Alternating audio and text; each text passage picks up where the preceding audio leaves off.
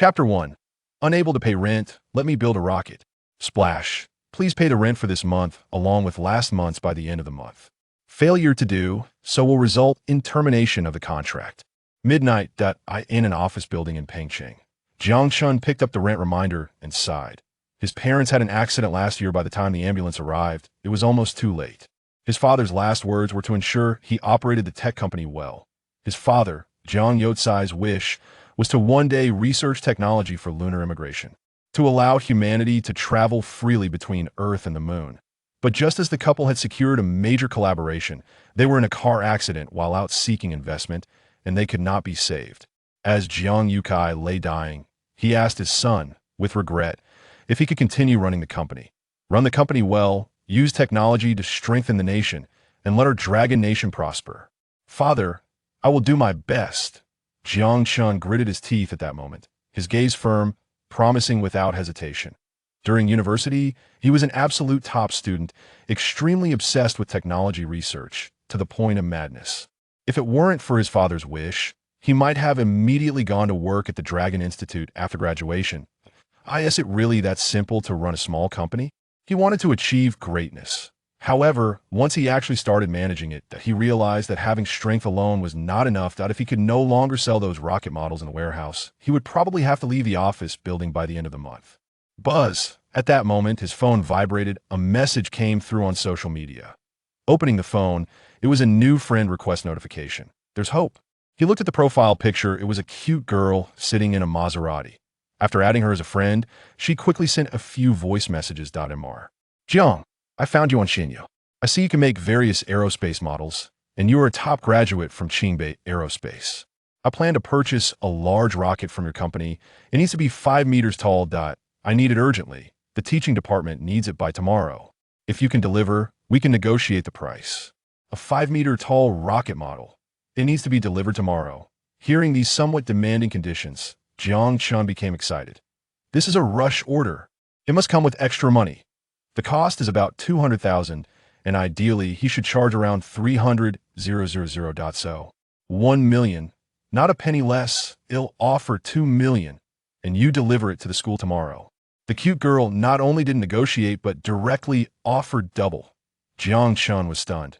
She's definitely a rich lady. The demands of a rich lady are his motivation. Jiang Chun quickly and cautiously asked, "Do you have any specific requirement for the details? Make the exterior as realistic as possible, and it must be able to launch, flying as high as possible." Then she sent 3 pictures. They were rockets launched by several countries in the past 2 years. The Long March 6th rocket from Dragon Nation, the Large Falcon rocket from Eagle Nation, and the Zenith rocket from Bear Nation. Jiang Chun swallowed hard. He had seen these powerful tools on the news before.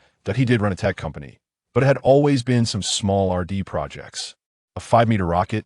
There really is one in the warehouse. But to make it realistic and capable of flying, even if he mobilized all resources, it would still take a month or so. Not good. Is he going to lose a mouthful of fat meat?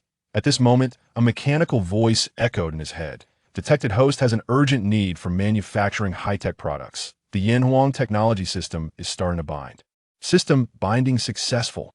Newbie gift pack issued. Enhanced Tech Inventor LV1. Initial 1,000 tech points issued. In Jiang Chen's mind, the system information flooded in along with the information about Enhanced Tech Inventor. Enhanced Tech Inventor enhances technology, using technology to obtain shock values, which can be converted into tech points. Tech points can be exchanged for items within the system. And there's also a lottery. Jiang Chun was ecstatic. Having a system meant he was definitely on the path to riches.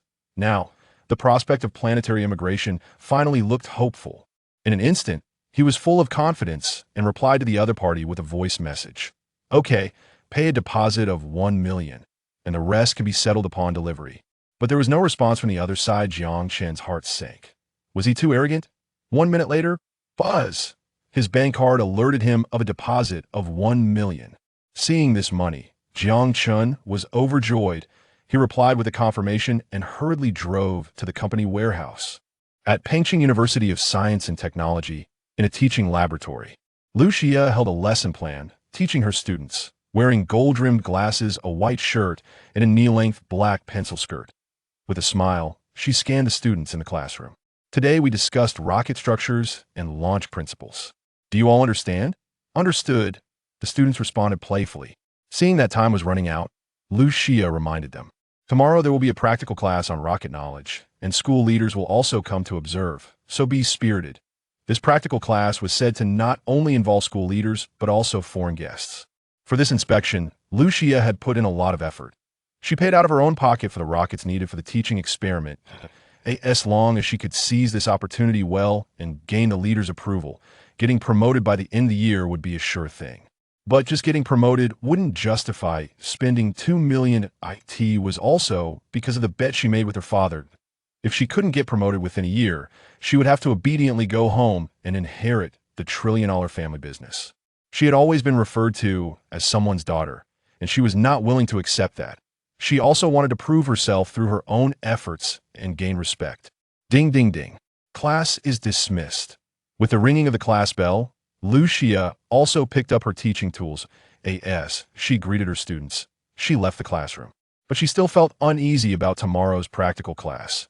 She wondered if the tech company she found on Xinyu was reliable.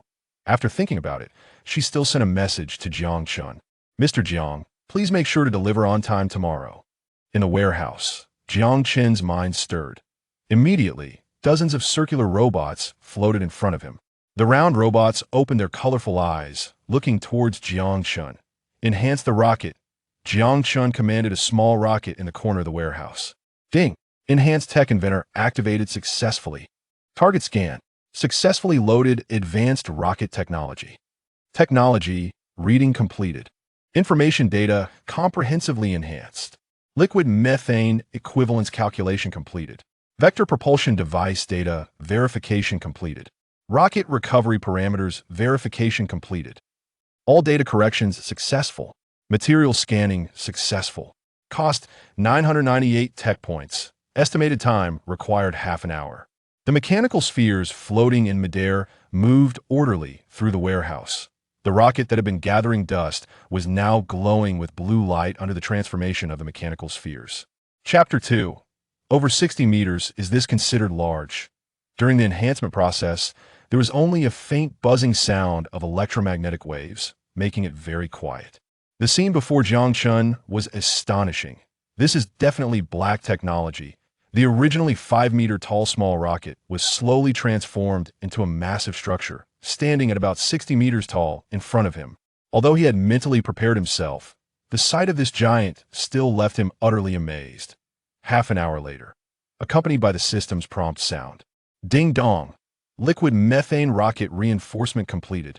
Upon hearing this, Jiang Chun suddenly trembled. He stared wide-eyed at the giant in front of him, muttering, a rocket 60 meters long. It should be fine for a lecture, right? After a whole night of effort, it was finally done.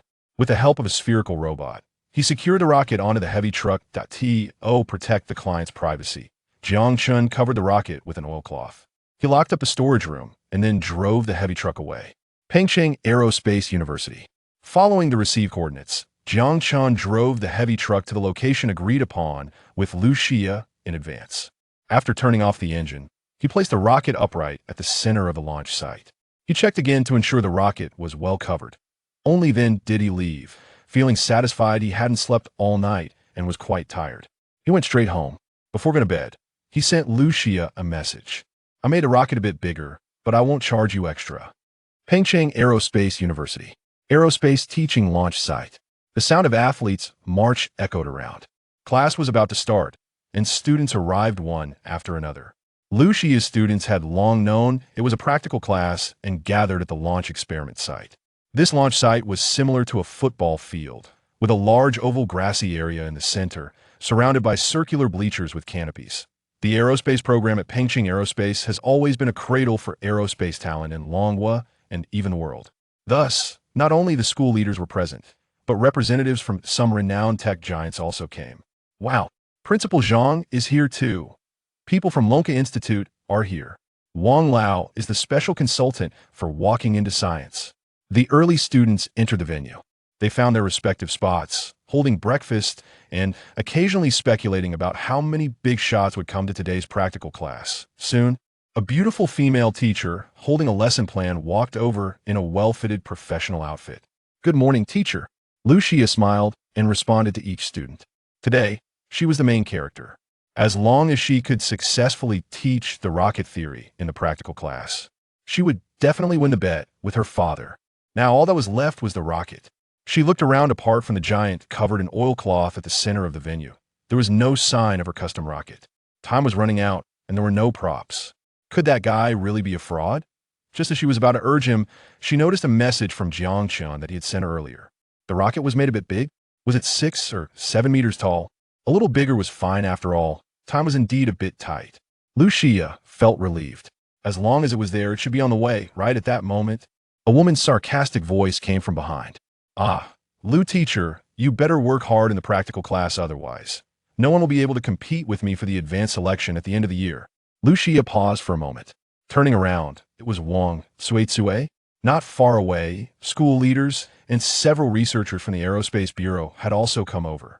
Lucia's face darkened, and she coldly asked, "What are you doing here?" Wang Suitsue was not angry at all and replied with a smile. "I'm a teacher too, so why can't I come? I specifically came to audit your class. I want to see how you teach. But it seems to me that you should give up on the advanced selection early. There's only one spot, and it's definitely mine." Lucia frowned and was quite unhappy. "Please don't disturb my class." Wang Suitsue sneered. "Do I even need to disturb you? I checked the useless company you hired on Xinyu. It has no strength at all, so you might as well wish for the best." "You investigated me?" Lucia was instantly filled with rage. Wang Suitsue shamelessly used some means to spy on her privacy, just to compete with her. "What if I did? You gonna bite me?" Wang Suitsue said nonchalantly. At that moment, a group of gray-haired old men walked over. Leading them was Zhang Tianfang, the principal of Pengcheng Aerospace University. He stepped forward and introduced with a beaming smile. "This is our school's special grade teacher, Lucia, who has strong teaching abilities in the aerospace program. Teacher Lu, these two are experts in aerospace technology in our Longhua." Wan Lao, Jian Lao. The surrounding students were incredibly shocked. They actually invited frontline experts? These people are all contributors to Longhua's aerospace industry, figures who can only be found in the news.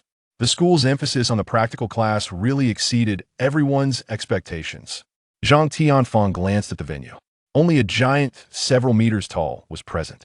Apart from this thing, it was completely empty. He couldn't help but wonder, is this leftover construction waste from the launch site? He would have to report this to the Academic Affairs Office when he returned. But it didn't matter. The most crucial thing now was this practical class. "Teacher Lu, how's it going? Where are the teaching props?" As soon as Principal Zhang said this, everyone turned to look at Lucia. Today's launch site was her stage. But where was the rocket now? Lucia was also confused. She had sent Jiang Chen several messages just now, but had yet to receive a reply. Under everyone's gaze, her ears turned red. She really wanted to hide. Wang Suitsue noticed something was off and teased, "Teacher Lu, what's going on? If you're not ready, just say so. Don't waste everyone's time. The leaders and scientists are here. Their time is precious. Do you really want to delay it?"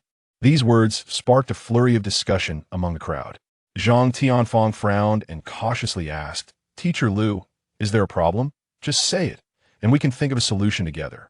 How could she explain the lack of props for the class? For a moment, Lucia felt extremely heavy-hearted, clenching her jade-like hands. That bastard Jiang Chun actually dared to deceive her. He really got her into a pit. She would definitely report him later. This guy would have to take responsibility. At that moment, a message came through on her social media. She looked down. "Big sister, how did I deceive you? The giant in the center of the venue covered with oilcloth is the rocket, right? You can't miss a 60-meter one, can you? I tell you, once the goods are out, there can be no bargaining." Lucia suddenly raised her head and looked at the giant in front of her. Whoa, she took a deep breath. That covered with oilcloth was actually the rocket? Over 60 meters? Is this what you call a bit big? Even the rockets currently equipped by Longhua are not much bigger than this, right? Chapter 3, Waiting for Launch. Lucia couldn't believe it, but the practical class was about to start, and she had no choice but to hesitate. Suppressing her astonishment, she pointed to the big object in the center of the field. There, in the center of the field, was today's teaching model. Upon hearing this, everyone turned their gaze over. They saw a cylindrical object wrapped in oilcloth, standing majestically in the center of the field. Suddenly, everyone was in an uproar. This is actually a teaching rocket? Oh my God, That's too exaggerated. The model was several dozen meters tall, truly impressive. The school leaders and researchers from Lonka Institute were also very excited. Wang Lao and Chun Lao exchanged glances, both very curious. The streamlined design, no nut connections, perfect proportions. All signs indicated that the rocket was exquisitely crafted, especially Zhang Tianfang, who was beaming with joy. Lu Xia's success brought honor to the school. Wang Cuicui, however, was gritting her teeth in envy. According to her investigation, the company Lu Xia found was completely insignificant. What good models could such a company produce? But now, the teaching rocket was so enormous. Could it be that her investigation was wrong? However, she thought carefully. Technological levels aren't just measured by size. This rocket might just be a flashy but useless thing. Thinking of this, she relaxed a bit and sneered. Teacher Li, if the teaching tools have arrived, then let's get started. Everyone is waiting for you. She was eager to see the embarrassing situation of this female teacher who was competing with her for the advanced award at the end of the year. Teacher Lu, you need to introduce your masterpiece well. Principal Zhang Tianfang, smiling broadly, was the first to head towards the center of the field. Everyone echoed in agreement. Lu Xia felt a bit uncertain, but had no choice but to follow. What could be achieved in just one day? She could even imagine that when the oilcloth was lifted, it would reveal a rough object, disappointing everyone. Soon, the group arrived in front of the rocket. Open it. Let everyone see it quickly.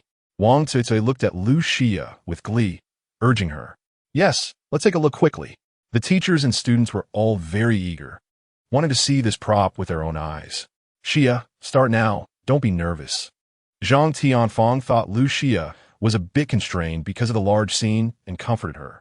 Lu Xia's heart was in turmoil, and she gritted her teeth. There was no other way. She lifted a corner of the oilcloth and pulled hard. Wow! The oilcloth slid off completely. Then a rocket, shining with a metallic luster, was revealed under the sunlight, exquisite and heavy.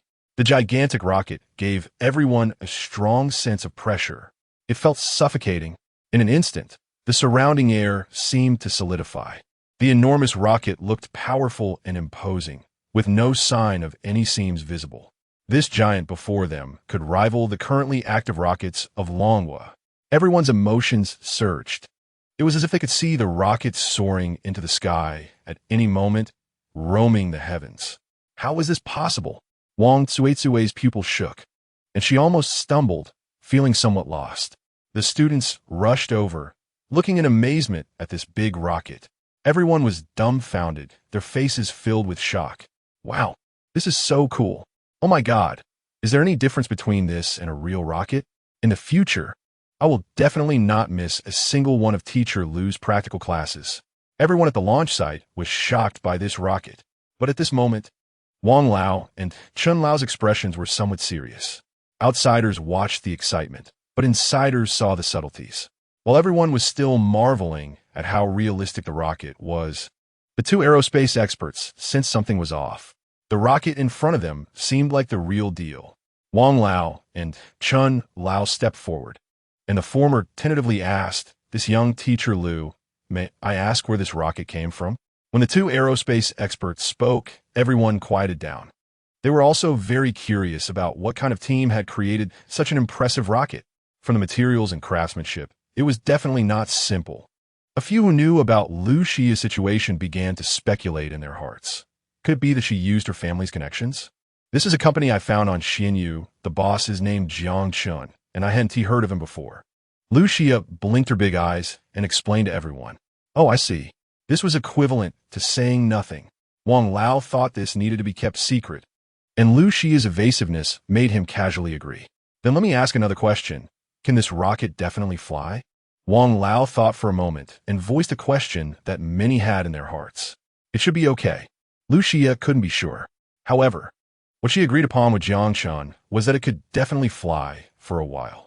But now that the rocket was so big, how much fuel and powerful technology would be needed for propulsion? Could a small company found casually on Xinyu achieve this? She felt uncertain. However, when Lu Xia confirmed her answer, everyone instantly became excited. Then let's start the launch. Let it take off. Principal Zhang also patted Lu Xia's shoulder and said with a smile, if it can take off, then launch it. Wang Tsuitsue finally regained her composure and steadied herself. Upon hearing that this rocket could actually be launched, she suddenly became anxious. How is this possible? This girl must be putting on a show. If the rocket can't launch later, she will be humiliated. Teacher Liu, hurry up and launch the rocket. Everyone is waiting. Wang Tsuitsue urged. She wanted to see how this girl would gloat later. Liu Xia was in a dilemma. Launch? How could she launch it? It couldn't just be done by talking. Just as Liu Xia was at a loss in the face of everyone's expectations, her phone dinged with a notification. It was a message from Jiangchun, sending an app installation package. Install this software, then connect to the rocket, and you can control the rocket launch. Liu Xia was overjoyed, quickly downloading the installation package and clicking to install. Soon, the installation was successful. She opened the app. A miniature rocket appeared on the screen, with various corresponding data written beside it. Next, a prompt appeared on the screen. Rocket detected, connect. Click to connect. In the next second, buzz, zing. A stream of transparent water sprayed out around the rocket, and 4 mechanical anchors landed firmly beneath the rocket, embedded in the ground. Bang, bang, bang. Several caps were ejected from the thruster's nozzle. Then, a mechanical prompt sounded from within the rocket's body. Signal connection successful. Permission confirmation successful. Rocket self-detection successful. Liquid methane state detection successful. Super engine startup successful. Glory of Yinhuang number 1 self-check successful. Waiting for launch. Chapter 4. Liquid oxygen and methane. As the rocket's exterior was observed, a faint blue glow suddenly appeared. Everyone clearly felt that a surge of electromagnetic energy had been activated. Liu Xia's beautiful eyes widened in excitement, her scalp tingling. Did it really connect? Successfully activated. Everyone rushed over, looking up at the massive rocket in front of them. My goodness, what an eye-opener. It's still controlled by a phone? That's too advanced. So impressive. There's even voice control. Let's launch it. Hundreds of teachers and students were all in a frenzy. The atmosphere at the launch site was instantly ignited. Initially, Liu Xia was hesitant, but now that she was in this situation, there was no turning back. Launch.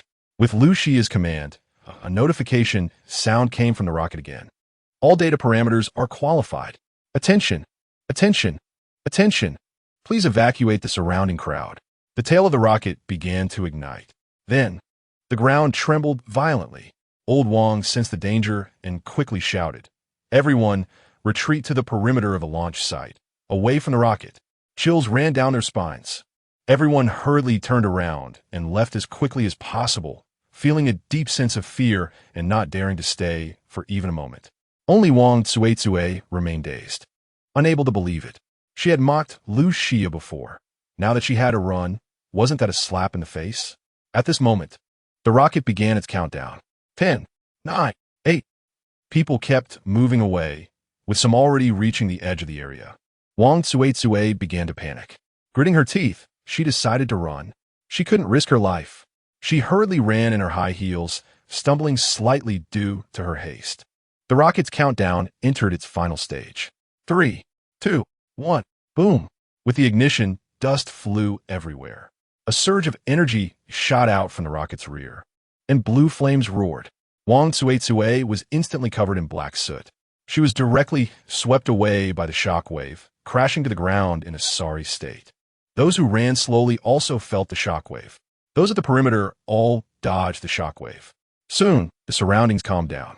The people who reached the edge of the area slowly regained clarity. With the help of the thrust from the rocket's tail, it began to ascend slowly. Everyone held their breath, watching with excitement. They fixed their gaze on the center of the launch site. Wow, it really can fly. This massive rocket can soar high.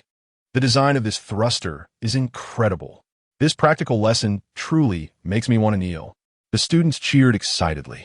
Which young person doesn't have a dream of space travel? Seeing the rocket launch was incredibly exhilarating. The teachers were equally excited, feeling proud to have such colleagues. Principal Zhang Tianfeng nodded repeatedly, very satisfied.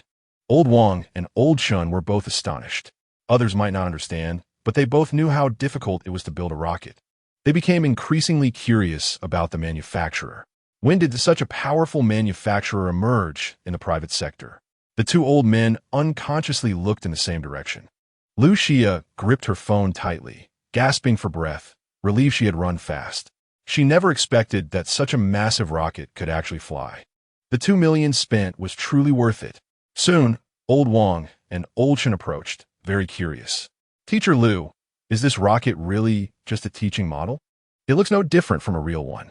When I bought it, it was truly just a model, Lu Xia answered honestly. Buzz, as if to counter the model claim.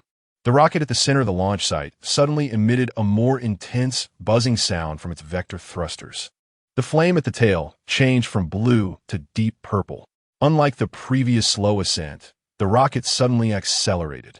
It shot up rapidly, tearing a huge gap in the clouds. At the launch site, the crowd cheered incessantly, applause thunderous. Everyone pulled out their phones to capture and record this moment. People felt a shiver of excitement, as if they were dreaming. Old Wang trembled as he looked at the rocket in the sky, exclaiming, "My goodness! You said this is a model? This is actually a model rocket." Lu Xia smiled wryly.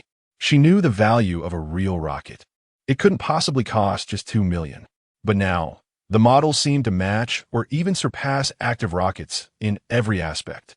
What an unexpected delight. But wait, if it's just a model, it can't last long. If it runs out of fuel in the middle and falls, that would be very dangerous. Seeing Lu Xia so certain, Old Wang suddenly thought of something, his expression changing, and he urgently said, at this moment. The disheveled Wang, Sui Tsui, also got up. Holding her waist, she angrily said, "This is so dangerous. If this practical lesson causes any accidents because of you, our school will be finished. Not only will we miss out on the year-end award, but the school will also expel you. Can't you just admit defeat? Why do you have to compete with me? You really don't know your limits." People nearby looked over. Thinking about the potential accidents the rocket could cause, everyone felt a bit worried. Zhang Tianfang frowned and asked, "Can we pause now?" "I'm afraid not," Lu Xia said helplessly. Even if it were a real rocket, there was no ability to pause. The principal was truly an outsider. She instinctively glanced at her phone. The software, which had previously shown the stop data, was now showing activity, especially in the energy section. Energy, liquid oxygen and methane, current remaining, 99, current speed, 2 Mach, current status, continuing acceleration, liquid oxygen and methane. She was instantly stunned. As a teacher, she knew how powerful liquid oxygen and methane were. It was more potent and longer lasting than regular fuel. Can you say that again? Is it really liquid oxygen and methane? Old Wang's eyes widened in disbelief. This material, even at the Dragon Institute, was still in the experimental stage. Yes, look, this is the software sent to me by the manufacturing company, showing the status. Lu Xia handed her phone to Old Wang. On it was a scene of a rocket ascending. The data on the screen read, energy, liquid oxygen and methane. It really is liquid oxygen and methane. Old Wang trembled with excitement, his hands shaking. He recalled the color of the flames that had been ejected from the rocket S-tail earlier. Coupled with the data on the software now, his pupils shook. This indicated that the level of this manufacturing company was actually above that of the Dragon Institute. Old Chen also sighed, truly impressive. He leaned closer to see the data. He was astonished to see the rocket's ascent speed continuously increasing. Chapter 5 Unidentified Flying Objects 2 Mach 2 3 Mach 2 4 Mach. This signifies not only the most advanced fuel, but also powerful propulsion systems. He was extremely excited and said to Wang Lao, "We must find a manufacturer of this rocket." Wang Lao nodded in agreement. The most critical thing now is to monitor the rocket data to prevent any accidents. We should return to the Lonka Institute to monitor the rocket and avoid any mishaps. All right, time is of the essence. It would be best if Teacher Lu could join us as well. Even if the fuel is sufficient, there will be a moment when it runs out.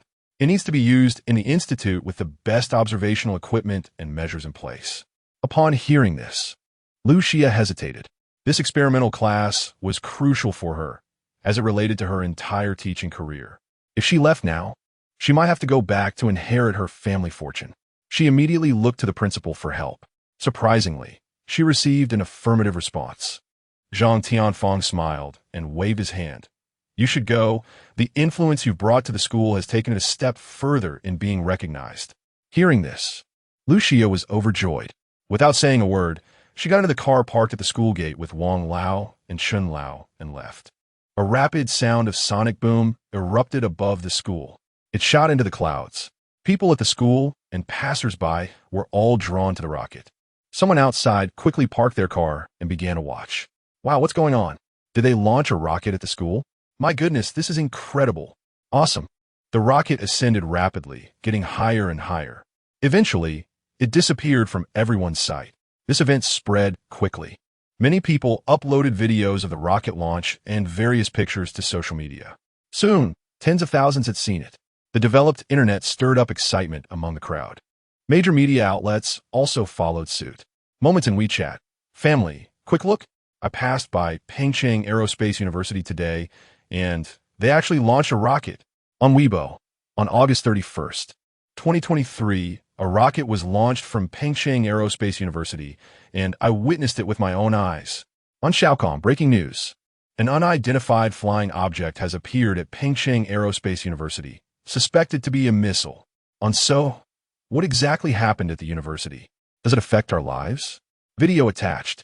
Netizens began to discuss heatedly. Wow, is that really Pengcheng Aerospace University and not Lonka Institute? Are universities this powerful now? They just launched a rocket. I reasonably suspect this is a fake video, but I have no evidence. One netizen commented, "This video is definitely not real." Even though technology has advanced, it hasn't reached the point where a school can independently develop a rocket. Immediately, another netizen disagreed. I was there at the scene and saw it with my own eyes. More netizens chimed in. Yes, I live nearby, and I also saw a rocket rise from Pengcheng Aerospace University.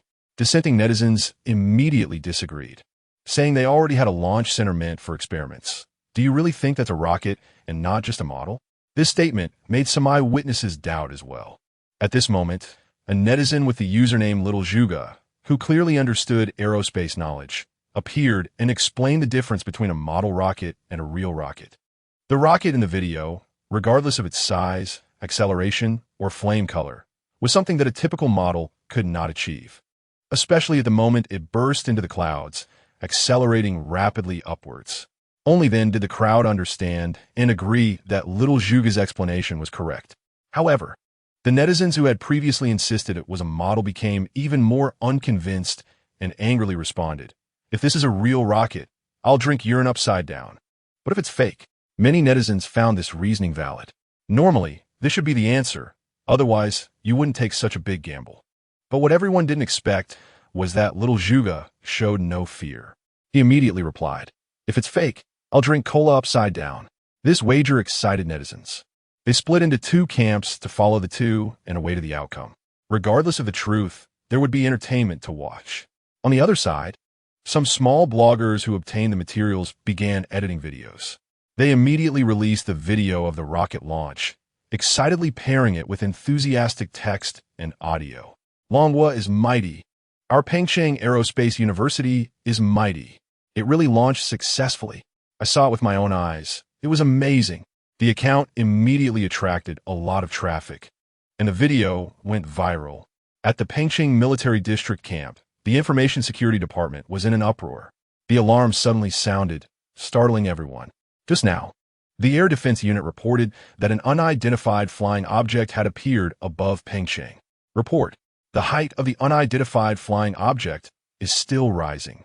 The voice of the officer trembled slightly as he reported. A middle-aged man in a uniform covered with medals furrowed his brow and paced back and forth. From time to time, he glanced at the monitoring screen where bright lights were flashing. This was under his jurisdiction, but there could be no mistakes. However, the sudden detection of the unidentified object made everyone anxious. "Can we find out which unit it is?" Zhao Wei was stopped and asked sternly. "Report, sir. There is nothing in our national database, and there are no relevant records." After thinking for a moment, he still reported the findings to Zhao Wei. In China, if there's a launch plan, it must be recorded in advance. Even for launch drills, it is required. Zhao Wei's brow furrowed deeply, filled with questions. No records? Could it be a civilian act? Can we roughly determine the launch location? The officer agreed, saying, "All right, I'll try." Then he operated on the computer. Longwa's air monitoring. since the year it was activated, could track historical trajectories in real time. Based on the trajectory, the launch site could be roughly inferred. The earlier the launch, the more accurate it would be. Click. After entering the data, a location circled in red appeared on the map. Report. The estimated launch area is around Pengcheng Aerospace University. Zhao Weiguo was stunned for a moment, and then became somewhat angry. Who can launch a rocket at a university? There are residential areas all around. Should we ask the Lonka Institute? But the answer was also negative. Zhao Weiguo's mind was filled with doubts. What force could create such a big commotion? Could it be spies? If they caused trouble in Pengcheng, it would be disastrous. Chapter 6. Turn the world upside down or rebel. Snuffing out the lit cigarette in his hand, Zhao Weiguo used a military phone with signal encryption to dial a mysterious number. Comrade, hello, I am Zhao Weiguo, the commander of the Pengcheng Air Defense Force. The situation is urgent. Please quickly connect me to the office of the president of Lonka Institute. In the office of the president of Lonka Institute, a middle-aged man with glasses, looking somewhat amiable, was focused on an important document. Only when the phone rang did his attention shift. President Su, this is Zhao Weiguo. An urgent voice came from the other end, causing Su Zheng to pause for a moment. But he quickly reacted and couldn't help but ask, Zhao, you actually took the initiative to contact me today? The two had been assigned to Pengcheng in the same year and had developed a unique rapport and deep feelings during their work. However, due to their respective tasks, they would never contact each other unless it was an important moment. After some pleasantries, Zhao Weiguo could no longer hold back and said seriously, President Su, something major has happened in Pengcheng today, and the situation is urgent. Before that, I have something very important to verify with you. Realizing the seriousness of the situation, Su Zheng straightened his posture and asked, what is it? Zhao Weiguo's gaze instinctively shifted to the surveillance screen, especially noticing the sudden increase in brightness and speed, causing him to furrow his brow even tighter. For a moment, he couldn't figure out where to start explaining. After reorganizing his thoughts in his mind, he finally spoke. Just now, our air defense troops detected an unidentified flying object over Pengcheng. Upon verification, it does not belong to any unit, and most importantly, there is no relevant record in the database.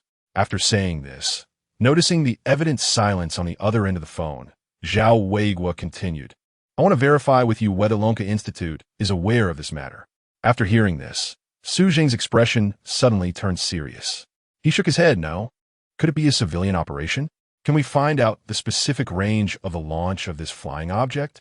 Near Pengcheng Aerospace University.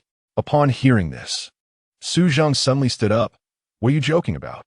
How can rockets be launched from there? Although Pengcheng Aerospace University is the cradle of aerospace talent in Long Country and even the world, Su Zheng would never believe they could manufacture a rocket that could fly into the air defense inspection range. He absolutely could not and would not dare to believe that. Zhao Weiguo opened his mouth to explain, but heard a knock on the door from the other side. Report. Kumin, a researcher from Lonka Institute, spoke. President Wang Lao and Chun Lao are here, saying they have important matters to report. Then let them in. The researcher hesitated slightly, clearly in a dilemma, as he couldn't just tell the president that Wang Lao and Chun Lao brought outsiders directly into the observation tower. Seeing the other party not responding for a long time, Su Zheng frowned, his tone serious. What are you hesitating for? Is there something you can't say? Yes. Wang Lao and Chun Lao brought a female colleague into the observation tower. Quick, take me there. In a hurry, Su Zheng pressed the receiver back down, ending the call with Zhao Weiguo. But he didn't have time to care about that now. After all, the observation tower of Lonka Institute not only housed top aerospace observation equipment, but also contained many confidential documents. Wang Lao and Chun Lao were insiders of Lonka Institute, so it was fine for them to go in, but bringing outsiders was absolutely unacceptable. Realizing the call had been disconnected, Zhao Weiguo stared at the receiver in silence for a while. After inquiring for so long, it turned out they didn't know anything. Now he was in a dilemma and didn't know what to do next. Upon entering Lonka Institute, Wang Lao and Chun Lao rushed with Lu Xia to the observation tower. This is the best equipment for monitoring aerospace. Teacher Lu, we still need your phone. Okay, no problem. At this moment, Lucia was praying in her heart that nothing would go wrong. If the rocket, over 60 meters high, fell from the sky, it would definitely cause significant harm. At that time, she would really be in big trouble. Wang Lao and Chun Lao were so excited that they naturally didn't notice Lu Xia's reaction beside them. They eagerly took Lu Xia's phone, observing the rocket that was continuously ascending while checking the relevant data displayed on the phone, especially the accelerating speed, which had now reached 2.7 Mach. What does this mean? Even compared to the rockets currently in service in Long Country, this was comparable. Not to mention that the rocket's fuel was liquid nitrogen methane. As a combustion fuel, liquid nitrogen methane produces more energy than the rocket fuel they usually use and lasts longer.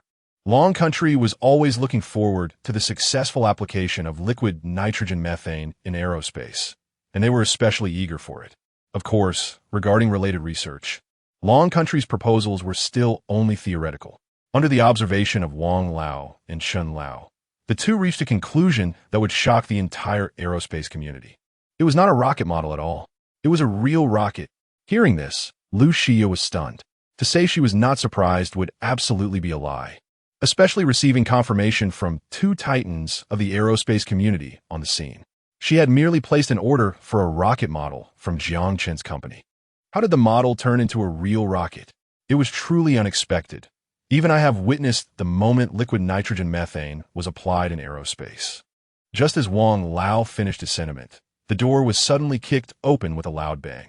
A team of guards armed with guns rushed in from outside, including Wang Lao and Chun Lao. The three were surrounded by the observation equipment. What are you doing? Do you all want to rebel? Or do you not recognize us old guys? Chun Lao stood in front, angrily rebuking the guards, his imposing aura suddenly radiating. Wang Lao turned and handed the phone to Lu Xia, also standing in front. It's not us who want to rebel. It's you. The guards made way, and Su Zheng walked toward the three. His sharp gaze swept back and forth over them before finally resting on Lu Xia. The two elders were key figures in Lonka Institute. Do they not know the rules of Lonka Institute? Wang and Chen's faces flushed in embarrassment and in their anxiety. They had forgotten about this matter, but thinking of their discovery, they became excited again. President, we have a major discovery, and we're just about to report to you. Chun Lao stepped forward to explain. Today, we were at Pengcheng Aerospace University. Chapter 7 experts shocked. Su Zheng raised his hand to directly stop the other party's words. Don't give me that unnecessary stuff. I'm just asking if you still remember the rules of the Lonka Institute. Originally, he intended to teach Wang Lao and Chun Lao a lesson. But when he arrived at the location Chun Lao mentioned, he was dumbfounded. Standing in place, he was like a wooden chicken. His mouth trembled slightly, and after a long time, he finally found his voice. You said you were just at. Chun Lao, who had just lowered his head, suddenly raised it. Pengcheng Aerospace University. After hearing this clearly, Su Zheng was momentarily stunned. As veterans of the Lonka Institute, Wang Lao and Chun Lao could not possibly be unaware of the Institute's rules. Their actions must have a special reason. Recalling what Zhao Weiguo had just said during their video call, Su Zheng suddenly had a strong premonition in his mind. Even his heartbeat quickened, holding his breath. He waited quietly for Chun Lao's response. Dean, here's the situation. With the joint explanation of Wang Lao and Chun Lao, along with Lu Xia's testimony, they recounted everything from the start of their participation in the practice course at Pengcheng Aerospace University to the successful launch of the rocket model. At first, we suspected that the rocket was real, and it was only at the moment it launched that we confirmed it. Not only that, but the manufacturer even unintentionally created a rocket powered by liquid nitrogen and methane. Unintentionally, this was Wang Lao's last insistence as a senior aerospace consultant at the Lonka Institute. Although the facts were right in front of him, he still found it hard to believe that such technology was produced by civilians. Hiding his emotions, Wang Lao glanced at the screen of the phone in Lu Xia's hand, current remaining 99.64. If it weren't for the liquid nitrogen and methane power, the endurance time couldn't possibly be this long. This is simply unprecedented and shocking. What? Liquid nitrogen and methane. Even the usually composed Su Zheng turned red with excitement upon hearing this news, nearly jumping up on the spot. Are you serious? Before he could voice his doubts, Chun Lao took over Lu Xia's phone, the screen facing Su Zhang. His gaze unconsciously focused on the screen. Energy, liquid nitrogen methane, current remaining, 99.64, current speed, 3 Mach, current speed, continuing to accelerate. Looking at the data displayed, Su Zhang was astonished. The weather was over 30 degrees, yet he felt a chill run down his spine. Holding the phone, his excitement was evident and he couldn't suppress it, so he could only pace back and forth. Wang Lao and Chun Lao exchanged glances and then turned to look at Lu Xia. Indeed, they saw the girl slightly shrinking back and aback. Clearing his throat, he signaled to Su Zhang. "Dean, since the truth of the matter is out, can we?" Chun Lao pointed at the gun in front of him. The meaning was clear. Su Zhang immediately reacted, raising his hand to wave. "You all withdraw first." "Yes, Dean." The guards with firearms left, and only then did Lu Xia feel a little relaxed. Although she was wealthy and had seen a lot, being under so many guns for such a long time was a first in her life. To say she wasn't scared would definitely be a lie. After thinking for a moment, Su Zhang looked at Lu Xia again. "Teacher Lu, could you please provide us with the contact information for General Jiang?" Compared to his earlier seriousness, Su Zhang's current amiable demeanor made Lu Xia feel a bit unaccustomed. She blinked her big eyes, stunned for a few seconds. This was indeed an opportunity. After all, this person was the president of the Lonka Institute. General Jiang shouldn't mind if I leak his information, right? She pointed to the phone Su Zhang was holding, and he understood, hurriedly handing it to her. Lu Xia quickly operated it and soon found information about Jiang Qin's technology company and his personal details on Xin Yu. She handed it back to Su Zhang and, recalling that Wang Lao and Chun Lao called him Dean, she also said, "Dean, this is General Jiang's contact information."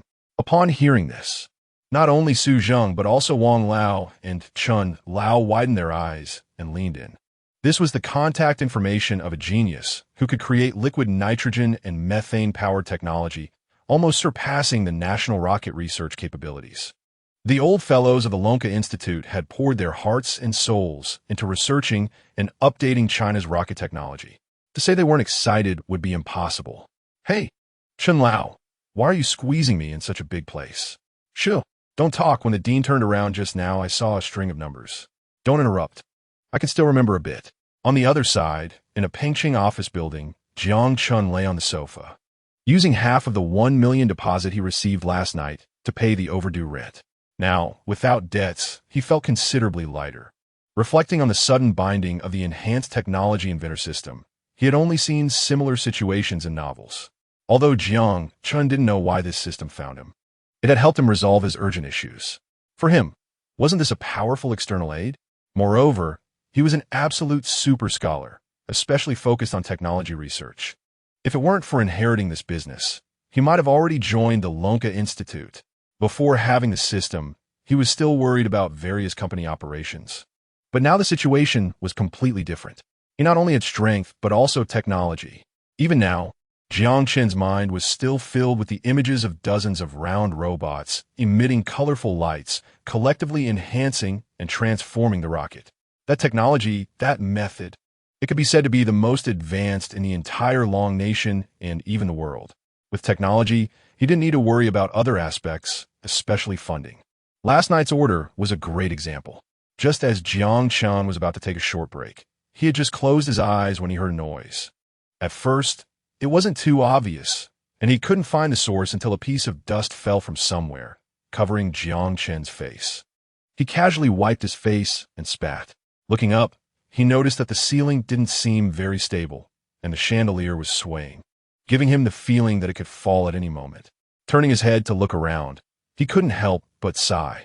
Right now that his technology company was left with just him after his parents passed away and all employees resigned, he was now the only one left. Reluctantly getting up and feeling emotional, he thought, forget it, before this small company rises, I'll just rely on myself.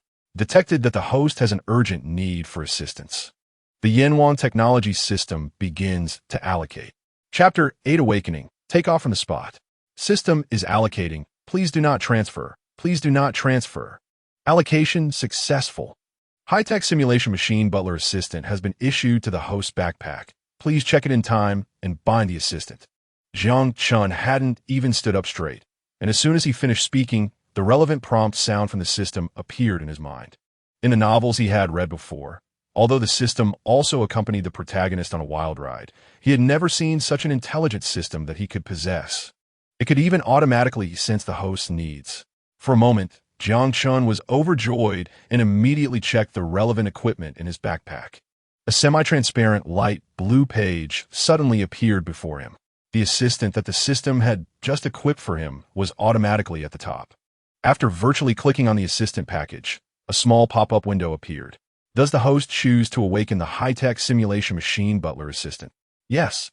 Jiang Chun responded decisively. With the high-tech butler assistant by his side, even the most complicated company management issues would be resolved. He could even become a hands-off manager who only counted money. Just thinking about this filled him with confidence. This was definitely a path to wealth. Immediately after, Jiang Chun witnessed the assistant package's color gradually change from gray to blue gold. He heard a voice say, "Loading complete." Butler assistant awakened. Suddenly, without any preparation, an assistant appeared before Jiang Chun, nearly matching his height. Its appearance was exquisite beyond criticism, and Jiang Chun stood up to circle around the assistant a few times. Rubbing his chin with one hand, he thought, "This system is impressive. Even the machine assistant it provided is so exquisite." "Hello, Master. I am the first-generation butler assistant of Yanhuang Technology System, codename 01. You may also change it yourself." Jiang Chun, who was observing the robotic assistant, never expected it to speak directly. He was startled and took 2 steps back. Looking up and down at the robot, his mind blank. "Just call me 01. Yes. Assistant 01 officially becomes the host's assistant starting from September 2nd, 2023. The robotic assistant 01 hadn't finished speaking when Jiang Chun raised his hand to interrupt her. "Stop. Don't call me Master from now on. Call me President Jiang." "Yes." Jiang Chun nodded and turned back to sit on the sofa, crossing his legs as he sat down. "Why don't you show me your abilities?" The next moment, Jiang Chun personally saw 01's eyes faintly glowing after receiving the task he had conveyed. Following that, 01 began to scan the office building. Jiang Chun watched in astonishment and couldn't help but follow behind, quietly marveling, "Wow, this is simply a bug scanner." In just a minute, 01 returned to Jiang Chun's side, and the internal decoration and structural improvement plan had been sent to President Jiang's phone. All President Jiang needed to do was sign his name on it, and it would automatically pay for the relevant orders. Jiang Chun was stunned for a moment, his throat instinctively swallowing hard as he quickly picked up the phone on the table. His fingers swiftly slid across the screen, and for a moment, Jiang Chun stared at the flawless plan, dumbfounded. What was this? 01 had completed all his tasks in no time.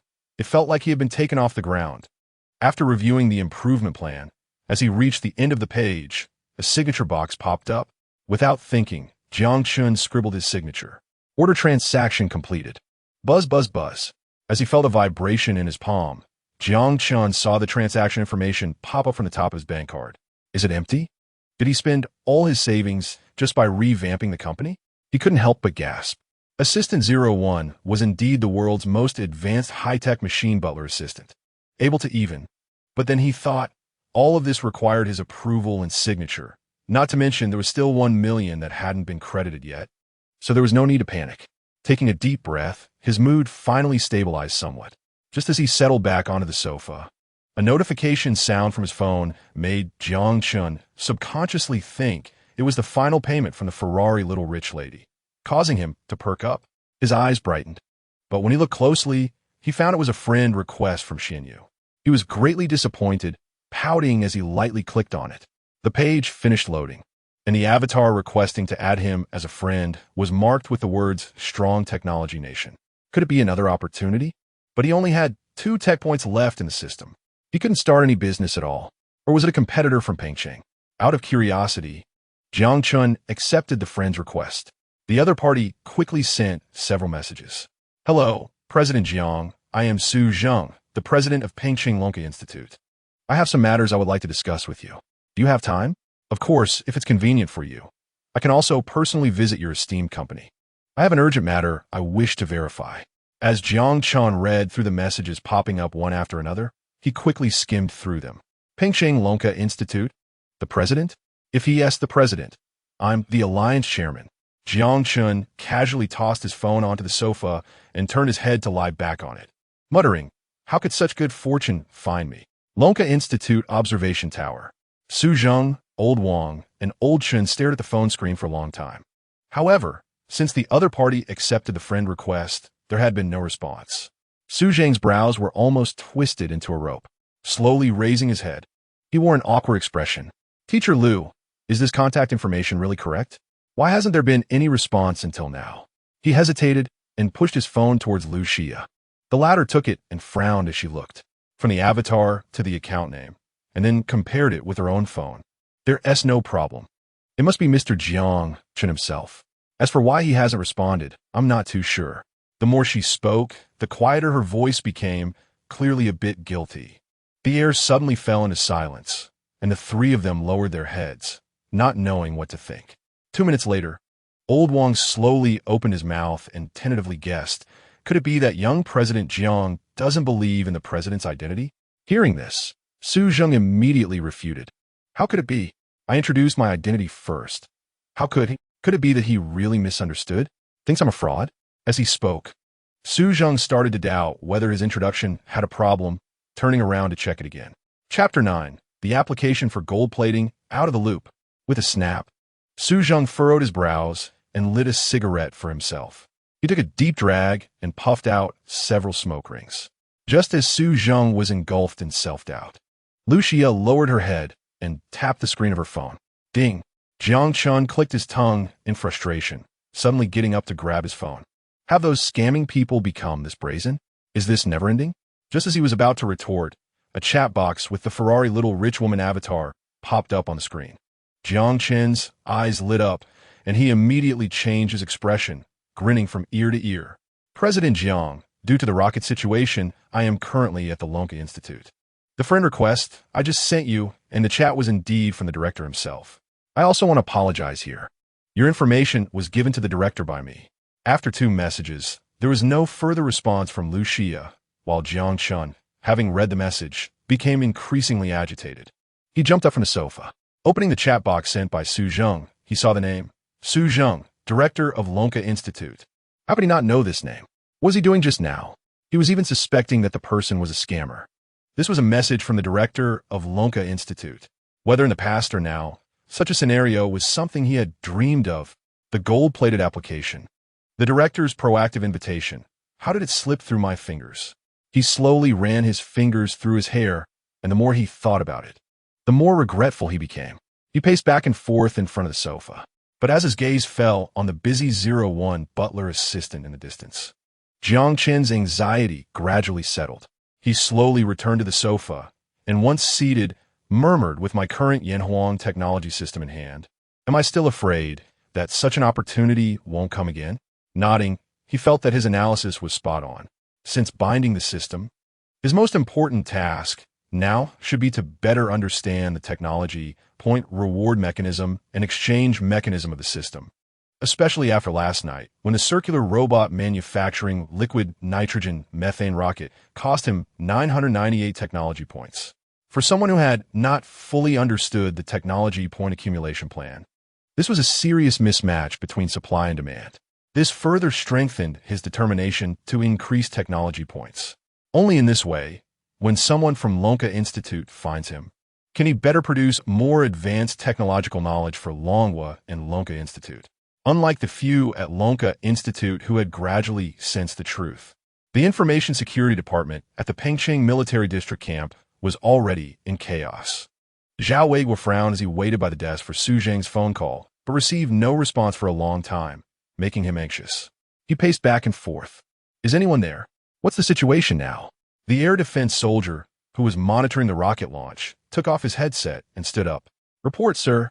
The rocket is still in a state of continuous acceleration, and it won't be long before it could reach outer space. Of course, the latter part was just his speculation. After all, looking at the entire world, a rocket reaching outer space is not something just any rocket can achieve. Furthermore, this rocket was not even recorded in the national database. A civilian rocket would definitely not reach that height. Suddenly, An alarm sounded as if the device had heard the air defense soldier's thoughts. Alarm! Alarm! An unidentified object is accelerating into space. Expected to break through the atmosphere of Blue Star in about an hour and a half. Before the air defense soldier could finish speaking, the nearby instruments began to sound alarms. Coupled with the flashing red lights on the instruments, it was blinding for Zhao Weigua, making his head buzz. He even felt like he might faint at any moment. His body swayed violently. Seeing this, the air defense soldier hurriedly stepped forward to support Zhao Weigua.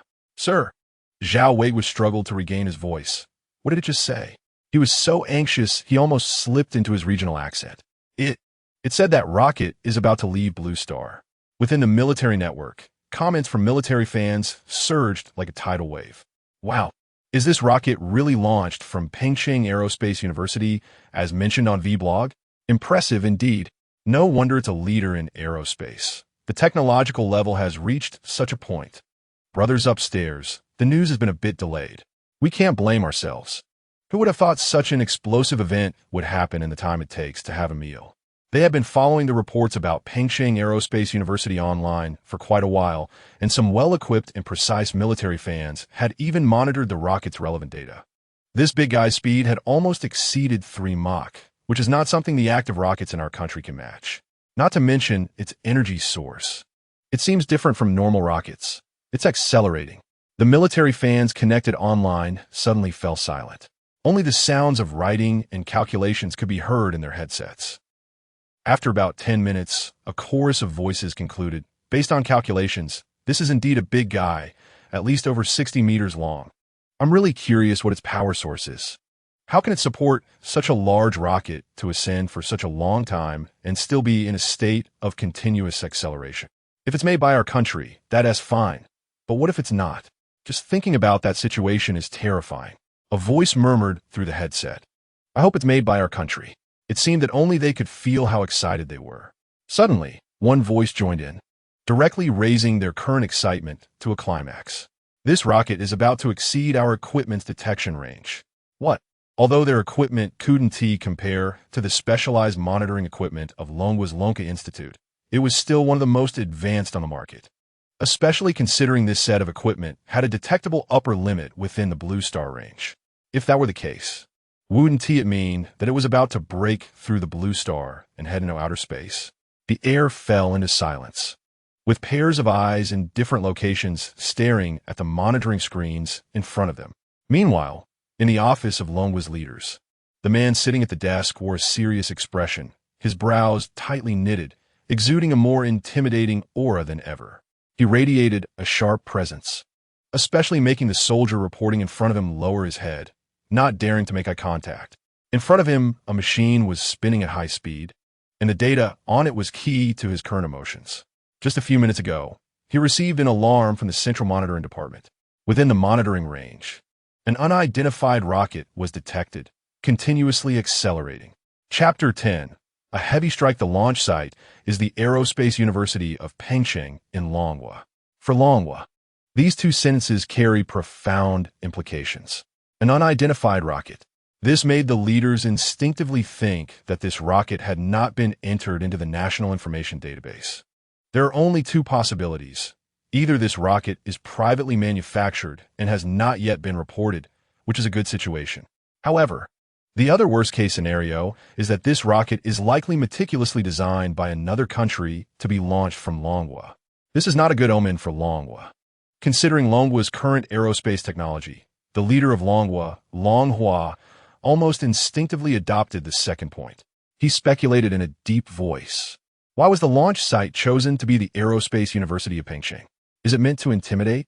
A dangerous light flickered in his eyes. Longhua rubbed his thumbs together, pondering for a long time before finally looking up and ordering. No matter the reason, this rocket cannot continue to linger over Longwa. Upon hearing this, the soldier was momentarily stunned and instinctively looked back at the high-ranking officials of Longwa who were silently drinking tea behind him. The latter placed the teacup on the table leisurely. Shooting it down is currently the most direct method, but this also faces a problem. He paused for a moment, furrowing his brows as he looked at Longhua. What if it injures innocent civilians when it falls? Longhua took a deep breath, walked to the window, and asked, "What can we do? Huiran, do you have any other methods?" If this is indeed a rocket from another country, it poses a deadly threat to Longhua. Faced with this situation, the soldier was momentarily at a loss, his gaze flickering between Longhua and another high-ranking official, Zhou Huiran. The air suddenly became tense, and for a moment, no one spoke another word. After a long time, the moment Zhou Huiran and Longhua's eyes met, he slammed his hand on the table and said decisively, "Then let us shoot it down. We cannot gamble with the lives of the common people. That rocket seems to have been flying for quite a while. Ordinary missiles might find it hard to catch up with its speed." Zhou Huiran naturally understood the implication behind the words. "You mean to activate that thing?" Seeing the other party nodding without saying anything, Zhou Huiran felt his heart bleed. That thing is the most advanced missile in Longhua's arsenal, codenamed DF-41, powered by a 3-stage solid-fuel rocket, coupled with a computer-controlled inertial guidance system. It significantly increases its hit accuracy and extends its range considerably. However, the downside is that launching at this time would cost at least $200 million. But given the current situation, they could only swallow their grievances. Damn, which bastard dares to cause trouble on Longhua's territory? If I find out they are related to the Imperial spies, I will definitely not let them off. Once the command was issued, commanders from various military districts successively received the relevant notifications. As the cradle of the aerospace industry, Pengsheng was naturally the first to know. Upon hearing the news that the High Command was going to intercept the rocket, Zhao Weigua immediately breathed a sigh of relief, sitting in his chair and awkwardly wiping the cold sweat from his forehead.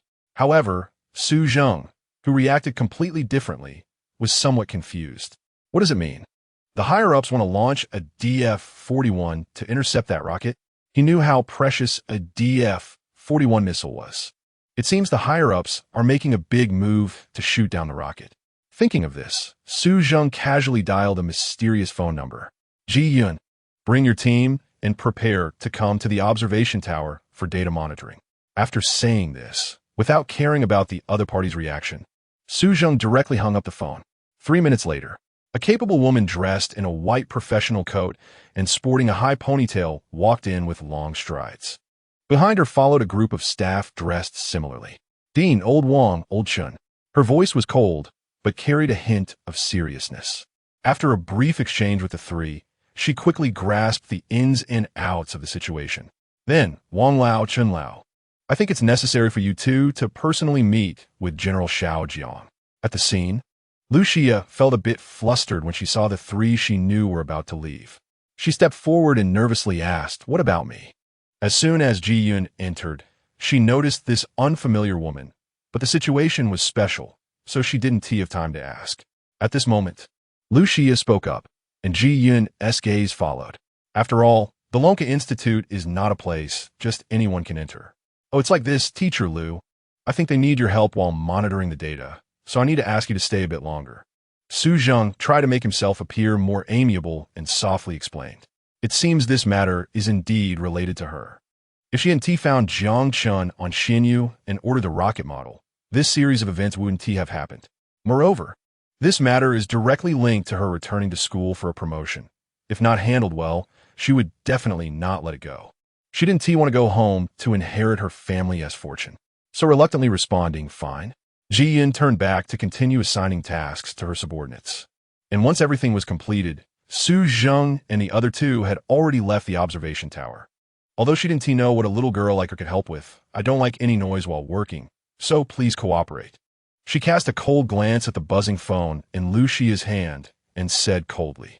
With Lucia's insight, she naturally sensed the other party's indifference. She was momentarily stunned.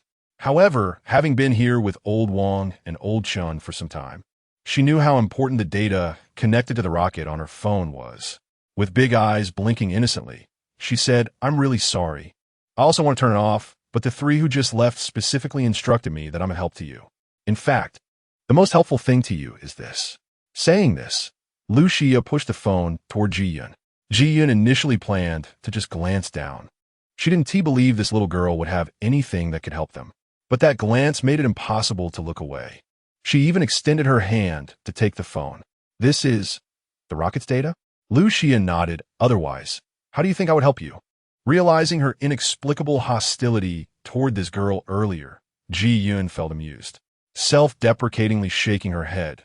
When she looked up again, she said, "I'm sorry, comrade. I misunderstood you earlier, and I apologize." Lu Xia waved her hand. "It's Little Wong. Prepare the projection equipment." Chapter 11. They've all gone to space. "And you call this a model?" "Yes." The staff member named Xiao Wang took the phone handed over by Ji Yun and plugged the data cable into the computer. His fingers flew across the keyboard, almost leaving a blur in their wake. The glow from the computer screen reflected off his glasses, and, at that moment, Xiao Wang exuded sharpness. Soon, the relevant data from Lu Xia's rocket control app was projected onto the large screen embedded in the wall. In the image, the rocket was moving at nearly supersonic speed. Suddenly, another colleague of Ji Yun spoke up. "Report to the team leader. The DF-41 launched by the country has also successfully entered the monitoring range." Ji Yun adjusted his gold-rimmed glasses, walked over at the sound, placed one hand on the table, and the other on his colleague's chair, leaning slightly to look closer. Sure enough, a moving red marker appeared on the screen, accelerating to catch up with the rocket ahead. "Good. Keep an eye on the data monitoring. Comrade, please go over there to rest." After all, Lu Xia was assigned to help by the three leaders, and she couldn't be neglected. Ji Yun pointed toward the makeshift rest area and thoughtfully poured a cup of water for Lu Xia. After chatting with her for a while, Ji Yun learned from Lu Xia that the top missile launched by Longwa was actually chasing just a rocket model. Not only her, but even her small team behind her were left with their mouths agape, stunned. Unconsciously, their heartbeats gradually quickened. Nothing excited them more than hearing such astonishing news. To hear the conversation between Lu Xia and Ji Yun clearly, the staff member typing on the keyboard slowed his fingers. "Rocket model?" The staff monitoring the data exchanged glances, wondering if the world had changed or if their perspective was too narrow. Their gaze returned to the screen, where the red dot in the front was constantly accelerating.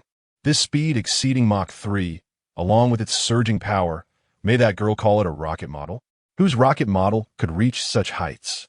Ji Yun was engrossed when a staff member suddenly reported loudly, "Team leader." Startled, Ji Yun jumped. He shot a sharp glare at the person. The staff member swallowed hard, reorganized his words. "This rocket has already flown out of Blue Star and has entered space." "What?" Just as Ji Yun stood up, preparing to walk over, he heard the staff member continue reporting. And what?" "Speak quickly." Having worked at the Lonka Institute for many years, Ji Yun had never encountered such a miraculous situation and could hardly contain his impatience. "And our DF-41 launched by Longwa has gradually slowed down, and the distance to the rocket is increasing. It seems that it can't catch up." Hiss! As the words fell, all the staff present, except Lu Xia, couldn't help but gasp. They all put down their current work and crowded in front of the large screen, their eyes glued to it, wishing they could see through it. On the screen, the two red dots were pulling farther apart, becoming the sole focus of everyone's attention. They were stunned, even a bit bewildered. That was their Longwa's most advanced missile. "Wow, this rocket is almost abnormally strong. Who designed this thing?" After saying that, they all turned to look at Lu Xia, who was holding her phone and also looking at the screen on the wall. Realizing this, she felt a bit at a loss. "No, don't look at me. I don't know what is going on either." "Report." A loud voice directly broke the silence in the leader's office. "Come in." The soldier entering the office met the gazes of Long Hua and Zhou Huiran. Just thinking about the result of their DF-41 intercepting that rocket made beads of cold sweat form on the soldier's forehead. In the end, he still braced himself to report. "Report to the two leaders. The DF-41 missile failed to intercept." As soon as he finished speaking, it was like a stone sinking into the sea. It wasn't that Longhua and the others didn't believe the soldier's words, but the result was simply beyond their imagination. What made it even harder for them to accept was that Longwa's most advanced missile, which had never failed, faced an unknown rocket and met its first defeat. As leaders of Longwa, they had seen all kinds of storms, but what was happening before them truly left them at a loss. Once they managed to stabilize their emotions, Longhua said in a deep voice, "Then use fighter jets. Use the fastest fighter jets. I refuse to believe we can't catch that rocket." Seeing the soldier dazed, Longhua's sharp eyes immediately turned toward him. The soldier promptly responded, yes. The soldier didn't even know how he left the leader's office. Just thinking about the terrifying scene at that time made his heart race. All the way, he mumbled, in my life, I've never seen a rocket fly this fast. Zhao Weigua, who also received the news of the missile interception failure, felt the ease on his face replaced by tension once again. He even choked on the sweat in his mouth, coughing several times, his face turning red. Without time to calm down, he immediately instructed the soldier beside him, quick, connect with the president of Lonka Institute. Yes, sir. Zhao Weigua followed suit, standing by and anxiously focusing on the phone. After dialing 2 or 3 times in a row, the call didn't go through. Zhao Weigua looked on in frustration, waved his hand, and said, forget it, I'll call his private number. While saying this, he hurriedly took out his phone, frantically searching for Su Zheng's number in his contacts. Clenching his fist, he muttered, Su Zheng, please pick up the phone. Hello? Is it you, old Zhao? Why are you calling my private number? Su Zheng in the car was looking at the navigation for Jiangchun Company when the incoming call display replaced the screen. God knows how anxious he was to see Jiangchun right now. But thinking about Zhao Weigua's temperament, he guessed that he must have something urgent to discuss. Thus, he tried hard to suppress his anger. Hey, Director Su, the missile we launched to intercept that rocket earlier actually failed. This rocket was launched in my jurisdiction. You say I can't be anxious? After hearing the words from the other side, Su Zheng slightly narrowed his eyes. He carefully pondered and digested the meaning behind his words. Wait. You said the missile interception failed? Yes. I don't know what this rocket really is, but you know the strength of the DF-41. He thought Su Zheng would agree with his point of view, but the voice on the other side suddenly took a turn. Sigh, that was expected. After all, that rocket is indeed formidable. Chapter 12 Alarm. You have entered a state of Level 1 combat readiness. Hey, you took the wrong turn. It should be this road. Su Zheng saw that the driver was about to turn the car into a dead end, which completely contradicted the navigation he had seen earlier. He opened his mouth to remind him. Turning his head, he continued to ask, Old Zhao, go on with what you were saying. The person opposite was stunned for a few seconds, and Zhao Weigua finally reacted. He thought Su Zheng sounded completely unconcerned, so he was just waiting for him? Su Zheng. Director Su, I'm about to lose my hat, and you're playing riddles with me? What do you mean that rocket is something powerful? Do you know about that rocket? Speak. Do you know some news?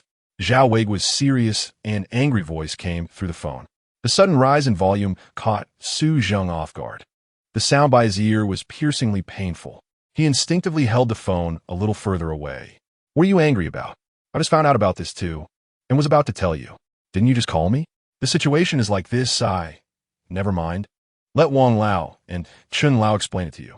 He handed the phone to the two in the back seat, and Su Zheng casually took the navigation from Wang Lao's hand. Right now, what was foremost in his mind was to quickly find Jiangchun. Come on, follow my lead. The rocket, after leaving Blue Star, originally intact, suddenly snapped in half with a crack, separating into 2 halves. The tail end slowly fell, while the front half shot up with flames at the rear, rapidly ascending. It then vanished into the depths of the universe. As for the fallen half, it quickly disappeared without a trace. The final outcome was probably to be smashed and turned into a speck of dust in the cosmic void. In space, inside a certain space station, 3 tall figures in spacesuits were carefully floating inside the cabin. In this small space, even the simplest actions like drinking water, eating, or moving became particularly difficult. Hey, brother, you'd better not get close to me while I'm drinking. Kate raised one hand to signal to stop, cautiously trying to drink the water. He had to be careful. In the space capsule, even a slight mistake could cause water to block his mouth and nose. If it got serious, he could easily suffocate. The other two paid him no mind, engrossed in their own ping-pong game. Ding! A notification sound rang out, and both of them stopped and retrieved their ping-pong balls. One floated slowly to the training device, secured itself, and began to work out. In this weightless environment, the most important thing was to constantly exercise their muscles to prevent atrophy. I really want to go home and see if our Eagle Sauce's technology is more advanced than when we left. Michelle looked out the window toward the direction of Blue Star, on that blue ocean planet. Soon, according to the calendar, if we hold on for another month, we can go back. Kate drank a sip of water, letting the cup float freely in the cabin. The three fell silent, no one saying a word. But at that moment, the previously normal space capsule's red lights began to flash, and the instruments emitted a series of alarm sounds. Alarm! Alarm! An unidentified object is accelerating towards us. Alarm! Alarm! Please respond quickly. Michelle initially didn't react, but as she looked ahead, a black dot began to enlarge rapidly. What was even more unbelievable was that the tail end was actually on fire. What the hell? What's going on? I haven't heard of any new launch missions recently. In a panic, Kate accidentally knocked over the cup of water closest to him, and the water uncontrollably formed floating clumps in the cabin, obstructing their view and movement. Alarm! Unidentified flying object is rapidly approaching the capsule. Please evacuate immediately. Collision with the capsule expected in 1 minute. What? 1 minute? If we were on land, we could escape. But we're in space now. The weightlessness here is intense. In such a short time, let alone escaping, just opening the hatch would be difficult. And to survive in this universe, we need to be fully equipped. Forget it. Let's hurry. That black mass is coming at us aggressively. Our eagle sauce must have launched something without aiming properly. Hurry up, or we might really perish in this universe. 50 seconds. They activated all their potential, donning their full gear. 10, 9, 8. The countdown from the cabin's machine had begun. The three hurriedly opened the hatch and secured their hooks to the external rivets of the capsule. They were betting that the black mass wouldn't hit the capsule directly. 3, 2, 1, fire. It was a rocket. Michelle's pupils constricted as the massive rocket body almost brushed past the tip of his nose. For a moment, he really thought that if he didn't have his gear on, he would be incinerated by the flames from the rocket's tail. My God, this rocket is huge. This is the first time I've seen such a big rocket. Kate frowned, looking on, and in his peripheral vision, the original capsule was almost penetrated, leaving only some fragments of the broken space capsule floating in the universe. Kate, why aren't you saying anything? Are you stunned? Michelle floated in front of Kate, jokingly saying, "Shut up. You're so noisy. That isn't our Eagle Sauce's rocket." With those words, the other two were stunned, their smiles instantly freezing. If any country on Blue Star had first-class space technology, it would undoubtedly be the Eagle Sauce. That rocket, just now, was clearly a masterpiece capable of dominating the entire Blue Star. If it wasn't made by them, they wouldn't believe it even if you killed them. I'm telling the truth. I saw the red flag insignia on it. It's not ours. It's the emblem of the Eastern Dragon country. Hurry and report this news to headquarters. Michelle rushed back into the cabin, but looking at the exposed wires flashing with lights due to the violent impact, he was stunned. First, send a distress signal back home. Let's go. To the nearest Imperial station. When they reached the Imperial station, the scene before them was even worse than what they had just experienced. Damn, if I find out which country launched that rocket when I get back, I will definitely persuade the Emperor to teach them a lesson. Chapter 13 Screen Sharing. Is this even possible? Following the navigation prompts, Su Zheng and the others drove around most of Pengcheng. Director, didn't you say we would reach Mr. Zhang's company in half an hour? It's been at least an hour now, hasn't it? The driver stepped on the brake, leaned back in his seat, and then rotated his wrist. Wang Lao also took off his reading glasses, wiped them briefly, and rubbed his forehead, looking somewhat tired. Why do I feel like we've been going around in circles? Exactly, which company keeps changing its location like this? I've never heard of such a thing. Su Zheng glanced at the navigation on his phone, which clearly indicated they were still half an hour away. He sighed deeply. It seemed he was deliberately preventing them from finding his company.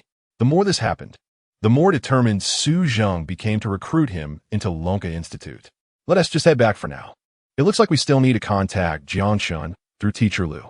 Upon returning to Lonka Institute, the three of them headed straight for the observation tower. But when they arrived, the place was already empty. The three immediately became anxious, and Chun Lao and Wang Lao strode directly to the guard. Guard, we're the Ji Yin team and Teacher Liu Xia. Report. They're currently at the aerospace laboratory. Just then, the guard's words were barely out when they felt a gust of wind rush by them. The three in front had suddenly vanished. The guard scratched his head, bewildered. When did Wang Lao and Chun Lao learn to run so fast? At the Lonka Institute Aerospace Laboratory, Ji-yun and her team stood in line, neatly positioned in front of a large screen. A pair of eyes were fixed on the screen, wide open. Their mouths were agape, almost as if they would drop to the floor at any moment. Incredible. This is truly incredible. One had to admit, although Lu Xia was just a university teacher, she had never seen anything like this in her lifetime.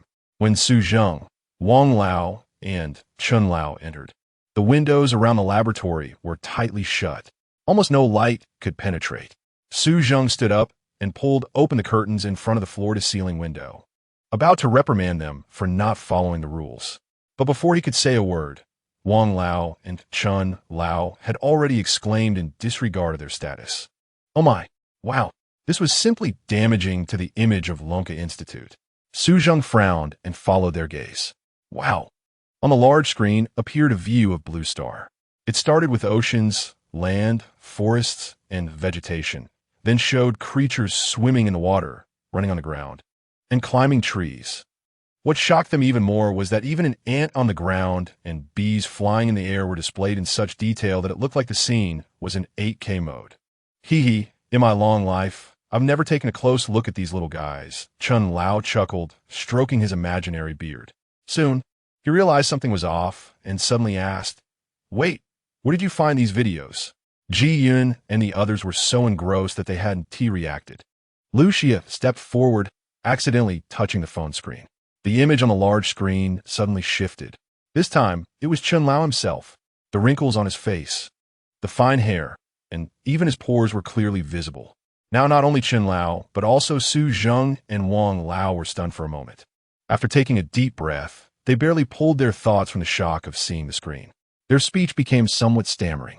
What is going on? Those in the know, including the staff and Lu Xia and Ji-yun, exchanged smiles. About 10 minutes ago, we discovered during the monitoring process that the rocket that had already flown into space actually established a screen-sharing connection with the app. Under Ji-yun's brief explanation, Su Zheng, Wang Lao, and Chun Lao finally understood the ins and outs of the situation. Wang Lao silently gazed at the phone in Lu Xia's hand and then turned to look at the large screen. He had words stuck in his throat, unsure of where to start. Deep down, he was engulfed in self-doubt. From the very beginning, it was said to be a model of the rocket. Then it shot into space. Now they were being told that it could also share images with domestic mobile apps. With all these functions combined, claiming to surpass satellites was not an exaggeration at all. With such equipment, why should they fear those foreign powers eyeing Longhua? Chun Lao was so excited that his old face turned red. Yes, with this, we can monitor their every move, even the pores on their faces. This kind of equipment must be incorporated into our Lonka Institute. We can't afford to be late. Struggling to calm his excitement, Su Zheng walked up to Lu Xia. After all, there was one question he had been holding back for a long time. Teacher Lu, is this rocket customized by Comrade Jiangchen for you? Lu Xia nodded. There was clear evidence in her chat history with Jiang Chun. There was no need for any concealment. Yes, but initially I thought Mr. Jiang had only customized a 5-meter rocket model. That night, Mr. Jiang reminded me that he made it a bit larger, and for our first cooperation, he wouldn't charge me extra. Upon hearing this, the people present couldn't help but twitch their mouths. Are you kidding? We're playing around. They had all seen the monitoring data report. A rocket over 60 meters tall was just a bit larger than a 5-meter model. Jiang Chen's description made them question their understanding of numbers. As if recalling something, Wang Lao stepped forward, since Comrade Jiang Chun said he wouldn't charge you extra. May I ask, Teacher Lu, what was the final price you settled on? Lu Xia couldn't help but exclaim, startling those closest to her. What happened? Lu Xia quickly pulled up her chat with Jiang Chun. As she swiped the screen, she murmured, I've been so busy here that I forgot to pay the final payment to Mr. Jiang. Out of respect for Lu Xia's privacy, the others turned their backs while she entered her payment password. However, they inadvertently looked up and saw Lu Xia had not disconnected the screen sharing, revealing a glaring 1 million transfer on the large screen. Su Zheng had just picked up his cup of water and hadn't even taken a sip before it fell to the floor with a loud crash. He almost choked at the sight. What? Only 1 million? Chapter 14, just enough to buy a piece of iron plate. After Su Zheng caught his floating voice, he turned his head repeatedly. Seeing this, old Wang stepped forward and quickly added, "Is it because of the limit that you only transferred 1 million at a time?" Although he said this, old Chun, who was also a witness to the entire event, could hear the tremor in his voice. The few people in front suddenly became agitated, and Lu Xia was at a loss for how to respond. "No, it can't be. How could it only be 1 million? Hearing Lu Xia's words, the staff collectively breathed a sigh of relief. Old Wang even raised his hand to pat his chest. "I told you. How could this rocket possibly be bought for just 1 million? The final price I negotiated with President Jiang is 2 million. At this, the staff on site couldn't help but gasp. They turned sharply to look at the clearly visible pores on the big screen. This was a view from space, which would be said to sweep across the blue planet. As for Old Wang and Old Chun, both felt their feet grow weak, as if they were about to faint at any moment. "Are you two all right?" Su Zheng quickly reacted and stepped forward to stabilize them. This sudden situation left Lu Xia feeling helpless. What she said was true, so why were they reacting like this? Moreover, at first, she didn't even know that Jiang Chun had actually created a real rocket. Do you know?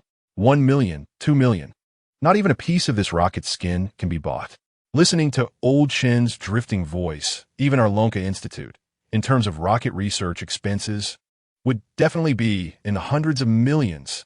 As he spoke, Old Chun raised his thumb, but his face was not one of pride.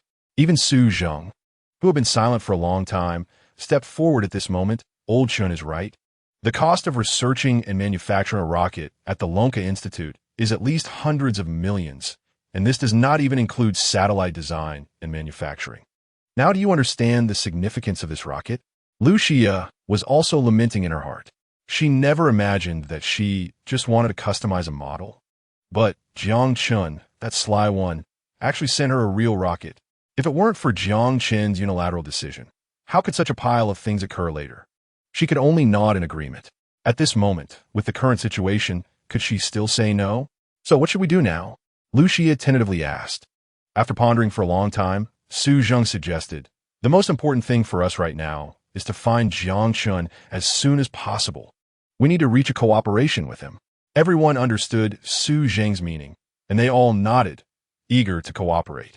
Although everything here was not going smoothly, the atmosphere was much more relaxed compared to the leadership of Longhua at the moment. 10 minutes ago, the Eagle Sauce and Empire side received important information from the space launch. Longhua had mastered a rocket with a higher level of technology, and at the same time of its successful launch, it easily penetrated their established observation station in space. The leaders of the two countries were immediately enraged. There were two reasons. How could Longhua develop a more advanced rocket before them? Who gave Longhua the guts to destroy the Eagle Sauce and Empire's observation station? At this time, the leaders of Eagle Sauce immediately announced two orders. One was to hold an international alliance meeting to put Longhua in a position where everyone pointed fingers at them. As for the second, he quietly dispatched elite troops to find an opportunity to smash Longwa's rocket. You Eagle Sauce still don't have this. How could you Longwa be qualified to have it first? The air defense alarm of the International Alliance Information Monitoring Department was sounded. Relevant countries immediately became tense. After all, the Alliance's alarm would not sound unless a significant threat was detected. Moreover, the duration of the alarm sound varied with different levels of danger. But this time, the alarm rang continuously, as if it had no intention of stopping. The leaders of various countries headed by Eagle Sauce immediately held an online meeting. Before the meeting, each country notified their own to investigate the matter. Especially regarding the source of the unidentified flying object, they also needed data on the flight of this unidentified flying object. As for the leaders of Longhua, they were completely unaware of the rocket piercing through the Eagle Sauce and Empire's observation station before receiving the meeting notification. This led to Longhua being subjected to a joint verbal attack from Eagle Sauce and the Empire as soon as the meeting started. According to the requirements of the International Alliance, attacking other countries without reason would be subject to corresponding punishment. Sometimes, when doing things, it's better to be a little low-key. "Mr. Long, what do you think?" Suddenly being named, Longhua frowned slightly without showing it. "What you two said is naturally correct, but I don't quite understand why I was suddenly called out." "Huh, still pretending. The rocket launched by your Longhua directly penetrated my Eagle sauce and the Empire space station. Our soldiers were almost wiped out. What else do you have to say? The leader of Eagle Sauce was furious, his eyes bulging. He stared hard at the screen containing Longhua, unaware that Longhua was completely in the dark about the situation. Just as all the leaders on the screen focused their attention on the video frame belonging exclusively to Longhua, the other party smiled faintly. Then, without haste, he said, "How can you be so sure that was our Longhua's rocket? Every rocket we launch has relevant records. Sometimes, without evidence, don't make wild claims." Although Longhua spoke slowly, even through the screen, his imposing manner was still formidable. The leaders of Eagle Sauce and the Empire fell silent. The two ignored the camera and exchanged glances. See, without any evidence, don't make wild claims so as not to hurt everyone's feelings. Beep, beep, beep. In the meeting, a sound of information broke the serious atmosphere. The leader of Eagle Sauce glanced down, and just at a glance, the next second, he burst into loud laughter. He picked up his phone, took a bite, and turned the screen toward the camera. A familiar and eye-catching red flag suddenly appeared on the screen. "Now what do you have to say? We need you to provide a reasonable explanation." On Longhua's side, upon seeing the logo on the rocket, he was already stunned. He even stood up and leaned forward. He couldn't help but sigh in his heart. This rocket that even the DF-41 intercontinental missile couldn't catch up to really is from Longhua. Heaven knows how excited he was inside, but thankfully he knew that this occasion was not suitable for him to show it. Chapter 15, Making International Waves. Let's leave us a way out if I were to express the emotions in my heart. Wouldn't it just infuriate the two major leaders of the hardware and the Empire? He raised his fist to his mouth, barely concealing his amusement, and coughed lightly. After stabilizing his emotions, he looked painfully at the two victims on the screen opposite him. "I'm truly sorry, gentlemen, about the rocket. Report. During the meeting, reports came one after another. Such a situation was indeed rare. It was the first time that leaders from various countries encountered this. In a helpless situation, with the agreement of all parties, the meeting could be paused briefly. The aviation monitoring instruments displayed that an unidentified flying object was descending back to Blue Star in free fall. The speed was continuously increasing, according to estimates. This should be due to the detachment of its thruster. The most serious issue was that the aviation monitoring instruments could not accurately predict the landing location and time of that unidentified flying object. The International Alliance couldn't have imagined that they would receive the same news now. Instead, several countries that had been friendly with Eagle Sauce communicated with each other before the meeting resumed. However, after a few countries that flattered Eagle Sauce spoke up, the information they received was surprisingly consistent. Seeing the situation, Longhua couldn't help but feel a mix of laughter and tears. He never expected to become a recognized opponent among various nations, until the long-silent Bear Nation finally spoke up. "All right, the urgent task now is for our countries to unite against a common enemy. Since we cannot predict the landing position of that rocket, we should arm ourselves from all angles." As he spoke, the expression of the Bear leader immediately became serious. The free-falling object striking the ground would certainly increase in speed at a terrifying trend, coupled with its own weight, no matter where it ultimately landed on Blue Star. The consequences would be unimaginable. After saying this, perhaps to relieve his own stress, the Bear leader took a deep drag on his cigarette, as if oblivious to others around him. Finally, he cast a sharp glance towards Longhua as camera. "Mr. Long, what do you think of this approach?" The online meeting space suddenly fell into a dead silence. Only some intermittent electrical sounds could be heard. Longhua's brows were almost twisted into a rope at this moment. The price of doing so would mean that their Dragon Nation would completely lose the opportunity to study this rocket afterward. Alas, what a pity. They hadn't even managed to bring it back to the Research Institute for study, and it was about to meet a heroic sacrifice. At this time, even while trying to control his emotions, the frustration on Longhua's face couldn't be suppressed. His somewhat muffled voice slowly came through the audio connection. "Actually, I had already dispatched our fighter jets to intercept it earlier. It's just that there hasn't been any news yet." Longhua only mentioned the fighter jets and did not disclose the failure of the missile interception. After all, this was not something to be proud of. For the safety of Blue Star, I agree with the plan of the International Alliance. Good. With this statement, the leaders of various countries all breathed a sigh of relief. Immediately, before Long Hua could say anything further, the meeting was hurriedly concluded. The ones who ran the fastest were undoubtedly Eagle Sauce and the Empire. They were eager to shoot down the Dragon Nation's rocket. As for the Pingcheng Garrison's Information Security Department and the Dragon Institute, they received the news later. Lu Xia, being directly involved in this matter, knew that if something really went wrong, she couldn't avoid responsibility. She was anxious, pacing back and forth. Before all this, she just wanted to evaluate her vocational education, simply not wanting to go back to inherit the family business. How did it end up like this?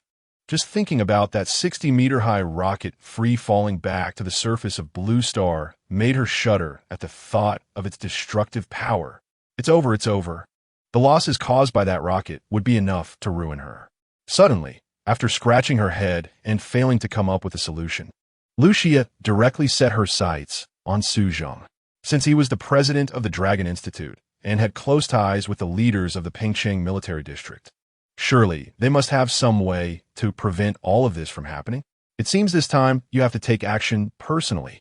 It's really not something an ordinary person could accomplish. As she spoke, Su Zheng raised his hand and patted his chest firmly. Don't worry.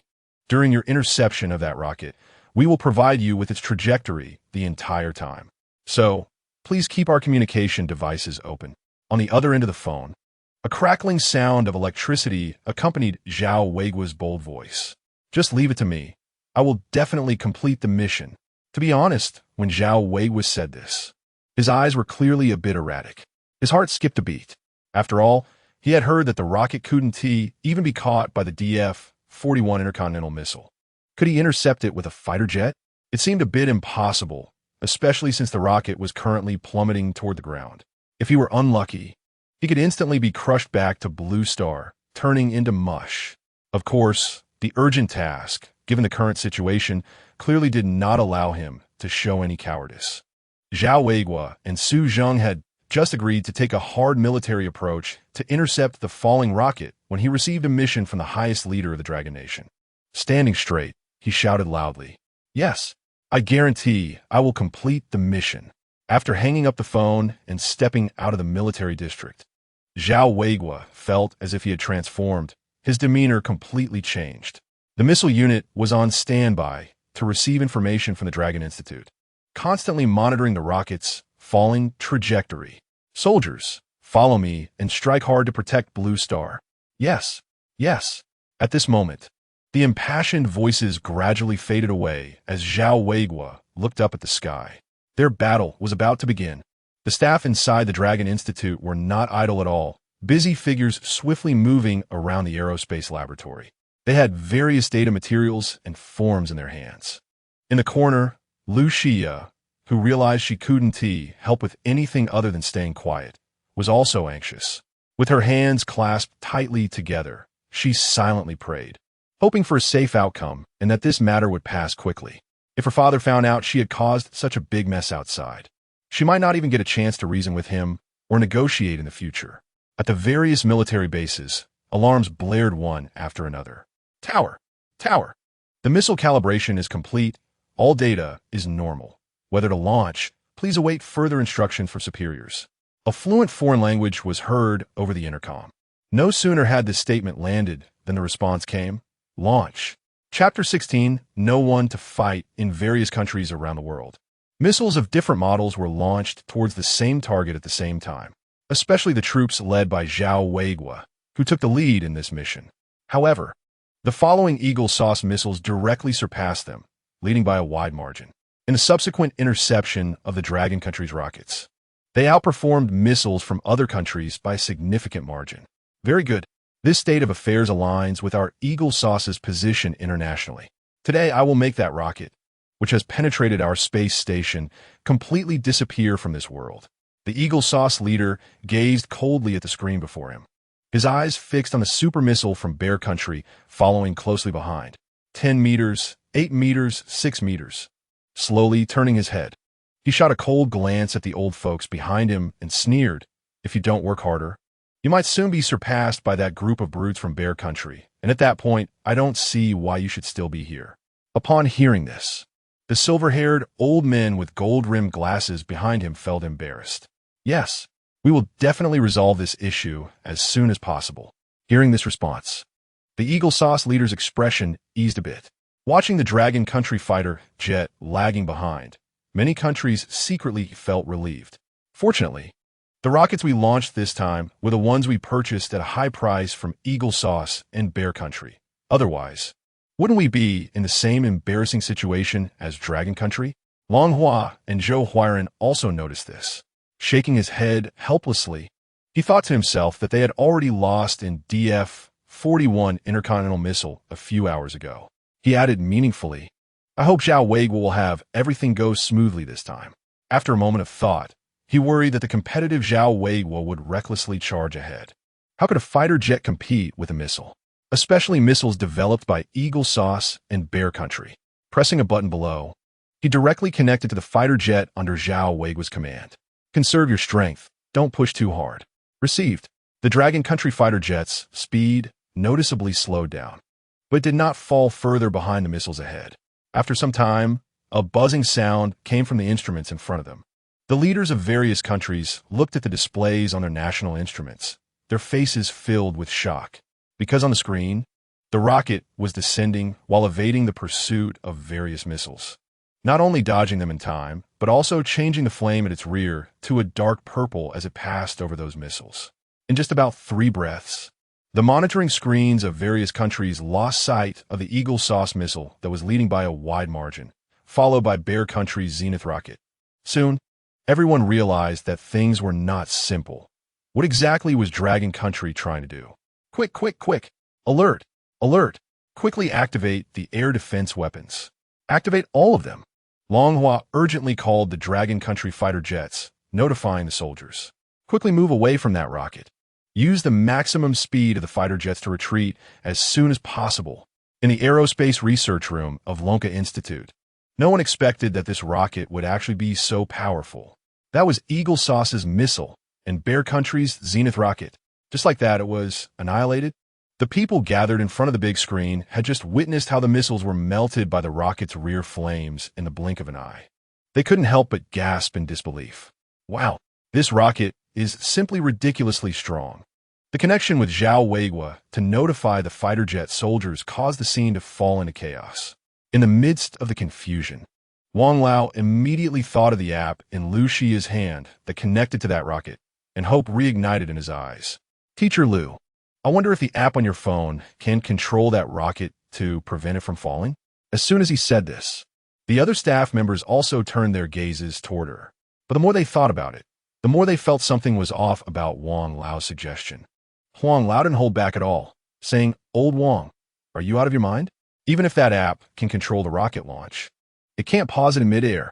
Wang Lao was taken aback, a bitter smile on his face as he shook his head and said helplessly, What am I even saying? Standing beside him, Lu Xia felt somewhat at a loss. She certainly understood the seriousness of the situation. She hurriedly stepped forward to explain, Actually, this rocket's launch was taught to me by General Jiang, and I don't know much about it. How about I ask General Jiang? She asked in an inquiring tone. Sure. Upon hearing that Lu Xia wanted to contact Jiang Chun, Wang Lao and Chun Lao disregarded Su Zheng's presence and immediately squeezed forward. They also wanted to witness the prowess of General Jiang. On the other side, Jiang Chun, who had just wrapped up the system understanding process, was preparing to browse carefully on Xinyu, but before he could settle into the sofa, he received a frantic call from Lu Xia. Before he could speak, Lu Xia's anxious voice came through the phone. Mr. Jiang, something bad has happened. That rocket is falling on its own, and it won't be long before it hits the ground. When that happens, before Lu Xia could finish speaking, Wang Lao and Chun Lao couldn't help but lean in closer. Hello, Mr. Jiang. We are staff members and aerospace consultants from Lonka Institute. Yes, the situation is urgent. We want to know if there is any way you can solve this problem. When they said this, the two didn't have much hope, as according to the technology they currently possessed, it was indeed an impossible task, unless they could make the rocket self-destruct in midair. However, the next second, Jiang Chen's response left them astonished. The voice coming from the phone was calm, and if listened to carefully, It had a leisurely tone. So, soon it's coming back down? Not much time left, huh? He shrugged and replied, all right then. Miss Liu, please open the app on your phone. I will send over an automatic recovery control command shortly. Please keep an eye out for it. After saying this, Jiang Chun hurriedly sought his next business deal without waiting to hear the other party's response. And he hung up the phone directly. Unbeknownst to him, at this moment, many staff members, including Su Zheng, couldn't help but twitch their mouths vigorously after hearing Jiang Chen's few words. Chapter 17, Terrifying. Can this guy really recover? Wait, I can't believe I just dreamed that. Did he say what? Automatic recovery control command? Hearing the questioning voices beside him, Su Zheng stammered and simply repeated what he had just heard. I think I heard him say something about a recoverable control command. Good heavens, does this thing really exist? Hiss. As soon as these words were spoken, everyone in the vast aerospace laboratory looked at each other in disbelief, and soon a series of gasps filled the air. Such a statement was clearly hard to believe.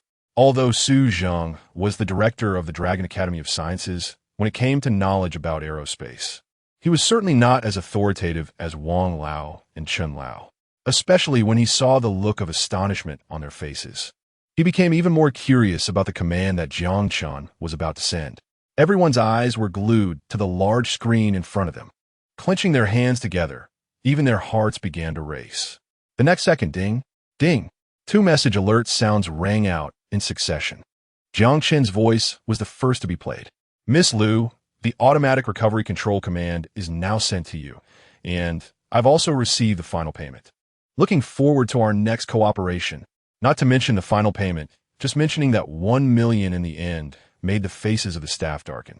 They couldn't help but feel that Jiang Chun was being taken advantage of and silently thought that the price was not worth the rocket.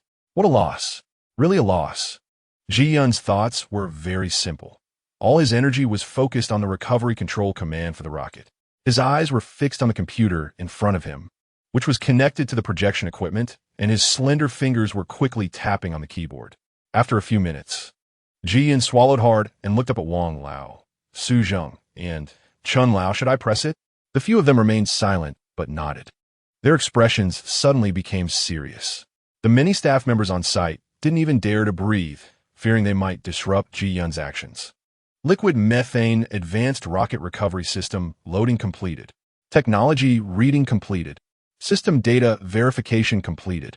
Recoverable data matched successfully and activated. Estimated recovery of liquid nitrogen methane rocket will begin in 3 seconds. Countdown begins. 3, 2. The large screen in front also displayed the relevant countdown. During this countdown, the aerospace laboratory was exceptionally quiet, watching the scene before them. Not only Su Zheng and the staff of the Dragon Academy of Sciences were stunned, but even Liu Xia had never expected that the rocket could actually be recovered. For a moment, everyone found it hard to accept this answer. With a deposit and a final payment totaling just 2 million, they had completely acquired the recoverable liquid nitrogen methane rocket. It was absolutely impossible for the many professionals present who specialize in aerospace technology not to envy Liu Xia. After the countdown ended, their eyes automatically turned to the screen. At the moment the button was pressed, the rocket that had been in free fall just a second ago suddenly stopped in midair as if someone had slammed the brakes. The experts and staff at the aerospace laboratory were startled. Even leaders and professionals from countries in the International Alliance, such as Eagle Sauce, Bear Country, and the Empire stood frozen in place for a long time after seeing the red dot indicator on the screen come to an abrupt halt. It took them quite a while to digest this event and barely come back to their senses. Can someone tell me? How did that rocket stop so suddenly? What the hell? They must have done something to that rocket. This was clearly intentional, aimed at destroying our missiles. Just thinking about how that rocket had effortlessly swallowed their most advanced missile made the leaders of Eagle Sauce feel their hearts bleeding. You have to know that researching such a missile is no easy task, and Dragon Country had effortlessly absorbed dozens of their missiles, causing losses to these alliance countries that were absolutely incalculable. Dragon Country, I hope you could digest all those missiles you just swallowed. The Eagle Sauce leader looked grimly at the dark clouds gathering outside the floor-to-ceiling windows, a strange smile creeping up the corners of his mouth.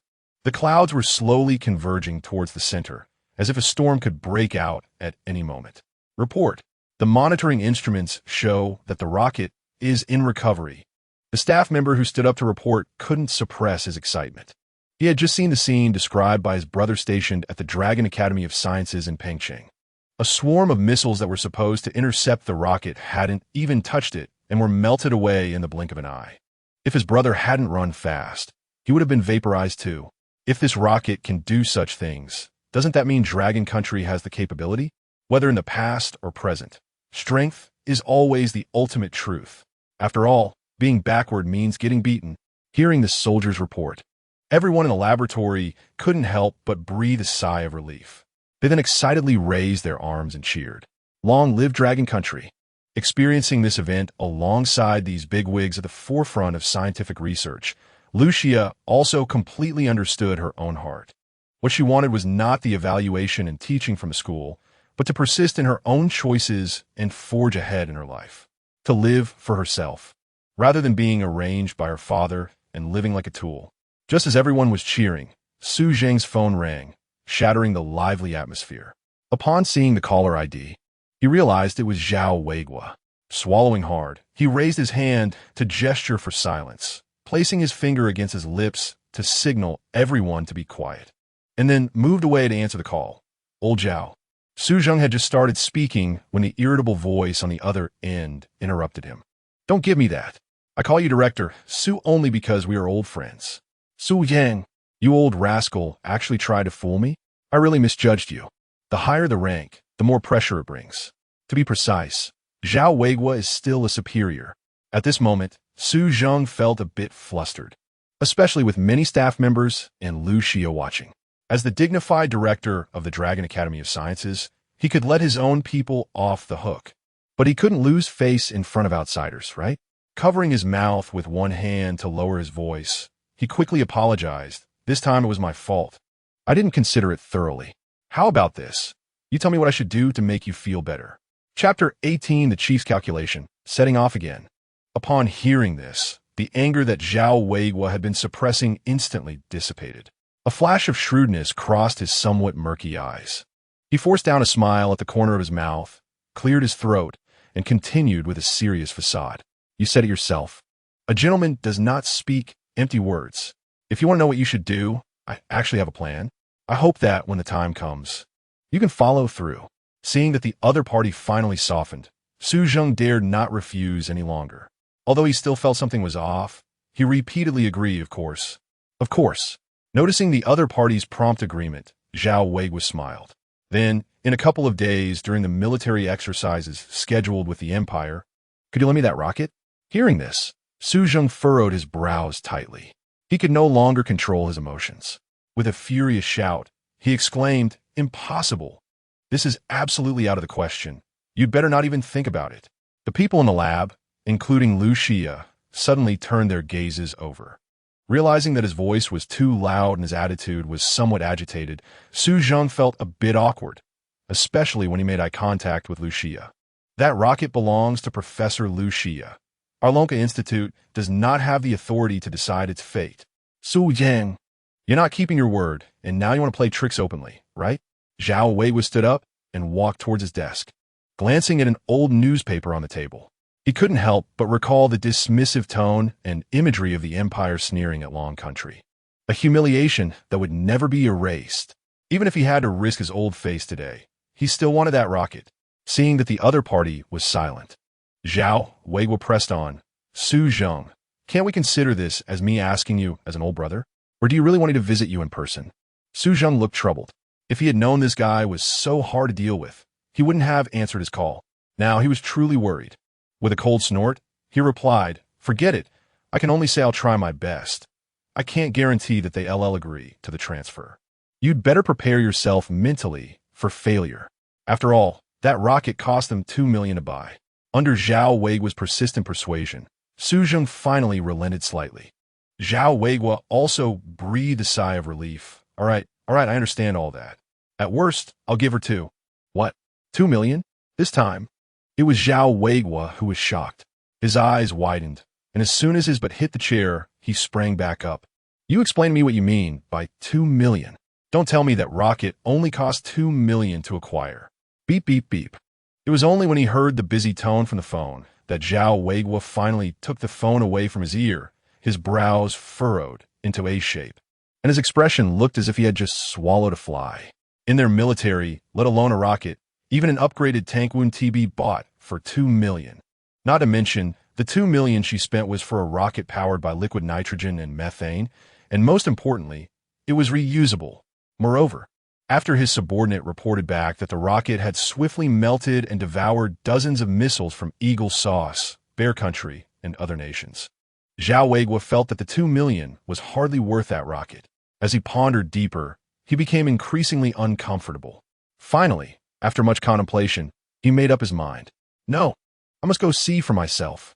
Who on earth pressured the price of his rocket down so low?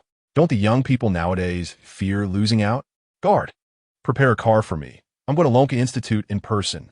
On the other side, after Su Zheng hung up the phone, perhaps due to his renewed proximity to Lu Xia, he felt an unmistakable awkwardness as he made eye contact with her. After several moments of hesitation, he finally gritted his teeth and made up his mind. Professor Liu, would you be willing to temporarily turn over that rocket to the country for research? Fearing that the other party might suspect them of abusing their power, he hurriedly explained, you can rest assured about one thing. After we finish our research, we will definitely return it to you.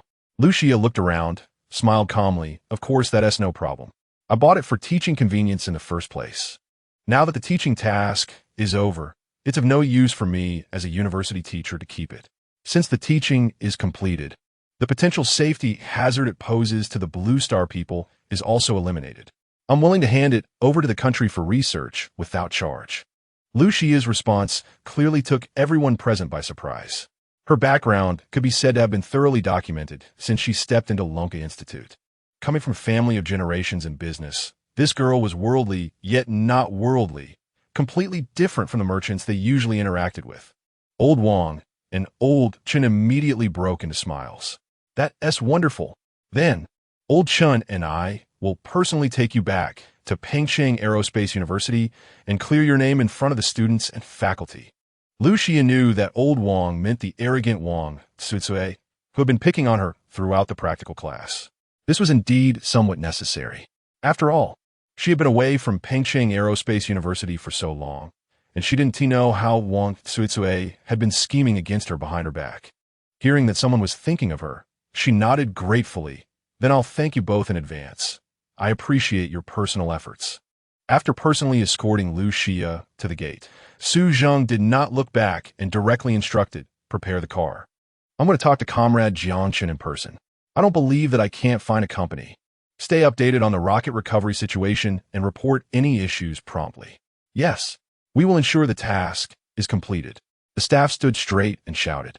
As soon as he finished speaking, a loud shout came from not far away. I'm going with you. The car door slammed shut. Zhao Weiguo strode over to Su Zheng. Where are you going to see? I'm going with you. Su Zheng moved his lips, thinking to himself. Why is this guy here too? Didn't I already agree? Did he not trust me? All right, the more people, the more strength. Just remember to be polite when you meet them. Zhao Weiguo frowned and asked, so who are we going to see? The person who built this rocket. Chapter 19, the whole internet is shocked. Buzz, buzz, buzz. The sound of buzzing came from the somewhat heavy clouds. Passers-by on the street all looked up at the sky, and there was that gigantic object floating before everyone's eyes. What the heck? Is it a rocket? It looks just like the one that was launched near the Aerospace University in Pengcheng a couple of days ago, right? Is this for real? A man riding a heavy motorcycle raised his hand and took off his helmet, excitedly looking over. Some even threw their bikes in the middle of the road, running to the side to pull out their phones to start filming the scene before them. This event was widely spread by these pedestrians online. Soon, those videos and pictures were posted on various social media platforms. Initially, people thought that once the rocket was launched, it wouldn't be long before everyone forgot about it. Even if it was talked about later, it would just be casual conversation. No one expected that new information would come so quickly. Even more unexpectedly, the rocket had been launched and could actually return by itself. This was shocking not just in Longhua, but in the whole world. More and more people began to pay attention to this matter. Soon, the number of netizens following this issue reached millions. When did the technology at these universities become so advanced? A rocket can be launched and even return home by itself? By the way, did you see the blue-purple flames at the tail of that rocket? I remember a netizen named Zaya's Huge who popularized a lot of aerospace knowledge online. Does this mean it's a real rocket? I remember someone online challenging Zaya's Huge, insisting that it was a model. Many netizens brought up the previous bet between the netizen who insisted it was a model and Zaya's Huge. There are always people who enjoy watching the excitement, especially when it involves others. Someone immediately reacted and brought up this issue online, and naturally, there were many who wanted to see this netizen perform. Immediately, many netizens began to tag this person who had bet with Zaya's Huge. In a basement in Pengcheng, in a cluttered room, all the items were haphazardly arranged. Various bottles and jars were scattered all over the floor. Perhaps due to the air being sealed and not circulating, the entire room emitted a very pungent and foul odor. In the corner, a scruffy young man leaned back on a single bed. Holding a phone in his hand, he was playing a game while cursing under his breath. At the top of the screen, notifications constantly popped up, tagging him, just as his game page displayed a game over alert. He cursed again and threw his phone against the wall. This was a ranked match. Who the hell kept bothering him at such a crucial moment? After thinking for a moment, he reached out and picked up his phone again. After unlocking it with his fingerprint, he scrolled down and tapped on the notification. His shifty eyes darted around as he quickly browsed through the content on his phone. His fingers zoomed in and out on the screen repeatedly. Incredibly, he stood up. What the heck? That thing is actually a rocket? How is that possible? When did an ordinary university manage to build a rocket? And they even boldly launched it near the school? What if something went wrong? Looking at the comments from netizens on his phone, someone tagged him, saying, "Hey, wasteful Wan-san, when are you going to fulfill your bet with Zaya's Huge? Everyone is waiting for your live stream. Don't tell me you're scared and won't keep your word." Wan-san frowned and thought back to the bold words he had said when he saw the rocket launch. "If it's a real rocket, I'll drink my own urine while standing on my head." This phrase kept replaying in his mind as he slumped back down to the foot of his bed. His phone subsequently fell from his hand, hitting the floor with a thud. Drink my own urine while standing on my head? I'm not an idiot. Director, we have already investigated the exact location of Jiang Chen's company. This time it will definitely be foolproof. As soon as the words fell, Su Zheng's phone buzzed. He reopened the navigation to Jiang Chen's company and noticed something different.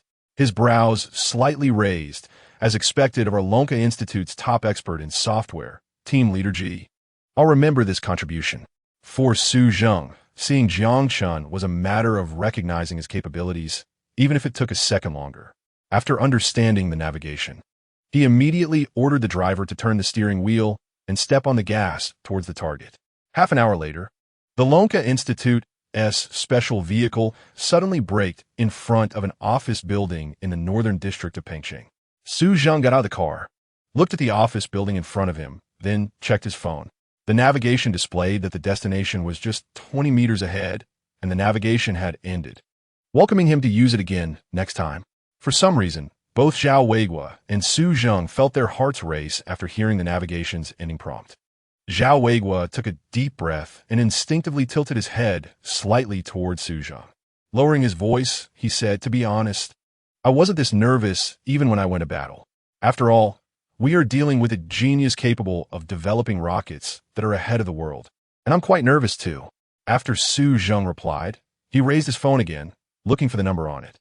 As for Jiang Chen himself, he was busy inventorying equipment in the company's warehouse.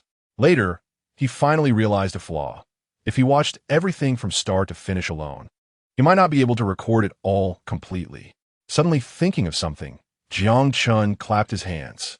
"Don't I have a high-tech butler assistant? This will be a piece of cake for her. Why waste time doing this himself?" 01. I need to assign you a new task. Originally organizing various company documents in the office, 01 raised her head sharply after receiving Jiang Chen's order, her eyes flickering with a hint of blue light. "Yes." General Manager Jiang. 01 quickly walked toward the warehouse. Just after she left, the company door was pushed open. They expected to see busy figures inside the company.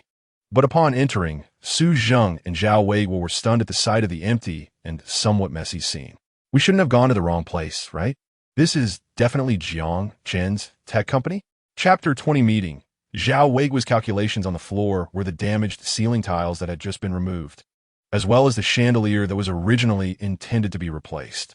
In the center, there were several buckets of wall putty and paintbrushes. Su Zheng and Zhao Weiguo carefully navigated around the renovation tools as they walked inside.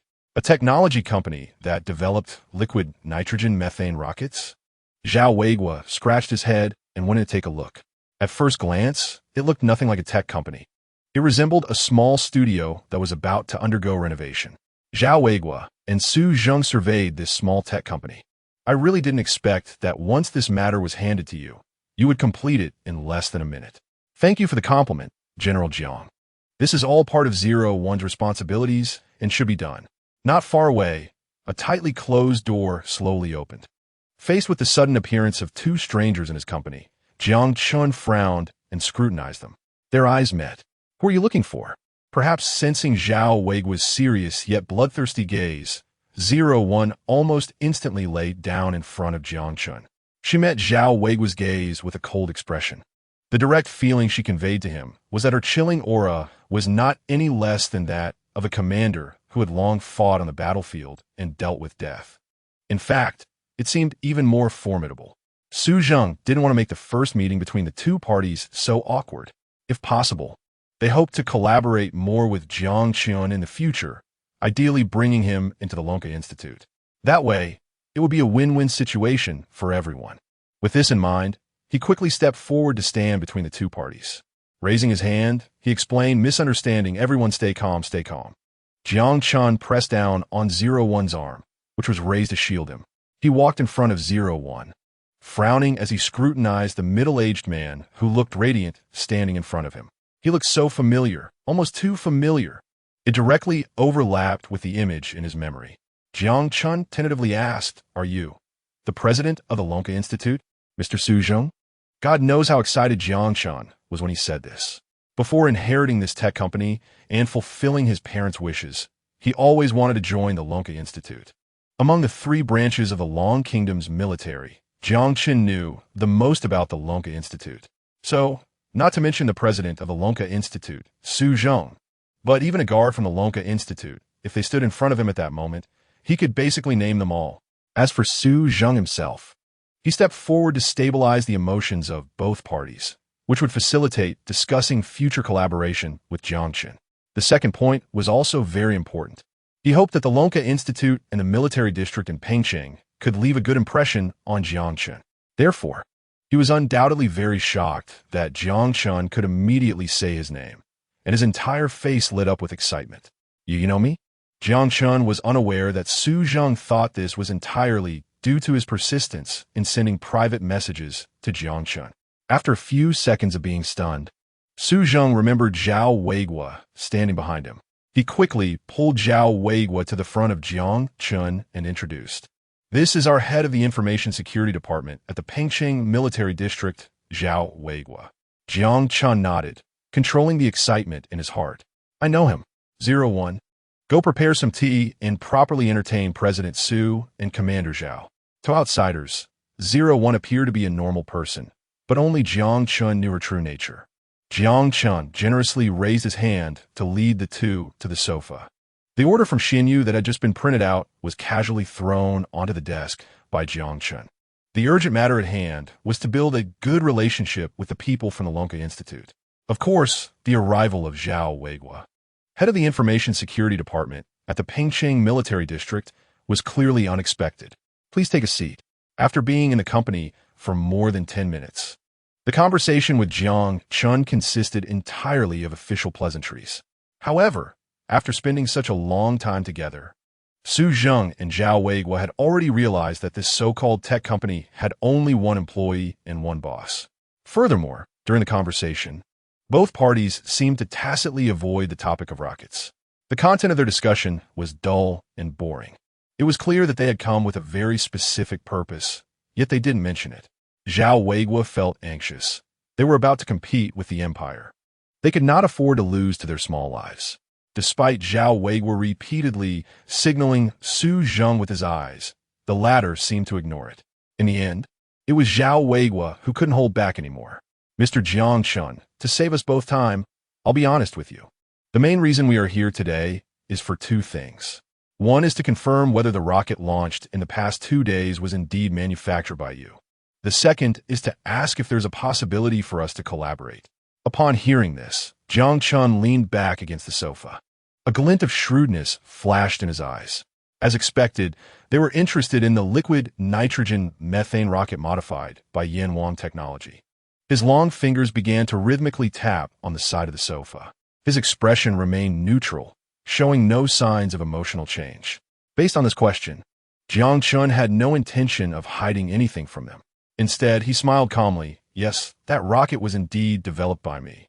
I wonder if it has caused you any unnecessary trouble. If so, I will do my utmost to cooperate with you in resolving it. He had been in seclusion for the past 2 days and was not very clear about what had happened outside. However, seeing this, Su Zheng quickly waved his hand. No. It hasn't caused us any major trouble, just melted away a dozen foreign missiles. Hiss! Jiang Chun knew that the rocket had definitely been launched, but he clearly did not expect it to cause such severe losses for foreign countries. He scratched his head awkwardly. I'm really sorry. I didn't expect this situation to occur. By the way, has the landing site for the rocket recovery been chosen? Although I set the recovery control command, I haven't specified the landing site yet. I can't lose control after it lands. Zhao Weiguo nodded, his eyes lighting up. In that case, I think of a good location. Chapter 21, Is there such an operation? Modifying landing parameters. This was the first time Su Zheng had seen Zhao Weiguo so excited, but after their previous discussion, he couldn't help but understand his old friend's calculations. Jiang Chun saw the two of them looking amiable and proposed to him, unable to suppress a light cough. He organized his thoughts and responded in an orderly manner. I don't know what a good location would be. If possible, I can modify the parameters right now and let the rocket land there directly. As soon as he said this, a flicker of surprise flashed in Zhao Weiguo and Su Zheng's eyes. Are you serious? During the rocket development process, researchers usually set all the programs uniformly. Especially after the rocket is launched, the chances of modifying any of the programs are almost non-existent. How could they not be astonished? The military district in Pengcheng has enough space. You can rest assured to land it there, Zhao Weiguo said, not forgetting to clench his fist and pat his chest. Of course, he also had his own motives. In a few days, he would be leading the military district soldiers to participate in a competition against Imperial technology. The location would be Taichung, on Longwu's territory. Right at their doorstep, there could be no possibility of losing. Landing the rocket at the military district would make their preparations more convenient before their departure. After hearing this, Jiang Chun did not immediately agree, but instead turned his gaze to Su Zheng, who lightly nodded his head, showing no displeasure. He couldn't help but estimate that the two must have discussed this in advance. If that were the case, it was likely that Teacher Liu had also reached some agreement with them. Since that's the case, let's go with it.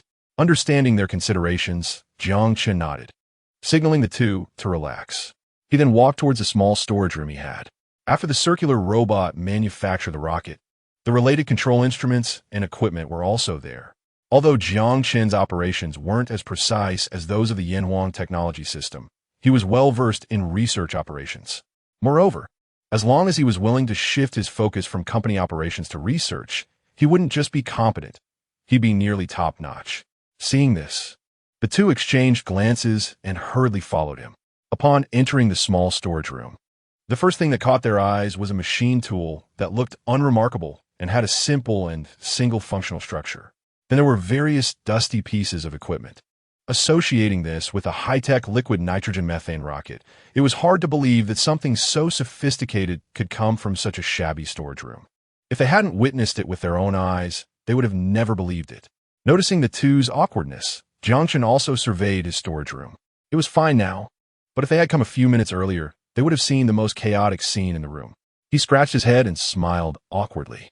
This is our company's research room and storage.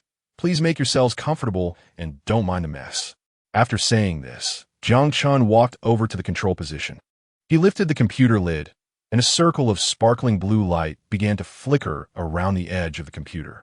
As his fingers rapidly hit the keyboard, the blue light circles began to change continuously, causing Zhao Weiguo and Su Zheng beside him to be astonished.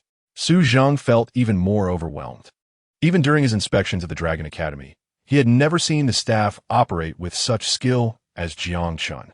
He couldn't help but think, if he can utilize such a simple machine tool to this extent, how much better would the rocket's quality be if he had access to more advanced equipment? The thought left Su Zheng looking shocked, and his desire to recruit Jiang Chun grew stronger. After completing the final code input, Jiang Chun leaned back, silently waiting for the rocket's landing results. Rocket Recovery Command has been modified. Yanwang Technology is planning the optimal return route for you. Please wait patiently. Jiang Chun received a voice prompt, raised his eyebrows slightly, and showed little reaction. With his hands clasped behind his head, he softly began counting down 10, 9, 8. In the small storage room, apart from Jiang Chen's whispered countdown, it was so quiet that one could hear a pin drop. Even their breathing became cautious, fearing that their breaths would disturb him. At the same time, at the Pengcheng Military District's Information Security Department, the soldiers responsible for monitoring the airspace stared at the changing cursor on the screen, unable to help but freeze for a few seconds. Then they rubbed their eyes in disbelief. My gosh, is this rocket preparing to land in our military district? The soldiers hurriedly rushed to the microphone. All personnel alert. Evacuate the open area and surrounding areas within 30 seconds. All attention. Comply with orders immediately. Within 30 seconds. The many soldiers who had been active in the military district's open area started dispersing as soon as they received the order. The massive object blocked out the light above the military district's open area in an instant. Look, that's the rocket launched from Pengcheng Aerospace University. Oh my gosh, I didn't believe it when they said the rocket could be recovered. I was skeptical at first. Haha, with this big guy, our competition against the Empire will surely be a sure win.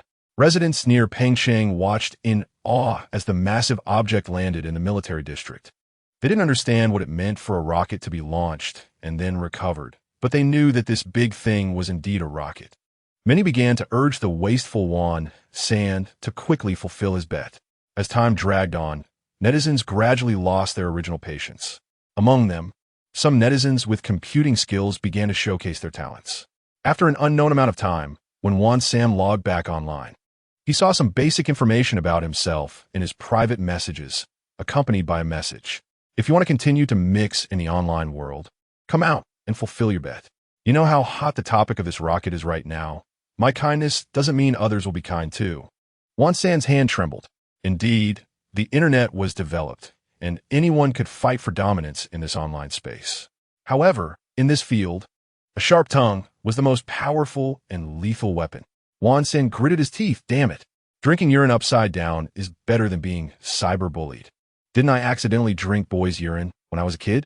Damn it, I'm going all out. Chapter 22, Smooth Landing. Having made up his mind, Wan San immediately got up.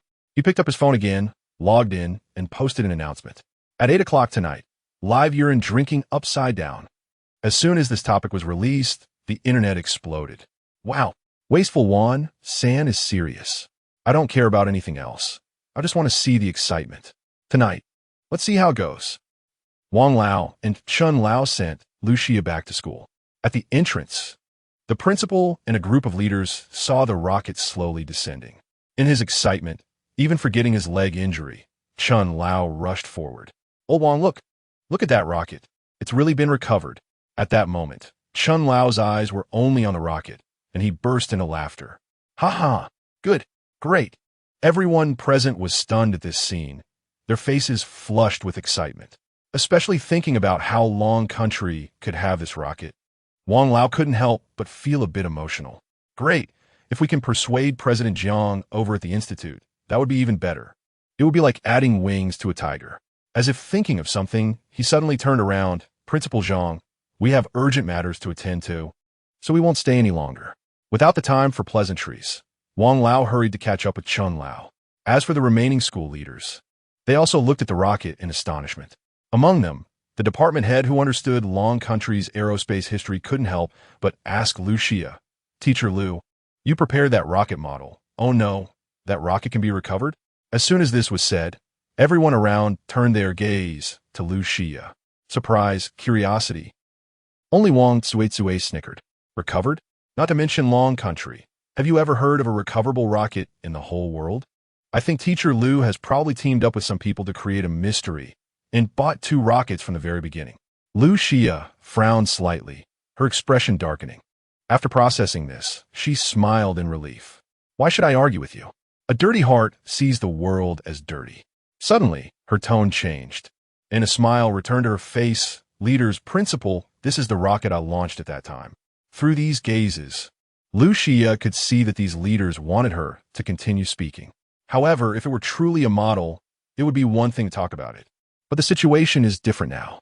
After national verification and experiencing the scenes at Long Institute's aerospace laboratory, the information regarding this rocket has automatically become a national-level secret.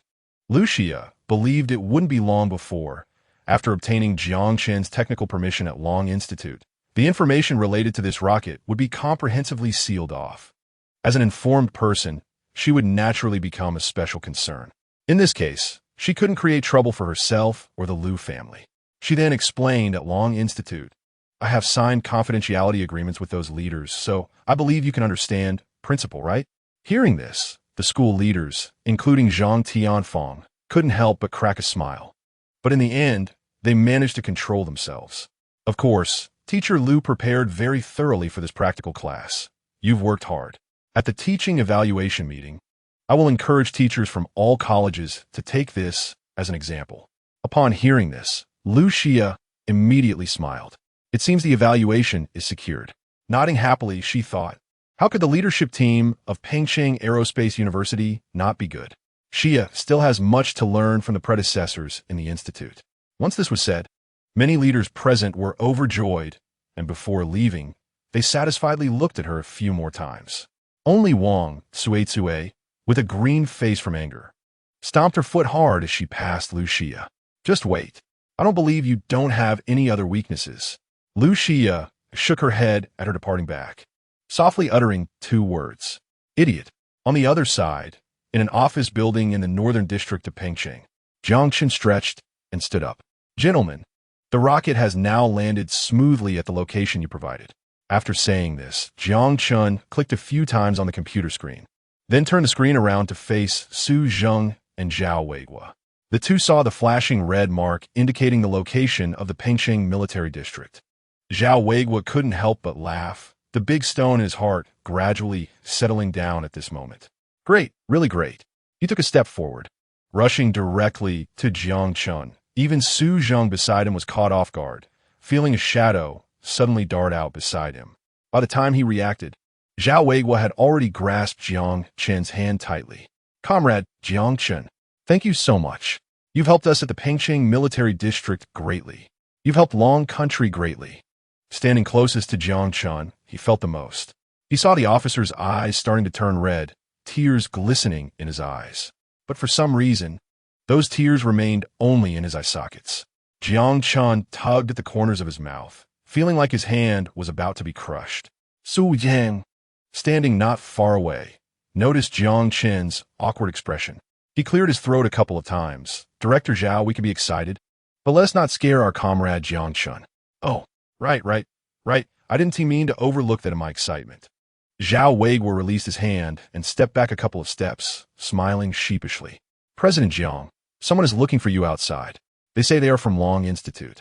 The Pengcheng Aerospace University is only about 2 miles from his studio, and even walking wouldn't take much time. The voice of 01 echoed in Jiang Chen's mind. He looked up at Su Zheng and Zhao Weiguo. Gentlemen, I have already changed the location, as you requested. If there are any other matters, let us discuss them outside. After all, this little storeroom.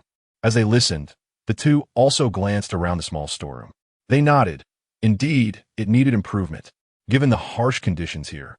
If they could persuade Jiang Chen to join Long Institute, this small storeroom would definitely need to be renovated. Great. Just right.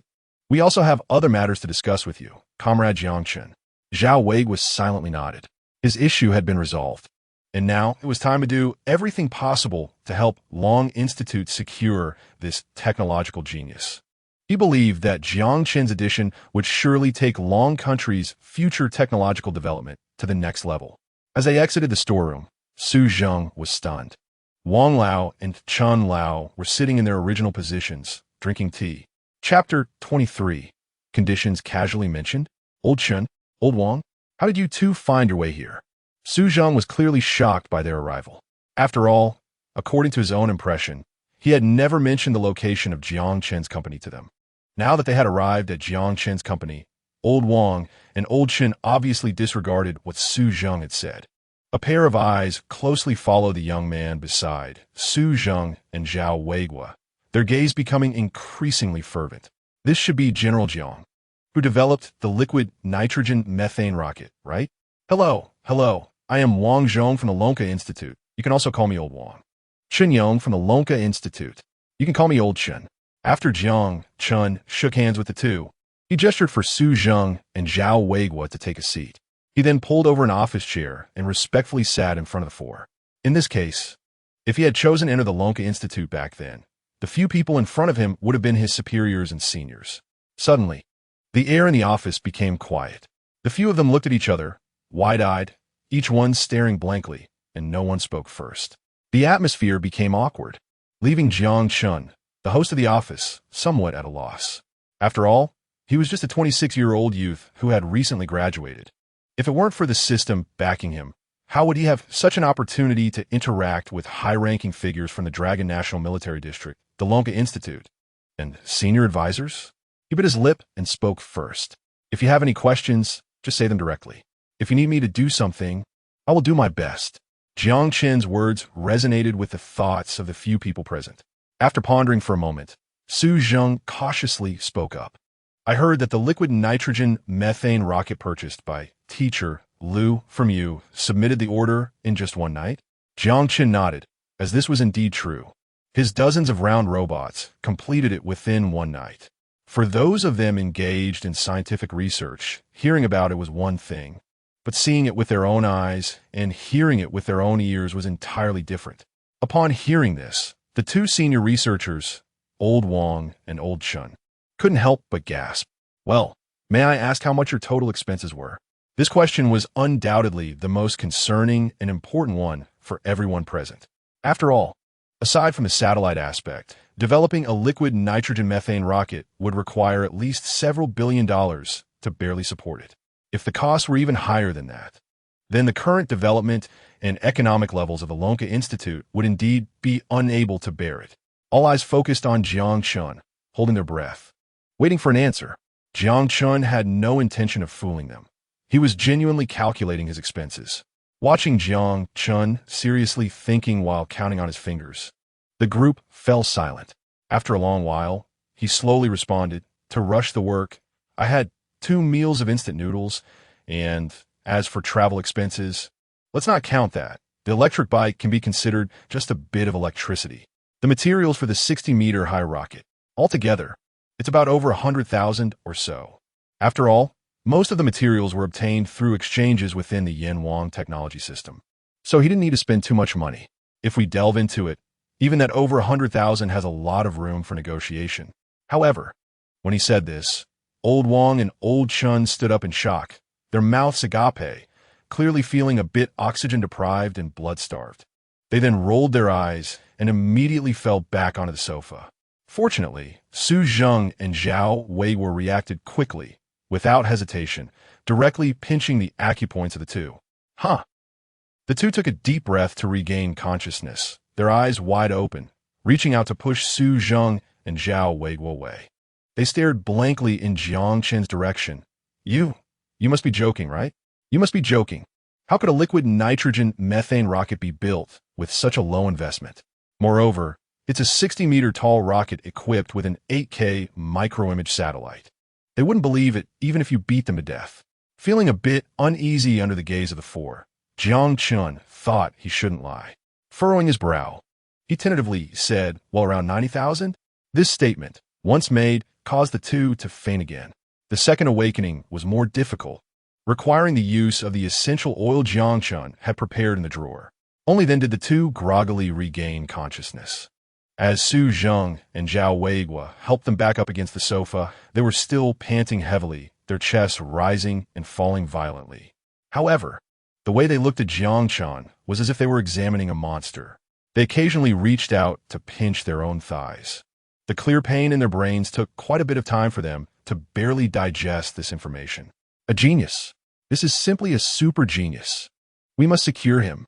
Hesitating for half a second is disrespectful to a genius. Old Wang, who was quick to speak, couldn't hide anything in his heart. After glancing at Su Zheng, he couldn't care less about being the dean anymore. He couldn't help but say directly, "It's like this. The liquid nitrogen methane rocket is currently only a theoretical project in our dragon country. Since you have already developed it, and the results speak for themselves, we were wondering if you would be willing to sell the liquid nitrogen methane rocket technology to our Lonka Institute. Of course, feel free to mention any conditions you have. We will meet them." To be honest, even someone as decisive as Old Wang felt that his chances were not high after saying these words. He even nervously clenched his fists, fearing that the other party would reject his invitation in the next instant. However, imagination is rich, while reality is stark.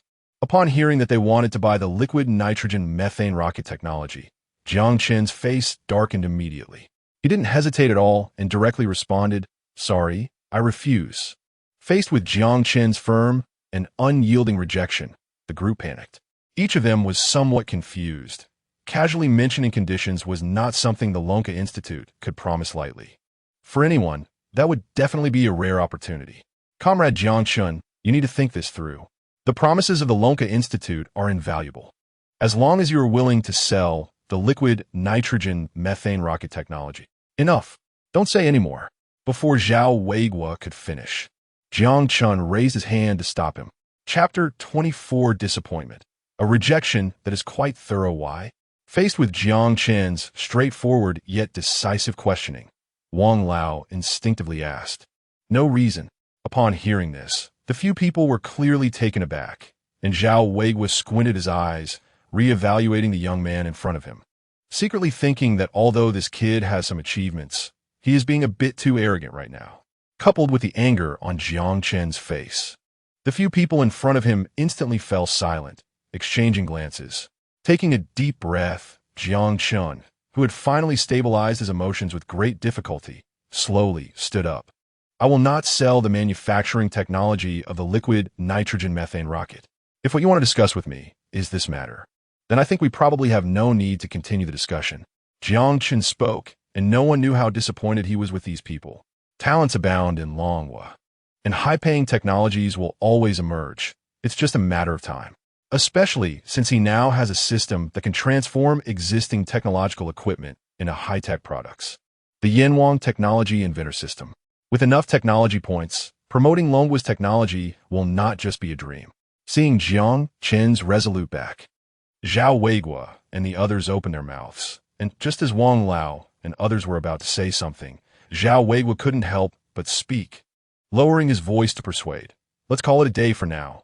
This young man Jiang seems to be in a bad mood. After this was said, Su Zheng silently shot him a glance. He secretly thought, so you've taken care of your business, and now you don't care about us? Good. No wonder you're an old fox. Let us see if I can help you in the future. Wang Lao, Chun Lao. Su Zheng raised his chin at the two, indicating towards the door. He walked at the back, and it was almost true to say he turned back 3 times. After thinking for a moment, as if he thought of something, heavy panting came from his nose. With determined eyes, he turned back towards Jiang Qin's position. As for Jiang Qin, he was currently sulking. Even though he knew someone was coming back behind him, he had no intention of turning around. However, through the glass in front of him, he could still see that person's silhouette, though blurry, still recognizable. Dean, may I ask if there is anything else you need to explain? Jiang Qin's indifferent tone carried a clear sense of detachment, causing Su Zheng to furrow his brows slightly. He no longer had the surprise he felt when he first learned about their identities. But Su Zheng couldn't figure out why this was happening. Comrade Jiang Qin, Wang Lao tends to speak directly, so please don't take it to heart. We originally wanted to invite you to join the core research team at the Lonka Institute headquarters, where you would have the best resources and the best research environment.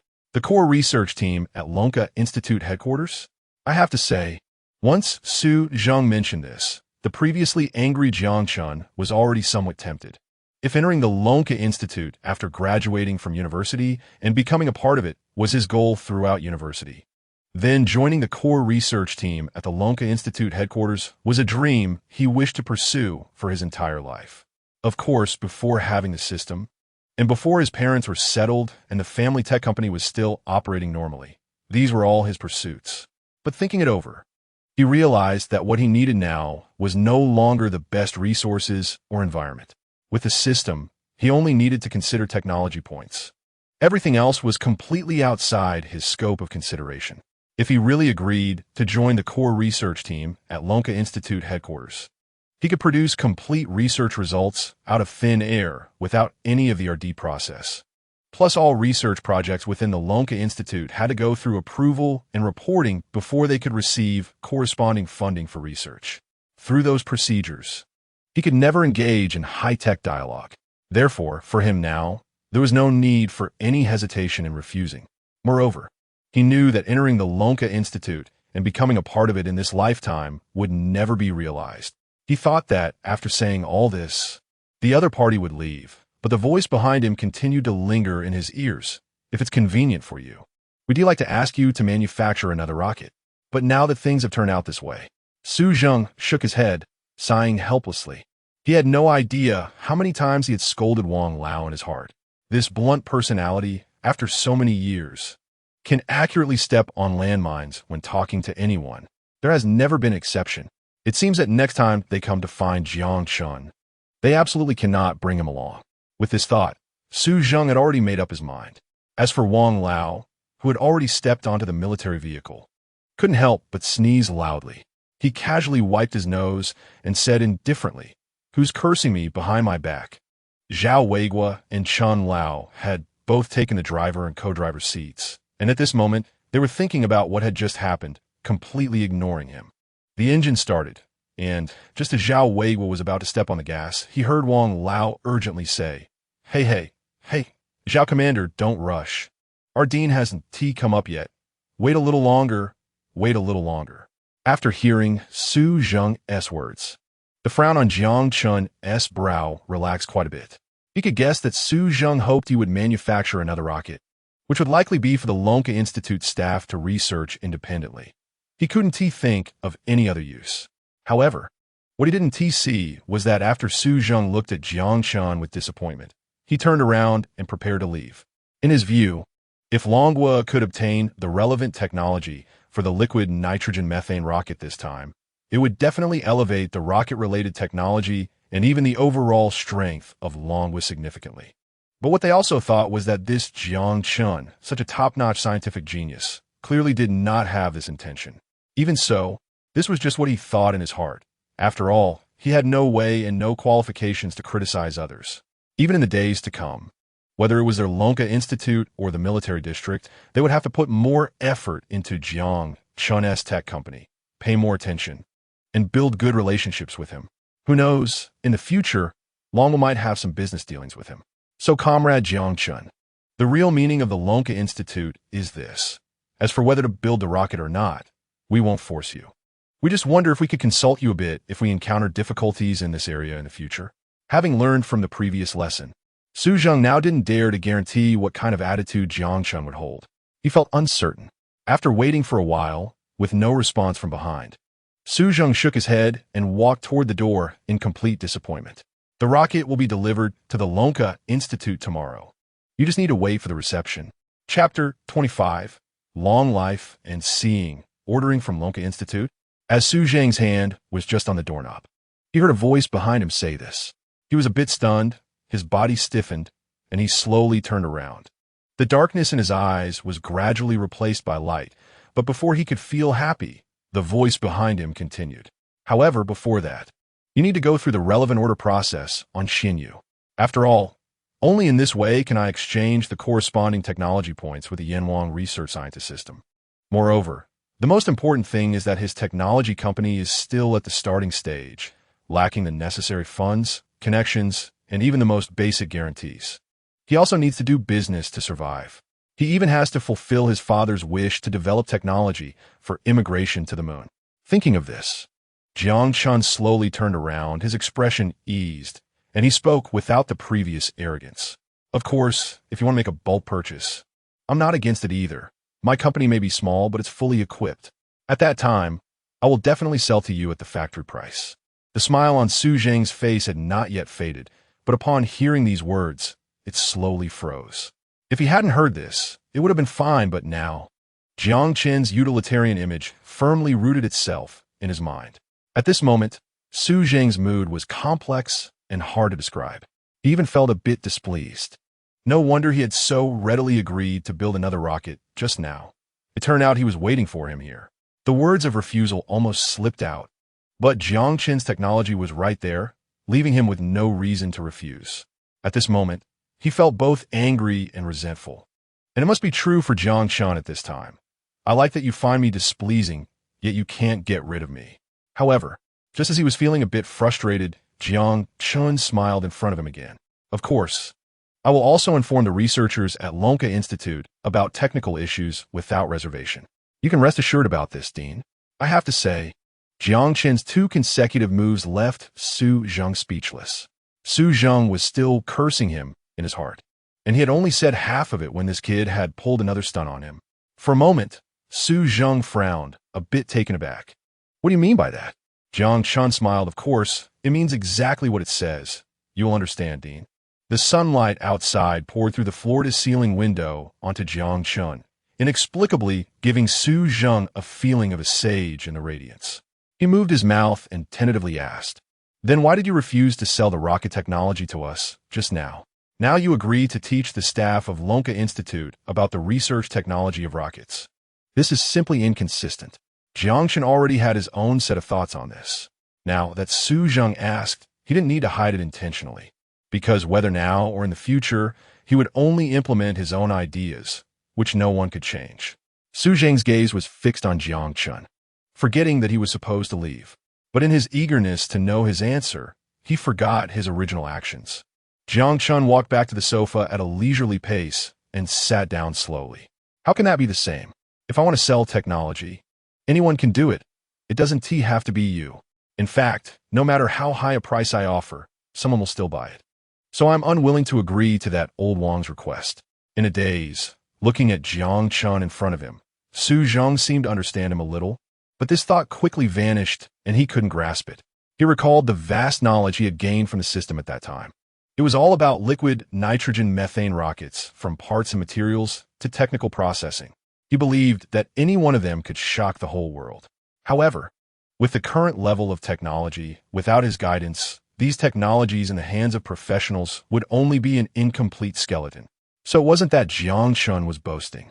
Without my explanation, they wouldn't easily absorb and accept some technologies related to liquid nitrogen methane rockets.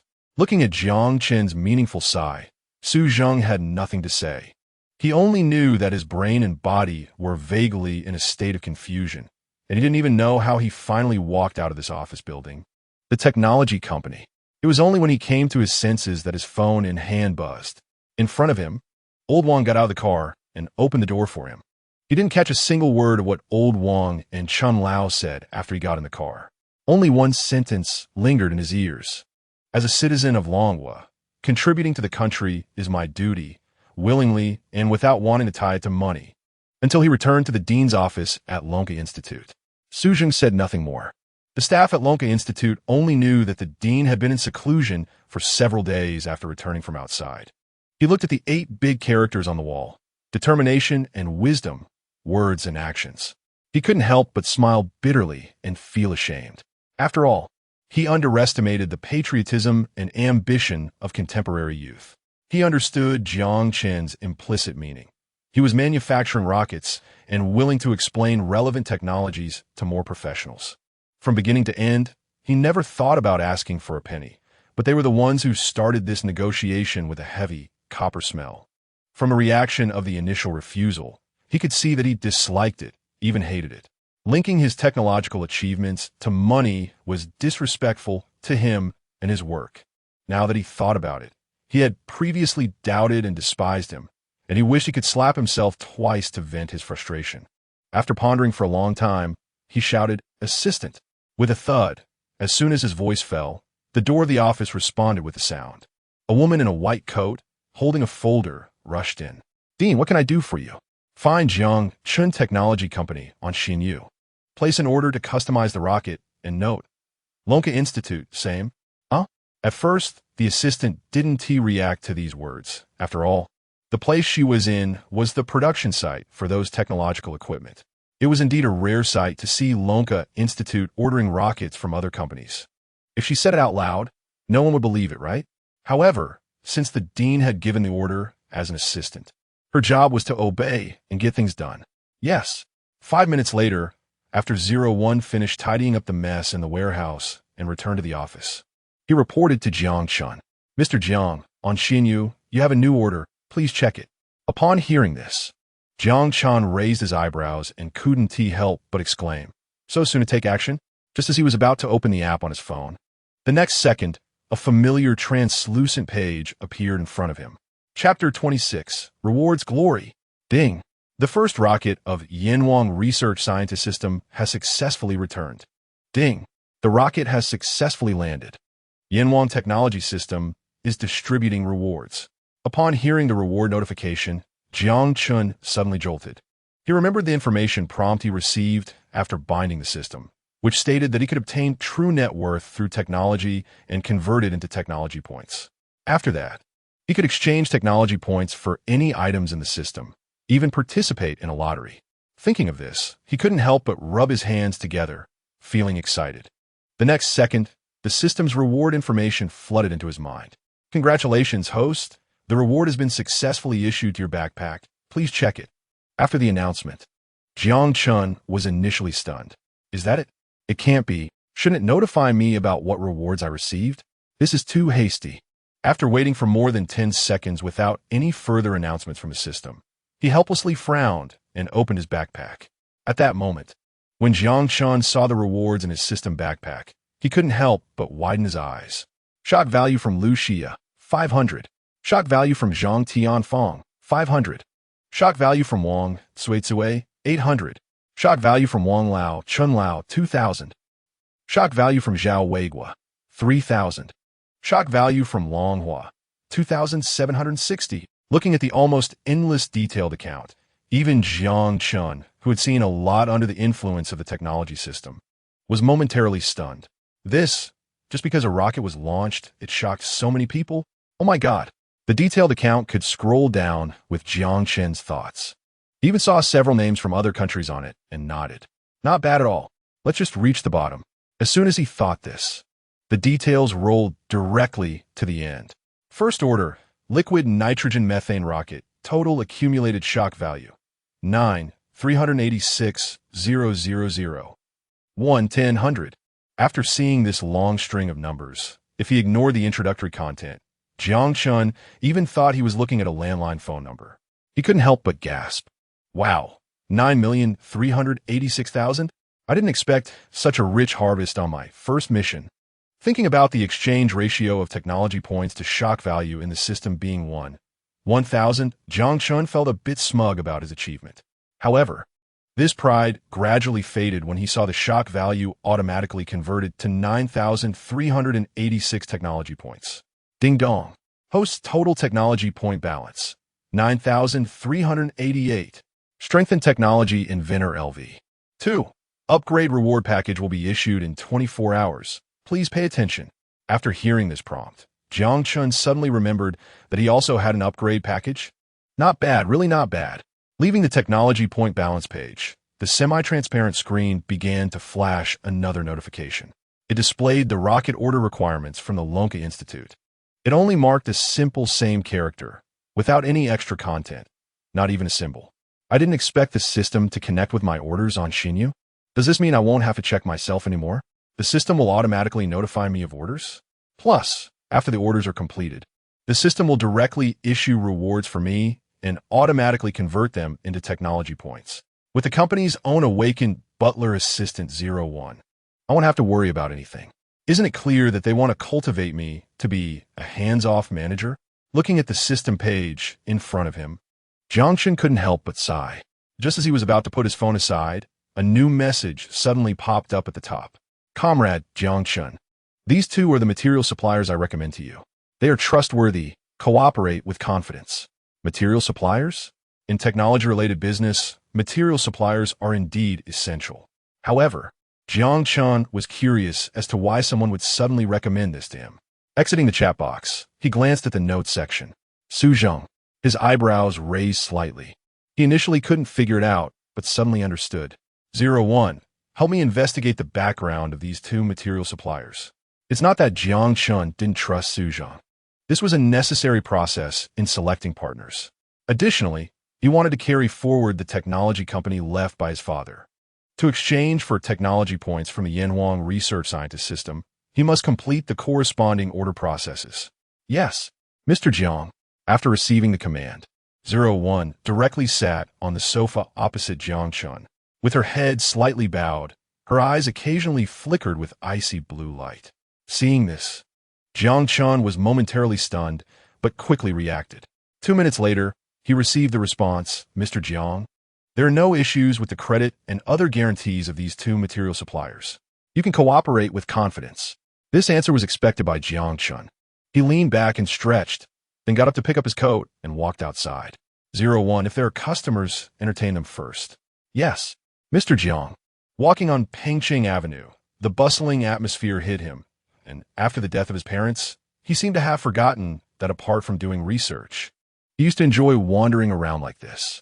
Following his previous memories, Jiang Chun unknowingly stopped at a bus station. Looking around to see that everyone waiting for the bus had their heads down.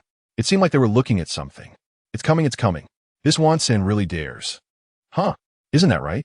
Drinking urine upside down, TSK, TSK.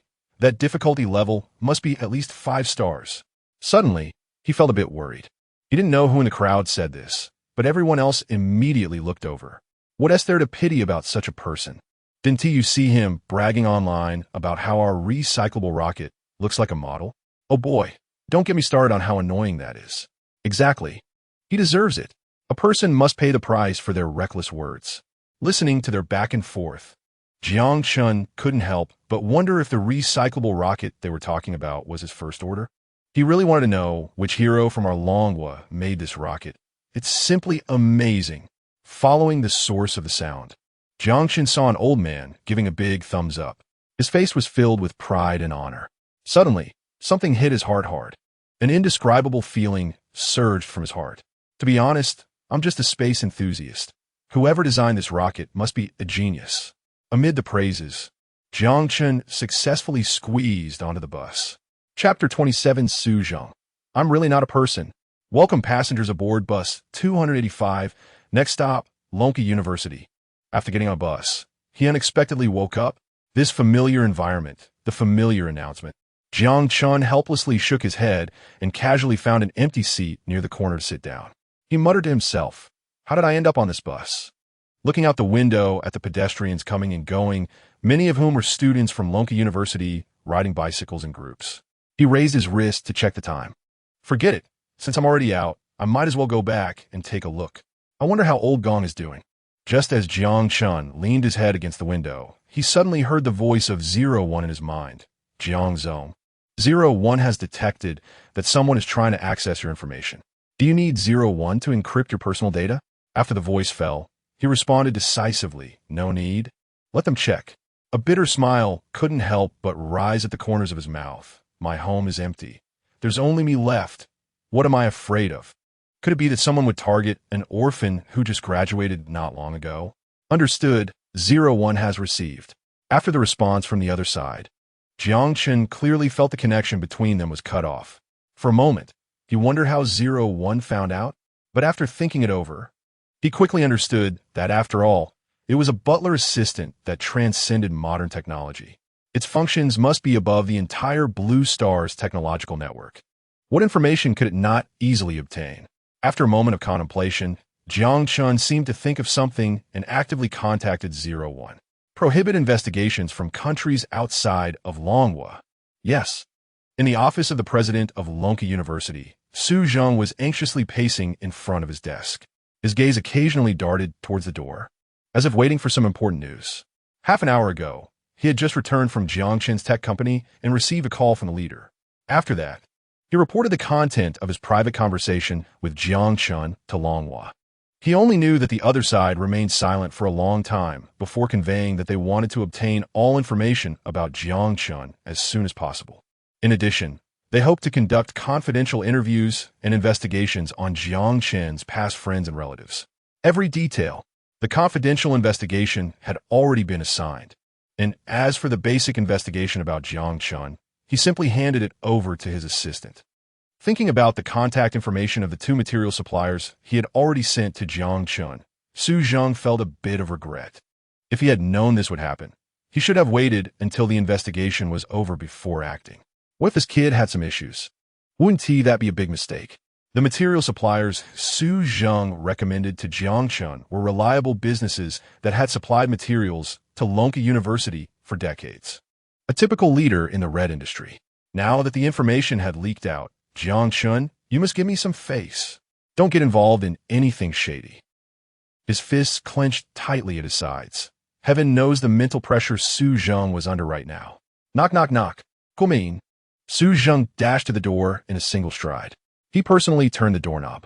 The moment the door opened and he saw his assistant, he let out a sigh of relief. But in just a second, he felt tense again. He looked nervously at the assistant. How's it going? Is the result of the investigation satisfactory? As he said this, Su Zheng didn't even notice the slight tremor in his voice. The assistant remained silent. Her lips pressed tightly, and the expression on her face was hard to read. Seeing this, Su Zheng felt his heart drop. What? What do you mean? Is the result bad? President, you should take a look for yourself. After all, I haven't opened it either. The assistant didn't say this last part aloud. She had no idea that her words had the power to directly shatter Su Zheng's psychological defenses. Su Zheng lowered his gaze and took the folder from the assistant's hand, his hands trembling. After taking a deep breath, he finally found his voice. You can leave now. Let me digest this information slowly. When he took the file folder from the assistant, he hadn't thought it would be much. Now that it was in his hands, he instinctively touched the thickness of the folder. He muttered to himself, there is so much. This was clearly beyond his expectations. Sitting back down at his desk, he prepared himself mentally and slowly opened it to take a look. He pulled out the contents, and the first thing that caught his eye was an excellent graduation certificate from Lonka University, along with a shiny first-place medal. The Lonka University Student Independent Research and Creation Award. Fuzzy memories began to resurface. Su Zheng remembered that this event was co-hosted by Lonka University and Lonka University. At that time, he was present and had left it entirely to Wang Lao and Chen Lao. That competition was certainly one of the most highly regarded by universities across Longhua. Although he wasn't there, he had heard from Wang Lao and Chen Lao that it was a major scientific research project competition with a plethora of talent. If they could bring in the winners of the first and second prizes to Lonka University, it would surely be a boost. He remembered that the second prize seemed to be from an external department of Lonka University, and as for the first prize, he hadn't seen the person, so he hadn't asked further. But now that he thought about it, it turned out to be Jiang Chun. He lowered his gaze and reached for the other documents. They were certificates showing Jiang Chen's excellence at various stages, including competition awards, until he finally saw a page with a proof. Su Zheng filled the glaring words shocked him into silence. It was his parents' death certificate. Looking down, the date was marked just a few months ago. Connecting this with a technology company that looked somewhat dilapidated both externally and internally, he couldn't help but think of a possibility. From now on, those competition medals and certificates, based on Jiang Chen's achievements, as long as he was willing, he could definitely enter Lonka University. But in the end, he didn't succeed. The only reason he could think of, besides his parents' wishes, was nothing else. Turning to look at Jiang Chen's recent situation, it seemed he was either being pursued for debts or on the way to being pursued for debts. How had he been living these days? Suddenly, Su Zheng felt some hatred towards himself. Even just a second before he learned about Jiang Chen's file, he had been doubting him, even resenting him for not passing on the liquid nitrogen methane rocket technology to the country. Damn it, Su Zheng, you really aren't a person. He was just a kid. If it weren't for the 2 million order for the liquid nitrogen methane rocket, he might not even be able to pay off his debts and could very likely face a life of hunger and feasting. How could you be so cruel? Chapter 28, blocked at the door. He had previously misunderstood Jiang Chun. Thinking about this made Su Zheng's hands tremble. He wished he could slap himself a few times right there. His breathing became rapid. Such a genius should not be treated unfairly. Suddenly, the cluttered little storage room of Jiang Chen's tech company flashed through his mind. It seemed he had made a decision. Su Zheng placed the files on the table and shouted outside. Arrange it. The core research team of Lonka Institute headquarters hold a meeting immediately. At the entrance of Lonka University at that time, as Jiang Chun expected, he had barely stepped in when a security guard in uniform raised his hand to stop him. The guard leisurely hummed, "Go away. Social personnel are prohibited from entering the school." "Sir, I am." Jiang Chun was about to explain, but before he could speak, the guard interrupted him. "You are an outstanding graduate from Lonka University? Oh, come on, your excuses are old and worn out. Can't you come up with something fresh?" While speaking, the guard tapped the retractable door with a small stick in his hand, then simply sat down on the bench he had placed at the entrance. "Let me think. A few days ago, a group said the same thing. Half a month ago, 3 colorful heads came to me and said the same. Hiss. When did this situation start?" The old man thought for a moment, slightly tilting his head, with one hand rubbing his chin. He scratched his brow. Suddenly, he jolted. "Ah." He clapped his hands. "There's a kid named Huang Tian, TSK. He looked pretty good. Why did he have to sneak into the school? What does he want from the school?" The guard shook his head, trying to dismiss those thoughts. "So you don't waste your time with me. I want to let you in." Looking at Jiang Chun in front of him, the guard casually crossed his legs. He then rolled up a cigarette, took a deep puff, and the smoke rings slowly rose, obscuring Jiang Chen's face. As for Jiang Chun, upon hearing the name Huang Tian, he suddenly felt a bit dazed. He didn't remember a single word that the security uncle had said afterward. His mouth moved slightly as he murmured, "Huang Tian?" Memories long buried began to assault his brain. That Huang Tian, known as the perennial second place among his peers. Especially during that tech competition, he had plagiarized Jiang Chen's original idea. If he hadn't discovered it in time, he might have been bitten back on the spot. Jiang Chen's expression suddenly became a bit unnatural, and he felt a bit dazed. "Is this Jiang Chun? What are you doing here?" A slightly old yet familiar voice came from behind. Jiang Chun instinctively turned around. "Oh, it really is you, Jiang Chun." The person let go of the bicycle in his hand and reached out to support Jiang Chen's arms, looking him up and down. Old Pang. He looked at him, and his eyes seemed to glisten with tears. For that moment, it was a touching reunion, but the next second, Old Pang raised his hand and unceremoniously slapped Jiang Chen's arm. "You little brat. You haven't completely forgotten about this old man and still know to come back to see me? I thought the next time I saw you, it would be in another life." Jiang Chun didn't retaliate, smiling foolishly and silently enduring Old Pang's emotions. The guard watched their interaction and slowly stood up, surprised. "Wait, Old Pang, you know him? He really is a graduate of this school?" Old Pang nodded, wiped a tear from the corner of his eye, and after stabilizing his emotions, said to the guard, "That's right, he was the best one 2 years ago. Old Wang, I'll take him in. If anyone from a school questions you, I'll take responsibility." "Old Pang, what are you talking about? Since he is your student, I'm naturally at ease." The guard then took out a remote control and pressed a button. Watching the retractable door slowly open, Jiang Chun helped Old Pang with his bicycle and followed his pace. All the way, Old Pang introduced the changes happening at Lonka University, from the green belts to various trees and teaching buildings. He occasionally responded to Old Pang's comments. As the atmosphere gradually quieted down, Jiang Chun dared to ask Old Pang, "How have you been these past 2 years?" As soon as he spoke, he clearly felt the elderly man walking in front of him stop in his tracks, letting out a deep sigh. The look in Old Pang's eyes when he turned to Jiang Chun was full of regret.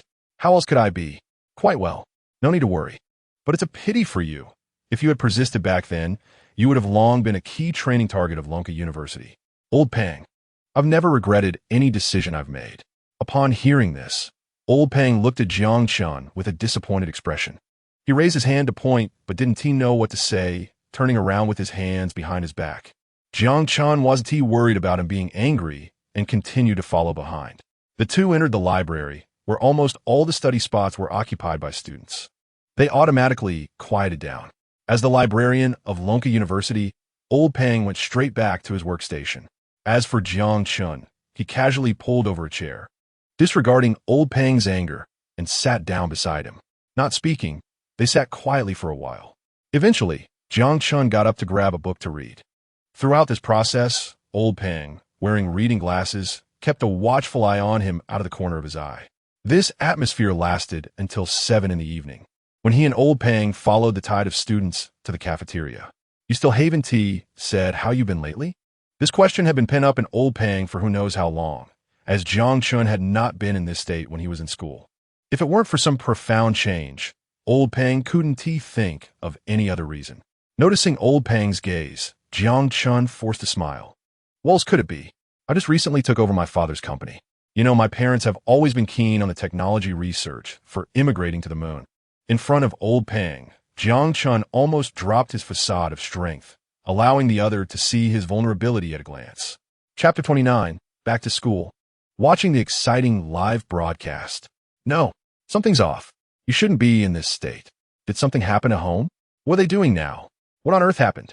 He couldn't believe that Jiang Chun's father would entrust a technology company he treated like his life to Jiang Chun. Suddenly, a possibility popped into his mind. Old Pang's heart trembled, and he didn't dare to think deeper. He quietly watched Jiang Chun, whose steps were getting slower. After a long silence, he still didn't say a word. Old Pang frowned, shook his head, and thought, "Forget it. Whenever you're willing to talk, just tell this old man. Let's go. Let's grab something to eat first. I heard there's something exciting going on in the cafeteria tonight." Exciting? Speaking of excitement, Jiang Chun couldn't help but recall something. While on the bus, he heard there would be a very thrilling live broadcast tonight. He wasn't sure if it was the same one. "Everyone sit tight. Those eating in front, can you please sit down? We can't see the screen." "Exactly. Hurry up and sit down. The live broadcast is about to start." With their meals ready, Jiang Chun and old Pang casually found a seat where they could see the screen clearly. It's starting. I don't know who in the crowd said that, but the students of Lonka University all turned their attention to the screen. There, a scruffy man appeared on the screen. In the background of the live broadcast was a small, messy underground rental apartment. Since when did the students of Lonka University become interested in this? Jiang Chun frowned in confusion while stuffing a mouthful of rice into his mouth. As for old Pang, he turned around with his bowl, not looking back. "You wouldn't understand this, would you? By the way, have you been keeping up with the internet lately? I heard that Pengcheng Aerospace University launched a rocket, and it's a reusable liquid nitrogen methane-powered rocket. I must say, today's young people are quite impressive, but unfortunately, I tried to go in today and was kicked out. Their security guards are even less reasonable than our Lonka universities." The netizen named Wan San initially bet with Xiao Zhuge, claiming that the rocket was a model, and now that he lost, he has to fulfill his promise. "Just wait and see. It will definitely be exciting." Old Pang didn't notice the surprise on Jiang Chen's face. To see more clearly, he turned around. On the big screen on the wall, Jiang Chun couldn't help but be curious and looked up. He saw Wan San setting up a stand, stepping back a few steps, leaning against the wall, and glancing sideways, seemingly assessing something. "Family, I admit I lost the bet with Xiao Zhuge. It was indeed a real rocket, and today, Wan San is here. I'm going to drink urine upside down." As soon as these words were spoken, the live room exploded. "What? I didn't expect this guy to take it seriously. I take back my earlier disparagement of him online. Just the fact that he dares to show up here already earns my respect." Many netizens agreed after seeing this statement. After all, just a few days ago, they thought the netizen named Wan San would back out. Now, it didn't seem to matter whether he could actually complete drinking urine upside down. However, more netizens were still making noise in the comments. Regardless of whether the broadcast could continue, they were guaranteed to have something entertaining to watch. On the other side, many netizens had already prepared their screen recording devices, waiting for Wan San to start his demonstration. They firmly believed that as long as they could get the video of drinking urine upside down, they could pair it with the appropriate text and audio, and their names would be on the trending lists of major platforms. "It's starting. Come on, streamer, stop wasting time. We're all waiting." The uproar from the netizens immediately brought a massive influx of traffic to Wan San's account, and countless netizens began to pay attention to this event. His live broadcast quickly became a sensation. Wan San looked at the cheering netizens on the screen, barely able to control his anger, and even his facial muscles were twitching at this moment. However, since he was in public, he had to suppress his rage. He sent out a cold smile emoji. Everyone, there's no need to rush. I'm about to start my performance. But before that, I will invite my assistant to help. As soon as these words were spoken, many netizens in the live room immediately began to refute him. What? Is the upside down drinking urine you mentioned different from what I'm talking about? Aren't you supposed to do it yourself? This statement caused the students of Lonka University to momentarily lose control, spitting out their food in unison. Realizing their slip, they quickly tidied up the table, and everyone fell silent, quietly watching the live video in front of them. Suddenly, Old Pang's voice rang out, and he wondered if the person who made that rocket was watching the live broadcast now. Jiang Chun. After hearing this, the mouthful of rice he had just picked up with his chopsticks fell back into the bowl. He opened his mouth, but, seeing the serious faces of those watching the video, he forced himself to hold back. In a live video, the man named Wan San leaned against the wall, doing a handstand, and someone walked out from behind the camera, holding a transparent jar filled with a yellowish liquid. Facing the camera, Wan San said, "Family, we're starting now." Perhaps due to being upside down, his voice trembled a bit as he spoke. His assistant poured some of the liquid into his mouth. At this moment, Jiang Chun also put down his bowl and chopsticks, watching intently. However, his attention was entirely on the comments in the corner. Frowning, he noticed that these netizens didn't seem too satisfied with this live broadcast. A faint remark in his ear made Old Pang turn to look at him. This is the power of the internet. Do you think they would dare to say such things in real life? They definitely wouldn't. Jiang Chun shook his head. But if they keep posting these comments, won't this live broadcast get shut down? As soon as Jiang Chun's words fell, the screen in front of them turned pitch black. The crowd hadn't even reacted yet when they heard Jiang Chun say, "What's so interesting about this? Isn't it just a rocket launch?"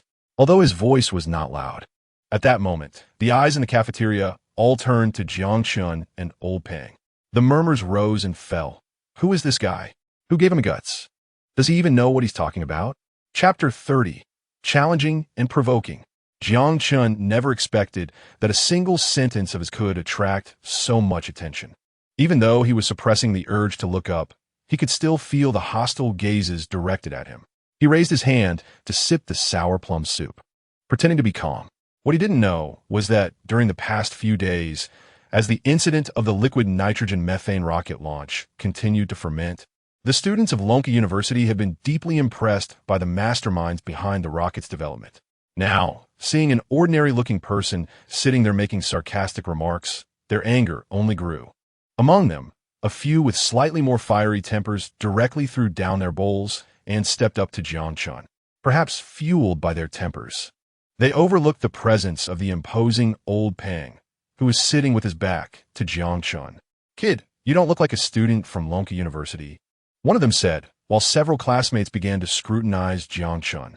They didn't see any Lonka University emblem hanging on his chest or arms, nor did they notice him wearing a Lonka University uniform. Their smiles grew even wider. "You didn't sneak in here, did you? Do you even know this is Lonka University?" "Of course," Jiang Chun replied nonchalantly, taking a sip that stirred no waves in his eyes, directly provoking the two students questioning him. The halo bestowed upon them by Lonka University was so heavy that it seemed to dull their basic discernment. It seems the live stream of Wan San was terminated due to a violation report, a female classmate nearby exclaimed. The surrounding students briefly focused their gazes on her before returning to Jiang Chun. "Kid, you didn't do that, did you?" As soon as these words were spoken, not only Jiang Chun, but even Old Pang, who had initially planned to stay out of the matter, couldn't help but frown tightly. He began to complain internally about these guys, thinking that after being cooped up in school, they had turned their brains to mush.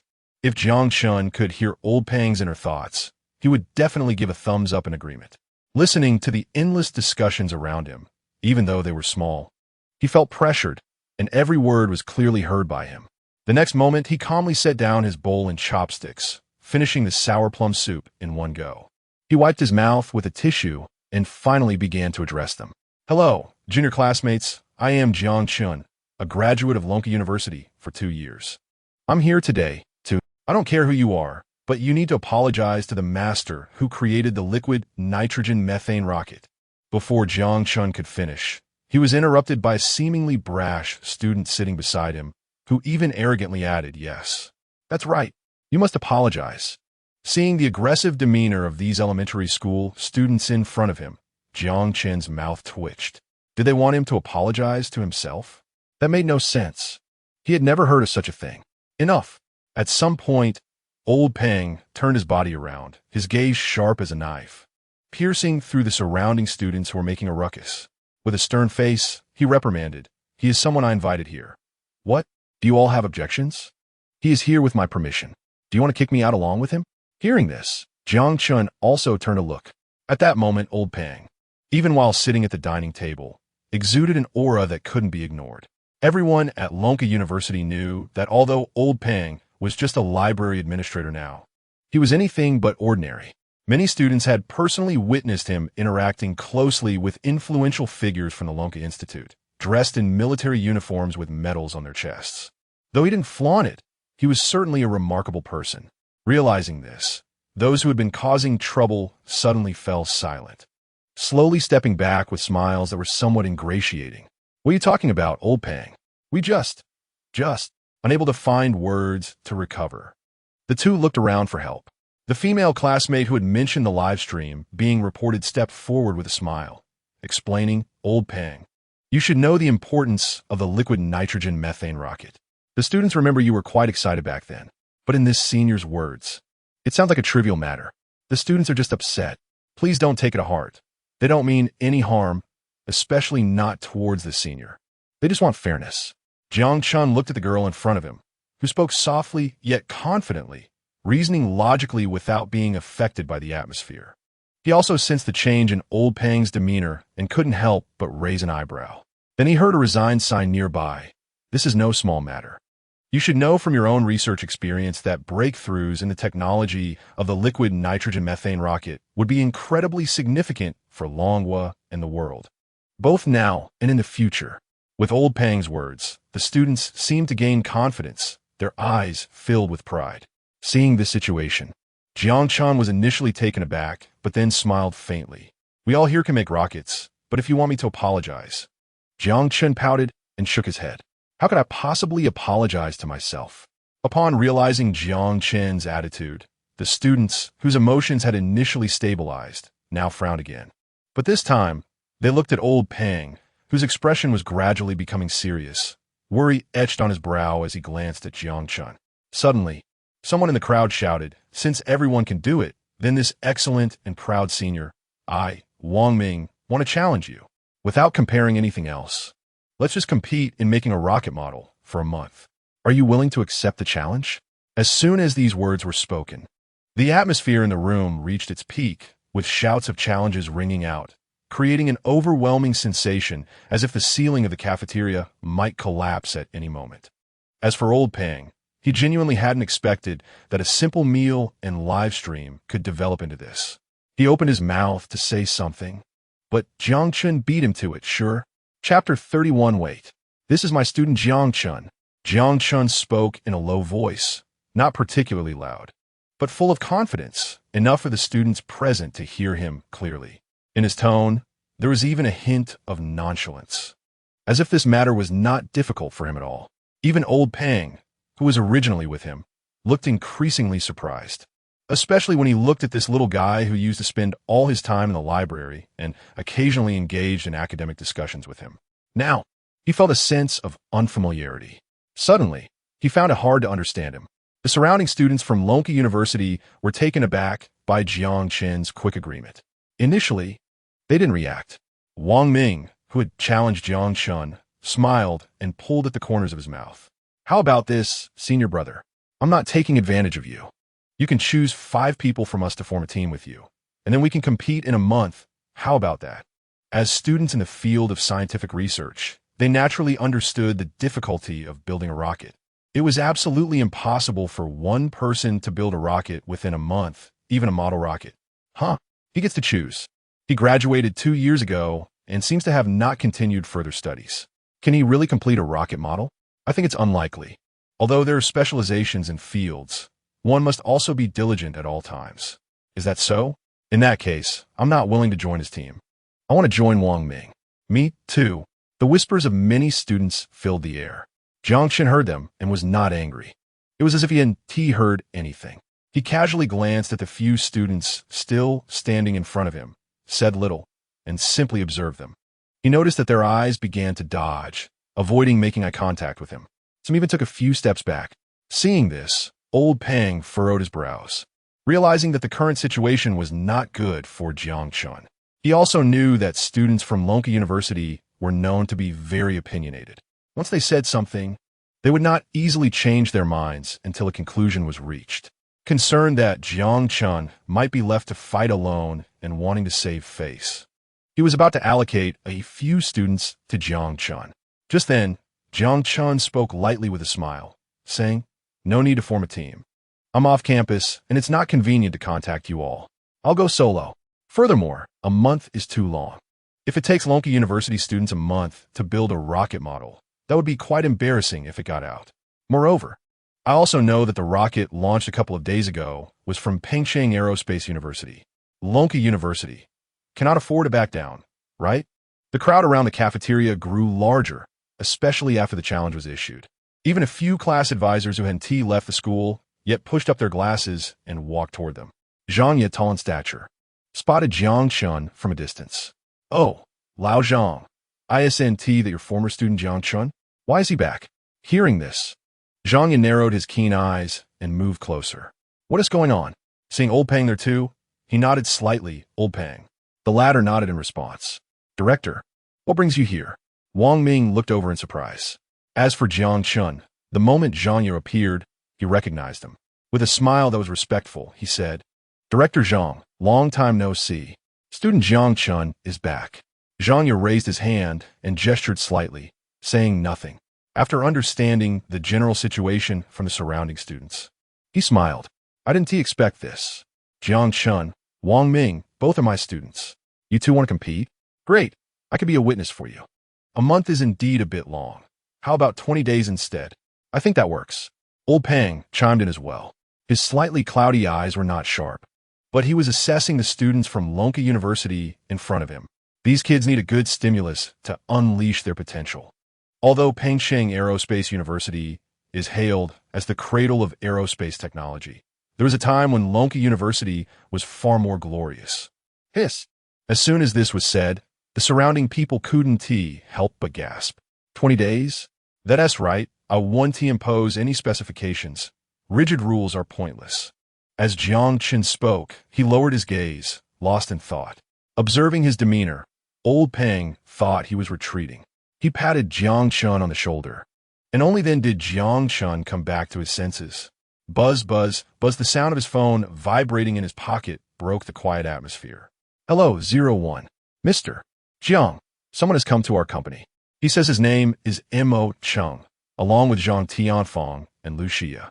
He knew Lu Xia and Zhang Tianfang. They were teachers and the principal from Pengcheng Aerospace University. Given the previous events surrounding the rocket launch and recovery, it was not surprising that they sought him out. "All right, I'll head back immediately. Please take care of the client first." After hanging up, Jiang Chen looked seriously at his former class advisor Zhang and Wang Ming and said, "I have to handle something at the company, so I want to be staying longer." "What? You're going back now? Are you giving up on our challenge?" Wang Ming looked at his genuinely direct senior brother with a half smile, arms crossed, teasing him. Jiang Chen frowned and turned to Wang Ming. "Is that so? I'll be at Lonka University on time in 20 days. After speaking, he nodded at a few mentors and old Pang, then stepped out. At the entrance, Jiang Chen looked left and right, worried about how to get back. Just then a voice called out from behind, "Wait for me, I'll go back with you." Old Pang pedaled his bicycle and chased after him. Just as he was about to bump into Jiang Chen, he suddenly hit the brakes and stopped. Earlier, Jiang Chen was on the phone, and he was closest to him. While others didn't hear, he understood clearly. That old guy Mo Cheng went to Jiang Chen's company.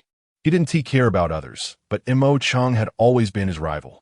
Normally, he rarely even goes out, let alone to a tech company. If he went to Jiang Chen's company, it couldn't be anything good. Jiang Chen's father, Jiang Xianji, was once his most prized student. He couldn't let his disciple's son be oppressed. However, Jiang Chen had no idea what Old Pang was planning. "Old Pang, Are you going back with me? Yes. Get on quickly.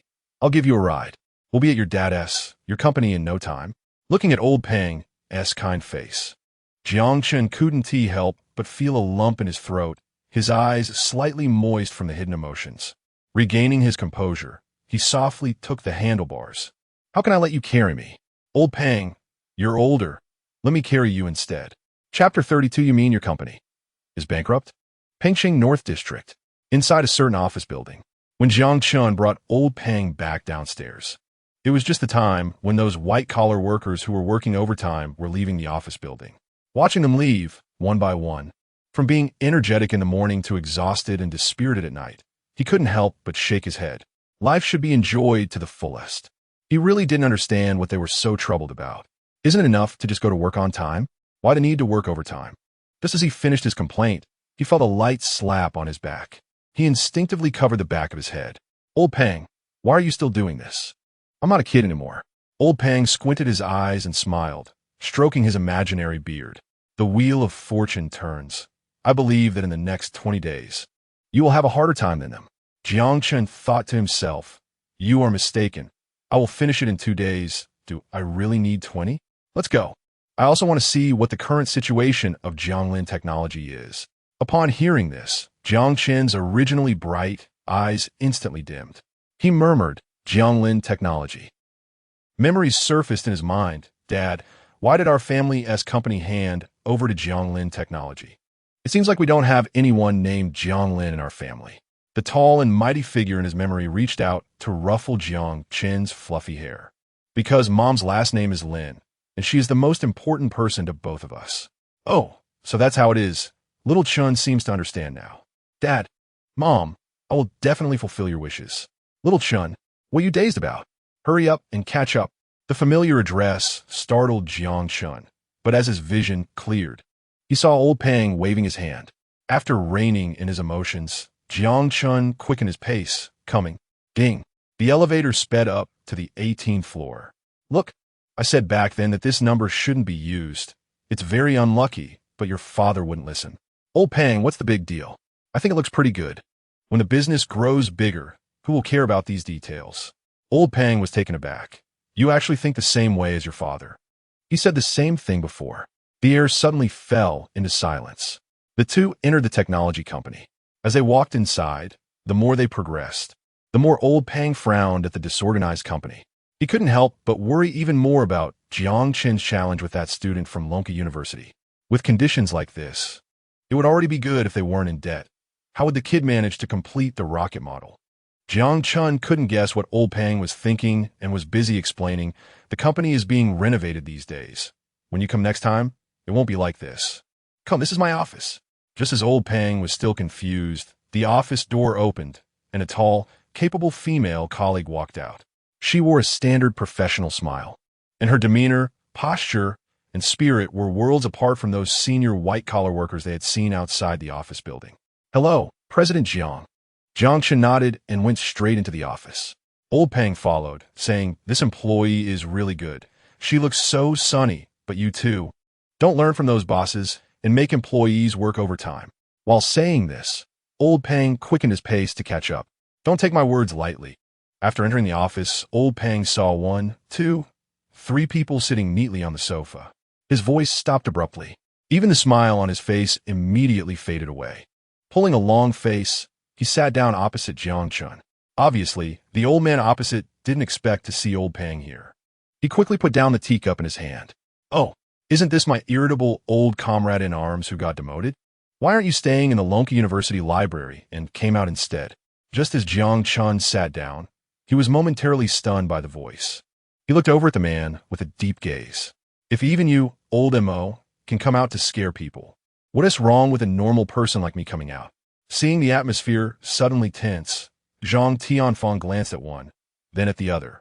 Especially when he saw Jiang Chun's face darkening, he discreetly tugged at his teacher, Mo Cheng's sleeve. He whispered, Teacher, maybe you should say less. Don't forget the business we came for this time. Lucia noticed and also pulled at the corner of her mouth, standing up voluntarily, leaning slightly forward, and extending her right hand. Hello, President Jiang. I am Lucia, The one who customized the rocket model from your company, a teacher at Pengcheng Aerospace University. Jiang Chun withdrew his gaze and stood up to shake her hand. Hello, Teacher Liu, I am Jiang Chun. With these two sentences, old Peng, who was originally immersed in sparring with Mo Chung, suddenly raised his head to look over. His eyes wandered back and forth between the two people. Although his face remained calm and composed, his heart was already stirred up with waves. Pengcheng Aerospace University. Customized rocket model? Connecting it to the rocket model that Pengcheng Aerospace University launched a few days ago, which seemed to be the real deal. Old Peng was stunned. For a moment, he even felt a rush of blood to his head. It felt as if he might faint at any moment. He instinctively grabbed Jiang Chen's hand, and after stabilizing his emotions, he slowly turned to him. Little Chun, the rocket model, did it come from your company? Jiang Chen nodded, just about to say something when he heard Zhang Tianfang explaining. Old Peng, we are here for this matter. After the Ministry of Education learned about Teacher Liu's practical class, they awarded banners to both Teacher Liu Xia and Mr. Jiang Chun. Saying this, Zhang Tianfang turned to look at Liu Xia. The latter carefully took out a banner from her Narina bag, which she had placed behind her. That practical class can definitely be said to be the most outstanding and shocking class in the history of our Ministry of Education. Oh, and there is this. A bonus of 10,000. Looking at the thick envelope of money being pushed towards him, Jiang Chun could smell the money from a distance. He raised his hand to stop its advance. His eyes looked towards the opposite side, as if he could easily see through everything. Liu Xia's qualifications couldn't compare to Mo Chung and Zhang Tianfang's. She was the first to be unable to withstand the scrutiny. This is a bonus sent to me from above, but I thought that if it weren't for President Zhang's rocket, there wouldn't be banners or medals. And I wouldn't even qualify for the year-end evaluation. So, this is my small token of appreciation. Please accept it. While speaking, Liu Xia pushed the bonus towards Jiang Chun. Upon hearing this, if Jiang Chun still hesitated, then it would be his problem. Who would turn down money? Then I will accept it. Seeing this, the smiles on the faces of the people opposite grew even wider. Only old Peng's expression turned sour. Old Mo, you must not have come here with any good intentions, right? Chapter 33. What? That rocket was actually built by you? Old Peng's sharp eyes scrutinized Mo Chung across the table, as if trying to see through him. Based on his understanding of this old rival, anything that could make him come out personally must be significant. Mo Chung took a small sip of tea, leaning back slightly. Old buddy, in front of General Jiang and these younger folks, what are you talking about? Besides, I'm here to discuss business with General Jiang. What does it have to do with you? Moreover, haven't you learned enough from the impulsive lesson back then? Are you looking for another round? Smack. Old Peng slammed his palm on the table, standing up in anger. Montak Cheng. Jiang Chun had never seen Old Peng so furious, feeling a sense of doubt in his heart. Who exactly is this old man? How could two sentences make Old Peng so angry? Ding. The system has detected the host's need to identify a character, scanning and analyzing. Please wait. Suddenly, a prompt sound from the system appeared in Jiang Chen's mind. His action of drinking tea froze. 3 seconds later, the voice came again. Character profile. Mo Chung male, 58 years old, height 181 centimeters, weight 74 kilograms, a prominent figure. Colonel of the 1st Military District of Long Country. Blah, blah, blah. The old man, smiling across, didn't he know that all his information had been exposed to Jiang Chun? Jiang Chun didn't he expect that such an old man would be a colonel of the military district, and even more surprisingly, the 1st Military District. Truly inconceivable. Perhaps his gaze lingered too long on Mo Chung. The latter casually approached. The earlier confrontation with Old Peng's momentum and sharpness had completely dissipated. Striving to make his voice sound calmer, he said, Comrade Jiang Chun, I'm just a small official. Mo Chung, you can call me Old Mo. I've heard that you developed a liquid nitrogen methane rocket all by yourself, and it's even reusable. I wonder if you'd be willing to join our Long Country Military District? If you agree, various high-quality resources will definitely be allocated to you first. What do you think? Jiang Chen's mouth moved, but before he could respond, Old Peng interjected. Get lost. Put away your act. Don't try to fool our little Chun here. Though his words were correct, only Old Peng himself knew that even though everyone said so, He subconsciously still didn't believe that the rocket came from Jiang Chen's company. Now hearing Mo Cheng's words, he became even less convinced that the rocket was made by Jiang Chen alone, and he dared not believe it. Old Peng, how come my teacher fooled General Jiang? We came here, too. Old Peng raised his hand to interrupt him. Elders are speaking here. What are you interrupting for? The imposing aura radiating from him instantly silenced Zhang Tianfang. Peng Jun, if I don't show my authority, do you think you can treat me like a sick cat? I'm asking Comrade Jiang Chun's opinion here. Whether he is willing or not is up to him. What qualifications do you have to interfere? Hey, you old Mo. If you say that, I must intervene. If you don't believe it, let's try it out. During their exchange, the two had already silently moved to an open space nearby, rolling up their sleeves. Just as they were about to engage in a serious fight, no one dared to step forward to stop them. Both raised their arms, swinging with full force. Even Jiang Chun, who was at a distance, seemed to feel the gust of wind between them. General Jiang, it's your territory. Are you sure you one team manage this? Lu Xia and Zhang Tianfang nervously turned to Jiang Chun, but they saw him leaning back on the sofa, calmly drinking tea, appearing indifferent. Seeing him not move, Zhang Tianfang furrowed his brows tightly and got up to run over. Lu Xia glanced at Zhang Tianfang and then at Jiang Chun, feeling a bit at a loss. 01. I'm here. Suddenly, with a whoosh, 01, who was still in a lounge making tea, directly appeared between Old Peng and Old Mo. Both of her hands opened towards them. The next second, their movements were easily halted when they realized they were being held down by a woman, and, importantly, that she was holding both of them at the same time. They were stunned. They tried to move, but couldn't. 01 held their arms and slowly walked to Jiang Chun, then forcefully pushed them back to their respective seats on the sofa. This left them both in a daze. Until 01 later left at Jiang Chen's gesture, the two remained in a state of shock. Conversely, Zhang Tianfang and Lu Xia, who had intended to mediate, now seemed somewhat redundant. The air gradually quieted down, and Jiang Chun finally spoke. Thank you both for sparing my little temple. What I value most is freedom. A disciplined place like the military district is not suitable for me. However, if there are any business tasks in the future, I would still be very willing to accept. Jiang Chun said this naturally for Old Mo to hear. His expression changed slightly, wanting to negotiate, but with Old Peng present, plus that extraordinary girl, Old Mo had to reconsider the matter. Standing on the street after leaving the office building, Old Mo looked back, feeling indescribable emotions in his heart. Shaking his head, he thought, this is the first time I've been rejected so decisively. Teacher, this Jiang Chun might just need some time to process it. After a while, when he thinks it through, he will naturally be willing to join the military district, Zhang Tianfang said, stepping forward to comfort him. Old Mo silently glanced at Zhang Tianfang, saying nothing, but he felt extremely uncomfortable, especially when recalling Jiang Chen's words. However, if there are any business tasks in the future, I would still be very willing to accept. He truly did not expect that today's youth would focus all their attention on making money. It's not far-sighted enough, which greatly disappointed him. In the office, Old Peng and Jiang Chun chatted from time to time, but their eyes were always on 01's movements. Swallowing hard, he quietly asked, Little Chun, where did you find this girl? She is incredibly strong. My wrist still hurts from her grip.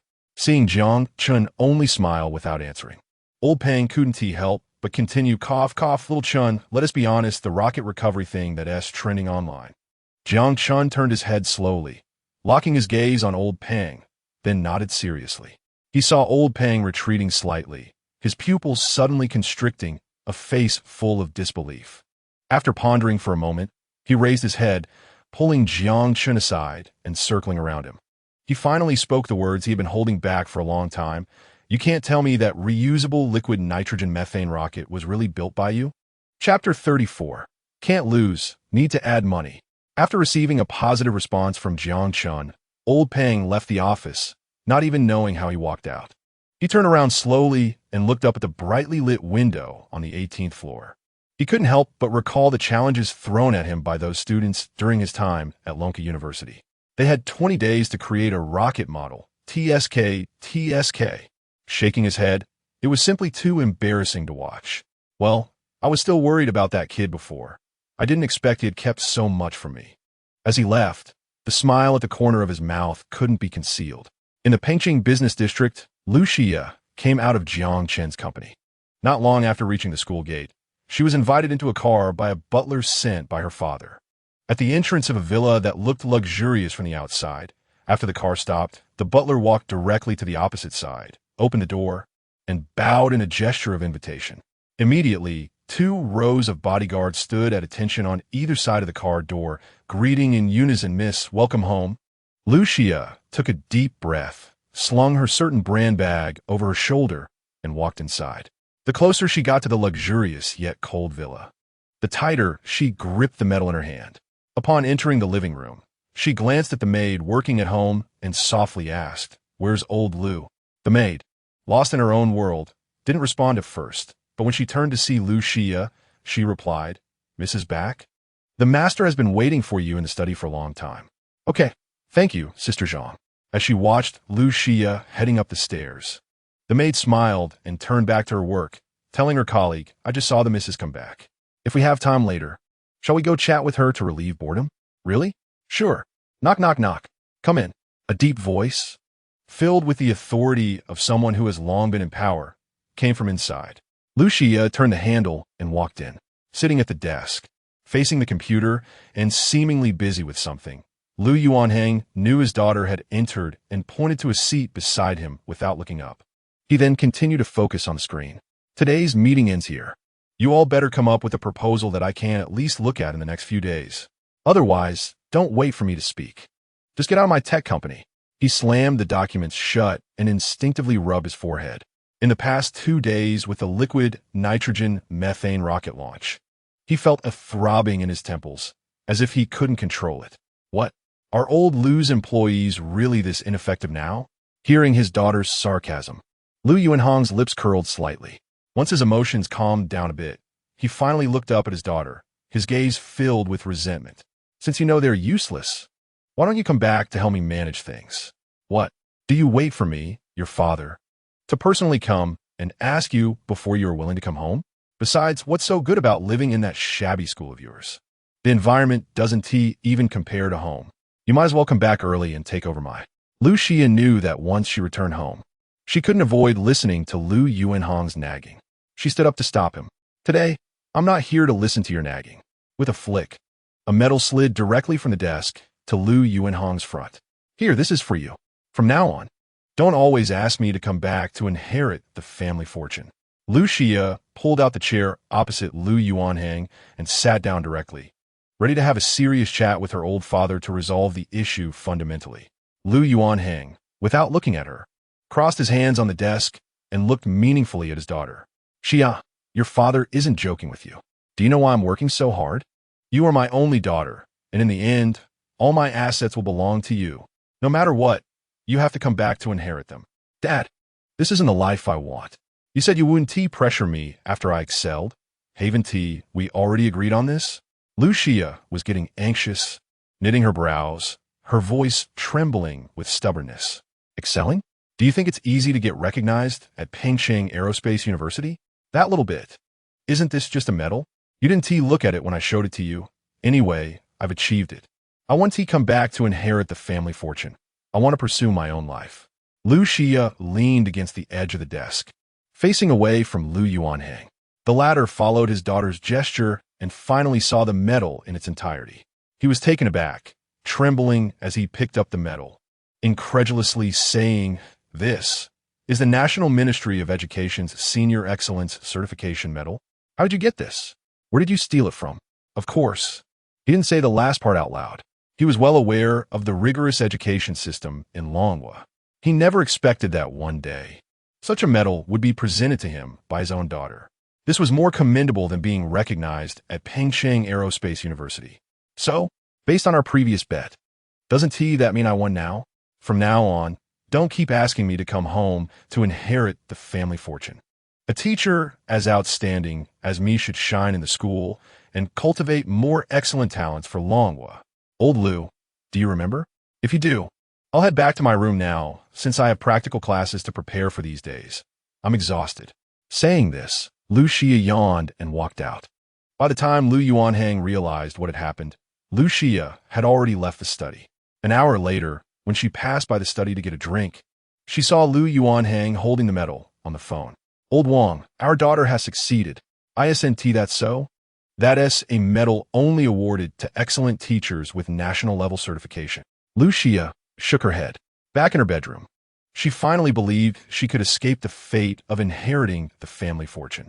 She lay back on her bed, staring at the starry ceiling, blinking her eyes. She murmured to herself, this time, it's really thanks to Jiang Chun. Otherwise, being recognized would be far from reach. Suddenly, Lu Xia sat up from her bed, rushed to the bedside table, grabbed her phone, and flipped to Jiang Chen's contact page on Xinyu. After pondering for a long time, her slender fingers began to type rapidly. Mr. Jiang, having gone through the witness of those experts and received the awards from the Ministry of Education, I still feel that this business cannot let you suffer a loss. Chapter 35. Eagle Sauce. Recyclable? They don't have that capability. Jiang Chun, who was meditating while sitting on the bed, slightly moved his ears and opened his eyes to look at the bedside table. He took a quick glance at the private message sent by Lu Xia. Without reacting, he put his phone back down and adjusted his posture, ready to get back into the zone. The next second, the notification for a bank transfer on his phone rang. At this point, Jiang Chen's desire to meditate was completely gone. He simply laid sideways on the bed, stretched out his long arm, and picked up the phone again. Mr. Jiang, your bank card ending in 6877 has received a transfer of 300,000 yuan. Current balance is. Jiang Chun was taken aback. Wow, are these little rich women this generous now? Feeling like he was getting a bargain, she even proactively offered to add more money? It must be said, Jiang Chun had seen people bargain from birth until now, but he had never encountered someone with such a special request. It seems that Miss Lu Xia is quite a character. He couldn't help but feel a wave of emotion. If in the future, all the orders he received on Xinyu were from these kinds of rich second-generation individuals, then how could his Jianglin technology company lack operational funds? ISNT, this a surefire path to wealth? Perhaps on a whim, Jiang Chun reopened Xinyu to browse. In the order listings, apart from the rocket order from the Lonka Institute marked as the same, he didn't see any extra words appearing. Looking at others, Fengshua Technology Company had orders that were almost filling the entire page. Although one or two of them didn't match the large amounts of his order, when added together, they were undoubtedly many times more than his order. Sigh, can the gap between people not be so big? Is this a test from heaven for me? Feeling deflated, Jiang Chun turned over and lay on his side. His gaze turned to the ceiling, and as he looked, his eyelids grew heavier. At the Eagle Sauce Technology Strategic Information Headquarters, a young blond man was reclining on a soft sofa. In his hand was a delicate goblet, and a maid beside him bent over to pour a shallow layer of whiskey into his glass. He gently swirled it, smiling, and tilted his head back to drink it down. Miss Yajia, could you play some more sophisticated music for me? Life should be filled with a sense of ceremony. Certainly, Mr. Smith. Soft yet cheerful music immediately surrounded the entire room. The moment he closed his eyes, his expression was one of enjoyment. He crossed his legs, leaned back a bit more, and placed his palms together over his abdomen, keeping the rhythm. Ding, ding, ding. A harsh phone ring from the coffee table abruptly interrupted his harmonious rhythm of life. Smith frowned. Even his originally high nose seemed to rise even more. He felt a surge of annoyance. But in the split second he answered the phone, his expression transformed, a professional fake smile appearing on his face. Hello. This is the Strategic Information Headquarters. I am Smith. How may I assist you? The voice on the other end clearly rejected this insincere greeting. This is the Eagle Sauce Aerospace Base. Our rocket was severely damaged by the Long Kingdom's rocket recently. We have received information that the Long Kingdom's rocket may be recyclable, and the aerospace base is verifying this with you. The voice on the other side was official and cold, causing Smith to roll his eyes. However, due to the other party's identity, he had to feign politeness. Oh, dear Commander Trenlu, you can rest assured about this matter. Based on our overall analysis of Long Kingdom technology a month ago, given their limited understanding of rockets, let alone making their rockets recyclable, even if they had another 50 years, they might not even touch the edge of this technology. As he spoke, Smith gestured to the maid beside him to refill his square whiskey glass. When talking about Long Kingdom, the sarcasm on his face was unhidden. But their rockets could burn and melt ours in an instant. That as something witnessed by many eyes, how could it be fake? Smith fell silent for a moment, his gaze slowly shifting to the newspaper he had yet to finish reading, tucked in his pocket. Also, many countries in the International Alliance, their rockets. Oh, Commander, your words truly make me doubt whether your mind is clear. After all, it's working hours right now. How about this? Our Strategic Information Headquarters will soon provide everyone with a perfect answer. Until then, I wish you a pleasant day. With that, Smith hung up the phone without giving the other party a chance to respond. His deep-set eyes furrowed, and he muttered something under his breath. The next moment, he irritably pulled out the newspaper from his pocket. Leaning back, he took out his gold-rimmed glasses from another pocket and put them on, squinting to read. Quickly, Smith realized something was off. The newspaper reported on the events that occurred yesterday in the International Alliance, the joint meeting and the obstruction plan passed by various countries. When he saw the image in the center of the newspaper, showing rockets from various countries melting in half, it nearly shattered his pupils. Oh my God, this happened yesterday? How come I didn't receive any news about it? Smith could no longer sit still, rising to pace around the room. The soft and cheerful music in his ears only made him more annoyed, and he turned it off. The maid pursed her lips, her eyes darting around. After hesitating for a moment, she approached. Actually, you received an invitation yesterday to observe the rocket obstruction plan from your peers. The maid pulled out a beautifully crafted invitation from her pocket and handed it to Smith. He froze for a few seconds, his gaze fixated on the invitation. Trembling as he picked it up, the crease on his forehead deepened. Then why didn't you inform me? Oh, my esteemed Mr. Smith, you were sleeping at that time. I called you, but you responded that no one could disturb you. On the other end of the line, Commander Trenlu, realizing he and received the key information and had been hung up on, suddenly stood up and kicked the wall. Damn it, that's Smith. One day, I will personally go tell the president about him. I really don't understand where they found such an irresponsible and perfunctory person. Trenlu sat back down on the sofa, running his hands through his hair, lowering his head in thought. Chapter 36. The Sea of Learning is Boundless. The next morning, the sun shone brightly on the earth. In the office area of the northern district of Pengcheng, white-collar executives hurriedly made their way towards their respective companies. A small electric scooter was parked in an inconspicuous corner. Jiang Chun took off his helmet, yawned, and walked towards the company.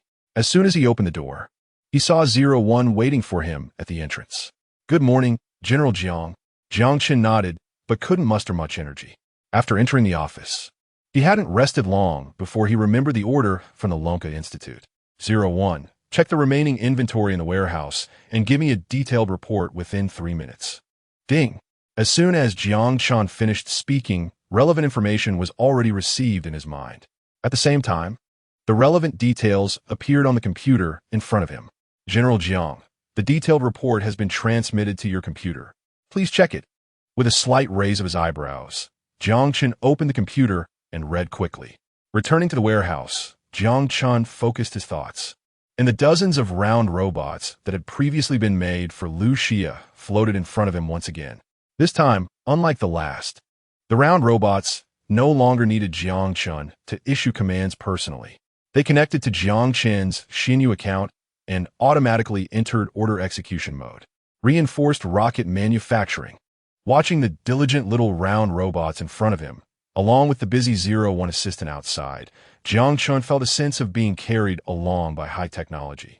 He thought he could sit back and enjoy everything, but after a while, he suddenly felt that he shouldn't be so idle and enjoy the fruits of others' labor. Before receiving new scientific knowledge transmitted by the scientists from Yanhua Technology, he should at least consolidate and pick up his previous research-related knowledge. Thus, 01 organized renovation personnel outside to participate in the renovation of the tech company while he sat in the office studying. General Jiang, do you have any other requirements for the company renovation? Engrossed in his studies, he didn't notice when the office door opened. The sudden voice startled him, making him shiver. Looking up at the person, Jiang Chun calmly replied, I don't have any requirements. You can ask my assistant for the specific plan. It's the one outside. The person seemed taken aback, but nodded with a forced smile, preparing to leave. As he turned to leave, he couldn't help but mutter, "The company isn't big, but I didn't expect there to be only 2 people. How shabby. It's a wonder they'll have any business." However, the person didn't realize that even this small mutter was easily heard by Jiang Chun. He paused for a moment, reflecting that it was time to hire some employees to work. After all, it would grow larger sooner or later. His first reaction was still hoping to awaken some high-tech intelligent assistants within the system, but after checking around, he found no robots that met his criteria. There were a few robots with similar functions to 01, but Jiang Chun could easily identify them as robots from their appearance, let alone conceal that from clients. Moreover, the requirement to exchange 10,000 tech points. Just this point alone made Jiang Chun drop the thought. Forget it. Let's hire some employees instead. Gurgle. The sound of his stomach drew Jiang Chun's attention. He looked up at the clock on the wall. Wow, how is it already noon? His gaze slowly moved to the documents on the desk, seriously doubting his study progress. This doubt lasted only a few seconds. In Jiang Chun's mind, the world is vast. But eating is the most important. In the noon hours around the northern district of Pengcheng, Jiang Chun finally walked out of the office building, pondering what to eat for lunch. Suddenly, a group of white-collar employees who had also finished work rushed out. They poured down from the building like a tide and, in a flash, disappeared into the commercial snack street. The sounds of chopping from the snack street vendors filled the air, and, at that moment, the sounds of food hitting the pot, employees fighting for tables, ordering dishes, and servers bringing food echoed one after another. The entire commercial snack street instantly came alive. The smell of food wafted up from the street. Seeing this, Jiang Chun's lips curled slightly. How could he forget that he had also experienced rushing for food with his father before? His gaze wandered over the various snacks, and finally, he chose a less crowded specialty noodle shop. "Boss, I'll have a special burning noodles." "Okay, just a moment, it will be ready soon." At that moment, a luxurious extended car, somewhat out of place with the surrounding environment, pulled up. Shiny leather shoes stepped out first, appearing in public view. Bang, bang, accompanied by the sound of 2 car doors closing. A woman in a professional short skirt suit with a hot figure and wavy blonde hair walked briskly to the front of the car. "Manager Liu, it's just a company acquisition. Did you really need to come in person? It could have been handled by someone else." Summer Snow adjusted her briefcase and flipped her hair back, surveying the surroundings. "Besides, it's so crowded here." Liu Yuanhang glanced at her silently, without speaking. "If you want to eat somewhere else, I won't stop you." After saying this, he turned and walked into a pig trotter rice restaurant, ignoring Summer Snow's reaction behind him. Seeing this, Summer Snow froze for a few seconds, realizing that the restaurant her boss entered was actually the most crowded one. She raised her hand to touch her forehead and sighed, then walked in with her long, straight legs, stepping on her high heels. "Excuse me, could you please let me through? You're such a nice person. Thank you." Her voice unconsciously carried a sweet tone, and coupled with her stunningly beautiful appearance, many employees voluntarily made way for her. However, after squeezing in, she couldn't find her boss Liu Yuanhang inside. After looking around for a long time, she noticed several male employees behind her also stealing glances at her. Although they tried their best to control their gaze, they still couldn't help but be attracted to her alluring figure. "Miss, do you still want to get your food? If not, how about I treat you to a meal?" Summer Snow suppressed her disgusted gaze, forcing a professional smile. Suddenly, she spotted Liu Yuanhang, who had been squeezed into a corner. His gaze was also directed this way, his expression somewhat dark. Chapter 37, Adding Money? Sure, who would refuse money? Xia Xuan naturally knew what Liu Yuanhang was thinking. She herself felt quite helpless. Is it her fault for being beautiful, having a good figure, and being well-liked? She raised her hand to signal for a moment, turned back to the boss, and said, "Boss, 2 servings of pig's trotter rice, please." "Thank you." The boss's face lit up with a smile at her call, and he responded enthusiastically, all right, just a moment. Young lady, it will be ready soon." There was some kind of magic at play, as the boss's movements were much faster than usual. The customers nearby couldn't help but tease, "Hey, boss, you better not slow down when you're making mine later." Exactly. No favoritism. Hearing the customers egging him on, the boss wasn't annoyed, responding with a laugh. He continued working quickly, and within a few moments, he had packed up the 2 servings of pig's trotter rice for Xia Shui. Just like before, the employees automatically cleared a path for her. This made it very smooth for Xia Shui as she left. She held up the 2 servings of pig's trotter rice in front of Lu Yuanhang and proudly said, "How about that? Boss, I'm pretty good, right?" Lu Yuanhang took his portion and walked outside, feeling grateful that this girl had come along. Otherwise, given the current rush hour, he didn't know when he would be able to have his lunch. It's strange, but whenever he faced such peak times, as long as his assistant was Xia Shui, he always finished his lunch early. She was exceptionally quick at getting food, and everyone would give way to her. He looked down at a footprint on his leather shoes, wondering when someone had stepped on them. He even felt a bit envious. "Boss, let's go to that one. It's less crowded." Lu Yuanhang assessed the noodle shop Xia Shui pointed to. All right. Once inside, they realized that the few people outside was just a facade. The inside was actually quite full, with all the seats taken. Xia Shui smiled awkwardly. Her gaze landed on the corner where Jiang Chen was sitting, but unfortunately, there was only one empty seat across from him. The other seats were all occupied, leaving only this option available. Her beautiful eyes brightened. "Boss, I have an idea. You wait here, and I'll make sure you get a hot meal." Saying that, she walked over to sit across from Jiang Chen. Initially, she hadn't noticed from afar, but now that she was closer, she realized that Jiang Chen was quite handsome. He had the kind of looks that could make his debut with a bit of grooming.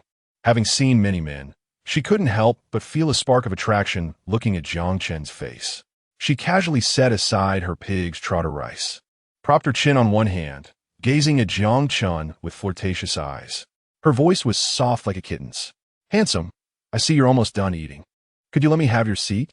As soon as she said that, even the employees sitting nearby felt a shiver run down their spines, feeling as if their bones were about to crumble. If his girlfriend wasn't sitting across from him, he would have immediately offered his seat to her. But with his girlfriend present, he dared not make a move. Not even a thought could cross his mind. Yes, no thoughts. He thought this to himself. Yet he noticed that Jiang Chen didn't seem to react at all, as if he hadn't heard her, continuing to eat indifferently. He pressed his lips together, intending to remind her, but he vaguely sensed a disapproving gaze from Jiang Chen and suppressed his impulse, reminding himself, "Yes, don't meddle. Impulsiveness is the devil." Seeing that Jiang Chen didn't respond, Xia Shui thought he didn't hear her and was about to repeat her request when a cold voice interrupted. "No." The tone was sharp and left no room for doubt. Moreover, Jiang Chen didn't even lift his head. This response left Xia Shui momentarily stunned. Lu Yuanhang was the first to react, bursting into laughter. He never expected that the ever-popular Xia Shui would face such a setback. It was quite remarkable. And the most important thing was that he was witnessing this moment firsthand. Xia Shui herself couldn't believe what had just happened, trembling as she asked, "W, what did you just say?" Jiang Chen looked up this time, meeting her gaze. "I said no." After that, he lowered his head and continued eating. It was Xia Shui's first experience of being rejected, and her face showed signs of cracking. Facing rejection for the first time left her feeling somewhat flustered. Jiang Chen, with his head down, couldn't help but think, who does she think she is? Just because she says so, I should let her? He had already noticed them when they entered the noodle shop together, dressed in a way that suggested they were not ordinary. Why should he give up his seat for them? He thought girls would be shy, and, after one rejection, they would surely back down. Especially since this girl had already faced rejection twice. He thought she wouldn't stick around.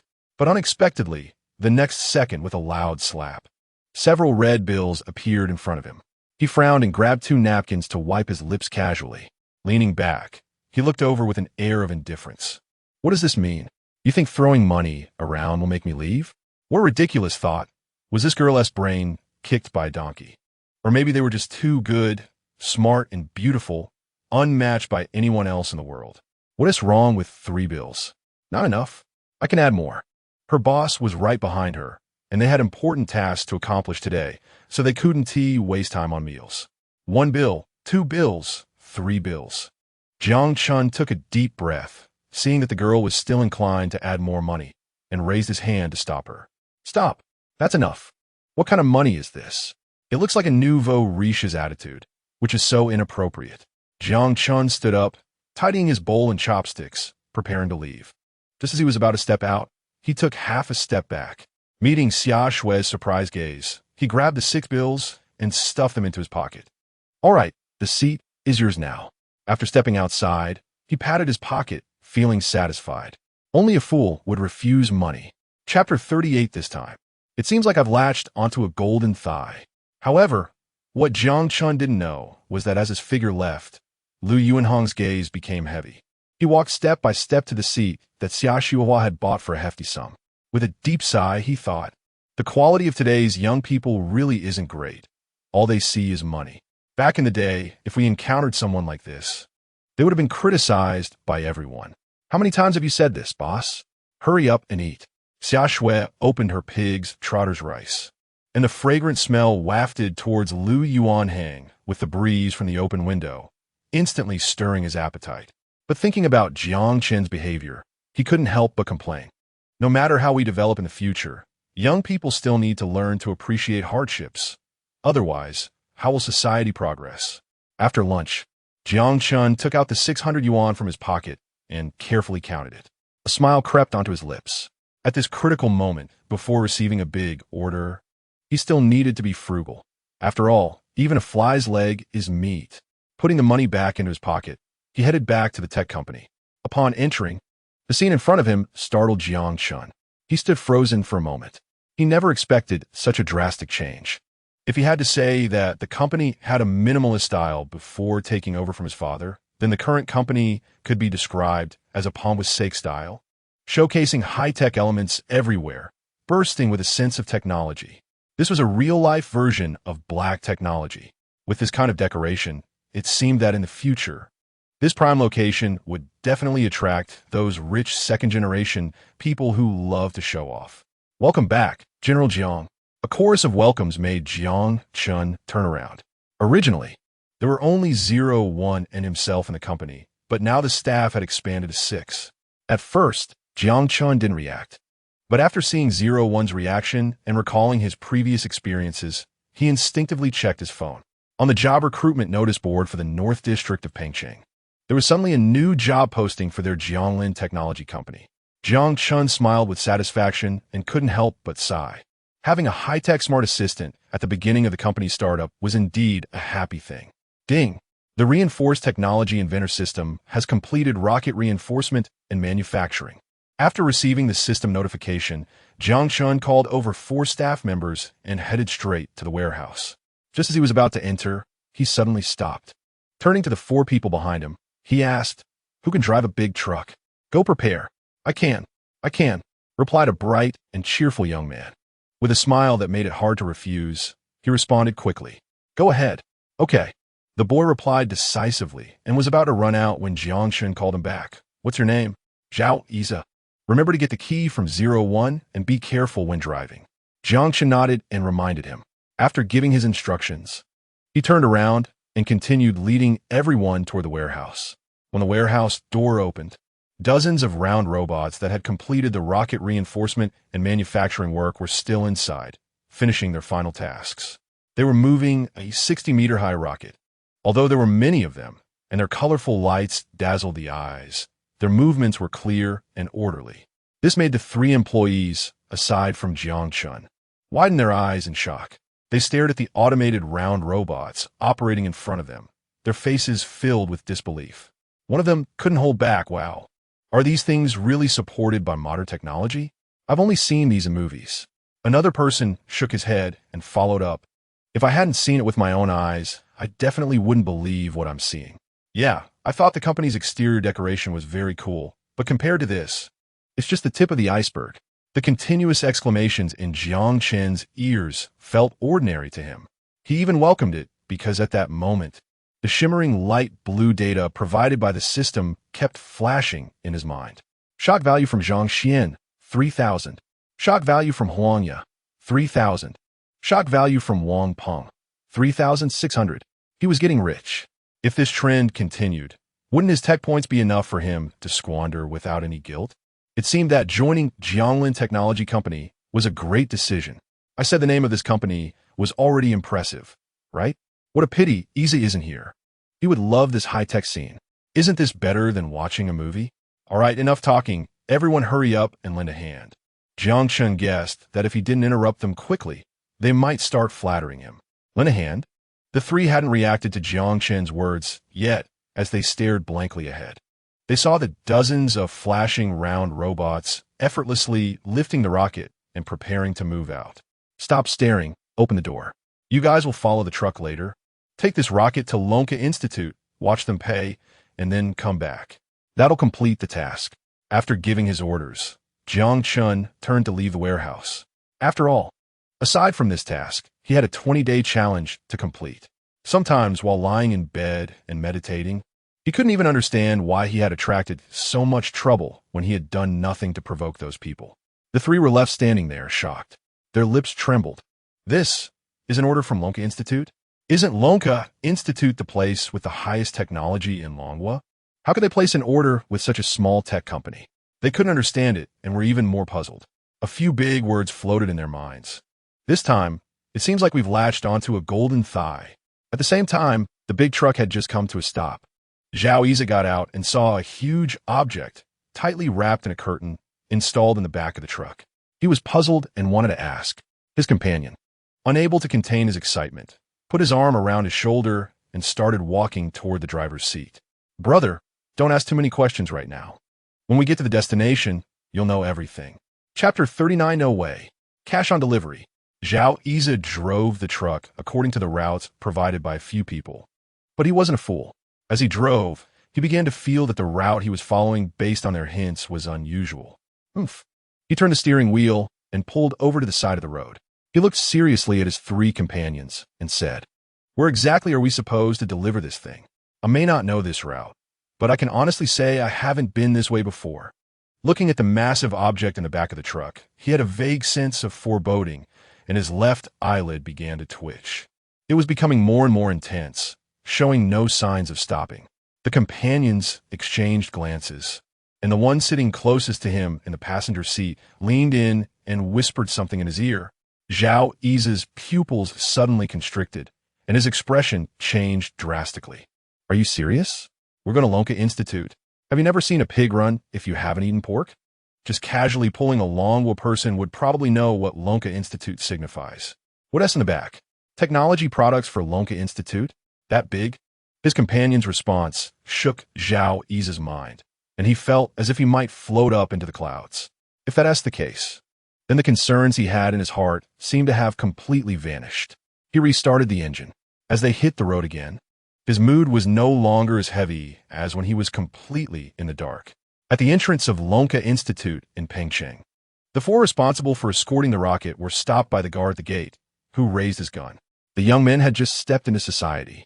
When had they ever seen such a big scene? Even if they had seen a gun before, it was only on television. Besides, what boy hasn't had a dream of being a hero to protect the country, whether in childhood or adulthood? However, unlike their imaginations, now, in reality, looking at the black hole of the gun barrel felt as if their lives could be swallowed up at any moment. Their legs trembled uncontrollably at that moment. They forgot to get out of the car and even forgot to breathe. The guard frowned and walked steadily toward the car door. One of them raised his weapon, pointing it directly at them, looking more like he was guarding them, fearing they would make any abnormal moves. Another cautiously opened the car door and shouted, "Get out." The few of them swallowed hard. How could they dare to resist? Almost at the moment the voice landed, they actively cooperated, with two of them even putting their hands on their heads and slowly squatting down. The guard watching them was taken aback. He couldn't help but think that these two must be thoroughly checked later.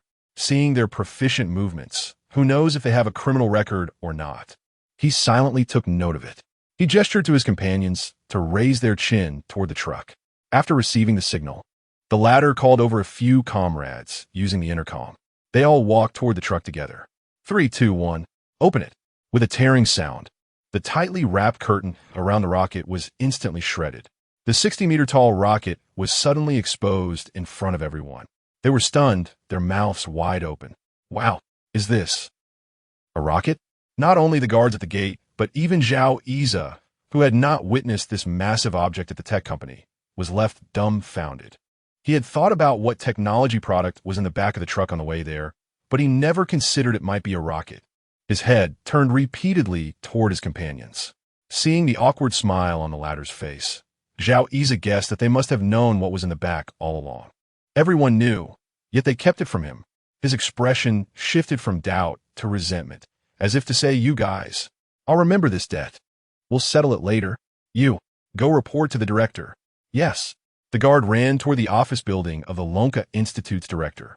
Zhao Iza and the others stood obediently on the side, waiting for the result. While the two who had put their hands on their heads were not as fortunate as Zhao Iza and the others, they were kept under separate guard by the soldiers. The dart gun barrels were firmly pointed at them, making them dare not make any extra movements, fearing that a careless mistake would bring them unnecessary trouble. 15 minutes later, everyone saw a few anxious figures striding toward them from a distance. When those people got closer, the guard immediately recognized the central figure, Director Su Zhong, as well as the equally swift Wang Lao, Chun Lao, and Lonka Institute S. Flower, Group Leader Ji Yun. It must be said that since guarding the gate of Lonka Institute, they had never seen the director and the elders looking so anxious. They looked as if they would miss something if they were even a second late. The few of them looked at the rocket in the back of the truck, their faces filled with excitement, especially Wang Lao and Chun Lao, whose hands trembled. There was even a hint of uncontrollable excitement. "I can't believe Comrade Jiang Chun completed it so quickly. How many days has it been?" Of course, apart from the parties involved, Zhao Iza and his colleagues, along with the guards at the gate, were completely in the dark. Su Zhong stroked his air mustache with satisfaction. "One day. It has only been 1 day since I placed the order, and Jiang Chun has completed it." Everyone couldn't detect any abnormality in his words. It seemed quite ordinary, but Wang Lao and Chun Lao knew the underlying meaning. Suddenly, in front of everyone, Wang Lao directly climbed onto the truck. He reached out and gently touched the rocket they had purchased from the Lonka Institute, a recoverable rocket powered by liquid nitrogen and methane. His devout manner looked like he was carefully touching a treasure in the eyes of others. "Quick, quick, what are you waiting for? Hurry and find someone to carefully transport it inside." After Wang Lao spoke, Su Zhong added a couple of sentences personally. "That's right. Be sure to be careful." "Be careful again." Zhang Xian and Wang Peng, who were squatting on the side, exchanged glances. They whispered to each other, "Should we say it?" "Say it. That's the sponsor's arrangement." Looking at the guns in front of them, they bit their lips. Gathering enough courage, they suddenly stood up. "No. You must pay in full before we can transport this rocket inside." As soon as these words came out, not only the guards and the people from Lonka Institute, but even Zhao Iza and Huang Yu turned to look over. The clueless Zhao Iza was stunned. Had they gone crazy? What were they saying? Chapter 40, Touching the Future. A single order of 500 million? In this situation before them, Huang Yu found it difficult to explain anything to Zhao Iza. She simply closed her eyes, took a deep breath, and leaned against the wall beside her. Not planning to resist, she decided to take it one step at a time. After all, Wang Peng and the others were facing people from the Lonka Institute. How could Huang Yu grasp their emotions and thoughts? If they got angry and blamed them, they would be helpless and could only endure it. Although the small boss of that tech company, who could do business with Lonka Institute, didn't seem like a simple person, she couldn't guarantee that the company's boss would be willing to say anything to Lonka Institute for their sake. Seeing this, Zhao Iza was even more confused. He glanced at the two guns horizontally positioned at the door, pursed his lips, and asked in a low voice, "Hey, I'm talking to you. What's going on?" "Ancestor, don't talk for now. Once we leave safely, I'll definitely explain everything to you." Huang Yu gritted her teeth, her voice barely escaping through them, muffled. Hearing this, Zhao Iza furrowed his brows even tighter. At that moment, Su Zhong was examining Wang Peng and Zhang Xian, his expression inquisitive. The two exchanged glances, and at that moment, they decided to go all out. "You don't look at us like that. We're also doing this according to the boss's orders, so please cooperate." After saying this, both of them took half a step back. The cold firearms in front of them made them feel a bit intimidated. The guards watching over them couldn't believe that at such a critical moment, these two would still pull this stunt. They instinctively raised their guns. "Behave. What do you want? Are you rebelling?" Just as the guards were about to take the two away, Su Zheng raised his hand to stop them. In front of everyone at the door, he slowly walked towards Wang Peng and Zhang Xian, just when they thought they were doomed and even prepared their last words. Su Zheng slowly took out his phone from his pocket. He raised his hand and beckoned to the few with their eyes tightly closed. Come over, take a look. Huh? The feeling of being taken away that they had imagined didn't happen. Hearing this somewhat friendly voice, they cautiously opened one eye, especially Wang Peng and Zhang Xian. Seeing that the firearms in front of them had been lowered, felt a sense of relief and stepped forward. The man, referred to as the Dean by those around him, was operating his phone. In just a few moments, the transfer page appeared on the screen. The bank card number was automatically attached to the order after Su Zheng placed it. As long as he received the goods, he could click to pay afterward.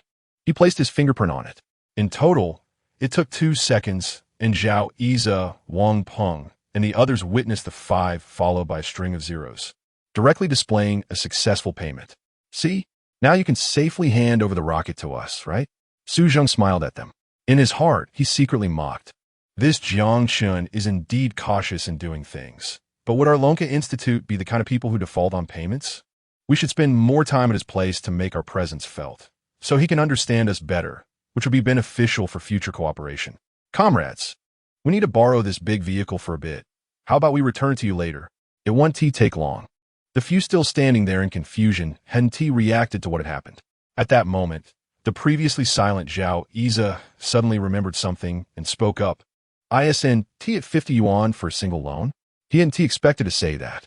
He only recalled seeing the label when he was about to drive out the big vehicle from the tech company's entrance. He knew that the Lonka Institute was the one requisitioning the vehicle, but by the time he realized it, the words had already slipped out. Zhao Yize instinctively raised his hand to pat his mouth. He muttered, "Damn my mouth." Wang Lao and Chun Lao, who had already turned around, slowly faced him, their eyes resembling those watching a good show. Su Zheng could tell they were trying hard to stifle their laughter. If it weren't for the few outsiders present, they would probably have burst out laughing by now. What a little Jiang Chun, living his life so frugally. The abacus of Blue Star must have been bought by him. In the end, Su Zheng didn't show up when sending these people off. His face was as dark as a pot bottom, blaming everything on Jiang Chun. On the way back, Zhao Yize and the others remained silent for a long time, but their thoughts were different. As the one with the least knowledge among them, Zhao Yize finally couldn't help but ask the others, "Don't you guys have anything to say to me? I saw you all quite chatty just now." His tone sounded somewhat sarcastic. The others exchanged a few words and briefly explained what had happened, especially when they mentioned the cool round robots they saw in the tech company's warehouse. Wang Peng and Zhang Xian's eyes lit up. Zhao Yize was taken aback and said, "Is it really as mysterious as you say? I've only seen such scenes on TV. By the way, did you guys see clearly? How much was that order from the little boss? That's a whole 500 million. 500. Of course we saw it. We're not blind. Can you shut your mouth for a while? You've been talking long enough. My eardrums can't take it anymore." Ha ha. The few young people had never been this excited before, and they even started to fantasize about their bright future in the tech company. On the other side, Jiang Chun, after assigning tasks to his new employees, happily returned to his small cubicle in the office. He seemed to be in a very good mood. After all, in just a few days, he had transformed from a debtor to a small boss who could earn money through technology. Now looking back, he had completely emerged from that brief period of hardship. With his own small team, he was full of confidence regarding future prospects. Unable to contain himself, he burst out laughing.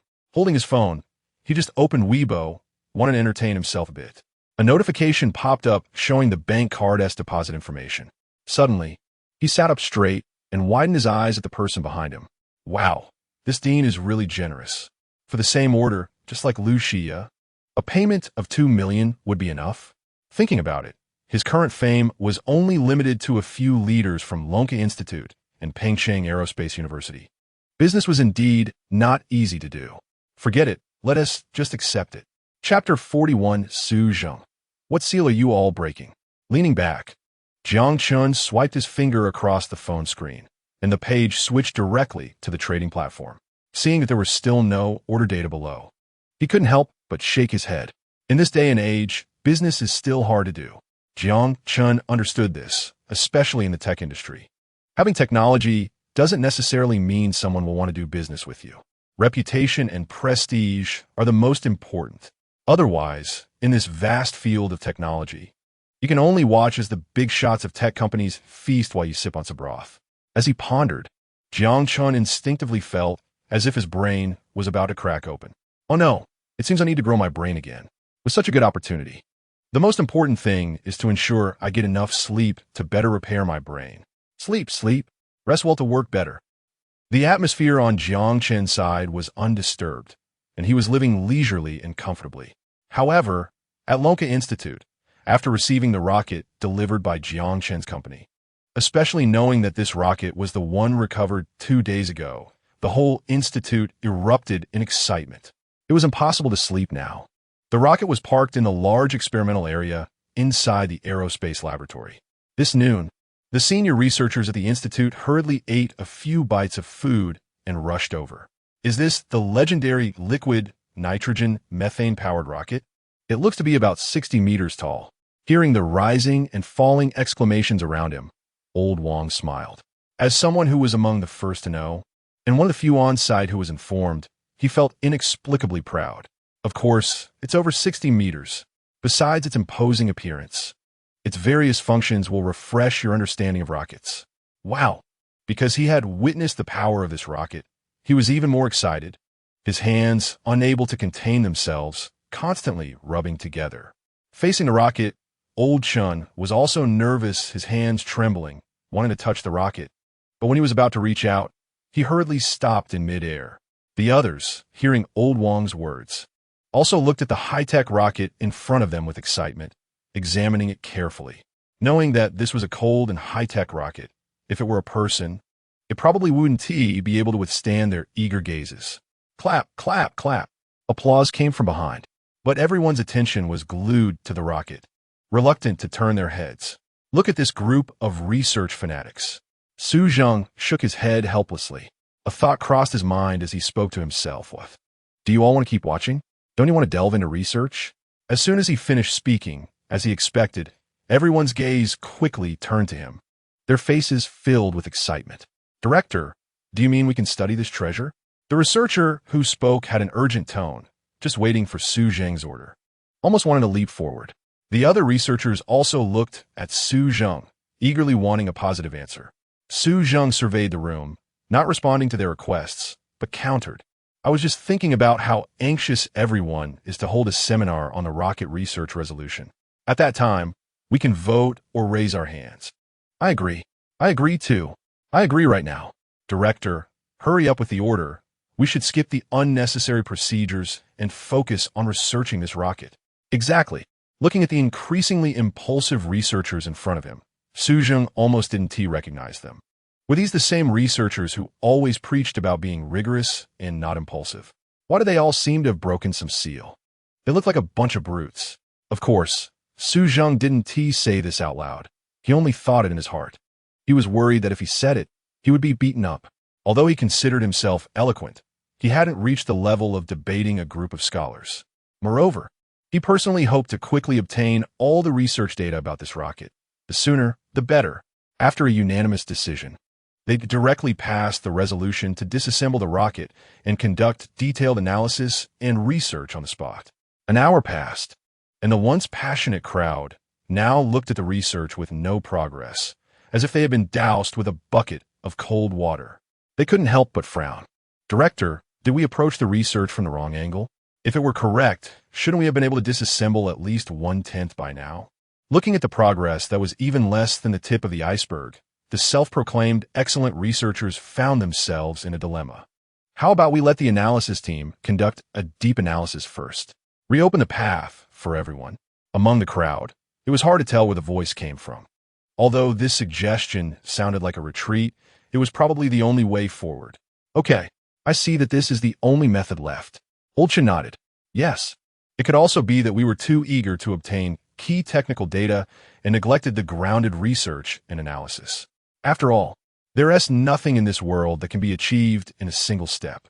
The researchers, having redefined their research direction, decided to take one step at a time and study slowly. Su Zheng stood in front of the expert group S table, pacing back and forth. Logically, he could have stepped back and not followed the entire process, but this matter was significant. If it succeeded in the end, it would be beneficial to Longhua without any harm.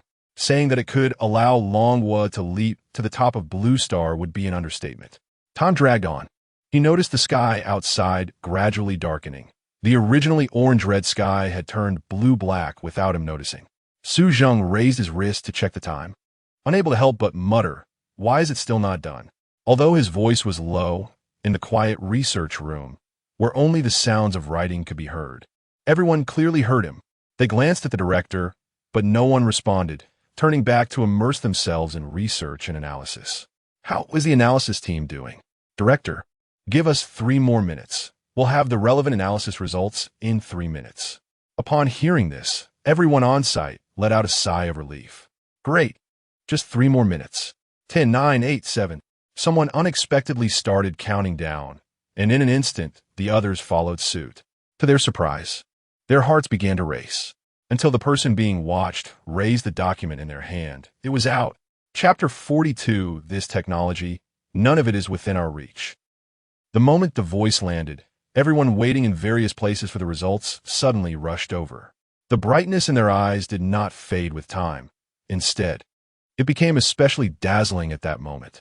Liquid nitrogen methane power supply, vector thrusters, recyclable technology, combined with the design and manufacturing of these rockets, and the related no-trace laser, nozzle welding technology, engine pumpback technology, high-precision, high-pressure, low-temperature regulators, and low-temperature spring energy storage dynamic sealing technology.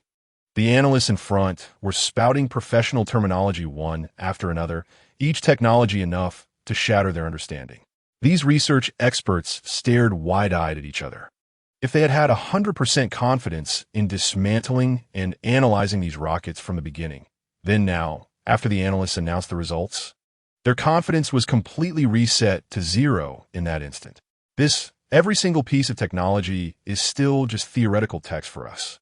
But these rockets are now right in front of us. Doesn't that mean these technologies have all been? The words at the back were left unspoken, but everyone present understood what he was trying to express. Mouths opened and closed, but no words came out. The originally noisy and enthusiastic scene fell into silence in an instant, until a self-mocking voice echoed softly, every single one, almost every single one. Each piece of technology is something we currently do not possess. If we were to study these ourselves, it would probably take at least a decade to even touch the edges. At this moment, Old Chun took up the man's words, and when he raised his eyes again, the initial eagerness was completely gone. The suppressed atmosphere did not last long before someone could no longer control their emotions. So, Dean, which country did you buy these rockets from? Is there any possibility we could consult them? One of the researchers, seeing that Su Zheng, Old Wang, and Old Chun were silent, tentatively asked. The others anxiously closed their mouths, looking at Su Zheng. Seeing that Su Zheng did not respond immediately, they could not help but start guessing. Could it be Eagle Sauce? In their subconscious, Eagle Sauce had always been the fastest developing country in Blue Star technology, followed by Bear Country. Although their Dragon Country had risen in recent years, it still had many shortcomings compared to them. These rockets, including the one previously launched at Pengcheng Aerospace University, were all manufactured by a little comrade from our Dragon Country. As soon as this was said, the scene fell silent, and the next moment, when the researchers reacted, the research room erupted with thunderous sounds. No way. Is this true? They were really made by our Dragon Country? The technologies that had previously been beyond their reach, if it weren't for Su Zheng's credible words. They wouldn't have dared to believe it was produced by their compatriots, especially after the analysis results came out. The technological sophistication contained in that rocket was something that even they, after decades of research, could not fully grasp in a short time. Knowing this result and guessing it was foreign technology had already weighed heavily on their hearts. No matter in the past or present, strength has always been a country's voice. The Dragon people understood better than anyone without needing to be taught the principle that being backward means being beaten. Now that they knew the technology belonged to their own Dragon Country, the feeling was even more exhilarating than if they had mastered it themselves. And this means Such a talented comrade should be brought back to our Dragon Academy at any cost. Exactly. We would all be willing to serve him. I'd be more than happy to assist him. This matter cannot be delayed. The sooner, the better. One of the young researchers sitting in the corner next to Ji Yun said seriously, "As far as I know, Eagle Sauce has already begun their next move, aiming to establish links with Blue Star in the interstellar realm, ultimately achieving Eagle Sauce's goal of dominance." Damn, how many years have passed? Their ambition to dominate Blue Star still hasn't died. That said, the most important question now is that the little comrade is unwilling to join our Dragon Academy. Suddenly, Old Chun clicked open the dry tobacco he had prepared, lit it, and took a deep puff. After exhaling a smoke ring, he shook his head. Old Wang and Su Zheng nearby nodded in response. There must be a way to persuade him, right? If not, we can be forceful. The researcher, who looked somewhat rugged on the outside, had not finished speaking when he received a fierce glare from the dean. Instantly silenced, he shrank back a bit. Then they heard, "Since we can't invite him to join our Dragon Academy, hiring him as a mentor should be possible, right?" One scientist nodded thoughtfully and straightforwardly expressed his opinion. Hearing this, Old Wang, Old Chun, and Su Zheng's eyes lit up. They exchanged knowing glances. Perhaps this really is a feasible approach. After all, Jiang Chun is also from Dragon Country. Changing the way we invite him might make him more willing to accept it. Recalling what Jiang Chun had said in the office, Su Zheng nodded. The thing this guy worries about the most is losing his freedom to research after joining the Dragon Academy. Hiring him as a mentor would solve that issue. Old Wang smiled and sighed, just letting outsiders know that our prestigious Dragon Academy still needs to hire mentors from society would be a loss of face. What's the worth of face? As long as our Dragon Country can hold its head high on Blue Star, none of this matters. Old Chun waved his hand. Just watching these three talk, the researchers became even more curious about this comrade who had never been heard of before in rocket manufacturing. If it weren't for the two big shots and the dean keeping their mouths shut, refusing to reveal even the other S name, leaving behind a phrase to rest assured and letting them arrange it, they would have rushed to Jiang Chen's side right now. Even if it meant using all their persuasive skills to give Jiang Chen a lecture on ideology. After Su Zheng and the others left the research room, everyone couldn't help but start guessing. Do you think this big shot could be an early hidden research weapons expert? As soon as this was said, everyone was in an uproar. If one is fortunate enough to come into contact with such a person, I can hardly imagine. By the way, Jian, a few days ago, why were you called to the lookout tower? Was there some task? In a corner, the only one who understood some insider information, Ji Yun, had already tried his best to lower his presence without receiving a nod of approval from the dean.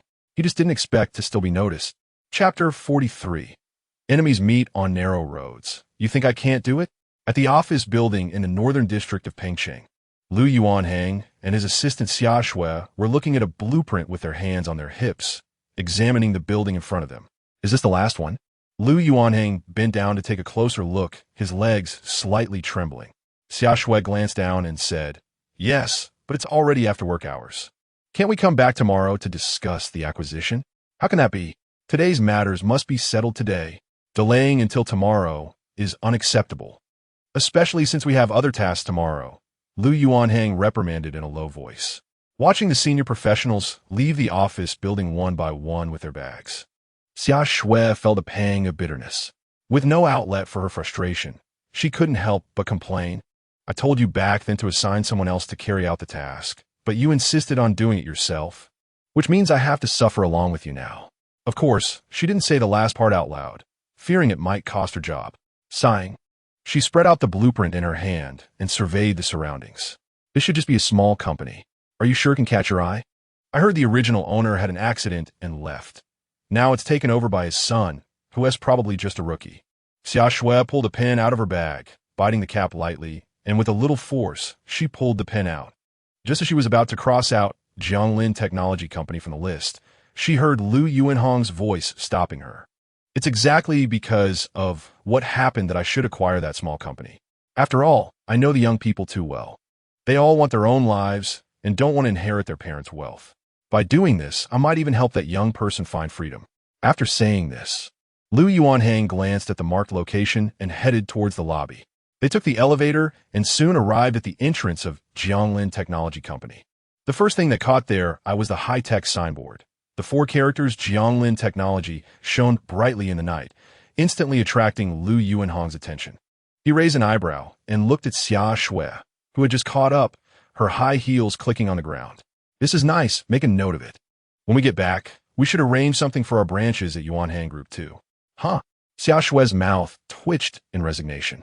Internally, she couldn't help but think, is the boss okay? Has he forgotten that we came out for an acquisition, not for a field trip? Yes, I'll note it down right now. Xia Shui replied, forcing a smile that seemed a bit stiff. Even though she was unhappy with his request, she didn't want to show it directly. So she just nodded in agreement. However, when she looked back at the small company, aside from the company's sign, it looked as shabby as a shelter.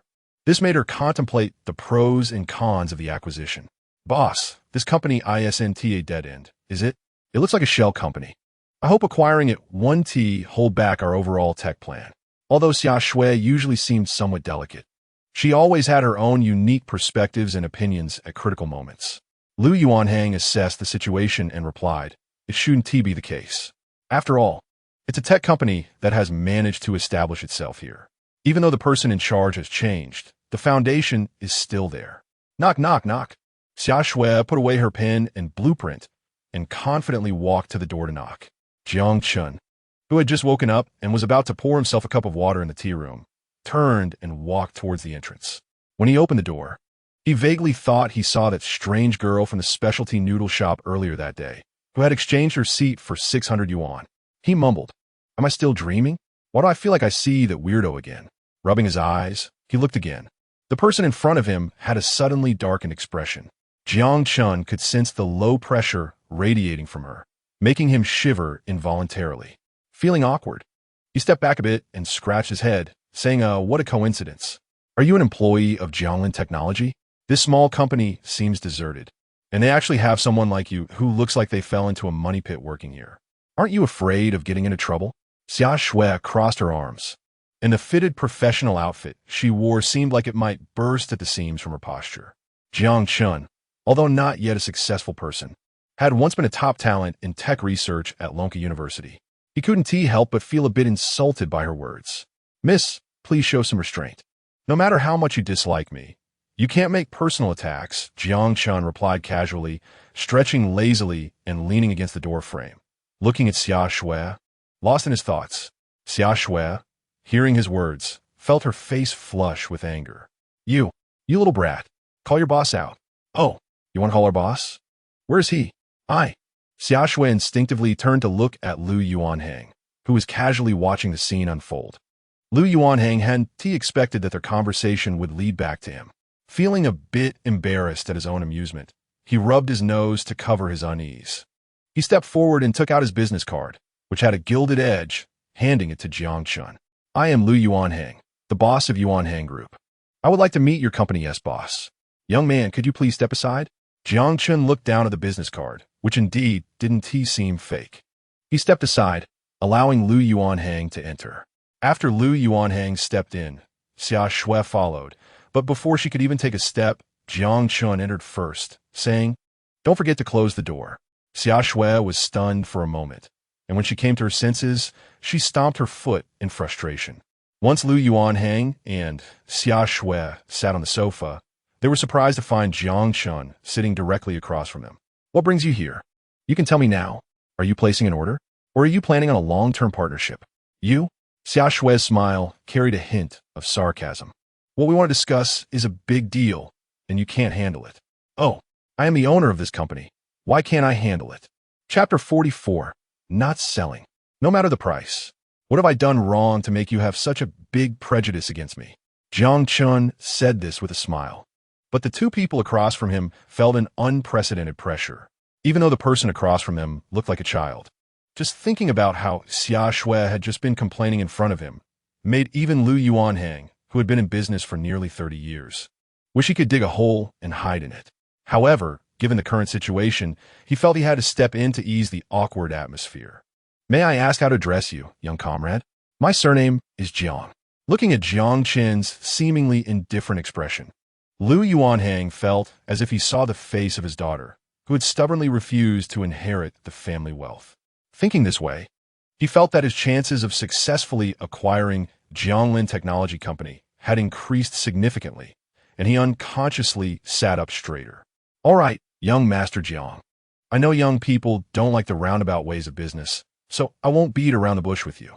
He gestured to Xia Shui beside him. The latter was still immersed in her emotions and had not fully come to her senses. She looked at Lu Yuanhang in confusion. After realizing what was happening, she hurriedly took out the acquisition document from her bag and pushed them in front of Jiang Chun. I have to say, when Jiang Chun saw the big words on the document, his expression darkened. However, the other party only focused on the acquisition, so they didn't notice this. Especially Lu Yuanhang, who became even more animated as he talked about acquiring all the tech companies in the Pengcheng North District office building and realizing the grand vision of a unified Pengcheng technology. He might as well have set up a podium and a microphone in front of him. As the minute hand of the wall clock made a full circle, Jiang Chun almost lost his patience and yawned. Mr. Liu, have you finished speaking? If you're done, please leave quickly. I have no intention of selling the company. As soon as these words were spoken, both Lu Yuanhang and Xia Shui fell silent, especially Xia Shui, who had conducted a comprehensive investigation of all the small tech companies before coming here. Among them, she was the least optimistic about Jianglin Technology Company and speculated that this company would be the smoothest one during the acquisition process. However, the result before her was clearly unexpected. She instinctively rebutted, "Are you sure? According to my research, your small company currently has only you as a lone commander and a small assistant. How long can such a team last? Moreover, the rent here is not cheap, right? You're just in your 20s, in the prime of your life. There's no need to lock yourself in this small office building, wasting your youth." Xia Shui spoke quickly, and I have to say, if this had been before Jiang Chun awakened his system, he might have had a 40 chance of being swayed. But now, he not only hadn't thought of that, but he also felt he could make Jianglin Technology Company grow strong. How could this be considered wasting his youth? It was merely another avenue to realize his dreams. Besides, with his parents' unfinished wishes, he would surely fulfill them. Please leave. There's no need to waste your effort. I will not sell. In a daze, Lu Yuanhang looked at the young face before him and couldn't help but feel a bit moved. He recalled his daughter from the night before, who looked as if she wanted to keep her parents at a distance. He couldn't help but sigh. Wishing Xia you would have such awareness someday. Then how about we offer more? How much would you be willing to sell the company to us? Xia Shui frowned, feeling a bit anxious. At this moment, Jiang Chun raised 5 fingers. Before he could speak, she exclaimed, 5 million? Or 50 million? You're young, but your heart is quite black. Indeed, in this world, most people are chasing fame and profit. Lu Yuanhang's admiration dimmed a bit, and his heart sank. Hearing what the other party said, Jiang Chun frowned and looked at his palm. I want you to stop talking. No matter how much you add, I will not sell. 01, see them out. Yes, Mr. Jiang. Before Lu Yuanhang and Xia Shui could react, a figure suddenly appeared, a girl dressed as an exquisite assistant. She wore a professional smile and raised her hand to guide them. Please, this way. As Lu Yuanhang and the others stood up and were about to leave, they paused. Young Master Jiang, I must say, I admire your temperament and ambition. However, the business world is ever-changing, and you won't understand it as a newcomer. But if you leave me a business card, I would be willing to help you out in the future if there's any cooperation. Boss. Xia Shui had worked at Lu Yuanhang's group for many years and could easily guess the weight of this statement. She just thought this young man didn't deserve such an opportunity. A business card? Sorry, the company only has my parents. Mine is still being printed. As soon as this was said, Xia Shui turned her head sharply, unable to hide her surprise in her eyes. This guy, does he even know how to talk? His parents are all ready. What use do they have for a business card? After leaving the office building, Lu Yuanhang felt dazed and helplessly shook his head with a smile. This guy is really interesting. Xia Shui, pay more attention to this place in the future. I'm really curious about how a half-grown kid will manage this small tech company. Chirp! The sudden sound of screeching brakes made the two look up. The car looked like it had been specially modified, and after it stopped, the sound of 2 doors slamming echoed. 2 unusually dressed men stepped out and hurriedly walked toward them. Lu Yuanhang, having navigated the business world for so many years, was quite perceptive. His keen gaze was full of sharpness as he observed them. I didn't expect that the technology we can't touch would be so abundant.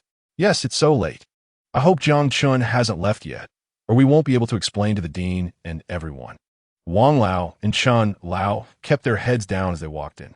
They were fully focused on bringing Jiang Chun into the Lonka Institute as a mentor and didn't spare any extra thought for the passersby. Until the two figures completely disappeared around the corner of the hall, Lu Yuanheng slowly turned around, deep in thought. These two don't seem simple. I wonder what kind of person Jiang Chun is. Boss, our car has arrived, Xia Shui whispered. Lu Yuanheng nodded and walked over. Xia Shui, check that car. Chapter 45, A Liar. Why didn't you say something earlier? Lu Yuanheng's car had just left for a short while when Wang Lao and Chun Lao walked out with their heads down. What kind of situation is this? I told you to move quickly. And now look, Jiang Chun is not here. How are we supposed to explain this to everyone when we go back? Is this my fault? If you hadn't insisted on changing into a neat outfit, would we have missed the chance to meet Jiang Chun? Fine. I won't argue with you about this. Let's head back first. Chun Lao waved his hand and got into the car ahead of Wang Lao. Fortunately, when they returned to Lonka Institute, the researchers had already been sent back to rest by Su Zheng, and they finally breathed a sigh of relief. At that time, at the Eagle Sauce Research Base, a high-ranking official was throwing a huge tantrum in his office. The floor was covered with glass shards and scattered documents. Only one document, which could still be considered somewhat intact, was in his hand. Tarunlu's chest heaved violently. Smith was such a bastard. Such important news. And I had to investigate it myself to find out. The document contained information obtained after translation. The top line stated that the Long Country's rocket had successfully been recovered after launch. This information was gathered by a staff in Long Country after a whole day and night of online research, representing the in-hand information. Tarunlu was furious, and his gaze swept across the scene, searching for something to smash, finally landing on the golden phone on the right. He raised his hand to knock it down, but suddenly changed his mind, slowly picking up the receiver. He began to pound on it with his fingers. Smith, once I catch my chance, I will definitely report you to the president. You lying scoundrel. Smith on the other end had no idea about the specifics of the situation. He paused the record player and got up, shaking his wine glass as he walked to the floor-to-ceiling window. Oh, my dear Director Tarunlu, what are you talking about? I've been in strategic information for many years, and this is the first time I've heard such nonsense. The sarcastic tone from the other side irritated Tarunlu. Are you saying you haven't received any news about the Long Country recovering its rocket? If you have, why didn't you report to us? But if you don't, then your strategic information department is indeed derelict. Just wait for a military tribunal. Beep, beep, beep. Just as he was about to explain, the sound of the phone hanging up caught him off guard. You say I'm derelict just because you say so? I'm a specialist in strategic information. How can I make a mistake?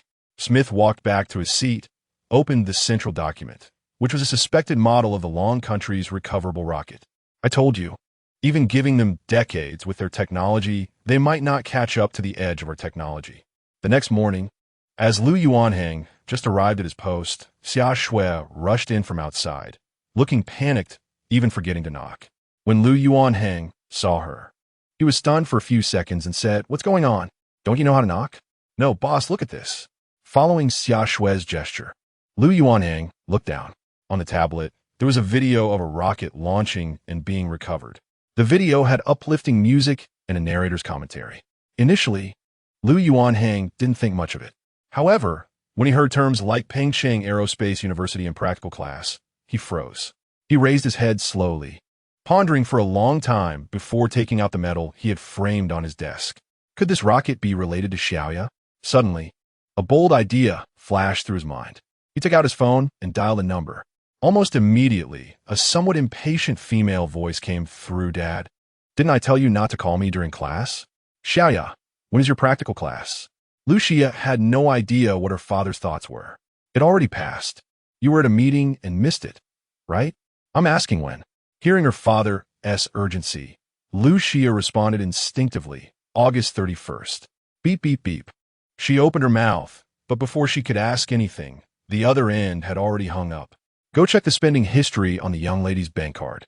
Xia Shui hesitated for a second. Okay. 10 minutes later, Lu Yuanheng received the results. Boss, The young lady placed a 2 million rocket order with Jianglin Technology on August 31st. It is said that the rocket was delivered to Pengcheng Aerospace University the next day. Listening to the report from the staff, Lu Yuanheng felt as if his ears were malfunctioning. He couldn't believe it was true. But when the two pieces of information were combined, it seemed to clarify all the rumors online. He slammed back into his seat. His gaze slowly fell on a purchase contract he had placed on the corner of his desk. A self-deprecating smile crept onto his lips. No wonder they refused to be acquired. If the rumors of recoverable rockets were true, not only would they not have to worry about food and drink for the rest of their lives, but even their descendants would live in peace. Knock, knock, knock. Kumin. Lu Yuanheng tossed the acquisition document into the trash can, his mind in chaos. Xia Shui walked in, her high heels clicking on the floor. Boss, this is the information about the special car encountered last night near Pengcheng's northern district. Jianglin Technology is not simple. Those two people probably know the strength of Jianglin Technology and went to negotiate a partnership. Just put it aside, I'll look at it later. Lu Yuanheng rubbed his forehead, his tone weary. However, Xia Shui did not leave immediately, still standing silently in place. Is there anything else? Xia Shui bit her lip. She was also shocked about that small company making rockets yesterday, but that was nothing. The document in her hand was the real hot potato. Boss, why don't you take a look at this document?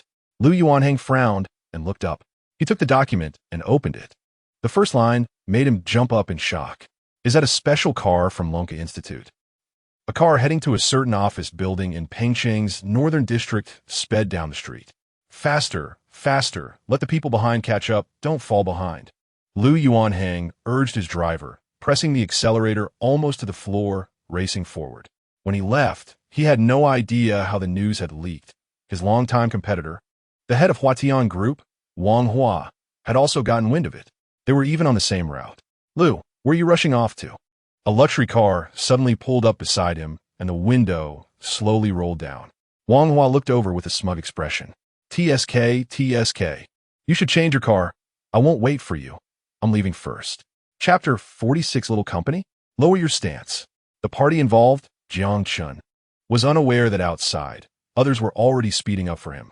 He himself was leisurely leaning back on his newly bought sofa, tapping away on his phone screen. After finishing, he abruptly stood up and casually placed his phone on the table in front of him. Looking through the one-way window beside him, he noticed that Wang Peng and others, who had arrived yesterday, were performing quite actively in their work. Had their relevant positions already been arranged? 01 paused its work and looked up to respond. Everything has been arranged. Jiangxin nodded and said nothing more. The strength of 01 was undeniable, beyond question. Suddenly, 01 seemed to sense something, its eyes flickering with a faint blue light. President Jiang, there are two significant forces approaching us. I hope President Jiang is ready in time. Oh, reflecting on past events. Jiang Chun couldn't recall his family offending anyone, and he certainly hadn't done so himself. He had always been cautious in school and had never crossed anyone. Unable to think of anything, Jiang Chun waved his hand, dismissing it. No matter who was coming, they would meet them head-on. Downstairs at Jianglin Technology Company, two convoys came to a halt one after another. Wang Hua adjusted his suit and looked arrogantly at Lu Yuanheng, who had just gotten out of the car. His tone was unfriendly. I advise Brother Lu not to stir up trouble today. Our Huatian Group is determined to succeed in this collaboration. Upon hearing this, Lu Yuanheng's official smile froze, his expression faltering as his teeth clenched. He thought to himself, this is bad. Wang Hua's Huatian Group was the strongest competitor to his Yuanheng Group in the entire Pengcheng area, although Lu Yuanheng was now financially strained. The current domestic and international markets recognize technology as the primary productive force. If one wanted to achieve success in the technology field, technological competitiveness was the greatest advantage. But thinking about it, in terms of overall technological strength and human resources, Lu Yuanheng knew that Yuanheng Group was no match for the other side. It could even be said that they had no power to resist at all. Yet, thinking about the technological research and development strength displayed by Jianglin Company, he felt a strong sense of unwillingness. As long as Yuanheng Group secured this collaboration with Jianglin Company, surpassing Huateng Group would be just around the corner. Since that was the case, Yuanhang Group was determined to persuade that young President Jiang today, even if it meant risking everything. Old Wang, before the matter is successful, it's better not to speak too confidently. If it ends up backfiring, that would hurt a lot. Moreover, who President Jiang of Jianglin Company chooses to collaborate with is up to his own abilities. Let us just wait and see. After saying this, Lu Yuanhang couldn't help but smile as he strode past Wang Hua, his chest unconsciously puffing out. What Yuanhang Group wanted, they had never failed to acquire so far. Even if it meant spending money, they would compete with Huateng Group. Lu Yuanhang was not a coward. Watching Lu Yuanhang's back, Wang Hua's smile instantly froze, his expression cold. Let us go. Inside an elevator, it was almost divided into two halves in an instant. The air pressure dropped significantly. Standing in the middle were Xia Shui, who now wished she could climb up the elevator cable to escape this pressure. It was better to be tired than to bear such stress. Until the elevator chimed, signaling their arrival, Xia Shui finally let out a sigh of relief. Without waiting for the doors to fully open, she dashed out. She couldn't help but murmur, wow. The air outside is really nice. Several gazes fell upon her, and following the crowd's eyes, Xia Shui raised her hand to knock on the door. The one who opened the door was Huangya. Looking at the dense crowd outside, she suddenly felt a powerful pressure hitting her face. Previously, she had only worked in a small store. When had she ever experienced such a scene? Nervous, she stammered a bit. May I ask who you're looking for? Wang Hua was about to speak, but Lu Yuanhang, standing slightly behind him, had no intention of giving him that chance, and squeezed in directly, smiling broadly to appear more gentle. Miss, we are here to see President Jiang. Is he in the company? President Jiang? Huanya was taken aback for a moment, but quickly realized they were referring to their new boss, who seemed to have the surname Jiang. Nodding, she replied, yes. He is here. Please come in. A group of people, including Wang Hua, Lu Yuanhang, and Xia Shui, rushed in, making the already not-so-small space feel extremely crowded. Inside, Wang Peng and Zhao Yize were somewhat at a loss upon seeing this, and could only stand up and return to their posts, ready to receive clients at any moment. With a click, the office door opened, drawing everyone's gaze towards it. Under the escort of 01, Jiang Chun walked over step by step. He was taken aback when he saw Lu Yuanhang. Wasn't he this uncle just here last night? Why was he back again? Could it be that he was here to acquire my company? A lot of questions surfaced in his mind. Looking at the room full of people, he felt a strong urge to expand the company scale for the first time. Gentlemen, if you have something to discuss, let us sit down and talk. As soon as he finished speaking, Lu Yuanhang and Wang Hua took their seats beside Jiang Chun, while the others, including Xia Shui, stood behind their boss. The opposing sides were clearly arranged, creating a tense atmosphere. Jiang Chun sat in the center, his gaze drifting slightly between the two sides, and he inexplicably felt that the air had become a bit tense. He couldn't help but wonder if his seating position was off. Why did it feel like he might get hurt in the crossfire? Lu Yuanhang lowered his head, thinking about what he should say later. While Wang Hua was sizing up Jiang Chun, the air suddenly fell silent. Lu Yuanhang wanted to quickly refresh Jiang Chen's impression of wanting to acquire his company.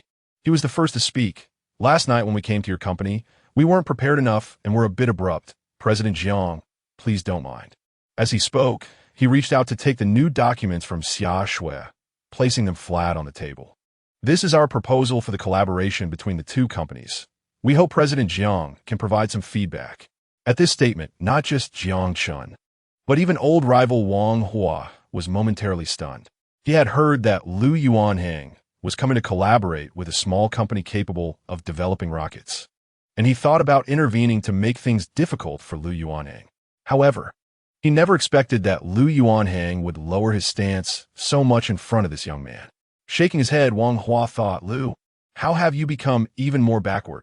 Chapter 47. Clear the inventory.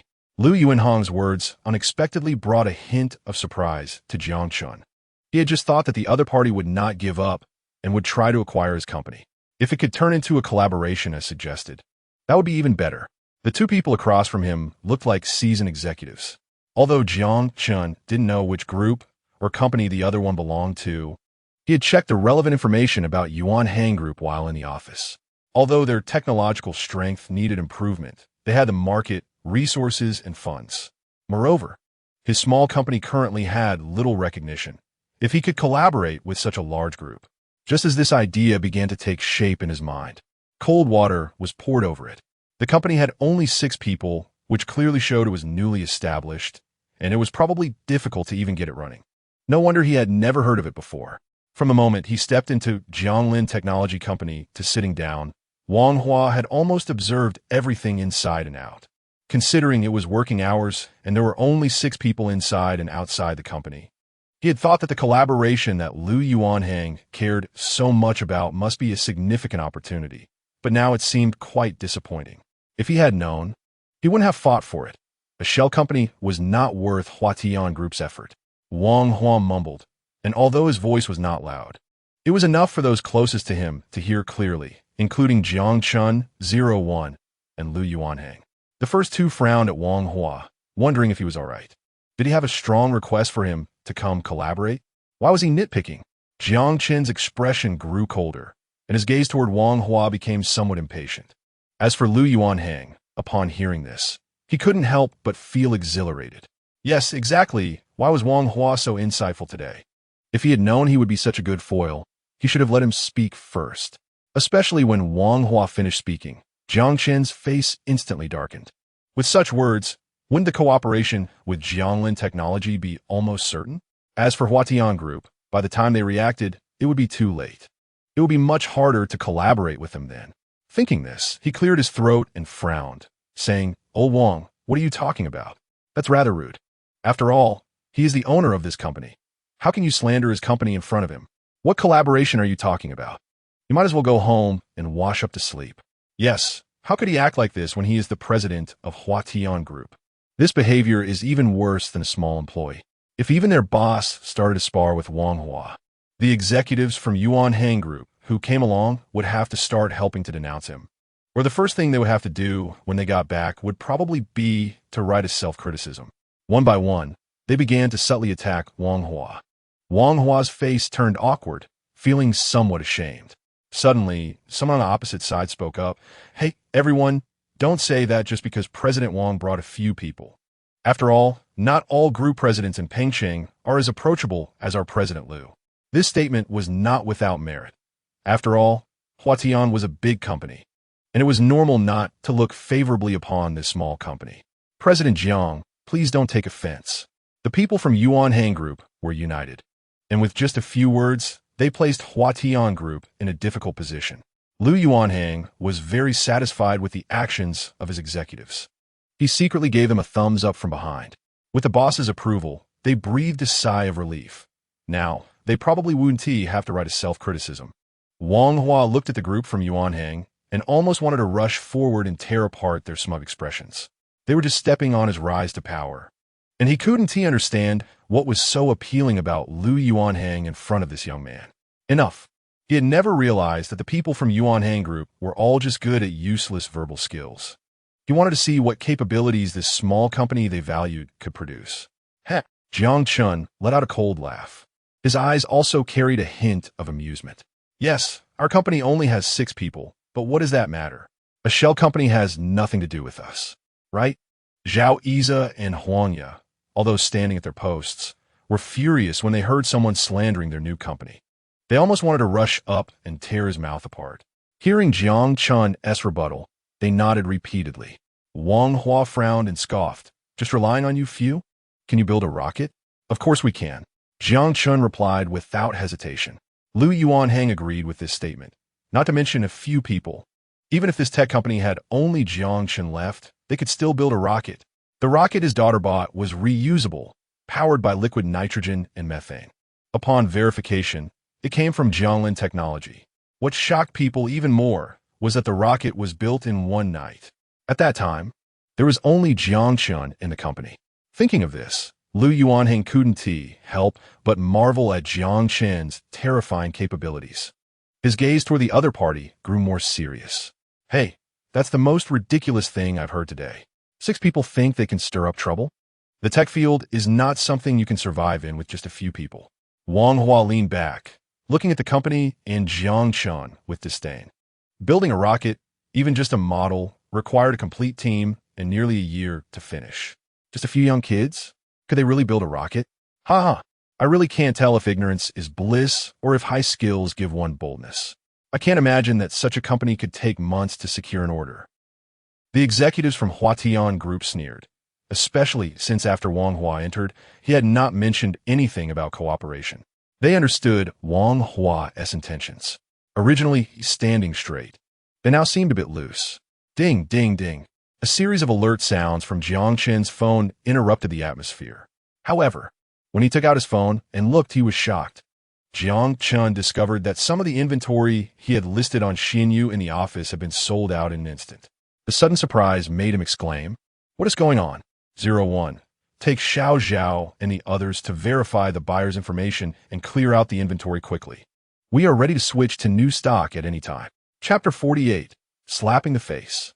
A large double standard scene fingers glided across the screen, watching order information pop up one by one. Jiang Chen couldn't help but smile widely. He even looked at Lu Yuanhang and Wang Hua with more favor. Seeing that Jiang Chen seemed to be in a good mood, Lu Yuanhang also started to smile, but this smile caught the attention of the other two bosses. Jiang Chen and Wang Hua both looked over simultaneously. Lu, you wouldn't have cleared the inventory just to flatter them, would you? If that's the case, I could laugh at their Yuanhang group for a lifetime. The executives from Huadian Group looked at Lu Yuanhang with a watching-the-show expression. Jiang Chen remained silent. He wasn't sure if the orders were indeed placed by the other party. He could only wait for Lu Yuanhang's response. At that moment, Lu Yuanhang turned his head to look at Xia Shui, his eyes questioning. She shook her head repeatedly, gesturing, "Boss, we didn't do this." "Oh, that's strange," Jiang Chen said, glancing at the orders in his hand. "Even the lowest tier drones have been bought. Who else besides Yuanhang Group would buy them?" Tap, tap, tap. Jiang Chen's ears perked up. He slightly tilted his head, noticing the sound of footsteps coming from the doorway, where a door was ajar. At the same time, a voice from 01 came through. "We've found out, President Jiang, the order information comes from Lonka Institute." Lonka Institute? Jiang Chen didn't have time to think further when he heard a scoff. "What are you dreaming about? Other small companies might not even look at your technology products, let alone Lonka Institute. TSK, TSK. I really admire your imagination. Yes, our Huadian Group can't be called a top technology group, but we have expressed our sincerity to Lonka Institute multiple times, and we've never received a response. How could it not be possible?" A deep voice with an air of authority came from the doorway. Two men dressed in Zhongshan suits, with Lonka Institute's exclusive badges on their chests, walked in. Their unfriendly gazes swept across everyone in the room except for Jiang Chen. Seeing the people from Lonka Institute, Wang Hua immediately thought of collaboration and clinging to their influence. He stood up and extended his hand.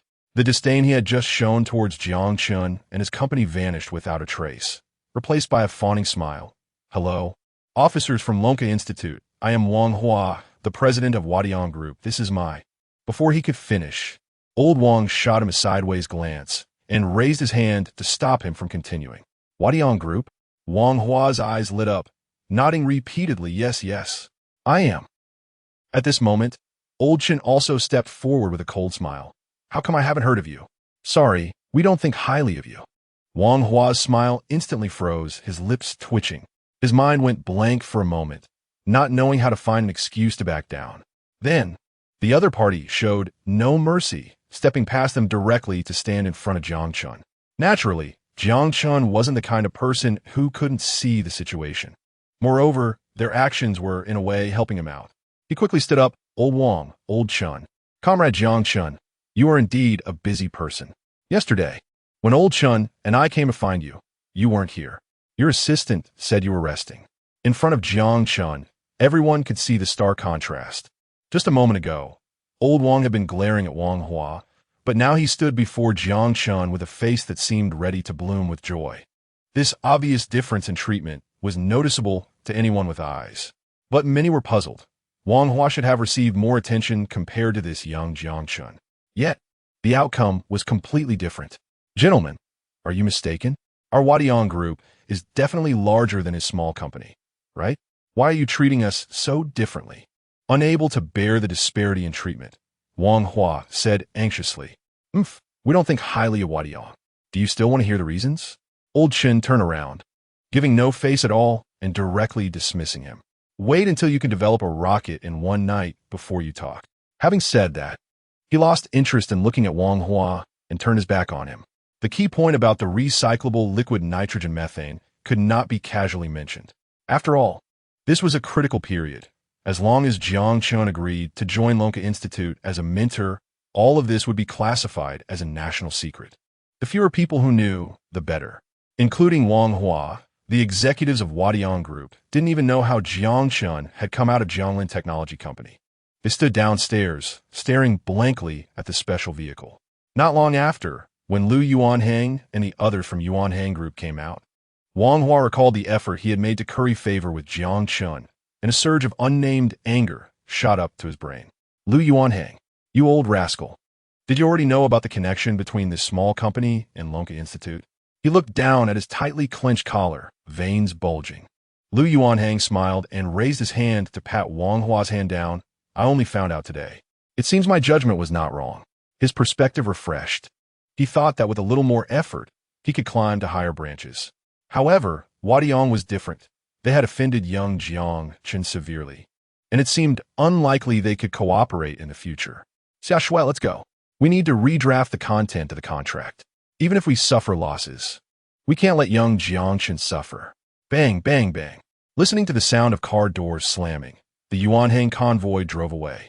Wang Hua's face turned almost as black as a pot bottom, and he kicked a nearby trash can. Damn, Lu Yuanhang is a schemer. Boss, what should we do next? Wang Hua's eyes flickered with a hint of malice as he looked up at the 18th floor. Let's go back to the company. Jianglin Technology. Huangya entered the office to deliver tea and then stepped back out. She nodded to her colleagues. I remember now. It's those two big shots who were receiving goods at the door back then. Phew, that's great. The boss doesn't have to endure that old Deng's temper anymore.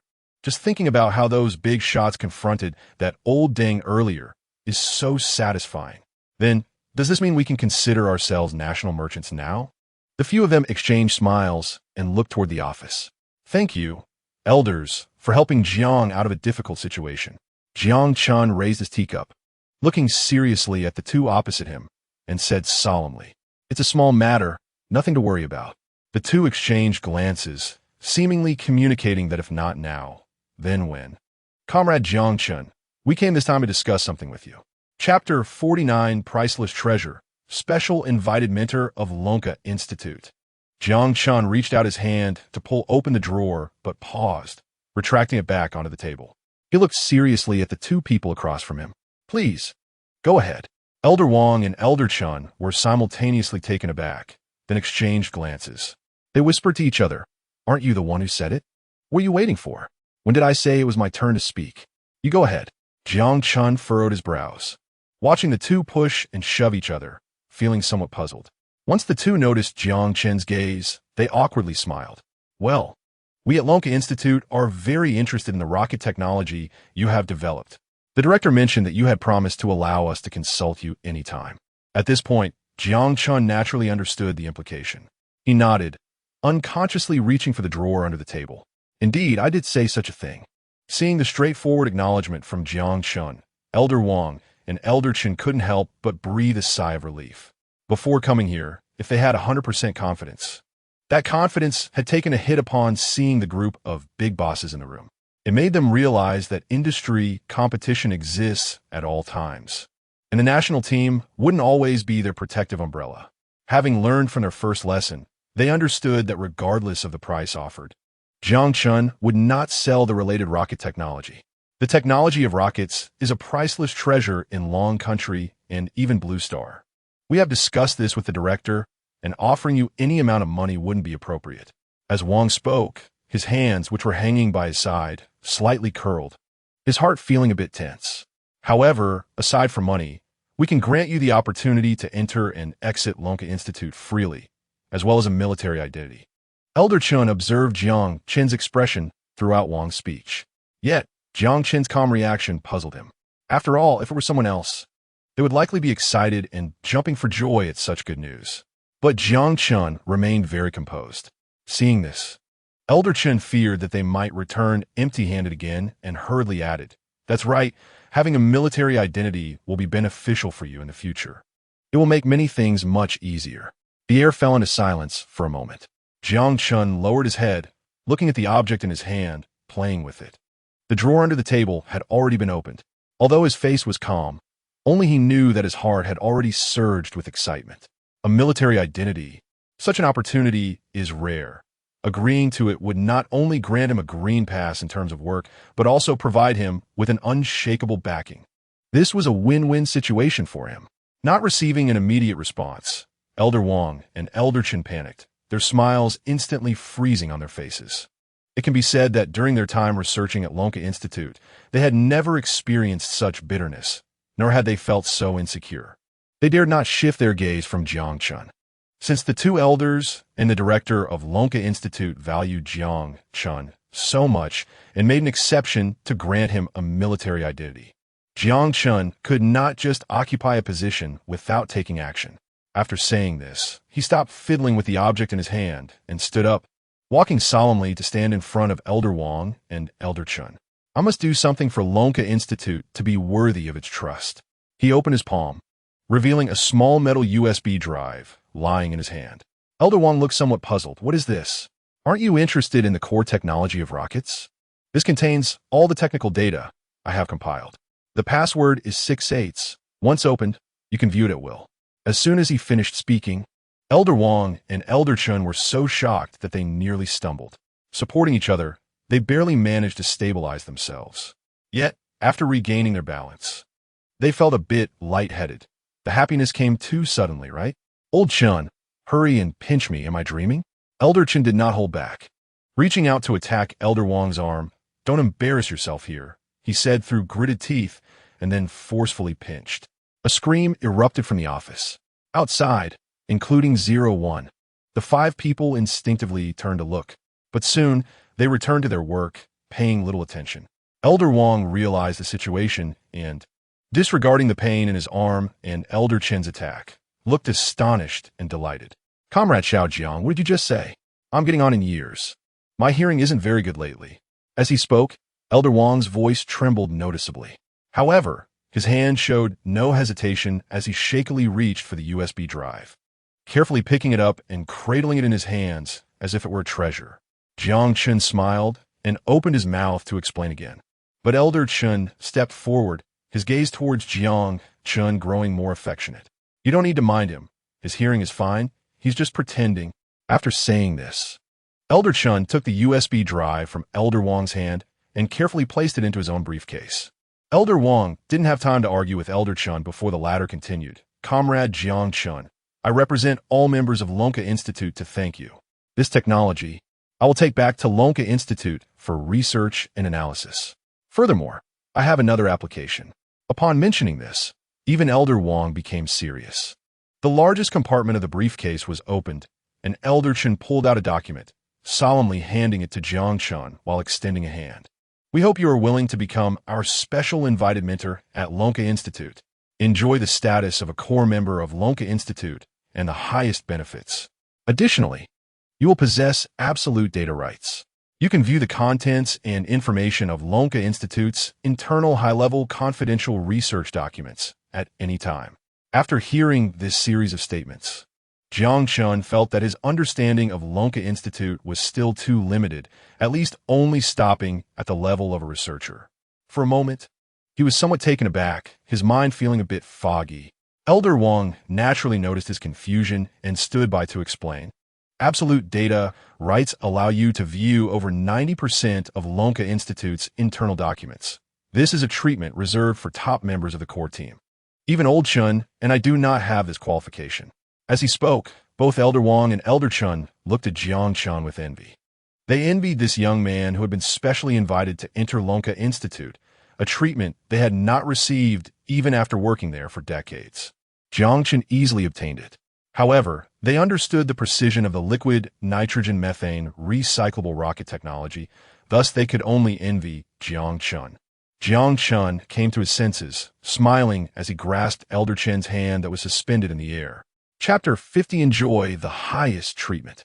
After listening to the words of the two, Jiang Chun finally reacted completely. The military identity and status he received from the Dragon Academy of Sciences were due to the rocket he created. The fact that he could enter the Dragon Academy at any time and access most of its research materials deeply moved Jiang Chun. After all, he still had Jianglin technology to manage, and the technologies he occasionally brought out from the space could not undergo the normal approval process like regular research. Staying at the Dragon Academy often would not allow him to achieve these 2 points perfectly. Thinking this way, the conditions they offered now were simply tailor-made for him. With one hand, he took the document handed over by Old Chun and thanked him. "Thank you, Old Chun." Old Wang. Having gotten used to being rejected by Jiang Chun, Old Wang and Old Chun were somewhat dazed when he suddenly accepted the invitation from the Dragon Academy. But they quickly came to their senses. The Dragon Academy valued genius the most. At all times, they must not let the national heroes who forge weapons for the country feel disheartened.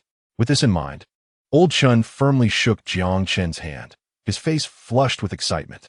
"Welcome, Comrade Jiang Chun. From today onwards, you are a core member of our Dragon Academy." Indeed, although he was not yet a first-level researcher, he was already just a step away from being a second-level researcher.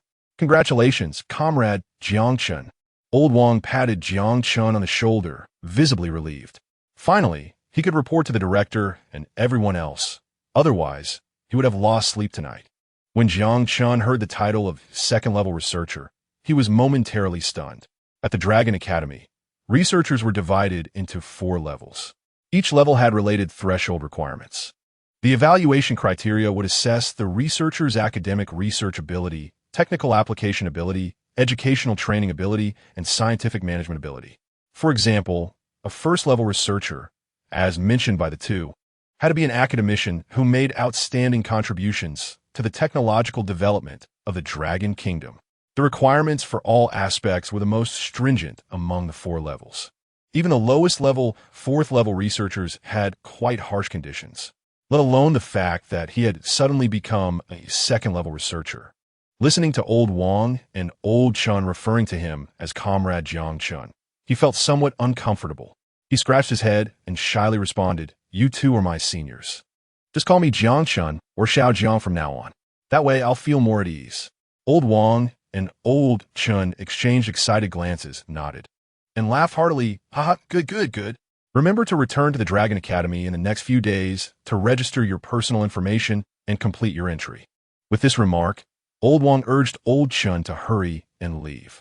At first, Jiang Chun was a bit confused, but after sending them downstairs, he realized that they were eager to bring the rocket technology back to the Dragon Academy for research.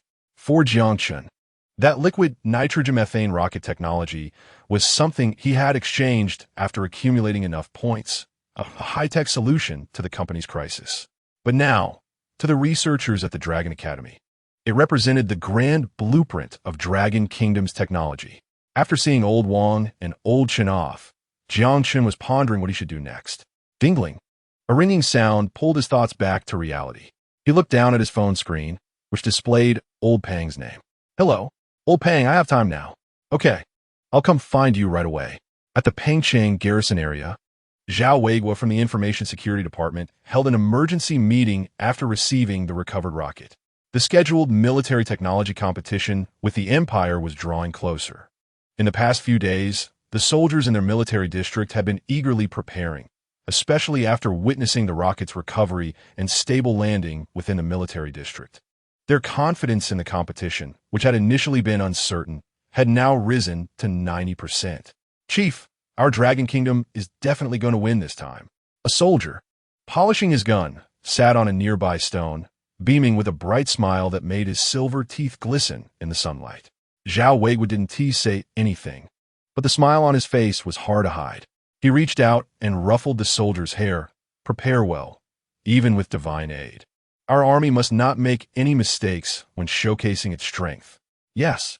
The soldier, along with a few others, jumped up and shouted loudly upon hearing this. Back in his office, before he could settle into his chair, a guard rushed in holding his satellite phone. "Chief, the Strategic Command Headquarters is calling." At the sound, Zhao Weigua immediately stood up, walked around his desk, and strode over.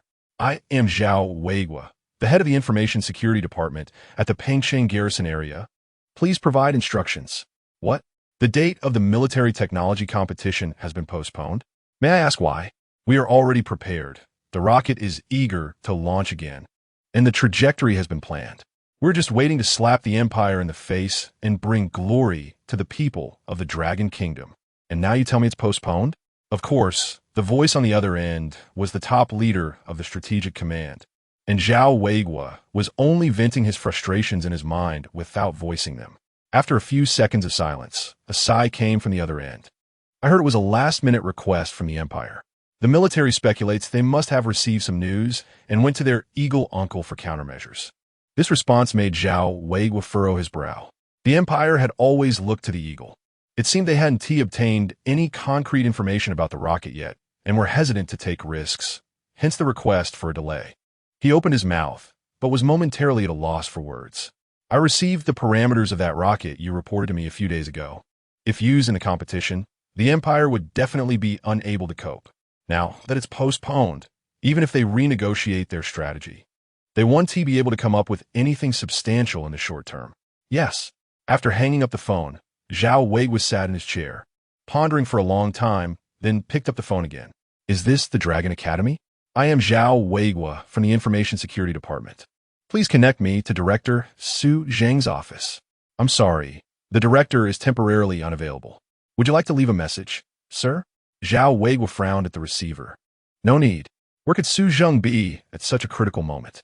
In his office, Zhao Weigua couldn't sit still, pacing back and forth. He simply stood up and called out, "Get a car ready. I need to go out." Chapter 51. This fool, truly hopeless. As the afternoon approached the end of school, many students were coming in and out of the entrance of Lonka University.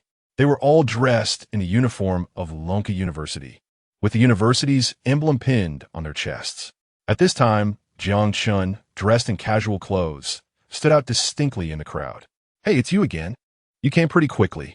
Old Pang just called and said you could go in and find him directly." The security guard's attitude was much better compared to their first meeting.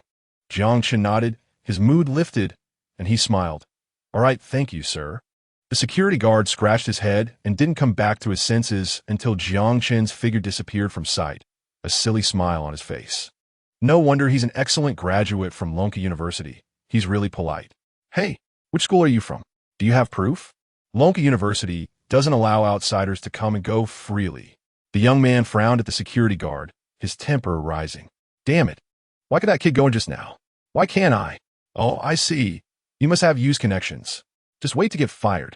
The security guard looked at the punk in front of him, his eyes wide with shock.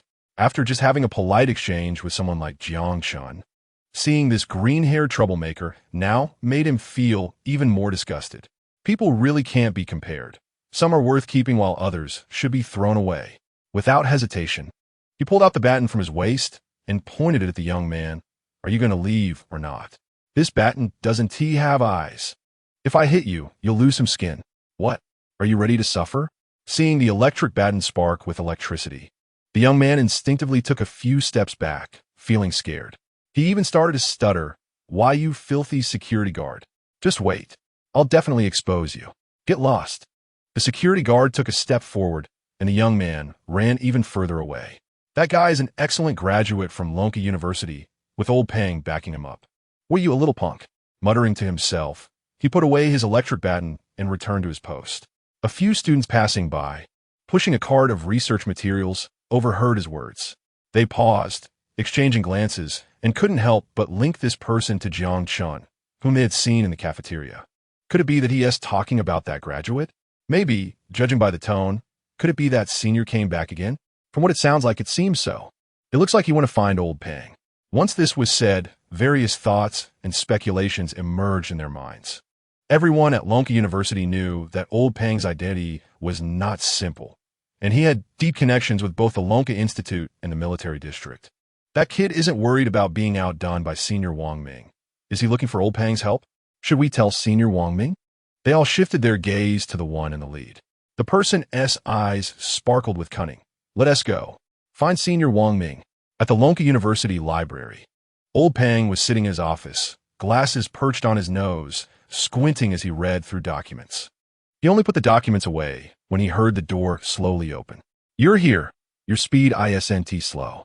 To Old Pang, who was both his father's teacher and a senior figure, Jiang Chun treated him with respect.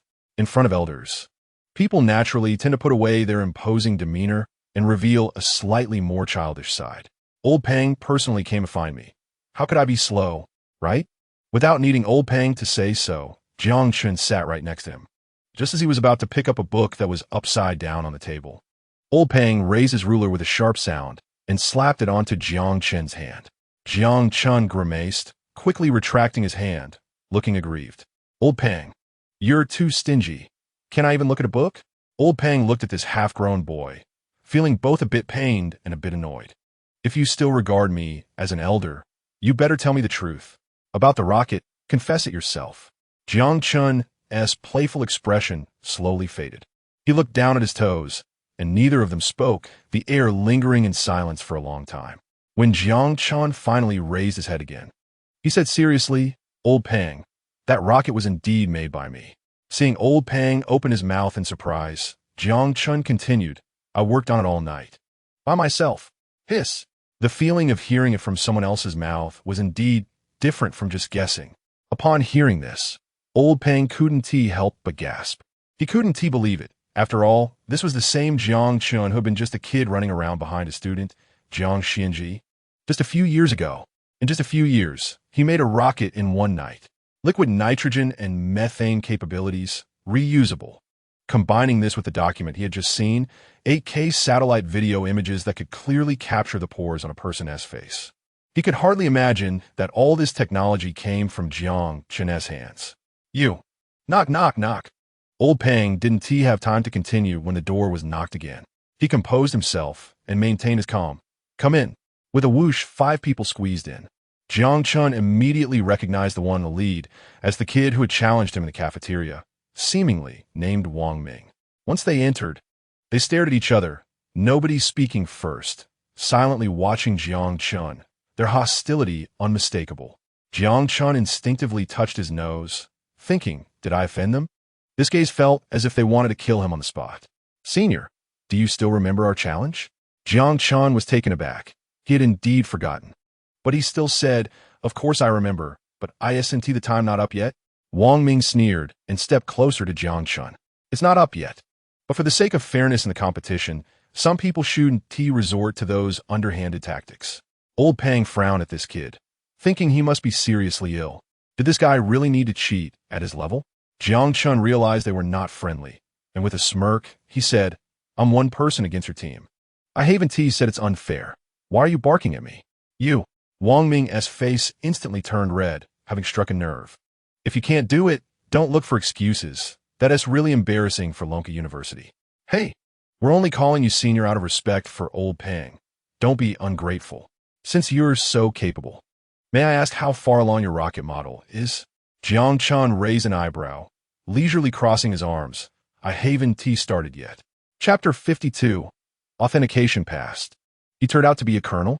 As soon as these words were spoken, Wang Ming and the others couldn't help but look towards Jiang Chun. The expressions on their faces were even more intriguing. Hasn't it started yet? 2 days have already passed. Manufacturing the rocket model, even a minute is extremely precious. Senior brother, will you be able to complete the model on time? Puffed. A few people who came with Wang Ming couldn't help but laugh out loud. It seems I can only come up with a model frame, right? Looking at the room full of brainless students, Old Pang's brows instantly furrowed into a knot that couldn't be untangled. These fools, they're truly hopelessly stupid. No matter what, the time hasn't come yet. Are you all too idle?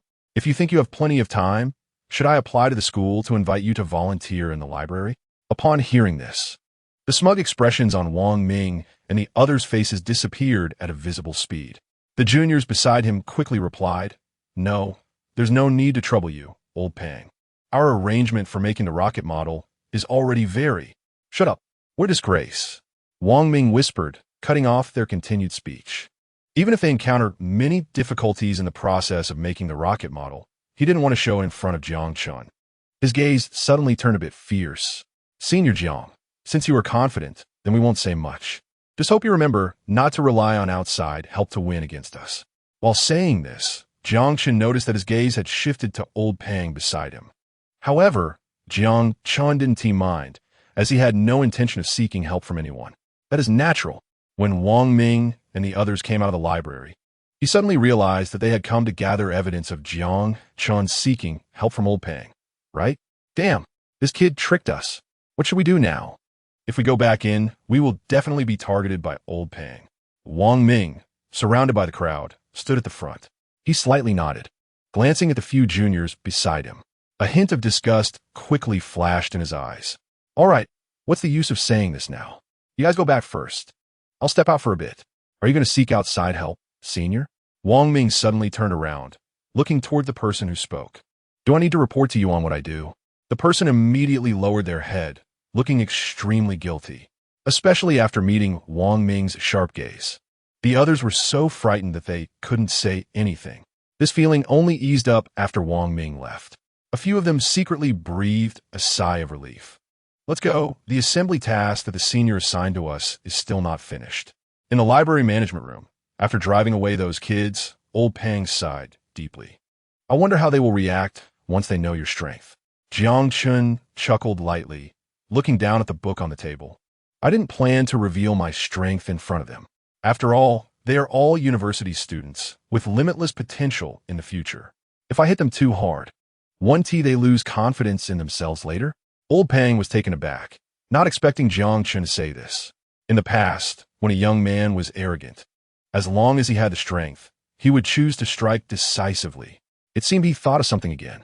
Old Pang stood up, picked up the jacket hanging on the chair, and draped it over his arm. Let us go. I'll take you to a place. What place? Don't ask. Just follow me. Before leaving, he locked the document he and T finished reading in his small safe like a treasure. Half an hour later, the two of them, on a bicycle, suddenly stopped in front of a building that looked extremely solemn. The large sign at the entrance was engraved with the gilded words Dragon Country Scientific Research Institute. On both sides stood straight soldiers holding firearms. Earlier, he hadn't seen the road clearly from the back seat. He only thought about where old Pang would take him, standing in front of the Dragon Institute. Jiang Chen dreamed of this moment. Although he was now considered a specially invited mentor of the Dragon Institute, he wasn't prepared to come here yet. Old Pang, why did you bring me here? Jiang Chen almost couldn't find his voice when he said this. Old Pang didn't speak, and after setting the bicycle aside, he directly led Jiang Chen toward the entrance. One hand rummaged in his pocket for something. A small square booklet was handed over. The next second, the two soldiers suddenly stood straight and saluted, loudly proclaiming, Colonel Pang. Jiang Chen couldn't help but gasp in shock. He turned his head abruptly to look at old Pang beside him. His heart couldn't help but marvel. Old Pang. He is actually a colonel? Then why is he not in the military district, but appears in Dragon Science University, and he's my father's teacher?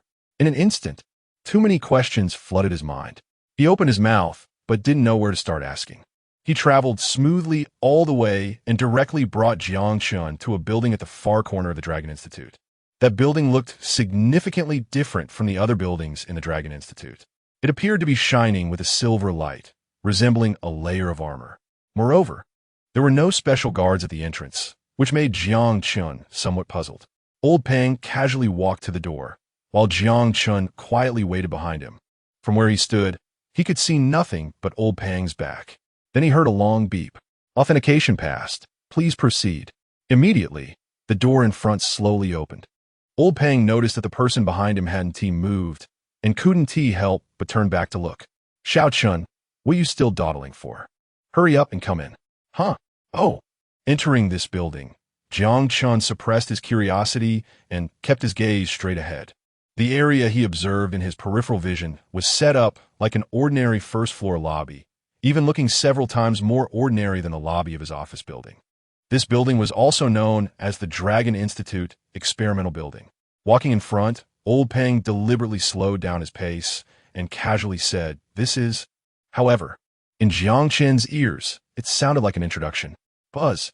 A wall recessed, then moved aside to open. Some glaring light shone from that direction. Jiang Chen instinctively raised his hand to shield his eyes from the bright light, and after adapting, he slowly lowered it. Seeing the scene before him, Jiang Chun was stunned. The staff inside were wearing mid-length white lab coats and uniformly wearing goggles. They stood at their respective posts, researching something, until someone noticed their arrival. "Old Pang, what brings you here?" A middle-aged man spoke, putting down the tool in his hand and rushing over. "I brought you a surprise." Chapter 53. We cannot let the national hero feel disheartened. "Oh, what a surprise." Before he could finish his sentence, the smile on his face began to fade. However, upon seeing Jiang Chun, a complete outsider to the Dragon Science Institute, the smile quickly disappeared. Was this a surprise? It was more like a shock. "Old Pang, what is this situation? You know the rules of the Dragon Science Institute. Please don't scare me." Old Pang naturally understood the other person's meaning. However, he just smiled and did not answer, instead turning to Jiang Chun. "Xiao Chun, let me introduce you. This is the building head in the experimental building of the Dragon Science Institute. Colonel Zhou Hongbin." "Colonel Zhou, hello, I am Jiang Chun, one of your future colleagues." After saying this, he extended his hand with a sincere smile and earnest eyes. Colonel Zhou Hongbin had not expected Old Pang to put him in a difficult situation this time. Under the gaze of so many colleagues behind him, he felt awkward whether to shake hands or not. Any decision he made could lead to trouble, and hesitating for even a second might leave him in a difficult position. "Colonel Zhou, you must not let that outsider in." A man with the same medals as Zhou Hongbin slowly approached. With a cryptic smile on his lips, his eyes scrutinized Jiang Chun from top to bottom. "I say, Old Pang, isn't it enough to have suffered such a loss once? Why haven't you learned your lesson? You know, if it weren't for your stubbornness back then, how could you have been pulled from your leadership position? Lu Quan, if you don't want your mouth, you can donate it, or I can help you dispose of it." Old Pang's voice was low, almost indistinguishable, and his imposing aura was released. His sharp eyes shot towards Lu Quan. The latter trembled slightly, goosebumps rising on his skin. He inadvertently shifted half his body behind Zhou Hongbin. His tone immediately weakened. The Dragon Science Institute had its rules, and outsiders were not allowed in. Hearing this, Old Pang was not angry. At this moment, his gaze inadvertently glanced at the lab, where the board indicated research related to liquid nitrogen methane rockets. His eyes brightened. This was indeed a timely reminder.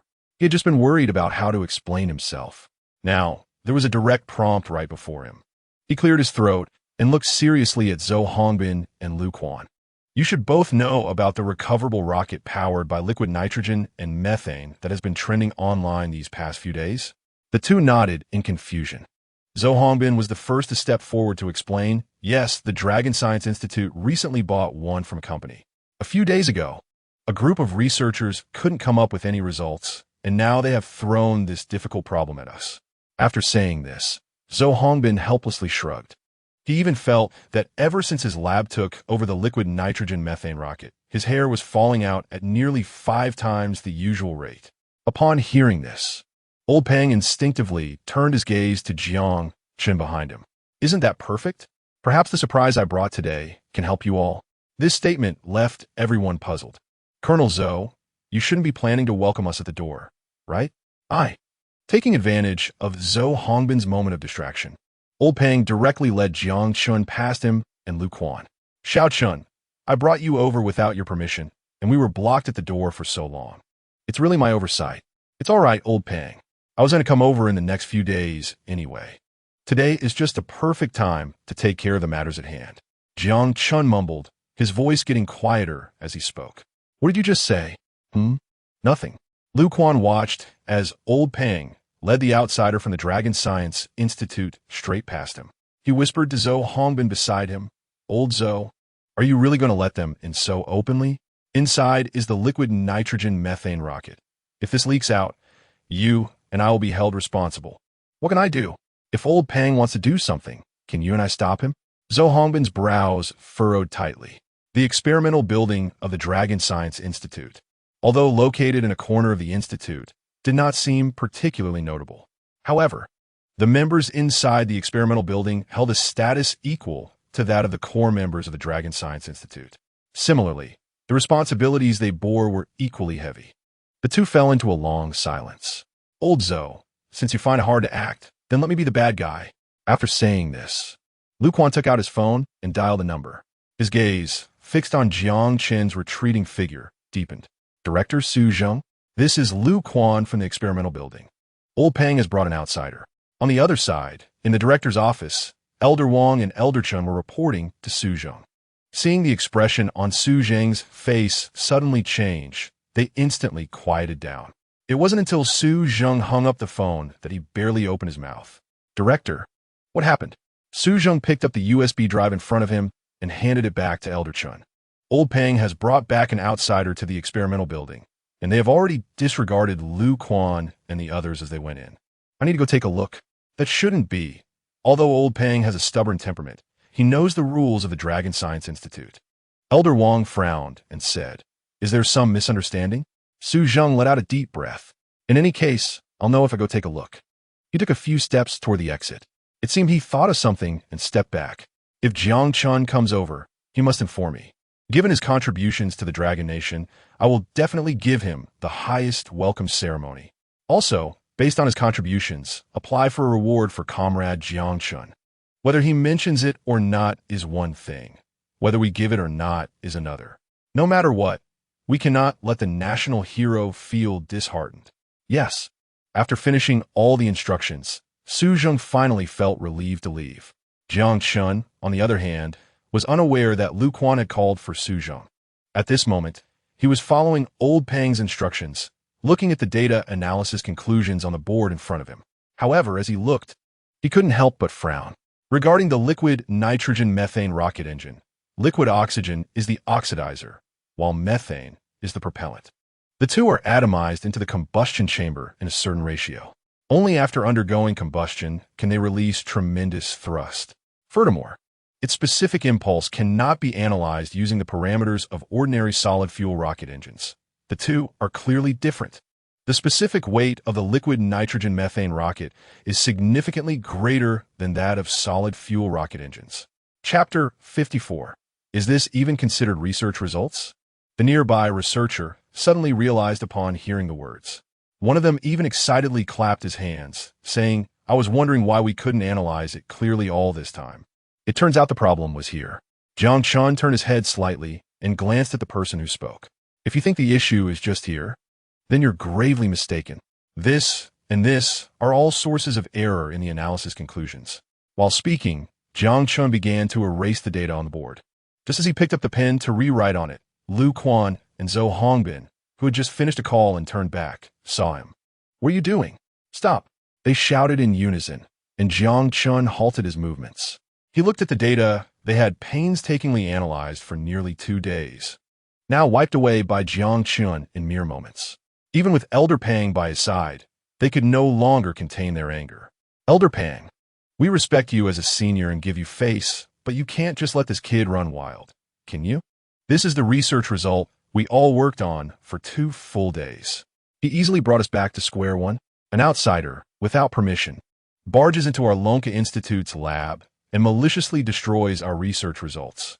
Comrade, if I were you, I would already be preparing to face a military tribunal. Elder Pang opened his mouth, wanting to explain, but Lu Quan didn't give him a chance. He directly continued Zhou Hongbin's words. He wasn't too concerned about their reactions. He was only worried because Jiang Chun was brought by him. If these people angered Jiang Chun, he feared that Jiang Chun would just walk away. Watching Jiang Chun, who remained unfazed, Elder Pang was uncertain about his temperament. Especially after the recent rocket incident, he clearly felt that the once naive and sunny boy had grown up, becoming someone he completely didn't understand. Jiang Chun attached the eraser back to its original position. He twirled the marker in his fingers. I really don't know when it became acceptable to call the content moved and piled up from elsewhere as one's own research results. The content clearly marked in the Long Country's Rocket Series Parameters Encyclopedia. Just because it's moved here, can it become parameters for a liquid nitrogen-methane rocket? Jiang Chun couldn't help but chuckle in anger. If research were really that simple, then I think Long Country would have already become #1 in Blue Star. Although he also created a liquid nitrogen-methane rocket using the Yanhuang technology system, he had fully grasped the relevant data, core technologies, and manufacturing methods through subsequent study. Are you implying that a student who looks like he just graduated understands rockets better than us professionals? Lu Quan's eyes were filled with confusion. On the surface, he was trying to find an advantage based on Jiang Chen's age, but in reality, he was trying to find a way out for himself and his colleagues. However, Jiang Chen had no intention of giving them face. He stood still for half a second, flipped the marker, and removed the cap. As a natural gas produced under low temperature and low pressure, liquid methane belongs to hydrogen-oxygen synthesis and is a new type of solid-state hydrogen emergency fuel. Its high energy density, high combustion rate, and convenient storage characteristics make it suitable as rocket fuel. Additionally, based on previous research in Long Country, the vacuum thrust of a 10-ton liquid methane engine has reached 100 knots, while my recent research conclusion is about the 200-ton full-flow stage combustion liquid nitrogen methane engine, which has achieved a sea-level thrust of 2,000 knots. After a moment's thought, Jiang Chen abruptly changed the subject. However, liquid nitrogen itself is not an excellent propellant. Its specific impulse is significantly affected by the nitrogen molecular weight. A higher nitrogen molecular weight actually reduces specific impulse. If we talk about the highest specific impulse, it should be liquid hydrogen. Upon hearing this, Lu Quan was shocked, astonished at how thoroughly Jiang Chen understood liquid nitrogen methane at such a young age. But he couldn't help but retort, a rocket powered by liquid nitrogen methane has already been built, and its data parameters are quite impressive. So if what you're saying is true, why not replace methane with liquid hydrogen as a propellant? The researchers beside him nodded in agreement, supporting Lu Quan's viewpoint. However, their actions left Jiang Chen stunned. He looked at them with a gaze that seemed to say, "Are you idiots?" Their eyes were fixed on him. Jiang Chen helplessly spoke. While liquid hydrogen has a higher specific impulse than methane, it has a lower density and is relatively expensive. Comparatively, the density of methane is 6 times that of liquid hydrogen, and its cost is less than 1/30th of liquid hydrogen. So, do you think your question shows any technical understanding? Jiang Chen turned his gaze back to the board in front of him. As for all the researchers in the lab, including Lu Quan, after being retorted by Jiang Chen, their faces flushed red, wishing they could just find a hole to hide in. Some even couldn't help but whisper, "He makes a valid point. So what? He's just a kid. I want to see what else he can say." Lu Quan felt inexplicably annoyed hearing this. Yes. What was I worried about earlier? This is just a coincidence. I refuse to believe he can articulate the application of liquid nitrogen methane so fluently. After all, this is a technology that even Long Country has yet to master. Buzzing. His phone vibrated incessantly in his pocket. Lu Quan retreated to a corner, and upon seeing the message, his eyes brightened. "Director, I'll go out to meet you right now." Seizing the opportunity while others weren't paying attention, Lu Quan smirked, "Jiang Chen. Just wait until the director comes in and see how he punishes you." Jiang Chen's explanation did not pause due to any interruptions in the research room. Inside the lab, the sound of Jiang Chen's writing had become the accompaniment to his speech. He began to explain key technologies such as the hot testing of igniters, the hot testing of gas generator scaling components, as well as starting technology, stable combustion technology, cooling technology, and liquid methane engine ignition technology. As he spoke, the previously empty board that he had just wiped clean was already filled with various data again. Even Elder Pang, who understood Jiang Chen the best on site, seemed to have a hard time recognizing him. Glancing at the reactions of others, he saw their eyes wide open. Chapter 55. Technology dedicated to the country. Expecting no returns, these researchers stood there in a daze, exchanging glances, wide-eyed in shock. Their breath was held, clearly not expecting such performance from Jiang Chen. Similarly, the emotional impact on Zhou Hongbin and Old Pang was no less than that of the others. Especially Zhou Hongbin, who had no understanding of Jiang Chen, quietly moved closer to Old Pang. His tone was slightly flattering. "Old Pang, where did you bring this kid from? How does he know so much about liquid nitrogen methane rockets?" Looking at the data on the board, all of it was written down by Jiang Chen from memory. Without checking his phone or looking up information, everyone had witnessed this firsthand. If it weren't for his young age, I would suspect that he had manufactured the liquid methane rocket himself. Zhou Hongbin's speculation made Old Pang turn his head to look over. "Oh, it seems that there are some clever members in their lab," he thought, his eyes brightening. He opened his mouth as if to say something, but then quickly closed it again. Outside the building, the authentication door slowly opened. Su Zheng was standing at the center of the entrance, hands clasped behind his back, looking serious. "Director, you finally made it," he said. "That young man old Pang brought back is really too much. You'd think it was enough for him to go in, but he even wiped away the data analysis we painstakingly wrote." As he explained, Lu Quan led Su Zheng inside. During this walk, Su Zheng's impression of both the young man and old Pang became extremely negative. He had already thought about calling the security team to apprehend him later. After walking a few steps and arriving at the research room door, Su Zheng turned to Lu Quan. "You call the guards and have them wait outside." Upon hearing this, Lu Quan's expression became joyful. "Yes, I'll go right now." Su Zheng stood at the door for pupil authentication. He heard a long beep, and the door opened wide. The scene of everyone greeting him did not appear. Instead, all he saw were people forming a semicircle around the board, the room quiet enough that a pin drop could be heard, with the only sound coming from the person at the center. The liquid nitrogen methane rocket engine uses several main cycle methods: gas generator cycle, expander cycle, an oxygen-rich stage combustion cycle, etc. I've marked them all here, so I won't list them one by one. Looking at this, Su Zheng squinted and moved closer. His ears almost perked up. Suddenly, an inexplicable memory began to invade his brain. Hiss, why does this person's voice sound somewhat familiar? Moreover, this person was clearly explaining the content about liquid nitrogen methane rockets, including the term full flow stage combustion cycle. Wait, this is a term that appeared in the USB drive brought back by Old Wang. A bold thought suddenly struck Su Zheng's mind. The only person he remembered knowing about liquid nitrogen methane rocket technology was Jiang Chun. Realizing this, Su Zheng's breath began to quicken. His gaze sharpened. "Comrade, step aside. I can't see clearly. Why should I?" The researcher's words were cut off as he turned around to see Su Zheng's face darkening. His tone faltered, clearly trembling. "Director, when did you arrive?" As soon as this was said, everyone turned to look. Among them was Jiang Chun, who had just finished writing. Upon seeing Jiang Chun's face, Su Zheng no longer cared about the researchers around him greeting him. He raised a hand to silence everyone, stepping forward, wearing a kind and gentle smile. He tried to maintain a calm exterior, but inside, his emotions were in turmoil. "Young comrade Jiang Chun, why didn't you say you were coming earlier? If I had known, I would have personally led the honor guard to welcome you at the front door." His gaze inadvertently caught the dense data on the board and the conspicuously written analysis of recyclable technology in the corner. Of course, as soon as Jiang Chun moved, everyone noticed. Their pupils trembled. He wrote, "Recyclable technology? Yes, it seems so. My glasses were just fitted yesterday, and I can see it clearly." So, what he just talked about was the principles of liquid nitrogen methane application, engine technology, and now he's also written about recyclability. The same question marks appeared in everyone's eyes, and they were all in unprecedented shock.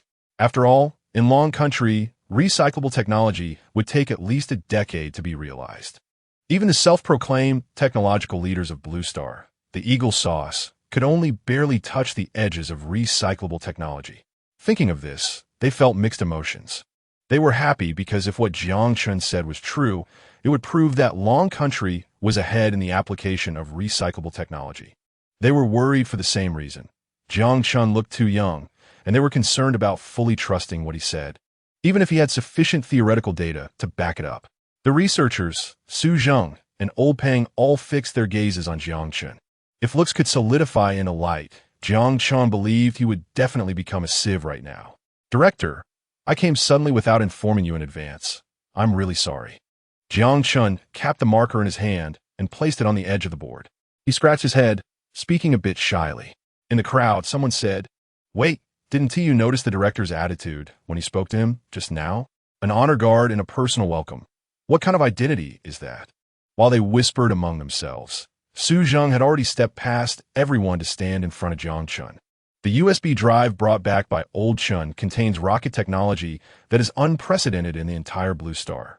I believe that with this technology, Long Country's scientific and technological strength will surely leap to a leading position. So, to express our gratitude, aside from what we promised you earlier, let us at least reimburse you for something.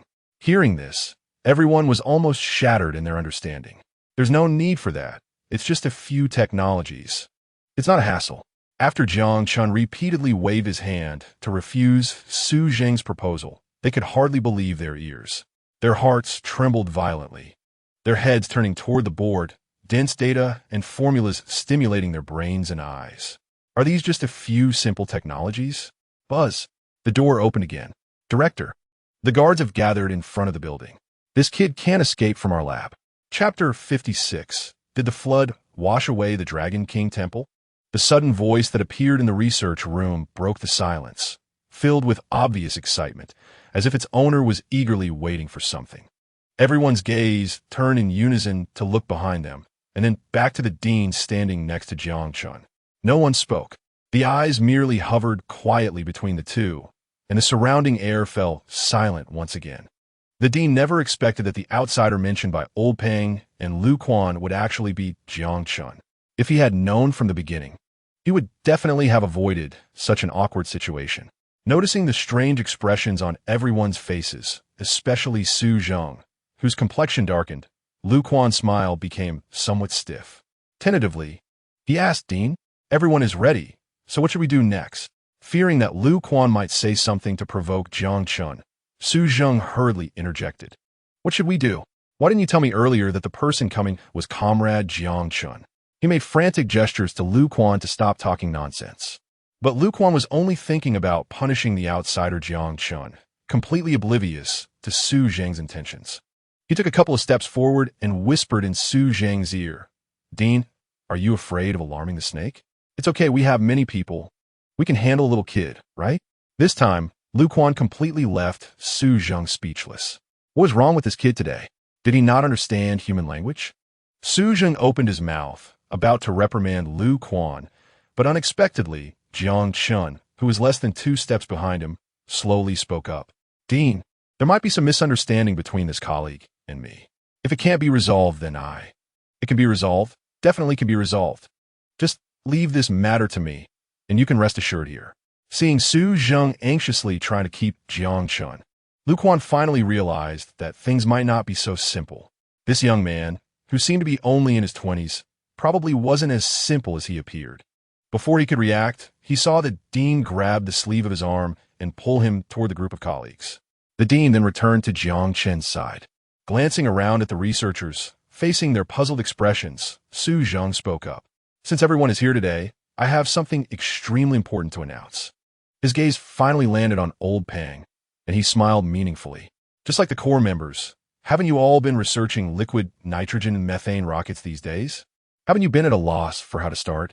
Haven't you been curious about what kind of genius can lead the world in developing such powerful scientific research equipment?"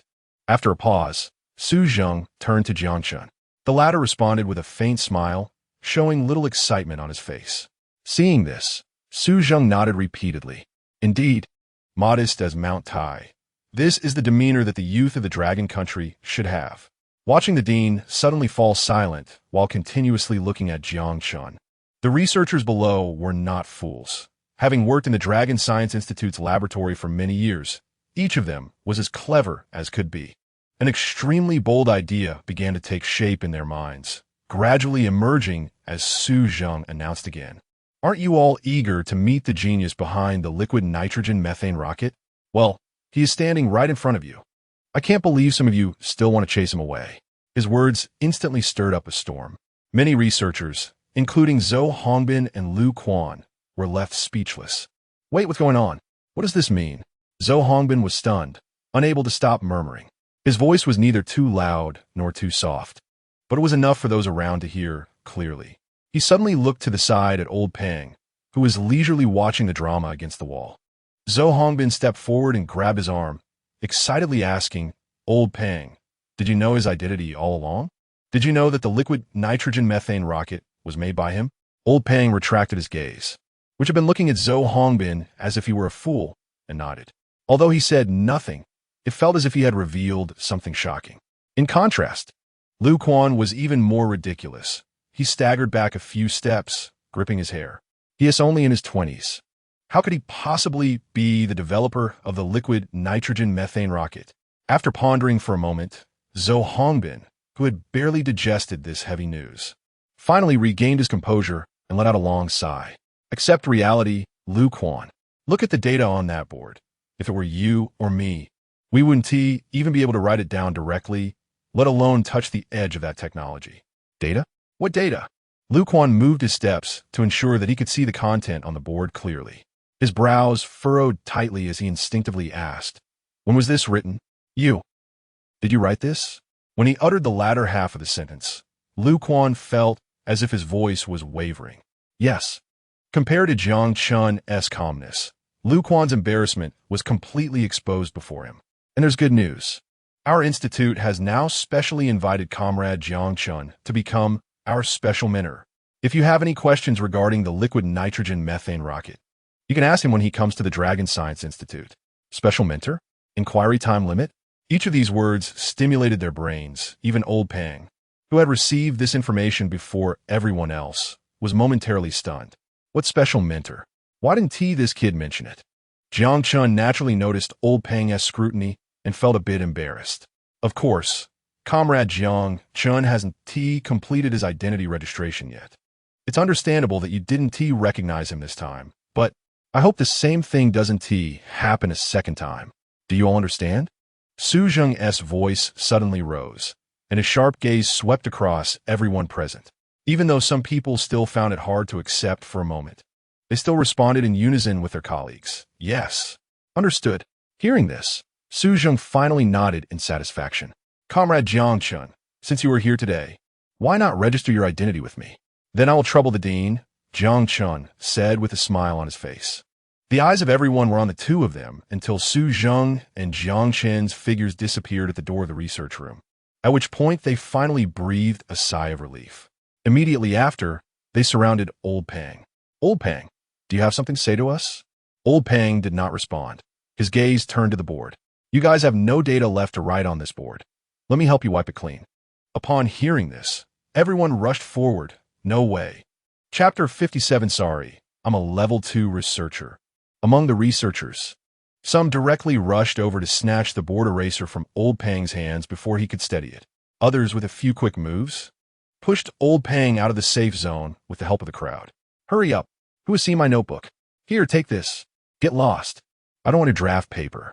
Can't you just lower your head in front? We can't see anything.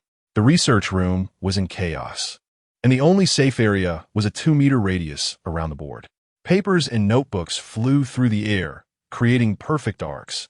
After a wave of passing writing tools, everyone neatly sat around the board. What Old Pang saw next was the researchers raising their heads, lowering their heads, thinking and writing notes in the entire process. He couldn't help but feel emotional. Just now, they were all questioning the youth and capability of others, and now they were afraid they would miss recording Jiang Chen's notes. TSK, TSK, TSK. In the archives of the Dragon Science Institute, Su Zheng brought Jiang Chen in and immediately encountered Old Wang and Old Chun, who were busy archiving technical documents. They were not expecting Jiang Chen's arrival, and their excitement was evident. They dropped the documents in their hands and rushed towards Jiang Chen, moving with great speed. The administrator was stunned by this scene.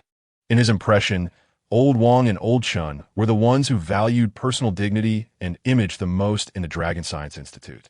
It was incredible to see such a completely different side of them in his lifetime. The person in charge prepared the document information entry process.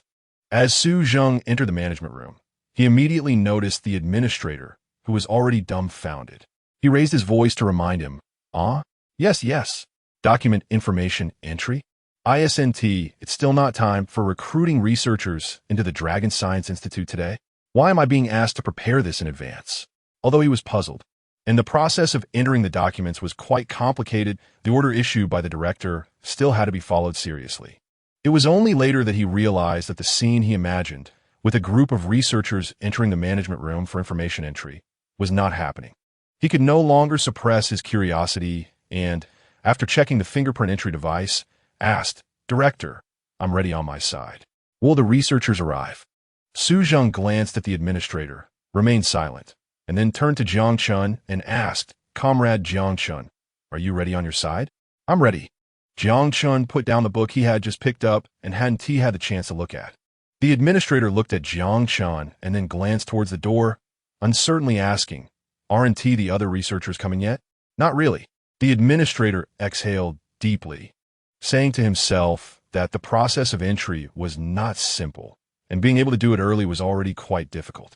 He turned and instructed his assistant while walking back to his office. "Have them line up, and later let in 5 at a time."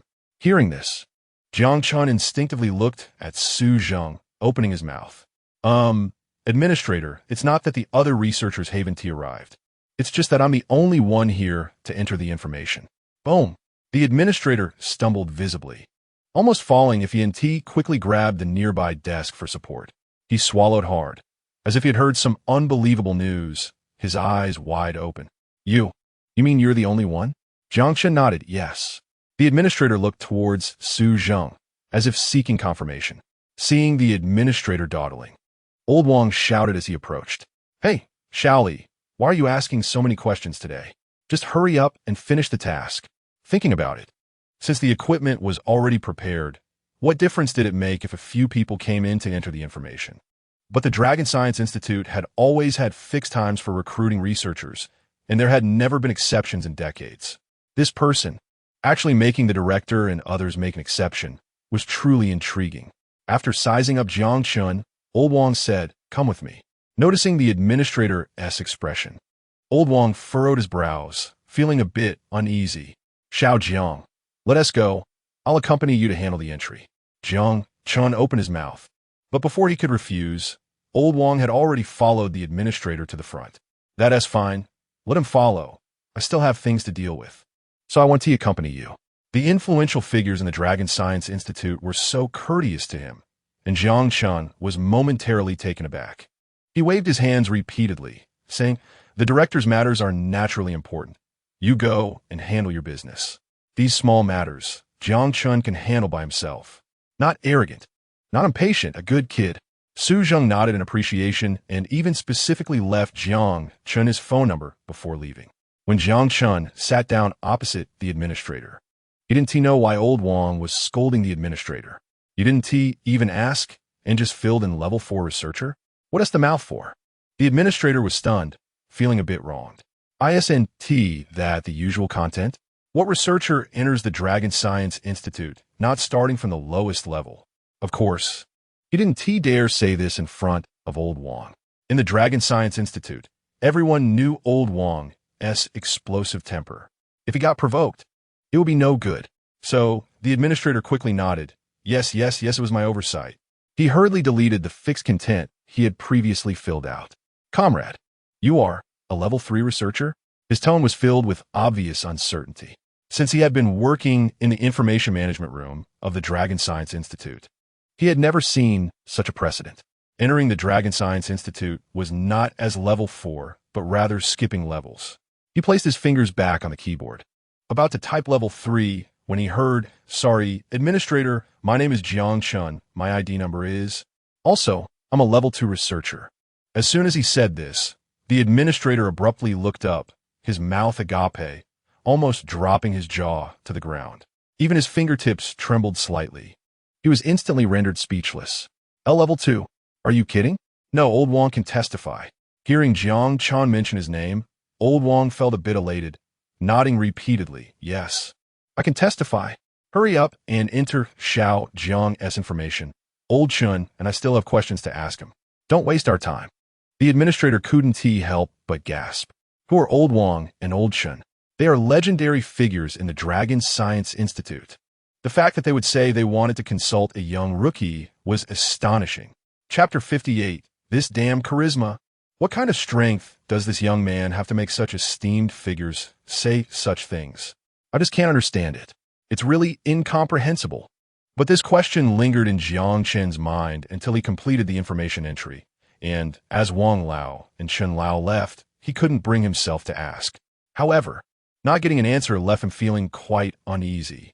Did you hear what the dean and the others said when they were close to you? The administrator tilted his head to look at his assistant. The assistant nodded, then shook his head. I didn't hear clearly.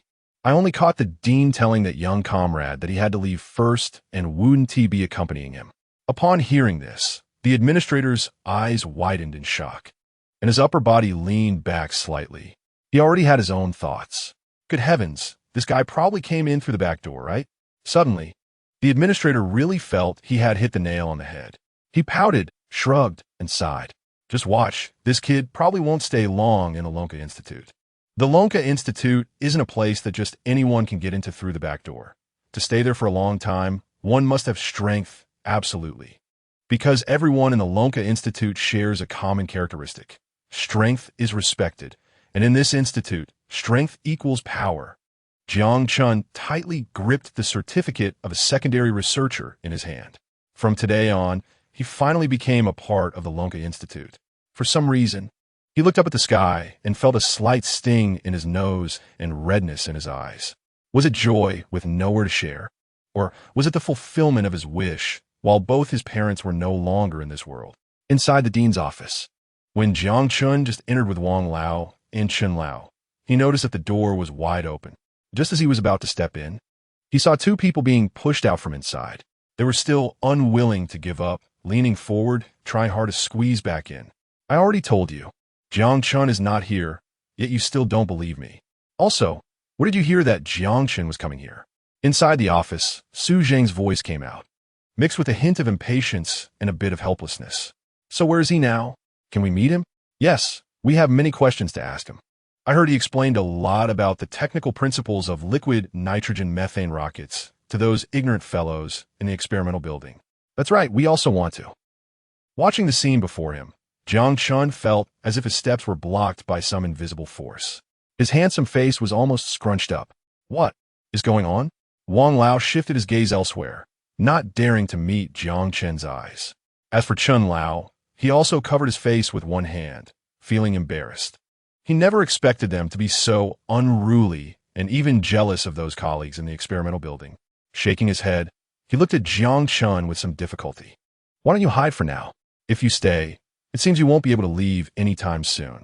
Jiang Chun seriously considered Chen Lao's suggestion. Just now, he could feel the eagerness of those researchers for knowledge. Then I'll go back first. Jiang Chen, comrade. Wan Lao, Chen Lao, why are you standing outside? Aren't you going in? Ji Yin approached with her team members from a distance and spotted the tall figure that matched the photo of Jiang Chun she had investigated.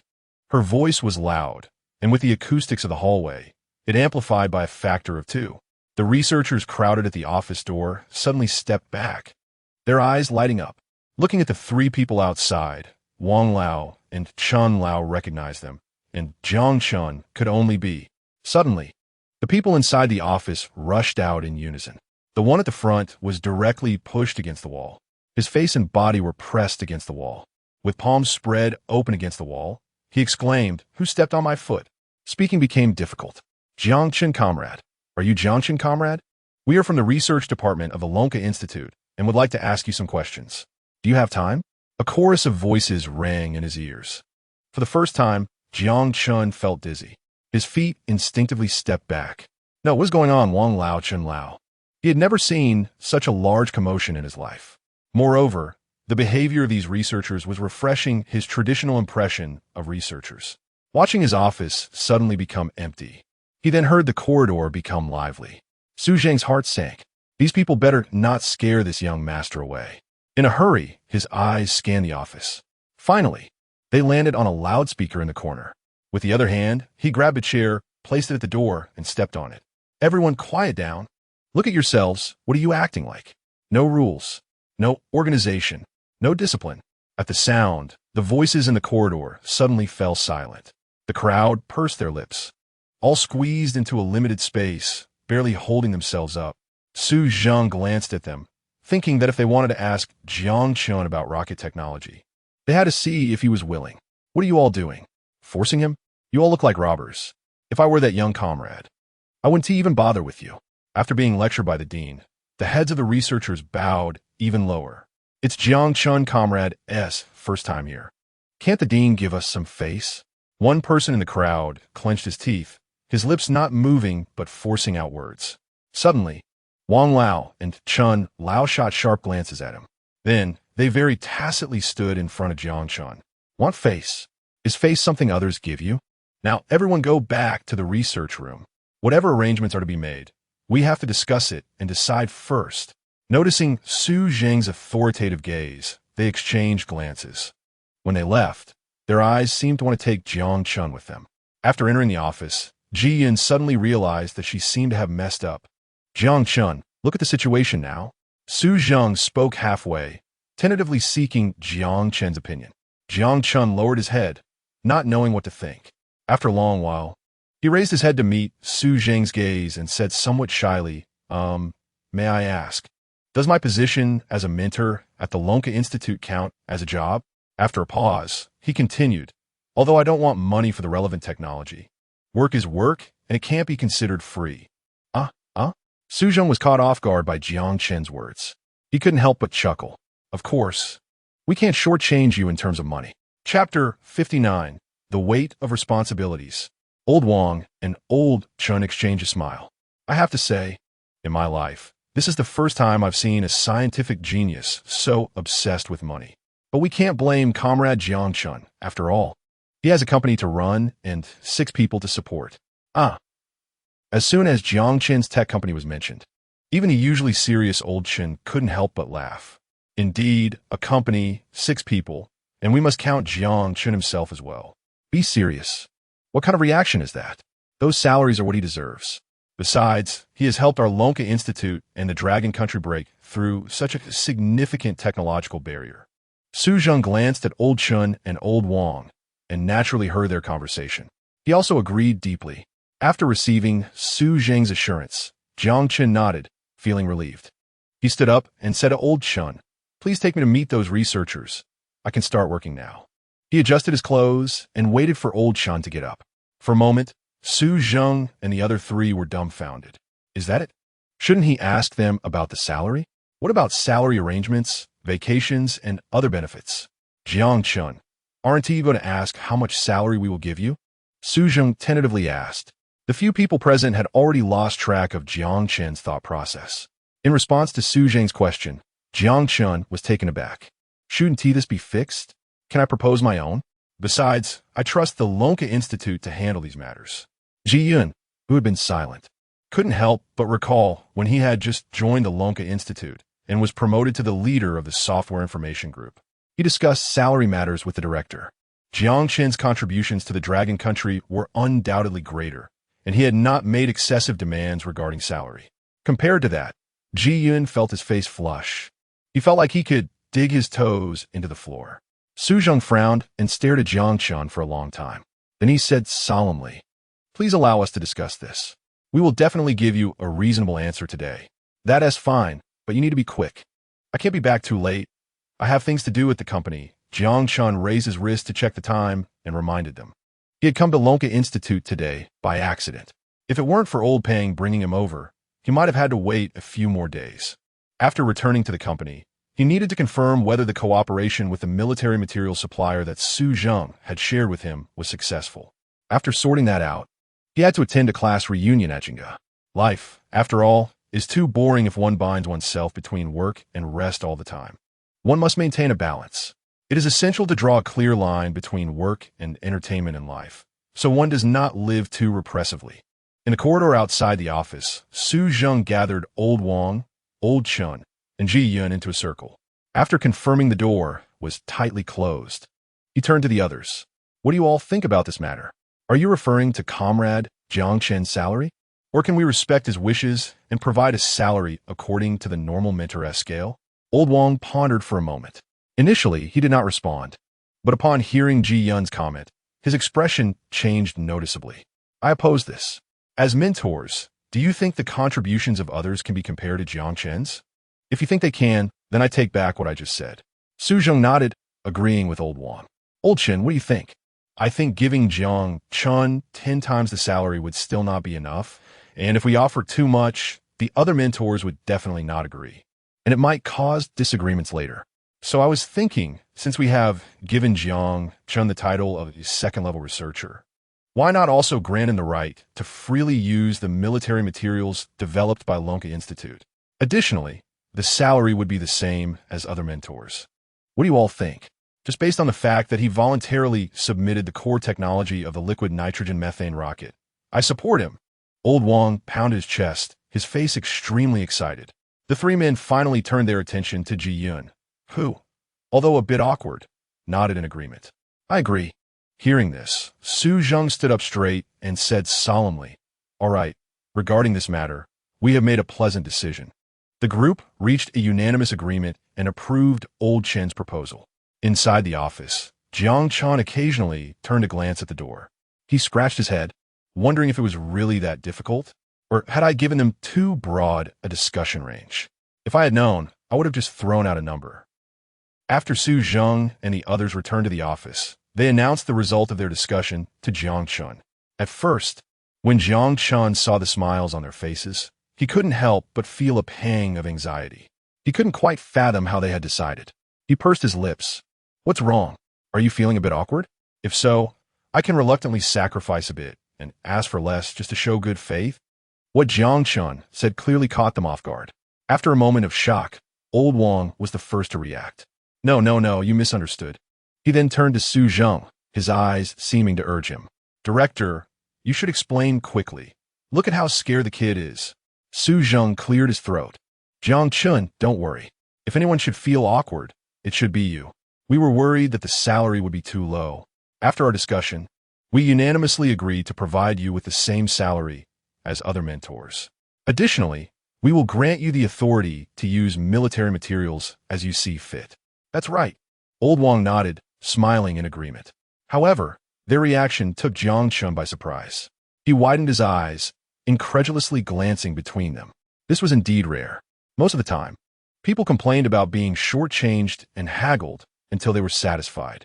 But here at Lonka Institute, not only did they not lower the salary, but they also offered such significant rights. It was truly uncommon. He had never encountered such a situation before. However, as the beneficiary, he obviously had no reason to refuse. He immediately agreed. Perhaps the whole process went too smoothly, so that later, as he walked with Old Wang and Old Chun to the research room, both his mind and steps felt light. Looking at the black gold card Su Zheng had given him before he left, he felt dazed. It had the words Material Dispatch engraved on it. This was the first time Jiang Chun felt the heavy weight of those few words. Chapter 60. Take it down. The house was burgled. In the research room, a group of scientists was in a state of anxiety. The liquid nitrogen methane rocket was placed in the center, yet no one had the mind to study it. Everyone was focused on the door, wondering why Comrade Jiang Chun had not arrived yet. Had he refused? Shut your crow's mouth. Can't you say something more pleasant? Could it be that our earlier commotion frightened him, and he didn't want to come? Without saying a word, the room full of people fell into a tacit silence. It wasn't until they heard a knock at the door that they jolted and turned in unison toward the entrance. Upon seeing Jiang Chun, they couldn't help but breathe a sigh of relief. Woohoo! Thank goodness, the young comrade is here. My pounding heart can finally slow down a bit. Perhaps because he had already witnessed the true nature of these scientists earlier, Jiang Chun felt no embarrassment or discomfort upon seeing them again. As for Old Wang and Old Chun, they were also amazed by Jiang Chen's popularity. They raised their eyebrows and scanned the surrounding scientists. Usually, each one of them was more arrogant than the last. How could they be so fawning over Jiang Chun now? With arms crossed, they quietly sat at the side of the table. Let us just observe the situation for now. After all, young Jiang won't be able to say much today. I heard there are quite a few of Jiang Chen's notes over at the experimental building. After sending off young Jiang, the two of us can take everyone over for a friendly exchange, Old Wang said, a glint of cunning flashing in his eyes. Old Chun, with a fist against his mouth, lightly coughed. This isn't quite right, is it? Just as Old Wang was about to counter and persuade Old Chun, he suddenly shifted his tone. We can take advantage of their meal time to remove the panel and bring it back. Upon hearing this, Old Wang gave a thumbs up. You're still the best, old brother. I hope the iris we recorded back then can still help us get in. Standing in the center of the research room, Jiang Chun himself couldn't believe that these scientists, who had only met him briefly in the office corridor, could be so enthusiastic. Was the information he had gathered about scientists only caring for research, lacking emotions, or any extra feelings wrong? Looking at the circle of scientists around him, he slowly began to speak. Everyone, I'm just here to meet you today, and I'll be leaving soon. As soon as he finished speaking, The visible disappointment on the scientists' faces became apparent. But then Jiang Chun continued, "However, I am now a specially invited mentor at the Long Science Institute. I will come to explain the liquid nitrogen methane rocket content, and if anyone has any questions, feel free to ask me." Indeed, the disappointment was fleeting. Those scientists even personally escorted Jiang Chun to the door when he was leaving. Back in the research room, they kept murmuring about it. "Alas, it's a pity we didn't gain much regarding liquid nitrogen methane today. Yeah, otherwise I'd definitely be too happy to sleep tonight. By the way, did you notice the person who left with Comrade Jiang Chun?" Someone in the crowd suddenly exclaimed. This made Old Wang and Old Chun furrow their brows in contemplation. "He does look a bit familiar." Smack! Old Wang slammed one fist into the palm of the other hand, suddenly realizing that's Old Pang. The Old Pang from the experimental building. No wonder young Jiang was brought over by the dean. It turns out Old Pang was the one who brought him over. He raised his hand and rubbed his chin thoughtfully. However, this statement was overheard by the other scientists. The eyes of those people widened in surprise as they looked at Old Wang. "Old Wang, are you saying that Comrade Jiang Chun visited the experimental building before going to the office?" "Yes. He stayed there for quite a while and even taught them a lot about the liquid nitrogen methane rocket." Old Wang answered almost instinctively regarding the scientist's questions. Old Chen on the side couldn't help but embellish the story. The most infuriating part was that those guys didn't even know Jiang Chun was the rocket manufacturer at first and mocked him. The crowd gasped in shock. Mocking Jiang Chun? How dare those guys from the experimental building? Not to mention making the rocket reusable and pairing it with 8K clear imaging satellites. Let them try to produce a liquid nitrogen methane rocket. Can they even understand the principles of liquid nitrogen methane energy supply? These two remarks ignited the crowd's anger. The scientists collectively expressed their dissatisfaction for Jiang Chun. Old Chun and Old Wang exchanged a glance, their smiles reaching their eyes. This was the effect they wanted. Old Wang stood up, raised his hand to quell the voices of discontent. With a feigned difficulty, he spread his hands. "What can we do?" "Yes. We can't just take their panel down, can we?" "Panel? What panel?" Someone in the crowd asked instinctively. "Huh? You all don't know anything? Do you think young Jiang was just talking in front of them?" Young Jiang had written a whole panel of liquid nitrogen methane energy supply principles data before leaving. A whole panel. Yes, there were also many formulas and analyses Old Chen added at the right moment. Their back and forth successfully stirred envy and jealousy in the eyes of the crowd. While speaking, Old Chen also thought about the USB drive that Jiang Chun had given him. He didn't mention it since, although it contained related formula data, there were no detailed analyses. The urgent matter was still the content of the panel in the experimental building, which attracted him more. That won't do. Why should they have the content introduced by Comrade Jiang Chun? Everyone come up with a plan quickly. Our research building can't fall behind, right? In the face of technology, what does it matter who came first? Moreover, considering that the experimental building and the research building coexist within the Long Science Institute, it's even more indistinguishable. Watching the atmosphere on site, Old Chen whispered to Old Wang, "It's about time. I think we can tell them now." Old Wang nodded, clapped his hands to gather everyone together. "Everyone, I have an idea." At 6:30 in the afternoon, while the researchers from the experimental building happily went to the cafeteria for dinner, a 10-person delegation sent by the research building quietly entered the experimental building, carrying 2 or 3 toolboxes verifying the iris. As they left, the last scientist made a funny face at the camera. An hour later, when the researchers from the experimental building returned to the lab, they stared in shock at the large empty space on the wall, revealing the bricks behind it. They were all stunned, yet everything around them was intact. A chill ran down their spines. "Damn, who came to steal from us while we were eating?" Zhou Hongbin and Lu Quan rushed in to see, their anger surging directly to their heads. Chapter 61, Refusing the Order from Lonka Institute. Pengcheng North District Office Building, 18th floor. Ding! The elevator stopped, and the doors slowly opened, revealing the entrance to Jianglin Technology Company. Lu Yuanhang was leaning against the wall beside him, nodding off. When Jiang Chun got closer, he could see that Lu's eyes were nearly closed until Xia Shui spoke up. "Boss, Jiang Chun is back." Lu Yuanhang suddenly woke up, his eyes a bit dazed. Upon recognizing Jiang Chun, he excitedly stood up. "President Jiang, you're back." His head spun a bit, and Jiang Chun quickly supported him, frowning and asking, "Lu boss, are you okay?" Lu Yuanhang waved his hand, leaning against the wall to recover, and said, "No problem. Maybe I just got up too suddenly. Is there something you need from me? Come in and talk." As he spoke, Jiang Chun took out his keys to open the door. Once inside, there was only 01 left in the company. Seeing that there were others behind Jiang Chun, 01 stood up and walked towards the break room. Jiang Chun took off his coat and casually draped it over the back of a chair, sitting down and turning his head slightly to stretch. In contrast, Lu Yuanhang appeared a bit anxious. Sometimes he even doubted himself. Clearly, he was the elder, so why did he feel so nervous in front of Jiang Chun? It was truly odd. "Lu boss, if you have something to say, just say it.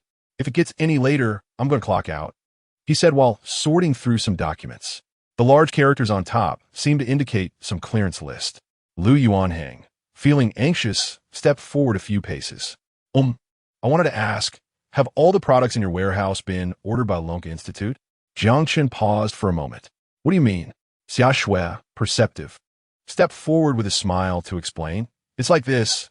Our Yuanhang group also wants to purchase these products. If Lonka Institute hasn't placed an order, doesn't that mean we still have a chance?" Hearing this, Jiang Chun felt a bit confused. He really couldn't understand what was going on with people these days. Why was everyone suddenly interested in the models in his warehouse? Yes, we've looked at the products on Xinyu and thought that Lonka Institute probably doesn't need them. So could you consider parting with them? Noticing that Jiang Chun had already set down the clearance list, his hands crossed, elbows resting on the table. His expression contemplative, as if he were seriously considering Lu Yuanhang's suggestion. "President Jiang, rest assured, our boss 1T make things difficult for you financially. As long as you agree, our Yuanhang group can pay 10 times the price." 10 times? Clearing out the warehouse's products. 01 had already calculated that it would cost a total of 10 million. If they offered 10 times, that would be 100 million, right? In a daze, Jiang Chun felt as if his pupils were filled with the shadow of money. Who would refuse such a request? Moreover, the contents of his warehouse weren't anything substantial. Just some simple models. Jiang Chun discreetly checked his phone, seeing that the backend only showed reservations, and the payment hadn't been completed. Pressing his lips together, he directly rejected the order for shipment. 01, prepare the contract. Sign with Lu boss. Hey, good. Seeing Jiang Chun change his mind, Lu Yuanhang's face flushed with excitement. As long as they cooperated with Jianglin Technology this time, there would be a second and third time. A company that could connect with Lonka Institute surely had strength, right? A mere 100 million to buy this connection and guarantee, ultimately, it would still be Yuanhang Group that profited. The entire process took about half an hour. Su Zheng on the other end also received the news from his assistant about Jiang Chen's decisive shipment cancellation. He immediately called Jiang Chen back. "Jiang Chen, why did you cancel all those orders? Did you think the selling price was too low? We could negotiate." Hearing this, Jiang Chen couldn't help but chuckle. Walking to the floor-to-ceiling window and looking down at the twinkling lights below, his nervousness gradually settled as he softly said, "No, the boss of Yuanhang Group personally asked me to purchase those products. I saw he seemed quite sincere, and he offered 100 million. You know, those are just models, not of much use to Lonka Institute." He explained his thoughts to Su Zheng. After understanding, Su Zheng sighed in relief. As long as Jiang Chun wasn't dissatisfied with Lonka Institute, he could accept it. "So, do you need Lonka Institute's help when shipping out?" Su Zheng was anxious since there were quite a few models. Transporting them would indeed be a considerable project. At this point, Jiang Chun remembered about transportation and slapped his forehead. He regretted not discussing it with Lu earlier. Now that he thought about it, he felt a bit remorseful. Since knowing Jiang Chun, Su Zheng had never heard him say such things, thinking he could handle anything. Plus, Jiang Chun was straightforward. Not the kind of person who played both sides. His personality was refreshing. Unable to help but laugh, he said, "Haha, so do you want my help or not?" Jiang Chun smiled, thinking that if that were the case, he would secure 100 million and save on transportation costs. This deal was too good to pass up. That would be quite embarrassing, truly a hassle for the director. I'll contact Lu later and send you the address and information. Su Zheng was taken aback, not expecting Jiang Chun to agree so quickly. Wasn't he that just a polite exchange? However, he understood that people in research rarely had convoluted thoughts. All right. After hanging up, Jiang Chun picked up a black business card with golden edges that he had been using as a file divider, dialed the number on it. Lu boss, this is Jiang Chun. I'll send you the information for the shipping person later. Please coordinate upon receipt. After finishing the call with a joyous expression, Lu Yuanhang's smile deepened. As expected of Jianglin Technology, their efficiency is high. It seems we'll be delivering tonight. He decided not to return to the office and headed straight to the Yuanhang warehouse. On the other side, Jiang Chun left the company, casually rented a shared bicycle downstairs, and headed towards the Pengcheng warehouse area. When he arrived at the entrance, the old man who remembered guarding the warehouse was lying on a recliner, a newspaper covering his face. He was fanning himself lazily with a hand fan. Hearing footsteps, he suddenly got up, looking toward the door. His murky eyes still held a glint of sharpness. After sizing up Jiang Chun, he asked, "You are from Jianglin Technology, Jiang Xinji's young son?" Chapter 62, Special Escort. Jiang Chun blinked and said, "Yes, but I'm not the younger son. I am Mr. Jiang Xinji's only son." "Oh, ha. All right, the first time I saw you, you were just this little." The old man stretched out his hand to indicate, stopping just above the table in front of him. "By the way, what are you doing here? This isn't a place for kids to play." Jiang Chun took out the key he had been holding tightly in his palm and politely handed it to the old man. "Sir, someone might come later to pick up the goods from warehouse 818 of Jianglin Technology and clear everything out. This is the key." Upon hearing Jiang Chen's words, the old man was clearly taken aback. After receiving the key, he couldn't help but ask, "Is Jianglin Technology no longer in business? Why are you clearing out the warehouse?" Turning around, he realized what had happened to Jiang Chen's parents recently and instinctively slapped his mouth, saying, "Look at my memory. I'm sorry. I'm getting old and forgot about your family. That's fine. You can pursue your dreams." "No, sir. I will make Jianglin Technology bigger and stronger. I am now the owner of Jianglin Technology." After finishing the necessary payment process, Jiang Chun turned and left the warehouse. Watching the figure gradually disappear in front of him, the old man chuckled. The palm of his hand was clearly warmed by that bunch of keys. That warmth was called responsibility and ideal. For a moment, his eyes turned slightly red and looked a bit moist. He picked up the newspaper he had placed on the small woven coffee table beside him and spat angrily. A heartless empire. How insane is it to discharge nuclear waste into the ocean? Not even a billionth of our Dragon Nation's youth. Lying back in the lounge chair, just as he settled down, a series of rapid breaking sounds echoed at the door. Then came the sound of doors slamming shut, and the synchronized footsteps made the old man subconsciously recall a black organization he had seen in a TV drama. He jolted and sprang up, swearing that it was the most agile leap of his life.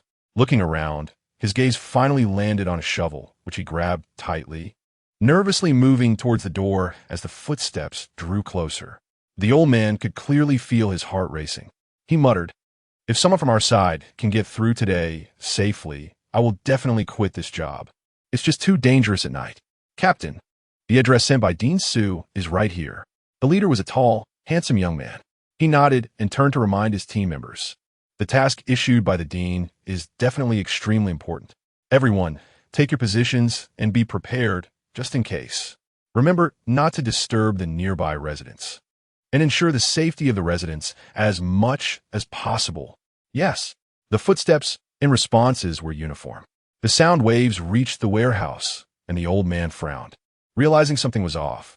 Such a well-organized group made him think of the word country. Duong. The shovel fell directly to the ground. With blurred vision, he raised his hand to wipe the moisture from the crevices on his face. Stepping outside, he saw a group of young men in military uniforms with badges on their chests from the Dragon Nation. The last trace of fear in his heart completely vanished at that moment. The young man in the lead stepped forward solemnly. "Hello, comrade. I am Han Guohua, team leader from the Ministry of National Defense of the Dragon Nation. We are here to transport items from Mr. Jiang Chen's warehouse at Jianglin Technology." The old man was shocked by these two sentences. Jiang Chen, the young man who had just entrusted him to handle this? He actually had connections with the Dragon Nation's military?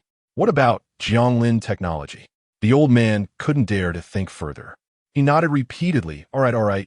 I'll arrange that right away. He quickly retrieved the key left on the table by Jiang Chun. Presenting it with both hands, he said, "This is the key left by Jiang Chun. Their warehouse is number 818, just inside and to the left, the innermost room." Han Guohua took the key and turned to pass it to his brother. "Get ready," checking the time on his wristwatch. As soon as Han Guohua nodded, they all rushed in different directions. In the blink of an eye, one by one, the figures disappeared in front of the warehouse. The old man stood to the side, stunned, scratching his head and wondering what's going on. Is it really necessary to be this tense just to get some models? His voice was so low that only he could hear. He walked back to the warehouse, watching two armed guards rush inside. 2 minutes later, a call came through the intercom. "Captain, this is Chu Ying calling. There's a situation in warehouse 818. Requesting instructions. Over." Han Guohua frowned, placing the intercom to his mouth. "Everyone, be prepared.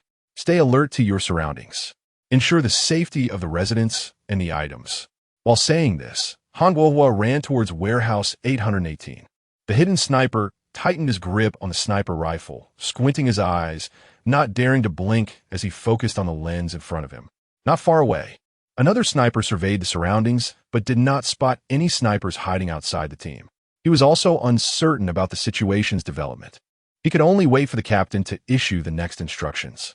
However, thinking he had discovered something significant, Han Guohua arrived at the door of warehouse 818 and saw his team members standing awkwardly at the entrance.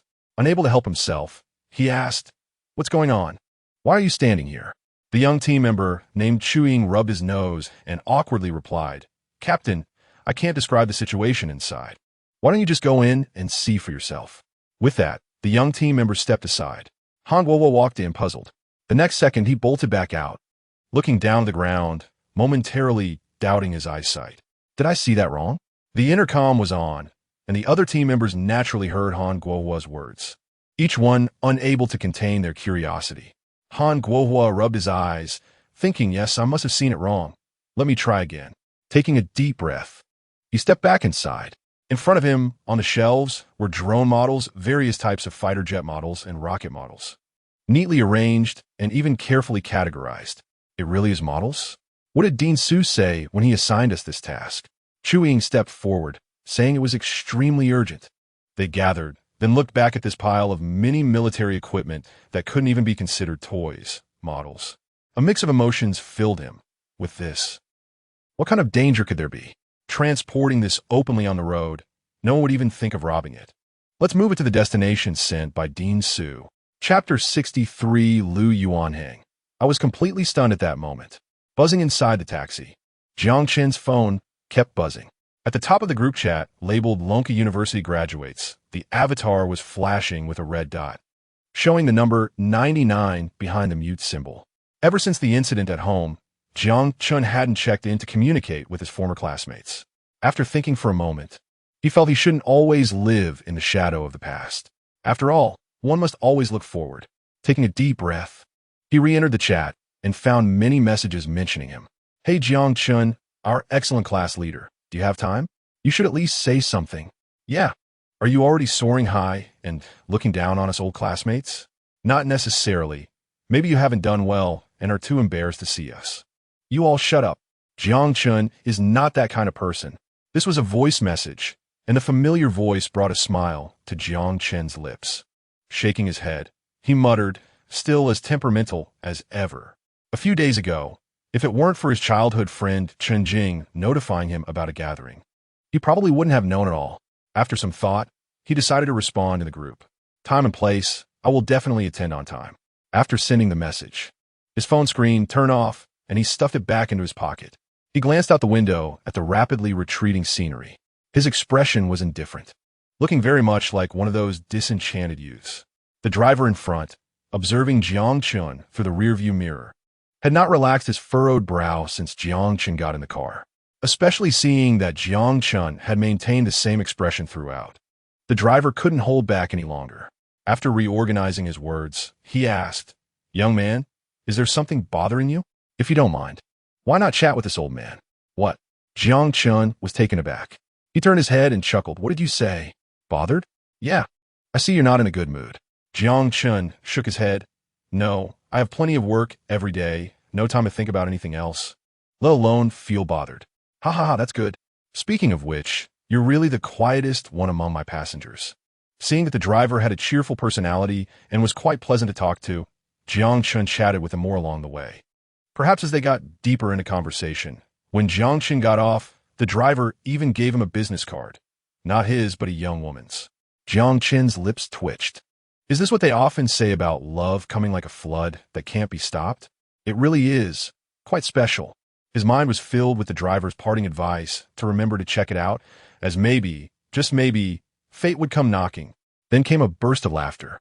Jiang Chun felt a bit envious, thinking that even the driver seemed to live more freely than he did. Ding! Mr. Jiang, your house has been successfully transferred back to your name. As soon as he got out of the car, he heard the voice of 01 in his mind. The payment information also came through on his phone. Lu Yuanhong's warehouse money was instantly reduced by 1/5. Half an hour later, he returned to the home from his memories, turning on the lights and surveying the surroundings. The furniture had accumulated some dust. Everything was still in place. 2 adults were missing, but 2 picture frames had been added. He looked up at the clock. It was 9 o'clock. After rummaging through the kitchen and refrigerator, he discovered that apart from a pound of noodles and some spoiled cold dishes, there was nothing else. He simply cooked a bowl of noodles, opened the window, and fell asleep in the living room with the cool breeze. On the other side, Lu Yuanhang stood at the entrance of the warehouse, occasionally glancing at the time on his wristwatch. He also looked out into the distance. Summer Shui naturally noticed the anxiety on his face. Boss, do you think Jiang Chun will deliver the goods on time? It's already 10 o'clock. Lu Yuanhang stared her tired eyes and turned to look back.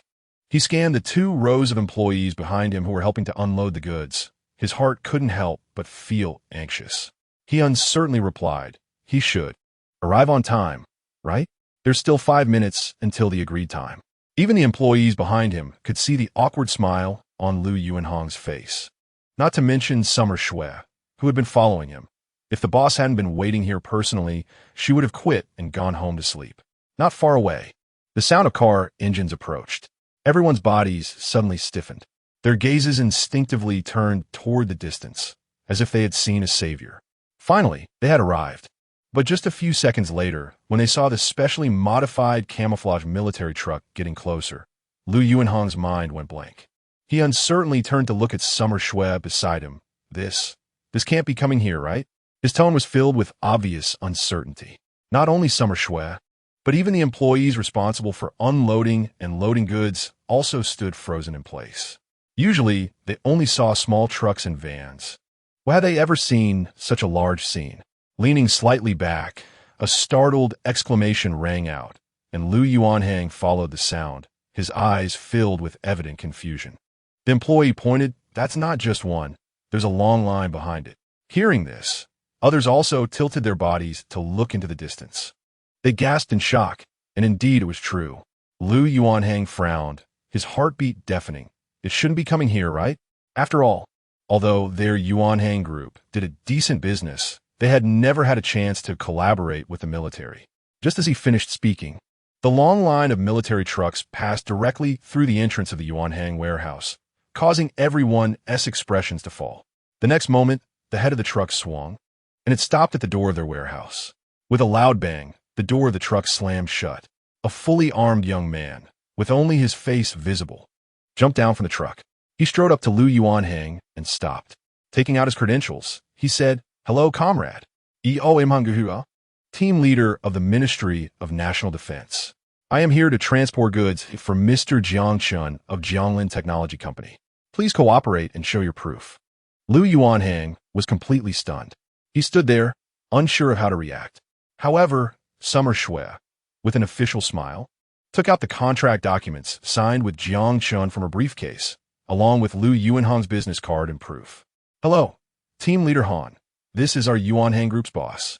The goods from Jianglin Technology are to be delivered to us."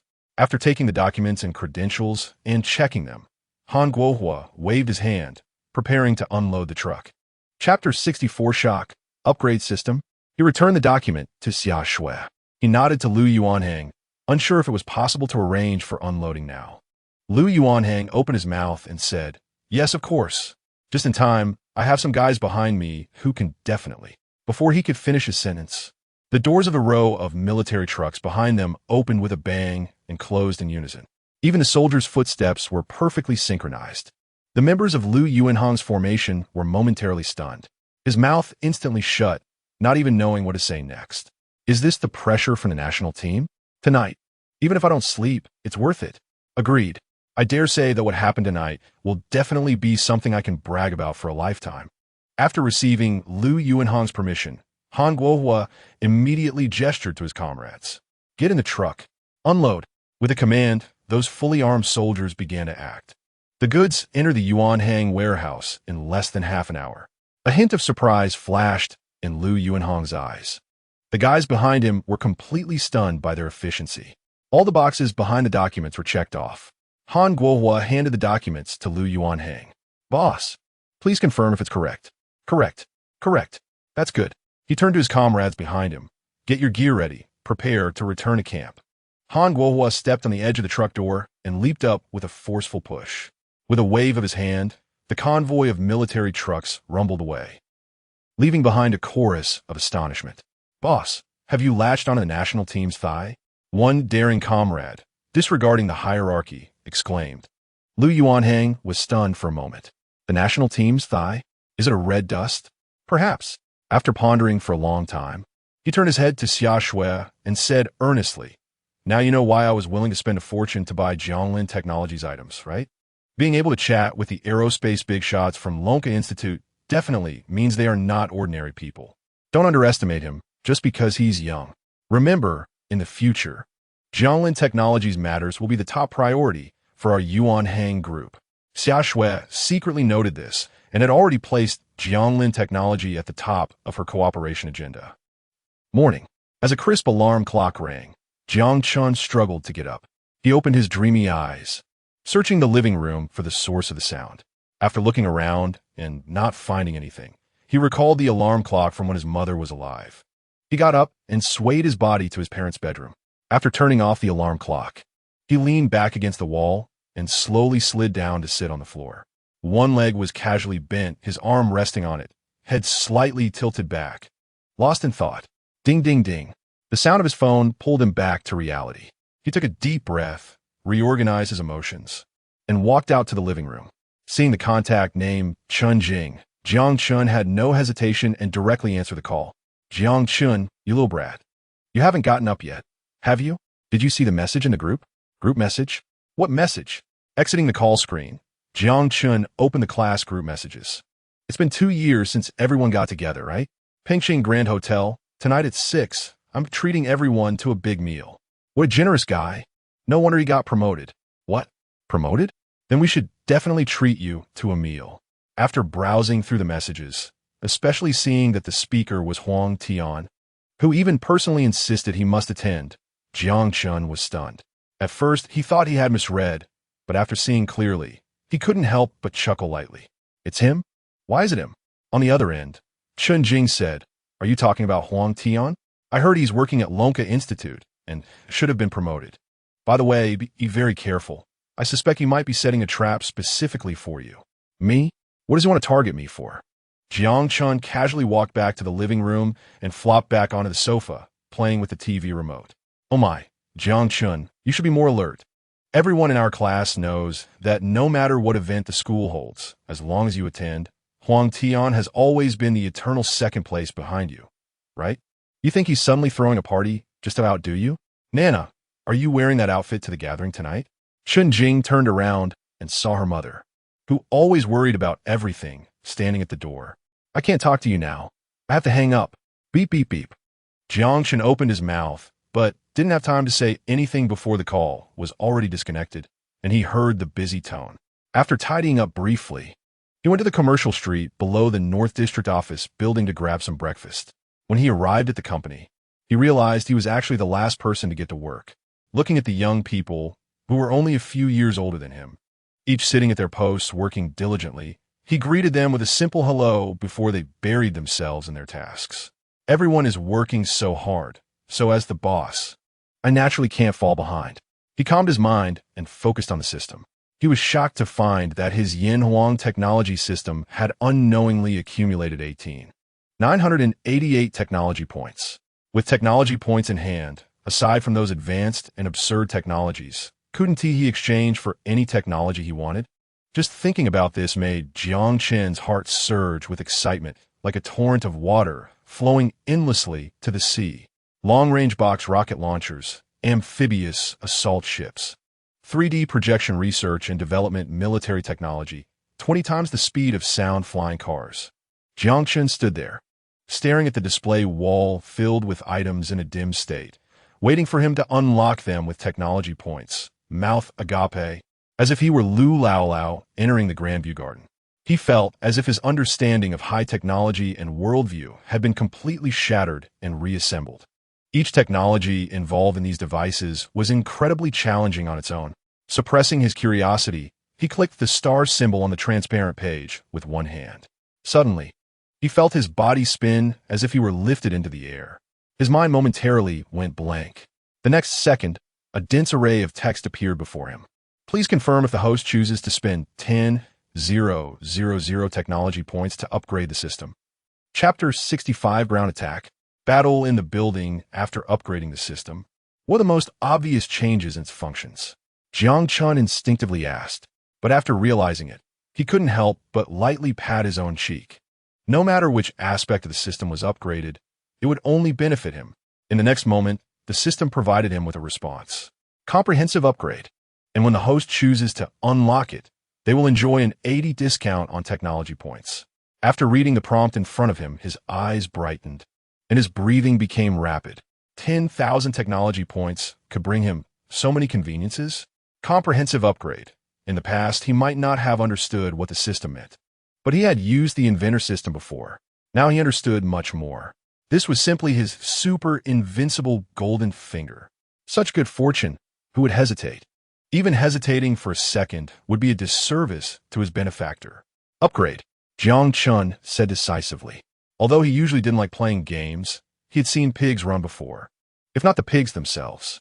Upgrading and leveling up, even if it was just one level higher, the effect would be incomparable. Ding! A crisp sound echoed, and various pieces of information began to emerge in his mind. Successfully consumed 10,000 technology points.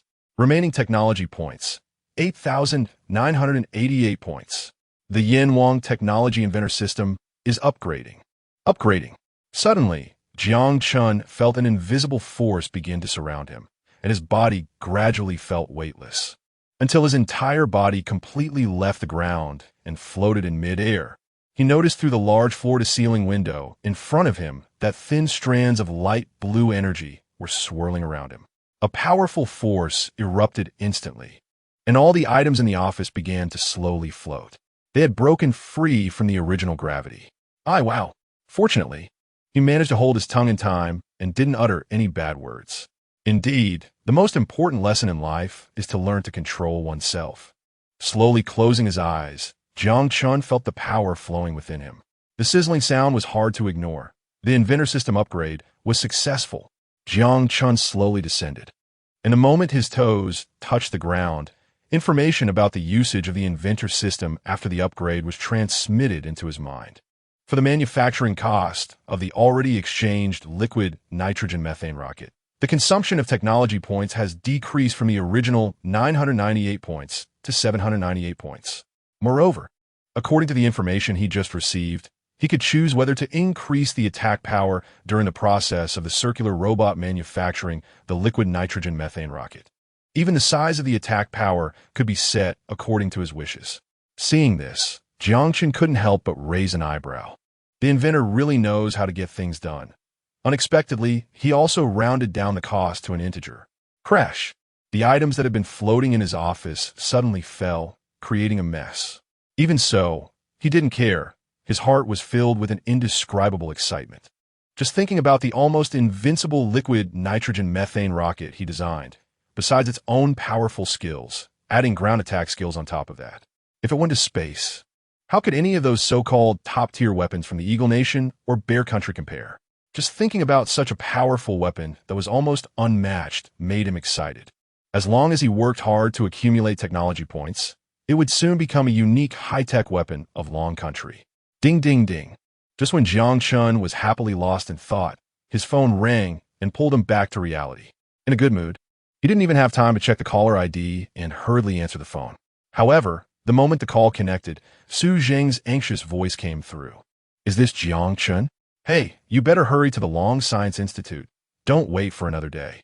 If you don't come over soon, there is going to be chaos at the Long Science Institute today. Listening closely, he could even hear that the background on the other end was quite noisy. Jiang Chun frowned and asked, "What happened? Why are you saying this, Director? Isn't it because of the analysis section you wrote about the liquid nitrogen methane rocket technology?"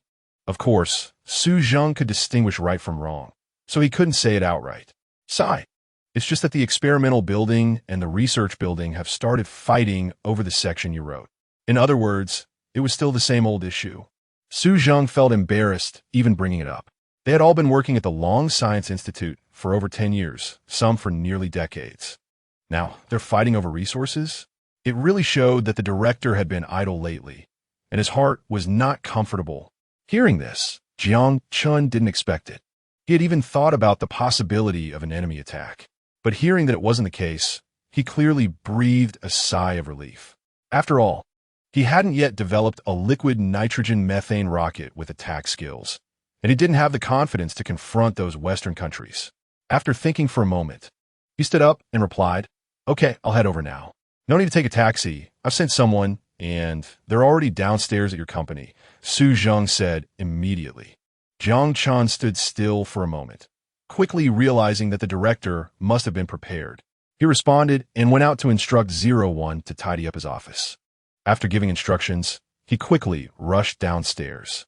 Sure enough, as the director said, there was indeed a car with the Long Science Institute's insignia downstairs.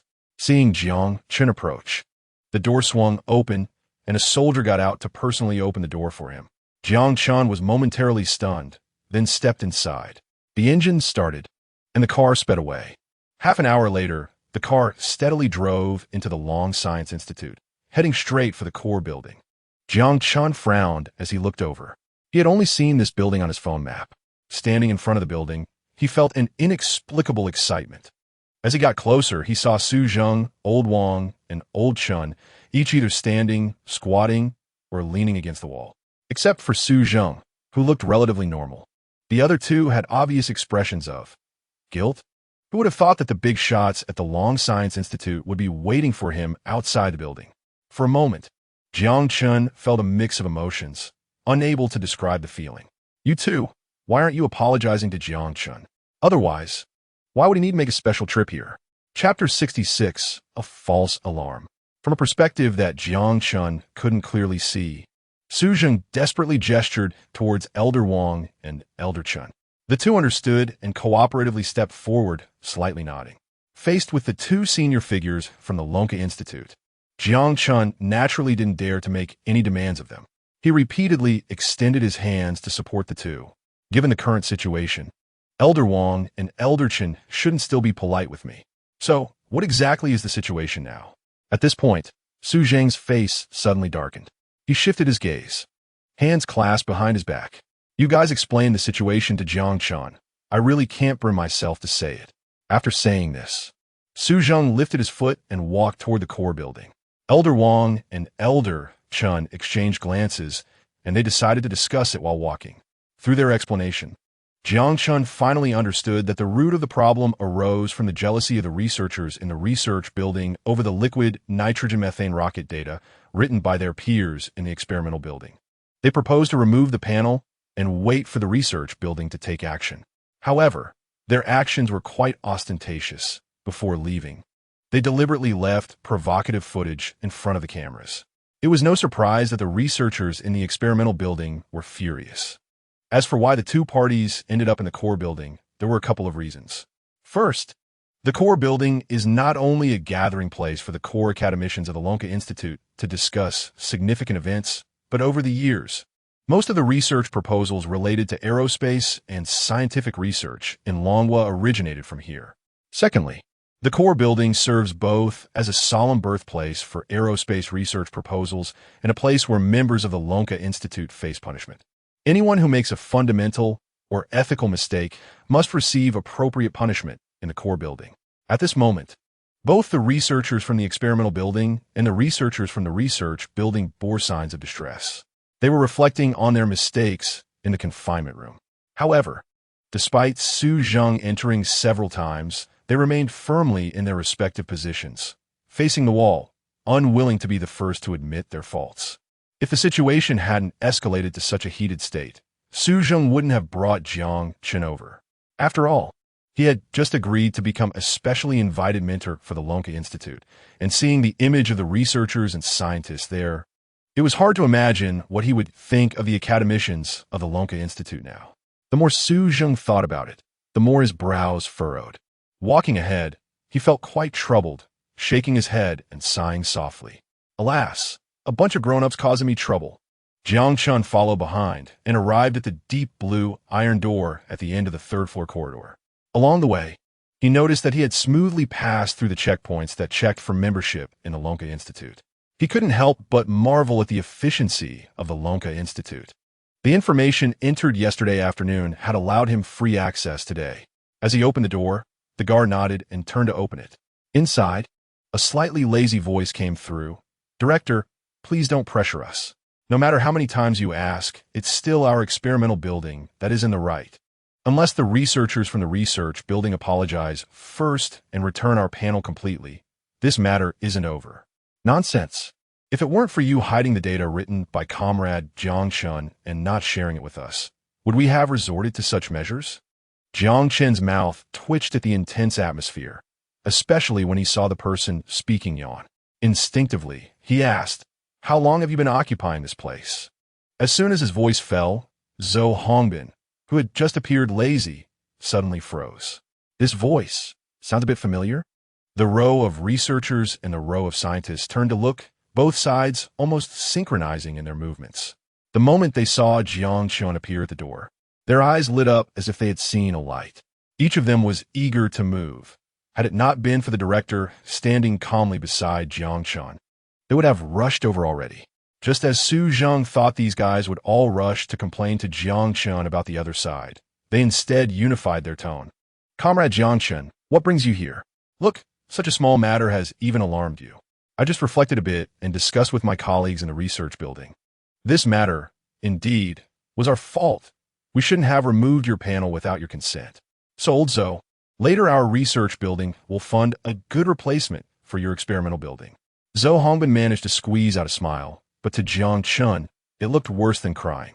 Given Zhou Hongbin's temper, he would never forgive them. Su Zheng muttered quietly beside him, but just as he finished speaking, Zhou Hongbin stepped forward to shake hands with the other party. "No need for that. You just need to return our original panel after you finish recording those notes." Watching the overly friendly scene inside, Su Zheng was stunned. They don't usually act like this. If there were disagreements over research resources, wouldn't they usually start a Cold War for at least 2 months? After some contemplation, when he looked at Jiang Chun again, it seemed he understood something. His eyes were murky. These cunning foxes. Jiang Chun probably wouldn't be able to leave the Lonka Institute all day, unaware of the situation. Jiang Chun didn't even get a chance to speak and was directly escorted by the leaders of both sides to the nearest reporting hall from the confinement room. Standing at the podium and looking at the complete teaching tools in front of him, he finally realized that he had been set up by these researchers. He shook his head, feeling somewhat speechless and helpless. However, he wasn't angry at all. He understood what they wanted, even if they seemed to argue fiercely on the surface. Their ultimate goal remained the same: to improve the technological level and overall strength of Longwa as soon as possible. All right then, since that's the case, let's get started. Director Su, shall we count today? The latter, who had just sat in the front row, looked over. After a brief moment of realization, he understood the meaning behind Jiang Chen's words. This kid is quite clear about the voluntary contributions and the distribution of teaching work. He nodded. Of course it counts. Today marks your first day of work.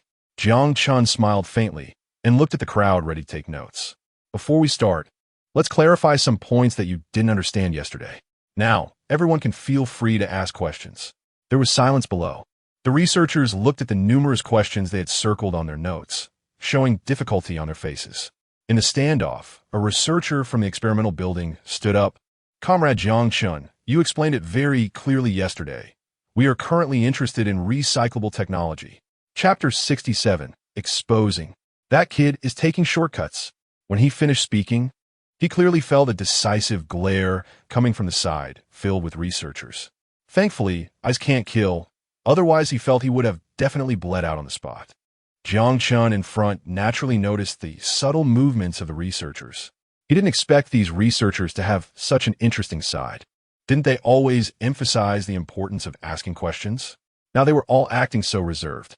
He chuckled softly, saying that there was no rush on the recycling technology, as they had plenty of time to discuss it. If everyone had no objections, he wanted to revisit the content from yesterday.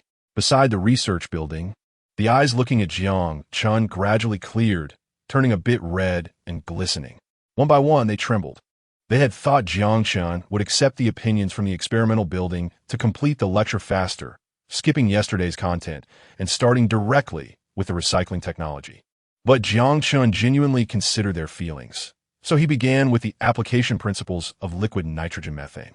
This hydrocarbon, composed of one carbon atom and 4 hydrogen atoms, is used to produce natural gas at low temperatures and pressures. We use it for rocket energy supply based on its efficient, low-cost, and environmentally friendly characteristics. Beside the research building, people exchanged glances, especially as they watched Jiang Chun speaking confidently on stage, his professional knowledge flowing effortlessly, filled with respect in their eyes. In the reporting hall, the only sounds left were Jiang Chun's lecture and the scribbling of the personnel from the Lonka Institute below. Old Wang and Old Chun even took out their prepared notebooks and sat down to listen attentively. The blackboard was filled, wiped clean, and filled again. This same operation repeated twice. Jiang Chun suddenly shifted the topic, saying it was getting late and it was time for everyone to go to the cafeteria. Teacher, we're not hungry, right? I could listen for another 2 hours. Seeing the enthusiasm of the crowd below, Su Zheng nodded in satisfaction. He raised his hand to stroke his air beard, thinking it was worthy of celebration that there were such pillars in Longhua. Looking back at Jiang Chun on stage, he noticed his expression darkening. You may not be hungry, but I am. So, since I've been working hard to lecture for so long, can I have a chance to eat? Upon hearing this, the crowd felt a bit awkward. Their faces flushed, and the researchers who had originally stood up looked at each other and sat back down sheepishly. They crowded around Jiang Chun and marched into the cafeteria. Unfortunately, they ran into the administrators from the archives, finishing their meal. The administrator who had processed Jiang Chun's archives yesterday immediately recognized him, standing in the middle. Looking at the academicians around him from the experimental and research buildings, he rubbed his eyes and recalled his impression of Jiang Chun. A smirk appeared on his lips as he leaned over to say something to his colleagues. Suddenly, the gazes of the archive administrators shifted dramatically. Wow, I didn't expect that our Lonka Institute would have a monkey claiming to be the king, one of the administrators said sarcastically. I heard someone got in through the back door yesterday. Not worthy of his position. How could he have the nerve to stay here? With just a couple of sentences, he immediately caught the attention of the researchers from the experimental building and the scientists. Chibawa, what do you mean by back door? Did you approve someone who came in through the back door? Lu Quan's eyes lit up as he stepped forward first. But he didn't notice that Chibawa's gaze was sweeping towards Jiang Chun. Well, who let him in? With that kind of strength. Our Lonka Institute can't tolerate him, right? Absolutely can't tolerate him. Jiang Chun looked at the crowd behind him chiming in, and then at the person named Chibawa, whose eyes were constantly glancing at him. His heart sank. This guy couldn't be talking about me, right? He raised his head to meet that person's gaze. And after confirming with his eyes, Jiang Chun realized the outcome. It really was about him. Thinking about it, this could be interesting. With his arms crossed and remaining silent, he was actually a bit curious about how everyone would react once they realized the person who came in through the back door was him. Chibawa didn't say anything further. He was staring intently at Jiang Chun. The others who were curious were getting anxious. Who is it? Don't keep us in suspense. Hurry up and say it. As this group stood in the center of the cafeteria, the entrance was largely blocked. The elderly behind the cafeteria window leaned out to see what was happening.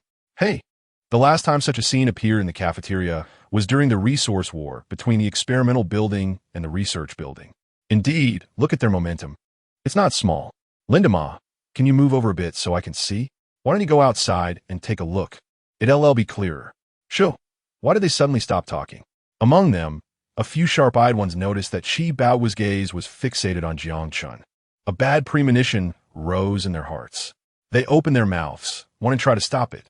Just then, Qi Bao pointed his hand towards Jiang Chun and coldly said, "It's him, a researcher who just joined. It's already a special case to accept him alone, and yet he was directly promoted to the position of a secondary researcher. Everyone, judge for yourselves. Does he have that capability?" As soon as he finished speaking, apart from the shocked and unified opinions of the administrators behind him, Qi Bao did not hear any other voices of agreement. He didn't hear the questioning voices about Jiang Chun that he had imagined. He only saw the researchers from the experimental building and the technology building glaring at him coldly. The momentum instantly dissipated, and his tone clearly lacked confidence. Well, why is everyone suddenly silent? Zhou Hongbin, standing at the front, exchanged awkward glances with Lu Quan. They turned their heads and looked at Jiang Chun, almost cursing Qi Bao in their hearts, especially Lu Quan, who felt even more resentment, thinking, "This kid is ruining me." The good impression I made in front of Jiang Chun today was probably lost the moment he spoke. He raised his hand to cover his forehead, thinking, "A secondary researcher? How could that possibly match up to Comrade Jiang Chun? Don't go around making wild claims if you don't know the whole story." Exactly. Have you ever seen someone who came in through the back door with the capability to independently develop rockets? Zhou Hongbin and the researchers from both buildings expressed their dissatisfaction. Chapter 68. You should be more careful. If the people who take shortcuts can develop liquid nitrogen methane rockets and give lectures to so many of us, then we wouldn't mind having more people like that. Representatives from the research building also stepped forward, their faces extremely serious. It was already known within the Lonka Institute that the experimental building and the research building had always been in a competitive relationship. Now, seeing the two sides unite to refute him together, it was undeniable that the shock this scene brought to Qi Bao was beyond words. He was rendered speechless, and, after hearing what they said, he felt more shocked than anything else. The first thought that popped into his mind was, how old is this young man? How could he have such strength? If he weren't so familiar with the people in the Lonka Institute, Qi Bao would have instinctively thought they were all acting in coordination with this young man named Jiang Chun. After listening for a while, Wang Lao and Chun Lao, who had been standing at the back, pushed through the crowd and walked over. "Xiao Qi, if there's anything, you should clarify before speaking. Otherwise, it harms both others and yourself, don't you think?" Chun Lao's imposing aura suddenly erupted, leaving Qi Bao drenched in cold sweat even after stepping out of the cafeteria. Yes, it was Wang Lao who accompanied Jiang Chun to input information that day. But he had forgotten that Chun Lao was always upright and would never allow any shortcuts to happen under his watch. "Chiga, are you okay?" Qi Bao snapped back to reality. "I'm fine, go back. Write a report and inform the dean. Otherwise, today will definitely not be easy for him." Inside the cafeteria, everyone was eating in an inexplicable silence. From time to time, someone would turn their head to look at Jiang Chun, observing his expressions and reactions. "What are you all looking at? Hurry up and eat. I have a gathering to attend at 6 this afternoon, and there's not much time for your lecture." After this statement, everyone felt a sigh of relief, only to be tensed again immediately. They picked up their bowls and chopsticks and began to eat rapidly. A meal that usually took 15 minutes to finish was somehow completed in just 5 minutes after Jiang Chun's words. Jiang Chun lowered his head, a slight smile at the corner of his mouth. In his mind, the moment they started eating, he received a message from 01. "President Jiang, the raw material supplier sent by Dean Su of the Lonka Institute has successfully signed a contract with us. The first batch of goods has been stored, with a total cost of 60 million. Do you want to initiate remote control to execute the manufacturing of the liquid nitrogen methane rocket with the accompanying ground attack skills?" When Jiang Chun heard this from 01, he visibly paused. At the moment he raised his head, A glimmer of excitement crossed his eyes. Remote control? Has the Yanhuang technology inventor already upgraded to this level? Execute. Yes. 01 has received President Jiang's order. Ding. The Yanhuang technology inventor system is executing the host's instructions. Target scan. Successfully loaded upgraded liquid nitrogen methane rocket technology. Technology reading completed. Information data fully enhanced. Material scan successful. Upgraded liquid nitrogen methane rocket is ready for manufacturing. Cost of technology points, 798. Estimated time, 2 hours. When a light blue screen appeared before him, Jiang Chun was momentarily flustered. But when he looked up at the others' reactions, he suddenly realized that this system notification page should only be visible to him. On the page, the scene of the company's warehouse appeared, with the number of circular robots increasing from dozens to over 100. Moreover, the lights on the edges of those circular robots were no longer multicolored but glowed with a golden halo. They were operating in an orderly manner, and a slight, buzzing electromagnetic sound began to echo in the silent warehouse.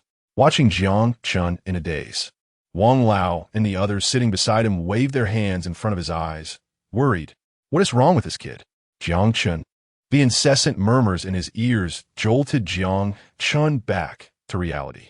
He stood up, picked up his bowl and chopsticks, and said, "Let's go, we're having class."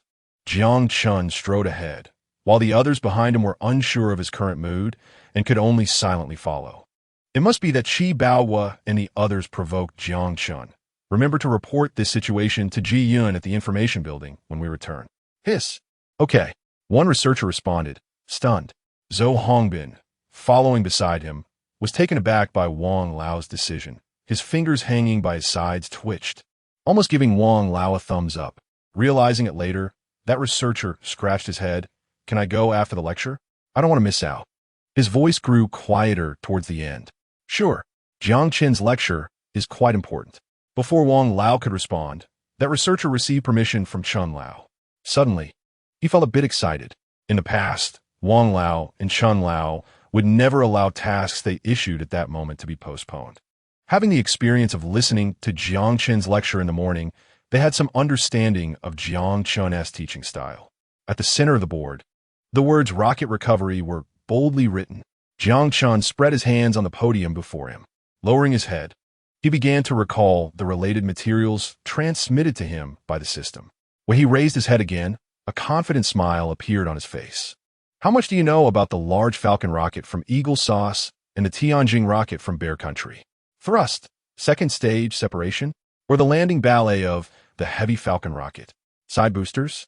As he spoke, the researchers in the audience began to recall the experience of seeing the landing ballet online. Suddenly, he turned on the previously darkened screen, and the large screen flashed to life. His fingers flew over the keyboard, and the next moment, all the principles of liquid nitrogen methane rocket recovery technology were displayed on the screen. On the topic of the liquid nitrogen methane rocket I designed, there's only one stage in recovery. If you haven't seen the relevant data of the liquid nitrogen methane rocket with your own eyes, you might doubt its capabilities. But here, I want to tell you that at high separation points, the rocket's thrust engine relies on gravity to return. And through precise calculations, it can rely on remote control to change its return route at any time, achieving a perfect recovery. After speaking, he looked at the audience, only to see their confused expressions. Some people opened their mouths, but under his gaze, they forcefully held it back. When he glanced at Wang Lao and Chun Lao, their faces turned red, and they averted their eyes. Oh no, is he going to elaborate on this? Jiang Chen couldn't help but facepalm. Will I even finish this today? Chapter 69, Text Visualization. He's at it again. The unseen front of the researchers. A light blue page appeared in front of Jiang Chun, now switched to the system all. In his memory, there were relevant operational techniques for text visualization in the system all. He thought if they didn't understand the relevant data and text content, wouldn't it be easier for people to grasp the principles if it were converted into images? Looking at the technology points labeled under the text visualization technology, 666. ISNT, that just a technology? Why does it cost more technology points than the liquid nitrogen methane rocket manufacturing with attached attack skills? Shouldn't I just not exchange it? Slowly explain it to them and let them digest it before this thought could fully form. He noticed the confused eyes from the audience below. On their big heads, there was an even bigger question mark. Jiang Chun rubbed his forehead. Forget it. One should do a good job with other people's money. If he didn't explain it clearly, he would feel guilty when he received his salary. Gritting his teeth, he exchanged. Ding. Activating text visualization technology. Triggering computer black technology skills. Data deep analysis. Integrating. Consuming 666 technology points. Technology implantation in progress.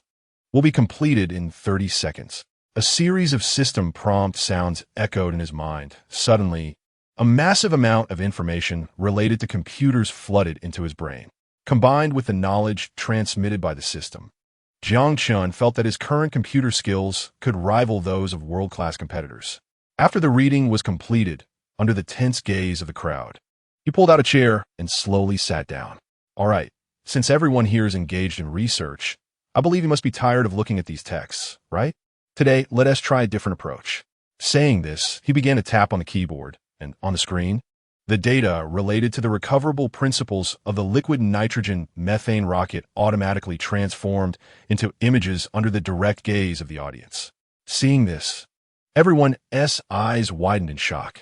Lu Quan, sitting in the center of the first row, couldn't help but rub his eyes. God, are those words on the screen dancing in front of me? Upon hearing this, Zhou Hongbin immediately shared his thoughts. No, such an operation is beyond our explanation. If the information tower cloud was present, it should be clearer. In Lonka Institute, Ji Yun is known as a leader in software information, a leading figure of the younger generation. Her status can be compared to that of Zhou Hongbin, whose qualifications and abilities are equally esteemed in the experimental building. You two are overestimating me. I also can't understand how he automatically transformed these. The sudden voice made Zhou Hongbin and Lu Quan turn around. Ji Yun, when did you arrive?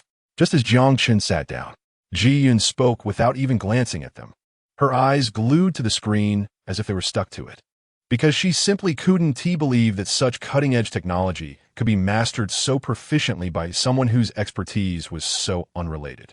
According to the information held by their Lonka Institute, Jiang Chun was studying aerospace equipment research and manufacturing, which had nothing to do with computer software. Look here, regarding the subdivision of rockets.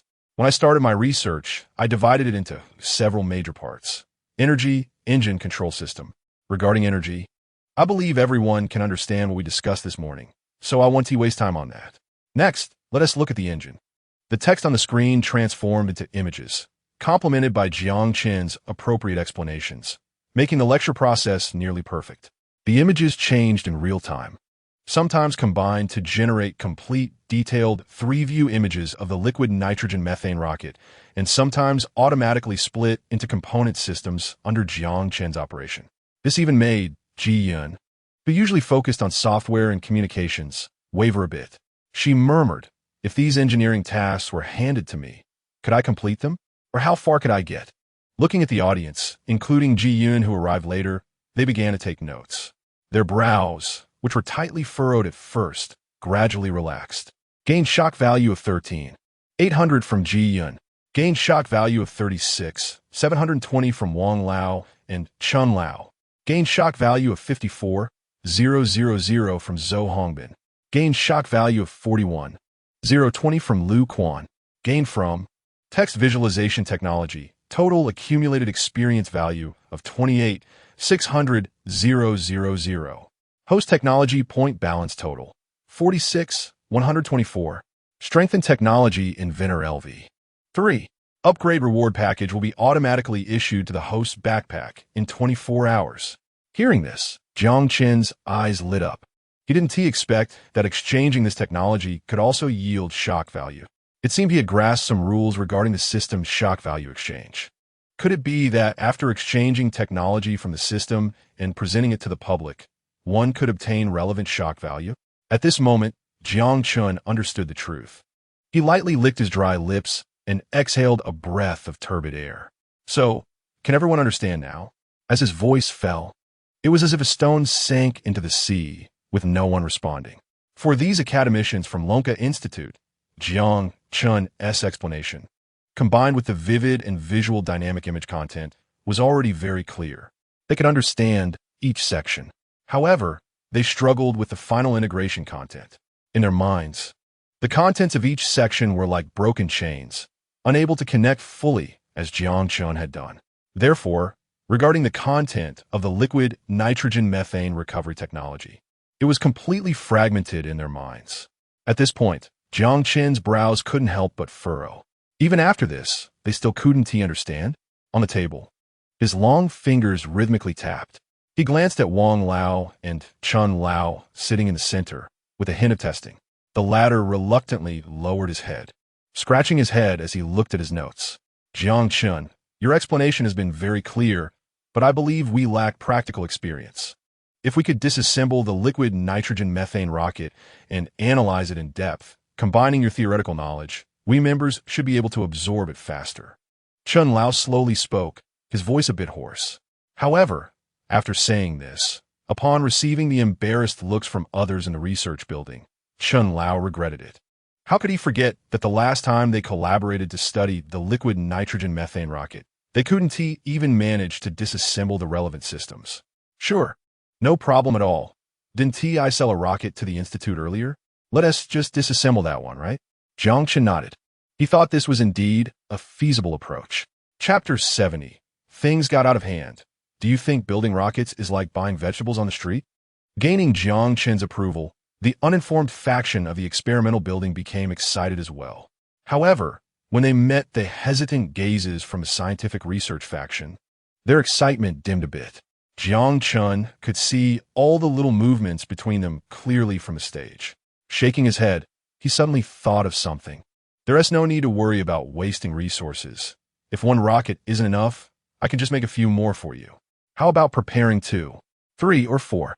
With the experience points I have now, making a few more rockets is no problem at all, especially now that the system has been fully upgraded. The number of circular robots has increased to over 100. With a single command, I can produce 3 non-attack liquid nitrogen methane rockets in one night. Immersed in his own joy, Jiang Chun didn't notice that in the already quiet reporting hall, everyone was gasping in shock at his statements. Their jaws almost dropped to the floor. How could he make manufacturing liquid nitrogen methane rockets sound so easy? It was as if you were talking about selling cabbage on the street. Everyone was caught off guard, never expecting that Jiang Chun would casually mention something as monumental as building rockets.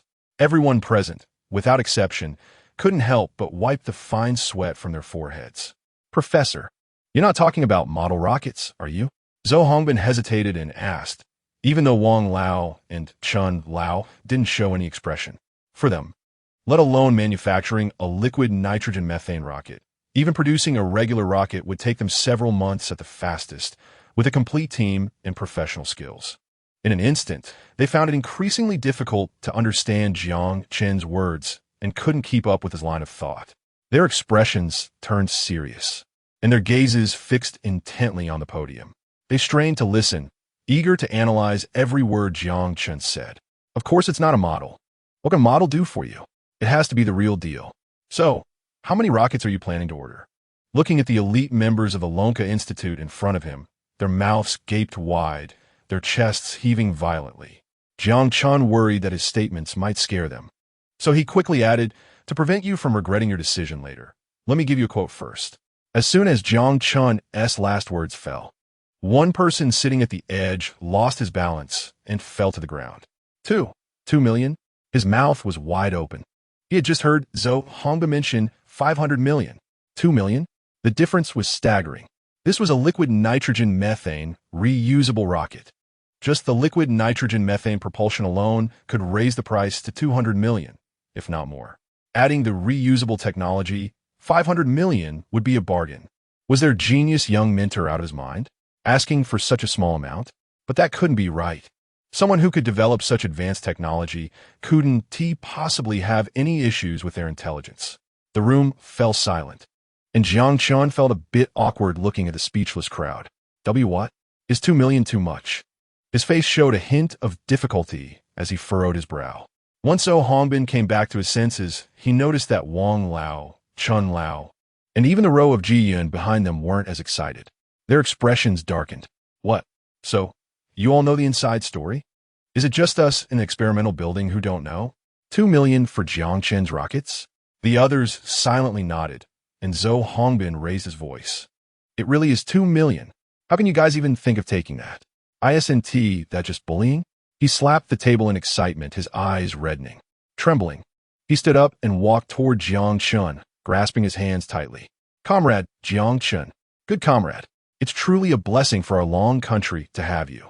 Suddenly, Jiang Chun found himself staring down at a large droplet of something crystalline that had fallen to the floor. Looking down, he saw a large puddle of glistening liquid. He was stunned and looked up to see Zhou Hongbin holding his hand, with a mix of snot and tears. This unexpected turn of events completely flustered Jiang Chun. He felt a bit lost and glanced back at Wang Lao and Chun Lao for help. But they clearly had no intention of stepping in to stop it. No, let's talk this over properly. There is no need for this. We can still negotiate the price, right? Upon hearing this, Zhou Hongbin raised his head again, firmly wiping away his tears, and said, No. What you're asking for isn't much. The Lonka Institute can definitely afford it. Okay. So how many rockets do you want to start with? Jiang Chun sighed in relief, noticing that one of the researchers had even brought him a cup of hot water, to which he smiled and thanked them. When he looked back, Zhou Hongbin had already turned to Wang Lao. We need to discuss this. 5 minutes later, Zhou Hongbin returned, grinning. Comrade Jiang Chun, how about we start with 100 rockets? Puffed.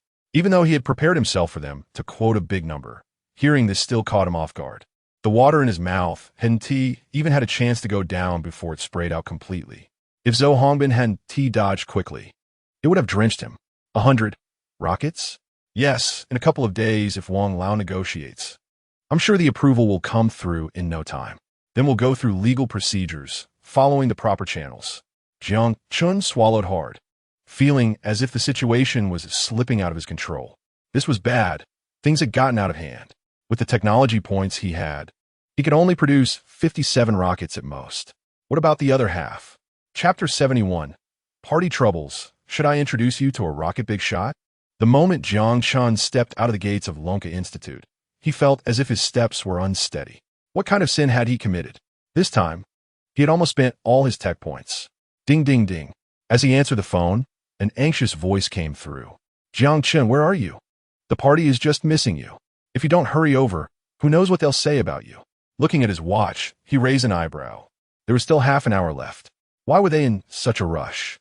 While speaking, he hailed cab. Pingxing Grand Hotel, please. I knew you'd say that, so I'll leave it at that. Hurry up and get here. Chun Jing hung up the phone and glanced at a man nearby who had been staring at her with hungry eyes. She stomped her high heels and shot him a vicious glare.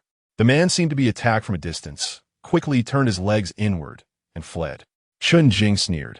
Well, low-class guy, daring to think about me. She turned to leave, only then realizing she was wearing high heels. I told you I can't wear these. My sneakers are so much more comfortable. On the second floor, when the golden door was opened, everyone instinctively turned their eyes toward the table. Oh, Xiao Jing, weren't you going to find Jiang Chun? Where is he? Could it be that he is too embarrassed to come? I heard his company went bankrupt and he is in debt. Lulu, what nonsense are you talking? Maybe the class leader is rushing over from the construction site right now. Anyway, we've waited this long. What's a little longer? After all, the main character hasn't said anything yet. Every word they spoke struck a chord in Huang Tian's heart. Everyone, don't say that about Jiang Chun. No matter what job he has now, his identity as an outstanding graduate of Lonka University will never change. Although he looked serious and tried to stop them from continuing to speak ill of Jiang Chun, he was secretly overjoyed, wishing he could record this moment. Once upon a time, he had always been behind Jiang Chun, known as the perennial second place.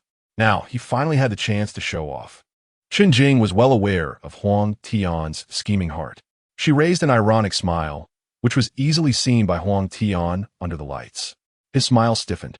Sorry for keeping everyone waiting. I'm not late, right? Chun Jing boredly fiddled with a napkin on the table until she heard Jiang Chun's voice, then perked up and looked toward the door. Jiang Chun entered with a bright smile, and for a moment, everyone saw that spirited genius from university days. The reaction of others made Huang Tian's hands under the table clench tightly. But considering his image in front of everyone, he suppressed his emotions and stood up to greet Jiang Chun. "Come, our class leader, have a seat here." Jiang Chun nodded, his expression ambiguous. The others watched with great interest, knowing that nothing was more exciting than the subtle rivalry between first and second place. As Jiang Chun sat down, those who had spoken ill of him earlier immediately fell silent. But the atmosphere was quiet for only half a second before a girl named Lulu looked Jiang Chun up and down with obvious disdain. She then spoke to him in a sarcastic tone. "I say, class leader, you seem pretty busy. What work are you doing now? Can you afford your own expenses each month? Did you squeeze onto the bus to get here? And has your family redeemed the house in Pengcheng? I heard your family." Smash! Jiang Chun, shaking his wine glass, suddenly changed his expression upon hearing the latter part of her sentence. He slammed the glass onto the table, and it shattered. His gaze toward Lulu was almost dripping with blood, mixed with a chilling frost that seemed to have lasted for ages. "Do you dare to say that again?" Each word was forced out with difficulty. The pressure around him was so low that others could hardly breathe. Chun Jing knew that for Jiang Chun, family was his Achilles heel, and a worried frown crossed her brow. At this moment, Huang Tian, who had been silent for a while, couldn't help but break the ice. "Hey, where's the waiter? Why is our food taking so long? Hurry up." Another door that had been tightly closed opened in response. Jiang Chen's eyes drifted over, instantly seeing through their scheming. He sighed deeply. "Come on, let's raise a glass to Huang Tian. He has officially become a level 4 researcher at Lonka Institute. Oh wow, that's impressive. It hasn't even been 2 years, right? Truly the pride of our graduating class." "Exactly. But honestly, what's the point of performing well in school if you can't withstand the test of society? That's real capability." Listening to the praises ringing in his ears, Huang Tian was almost lost in himself. Out of the corner of his eye, he noticed Jiang Chun sitting beside him drinking. Huang Tian cleared his throat, signaling to those around him. Time had passed, and they often gathered to discuss Jiang Chun, so they didn't care about his current mood at all. He raised his glass and casually draped an arm over Jiang Chen's shoulder. The latter subtly frowned and pulled away. "Oh, why so tough? Jiang Chun, the days when everyone revolved around you in school are over. Wake up." As he spoke, the man patted Jiang Chen's shoulder. His gaze was disdainful and deliberately humiliating. "Huang Tian is now a level 4 researcher at Lonka Institute and is about to join the liquid nitrogen methane rocket development project. Have you heard of the liquid nitrogen methane rocket? It's the hottest topic online right now." Huang Tian's smile was uglier than an AK. Low-key, low-key. I've only met the creator of the liquid nitrogen methane rocket a few times. It's an honor to receive his personal guidance. Upon hearing this, Jiang Chun was named directly, and if he kept his head down, that would be his fault. He glanced over, his eyebrows raised in a mockingly casual manner, as if to say, "When have I ever met you at Lonka Institute? Personal guidance? Where? In your dreams? You? Personally guided by the creator of the liquid nitrogen methane rocket? Really?" Jiang Chen's light words made Huang Tian's heart skip a beat, feeling a pang of guilt. Swallowing hard, Huang Tian forced a smile. "I remember you also researched this kind of technology. Do you need me to recommend you?" Jiang Chen almost couldn't hold back his laughter. "What? In this day and age, do you need someone to introduce you just to meet me?" Chapter 72. Taking the unusual path from Jiang Chen's perspective. It was clear that Huang Tian was struggling to maintain his composure. A sense of amusement filled his heart, and he couldn't help but smile slightly. "Well, I don't want to take advantage of this alone. When will you take us to meet that big shot?" After saying this, Jiang Chun gave Huang Tian no chance to refuse and continued, "There's no better day than today. Everyone is here." Huang Tian truly hadn't expected Jiang Chun to make such a request. He thought Jiang Chun would decline out of embarrassment.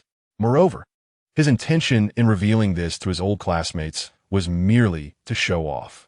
But in reality, he knew whether or not he had met the liquid nitrogen and methane rocket manufacturer. "Huang Tian, have you thought this through? We're all waiting for your answer.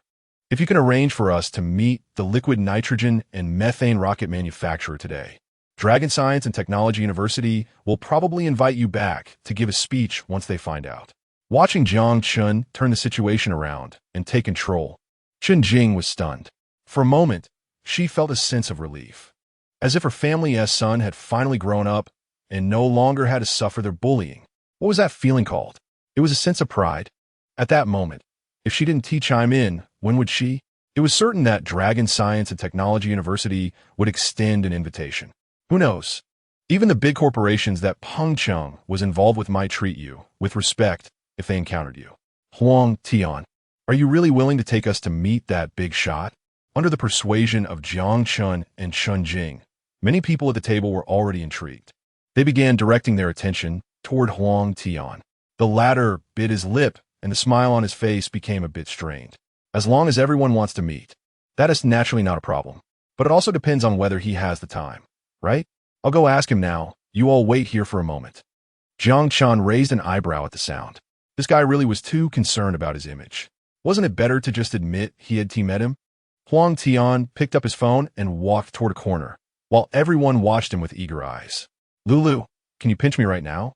I feel like I'm dreaming about meeting the rocket big shot. As soon as the words left her mouth, Lulu didn't hold back and reached out to pinch the inside of his arm.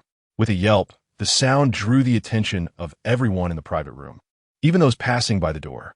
Jiang Chun lowered his head and rubbed his forehead, realizing he had never noticed before that aside from being mouthy, they also had some issues upstairs. Now he was a bit curious. If they knew he was the so-called genius manufacturer of liquid nitrogen and methane rockets, how would they react? 10 minutes later, Huang Tian returned from the corner, his face beaming as if he were basking in spring sunshine. So how did it go? Did the big shot agree? The table full of people looked at Huang Tian with eager anticipation. I just called him, and I heard that he is very busy right now, researching some new high-tech stuff, so he might not have time to come. Oh, I see. That is completely understandable. Given his status and our position, it makes sense. Huang Tian's gaze shifted, but he added, however, the big shot asked me to convey his apologies to you all. He will definitely meet you when he has the time. Really? I knew our brother Huang Tian had the ability. As the old classmates showered him with compliments, Chun Jing couldn't help but twitch her mouth. Humph. What's so impressive about that? It's just someone who knows how to make missiles. If Jiang Chun had persisted and entered Dragon Science Institute, his abilities and status would definitely be stronger than yours. Right, Chenzi? Jiang Chun chuckled lightly, but didn't he respond, nor did he refute. I heard the big shot is drinking right now, and it's at this hotel. Are you sure you don't want to meet him? His voice echoed softly as he raised his glass and took a sip. So smooth. But Huang Tian's smile stiffened at these words. What do you know? Have you met the big shot? Or are you more familiar with him than our Tiange? If you don't know, don't talk nonsense, okay? It's rare to meet the big shot. If you had worked hard back then, you could have met him too. But who told you to not be diligent? Hey, don't mind him.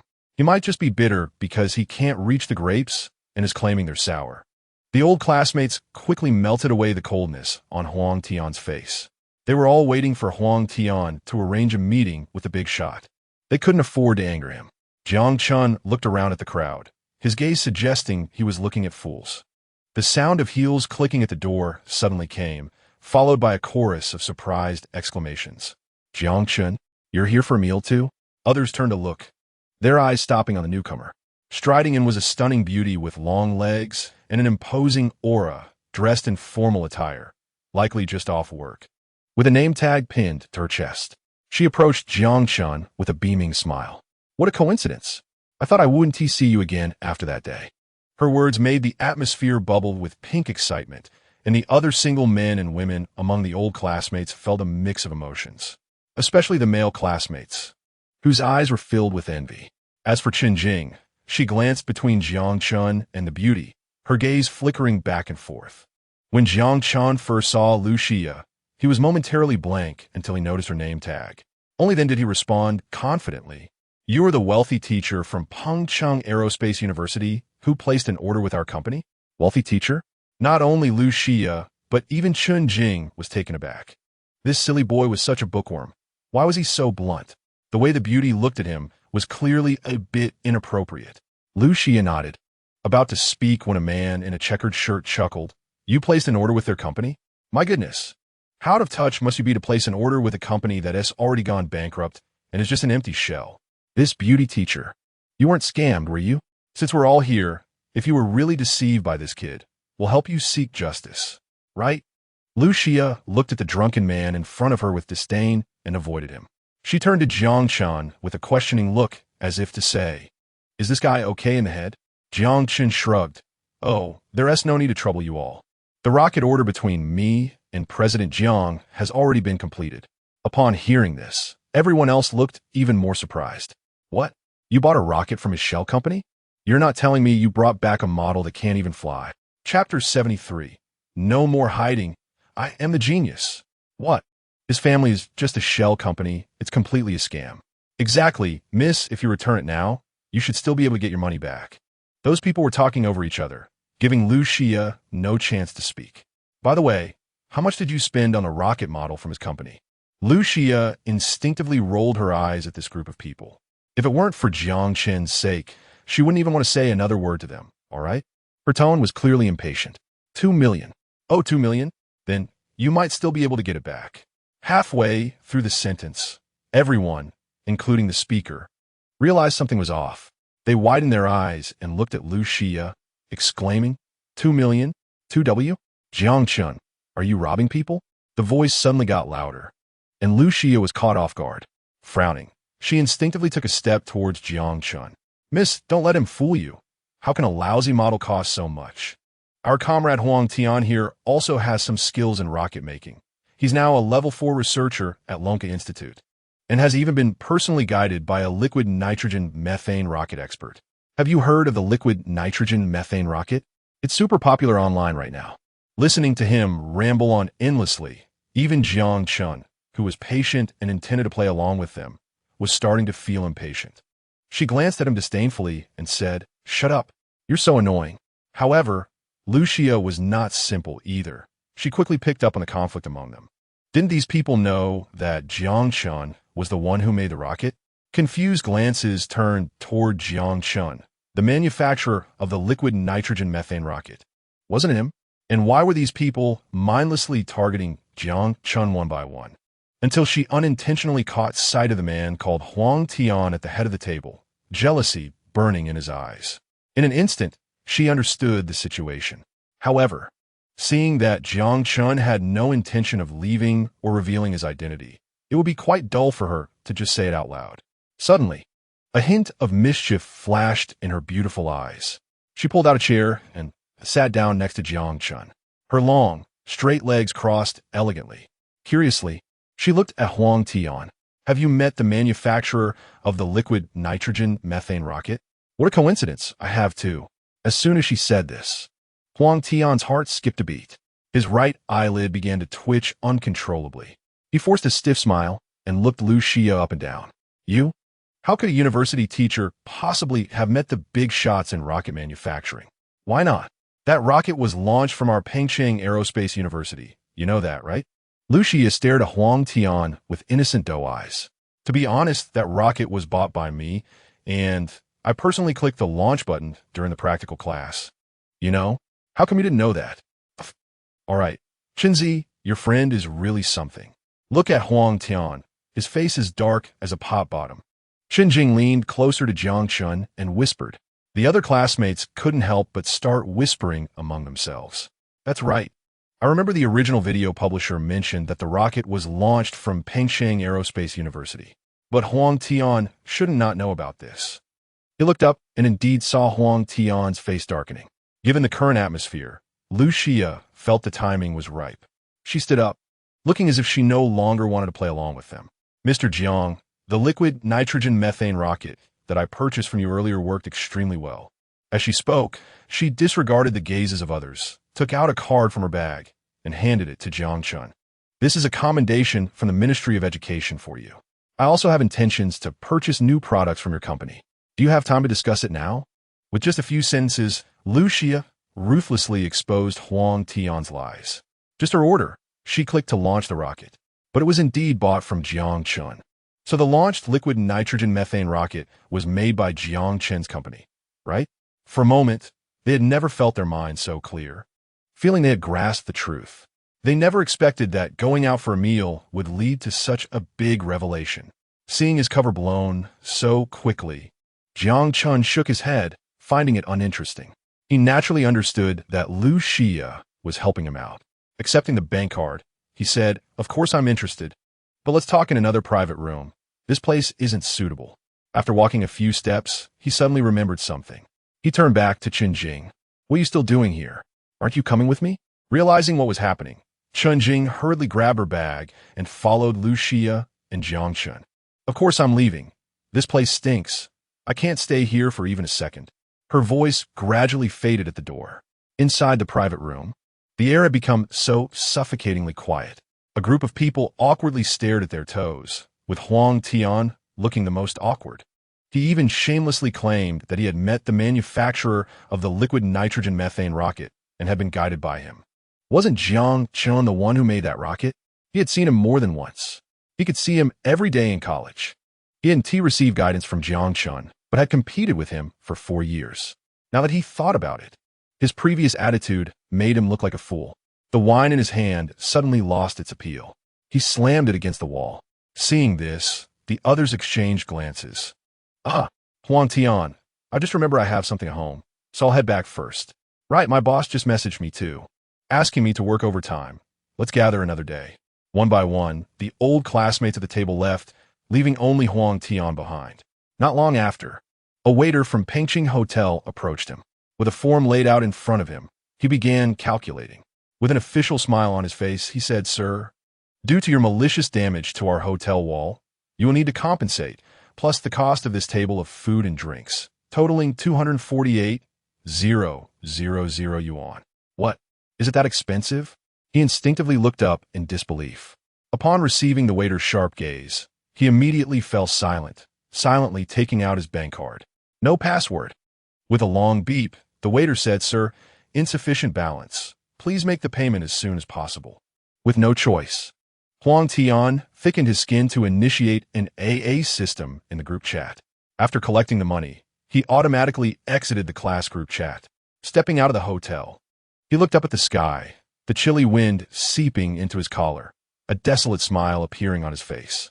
2 years after graduation, while others achieved nothing, he still returned crowned as a genius. Chapter 74.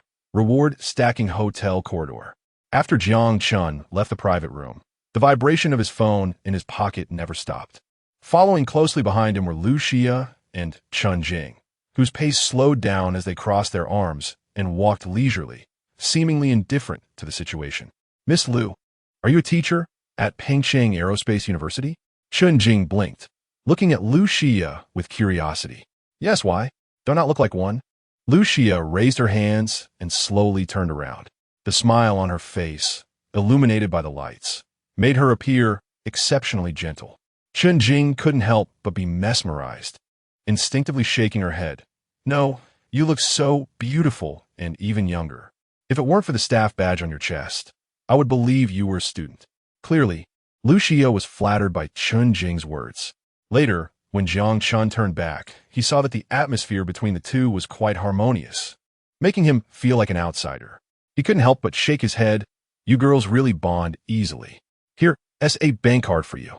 Thank you for helping me out earlier." Looking at the bank card presented to her, Lu Xia did not take it. Instead, she looked at Jiang Chun earnestly and said, "I really want to discuss future cooperation with you. Do you think I was just joking earlier? Still want to cooperate? But our company only manufactures liquid nitrogen methane rockets for now. Isn't there a future? This bank card is like reserving a custom quota with you, isn't it?" Since the other party had already made a request, Jiang Chun naturally wouldn't refuse the money. He smiled and nodded, "Of course we can." Their collaboration was established. Now, it was Chen Jing who was stunned. Her slightly dazed gaze wandered back and forth between Lu Xia and Jiang Chun. From a moment Lu Xia mentioned that the rocket used in her practical class was purchased from Jiang Chen's company, combined with her understanding of Jiang Chun, she had automatically assumed Lu Xia was making up an excuse to help him. But now, seeing their interaction, it was clear that the reality was not as simple as she had imagined. "Xia, that rocket, could it really be made by Chanzi?" When she spoke, Chen Jing could hardly perceive her own voice. Even after seeing Lu Xia nod in affirmation, Her legs felt a bit weak. If it weren't for the handrail beside her to support herself, she might have stumbled and fallen. Looking at Jiang Chun, who was smiling like the old days, Chen Jing felt for the first time that she didn't quite recognize this old friend. She used to know Jiang Chen's talent in aerospace research, but after the incident at his home, she worried that he would waste his abilities. However, looking at him now, he not only had not wasted his talent, but had also become even more outstanding. Thinking of his hardships over the past 2 years, Chen Jing couldn't help but feel her eyes moisten. She raised her hand and slapped Jiang Chen's arm. "You've hidden it well. Even I didn't know. You really are something. I was worried Huang Tian and the others would set you up." As they talked, the three laughed. They went out to a food stall, and after drinking until 8 o'clock, they went their separate ways. Of course, Jiang Chun was the exception. As the only male present, his task was to drive the two ladies home. While dropping Lu Xia off, he happened to run into Lu Yuanheng, who was taking a stroll of the yard. Initially, Jiang Chun was a bit skeptical upon seeing Lu Yuanheng, but recalling Lu Xia's family background, he suddenly understood. "Dad, shouldn't you be in a meeting at this time? I heard you received a batch of goods last night." On the other side, Lu Yuanheng was also surprised to encounter Jiang Chun at his doorstep, his eyes lighting up. His steps unconsciously quickened. Upon reaching the two, he didn't even acknowledge his daughter. "Mr. Jiang, what brings you here? Come in and have a seat." "No need. I had dinner with Miss Lu and some friends, and now I've safely delivered her home, so my task is complete." Jiang Chun waved his hand repeatedly. "Just sitting for a bit won't take much of your time. Really, no need to trouble you. I still have things to handle at my company." "Oh, in that case, I want to keep you, Mr. Jiang." As he watched Jiang Chen's figure recede, Lu Yuanheng couldn't help but sigh. TSK. People really can drive you crazy. What a good kid. If he were my son, I'd be so happy I could fly. Turning around, he finally noticed Lu Xia's resentful eyes. He moved his mouth and quickly searched for a reason. "Hey, didn't you just say something to me?" Lu Xia rolled her eyes silently. "I asked why you were still in the yard so late after receiving a batch of goods last night. Speaking of that, I must tell you, Jiang Chun is really something. Do you know who delivered the goods?" An hour later, Jiang Chun took a taxi back to the company. When he entered, the lights in the company were still on. "Oh, why is everyone here today?" Previously at this time, everyone except for 01 had already left for the day. Huang Yi got up from the tea area to pour Jiang Chun a glass of water, her movements very practiced. "Boss, you don't know, quite a few people placed orders in our company today." In the office area, Wang Peng stretched. "Yeah, we're working hard. I still have some orders to finish." Xiao Zhao and the others went to the manufacturing room and started learning how to use the machines to make models since noon. "I wonder how they're doing now." Jiang Chun walked over and picked up the printed form. Raising an eyebrow, "Quite a few, which ones to check?" Wang Peng leaned over to look. "Oh, those are urgent. They need to be delivered tomorrow afternoon." Nodding, Jiang Chun took the form and handed it over. "You'll learn those machines quickly. Don't forget to take breaks." "All right. Thank you, boss." As Jiang Chun was about to step into the office, he raised his hand to wave. Just as he stepped inside, the system's notification sound rang in his mind. Ding! Liquid nitrogen methane rocket with accompanying ground attack skills has been manufactured. Consumed 700 tech points. The system will automatically deduct this in 10 seconds. 700? At first, Jiang Chun thought he misheard, but after checking, he found that the system had upgraded to LV3, and reward stacking had reduced the tech points required for many devices. The liquid nitrogen methane rocket had even dropped to 598 points. Realizing this, Jiang Chun jumped up excitedly. "Does that mean I can easily manufacture 100 rockets? I can even add attack skills to it."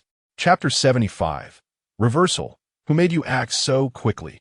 Checking the reward information in the backpack, Jiang Chun realized that combined with the remaining technology points of 46,124 from last time, the technology points in the backpack had now reached 76,124. After experiencing the inventor upgrade and an overall performance enhancement, even if he manufactured 100 liquid nitrogen methane rockets with attack skills, he would still have 6,124 technology points left. Thus, the technology points required for manufacturing 100 rockets were already sufficient. Beep. From V-Blog Repost, providing a shock value of 3,500,000. From VWeChat Moments Repost, providing a shock value of 2, 870,000. From certain hand, a certain sound repost, providing a shock value of 6,840,000. These system prompts echoed in Jiang Chen's mind one after another, making him feel a surge of excitement. Even his breathing became rapid. After all, according to the system's 1,000 exchange rate for technology points, these could be exchanged for 13,210 technology points. Beep. The current technology points of the host are 89,334. He had accumulated more than 89,000 technology points. For Jiang Chen, this was better than a deposit into his bank account. With these, not to mention liquid nitrogen methane rockets with attack skills, even higher technology could be produced as long as he redeemed it within the system. Ding, ding, ding. At that moment, a sudden phone ringing interrupted him. Jiang Chen, sitting on a roller skating office chair, tilted his head to look at the desk, and with a sudden push of his feet, he slid over there. When he answered the phone, he didn't even bother to check who was calling and responded cheerfully. Hello. This is the office of Jianglin Technology Company. I am Jiang Chen. On the other end, Old Wang took his phone away from his ear in confusion and glanced at the contact. He muttered to himself, I didn't dial the wrong number. What good news do you have that makes you so happy? Have you calculated that our approval funds have come through? Hearing this, Jiang Chen was taken aback. So soon? Didn't they say the approval process was quite complicated? It had only been a few hours. He instinctively voiced his doubts without considering anything else. You don't know. Old Chen and I each have a major decision-making authority to directly apply for approval from our superiors. He used his up already, but luckily I still have mine. Otherwise, it wouldn't have gone so smoothly this time. Old Wang on the phone said proudly. He even winked at Old Chen, who was silently listening to the call. If my opportunity hadn't been used, you wouldn't have had the chance to show off in front of Jiang Chen. The more Old Chen spoke, the more frustrated he became. He raised his head and drank the tea in his cup in one gulp. The small cup of tea actually made him appear as if he were drinking alcohol. Old Wang waited quietly for Jiang Chen's praise. However, the other end fell silent. The smile on his face abruptly stopped. He couldn't help but swallow hard and tentatively asked, Jiang Chen, are you listening? The approval funds have already come through. When do you have time for us to come over and sign the contract? Jiang Chen frowned as he looked at the light blue system screen in front of him. Things made for the country naturally had to be the best. After thinking for a moment, he immediately rejected. No, we can't just sign it like this. Since Old Wang and Old Chen were not in front of Jiang Chen, they couldn't see the righteous expression on his face. They immediately thought Jiang Chen was preparing to back out. Their hearts suddenly skipped a beat. In a hurry, Old Chen, Ji Yunxiu, and the experimental buildings, Zhou Hongbin all crowded around Old Wang. Everyone present knew how precious the authority to pass the approval directly was. Not to mention how tedious and troublesome the approval process would be if it went through the normal procedure. Just the priority approval power held by Old Wang and Old Chen was extremely valuable, especially in the Long Institute, where there were many urgent projects. Old Wang and Old Chen had never thought of using their privileges to expedite approval. However, when they proposed to Jiang Chen to manufacture 100 rockets yesterday, their minds had already automatically linked it with their priority rights. After Jiang Chen left the Long Institute, Old Wang didn't hesitate and directly called his superiors. After explaining the situation, the approval was immediately granted. Thinking about how countries like Eagle Sauce were still exploring liquid nitrogen methane rockets, while Longwa was about to have 100 of them, he was so excited that he couldn't sleep all night. But now Jiang Chen said he couldn't sign the contract, which meant that the power he had used was about to go to waste, right? This was not the most serious part. If the superiors pursued the matter, the responsibility would have to be borne by the Long Institute. By then, even the privilege of Old Wang and Old Chen, which was originally every 5 years, will be completely revoked. It would be a case of losing more than gaining. Sensing the tense emotions of the crowd, Old Wang also opened the speakerphone on his mobile phone and placed it in the center of the table. Jiang Chen, if your company encounters any difficulties in manufacturing and production, just let us know. We can solve it together. It's not a big deal. If it can't be completed in 5 years, we can take 10. Yes, Jiang Chen, as long as we work together, there's nothing we can't overcome. Through the phone, Jiang Chun could hear the urgency and panic in the voices of the people on the other end. With a faint smile, he said, "I've already made a decision on this matter.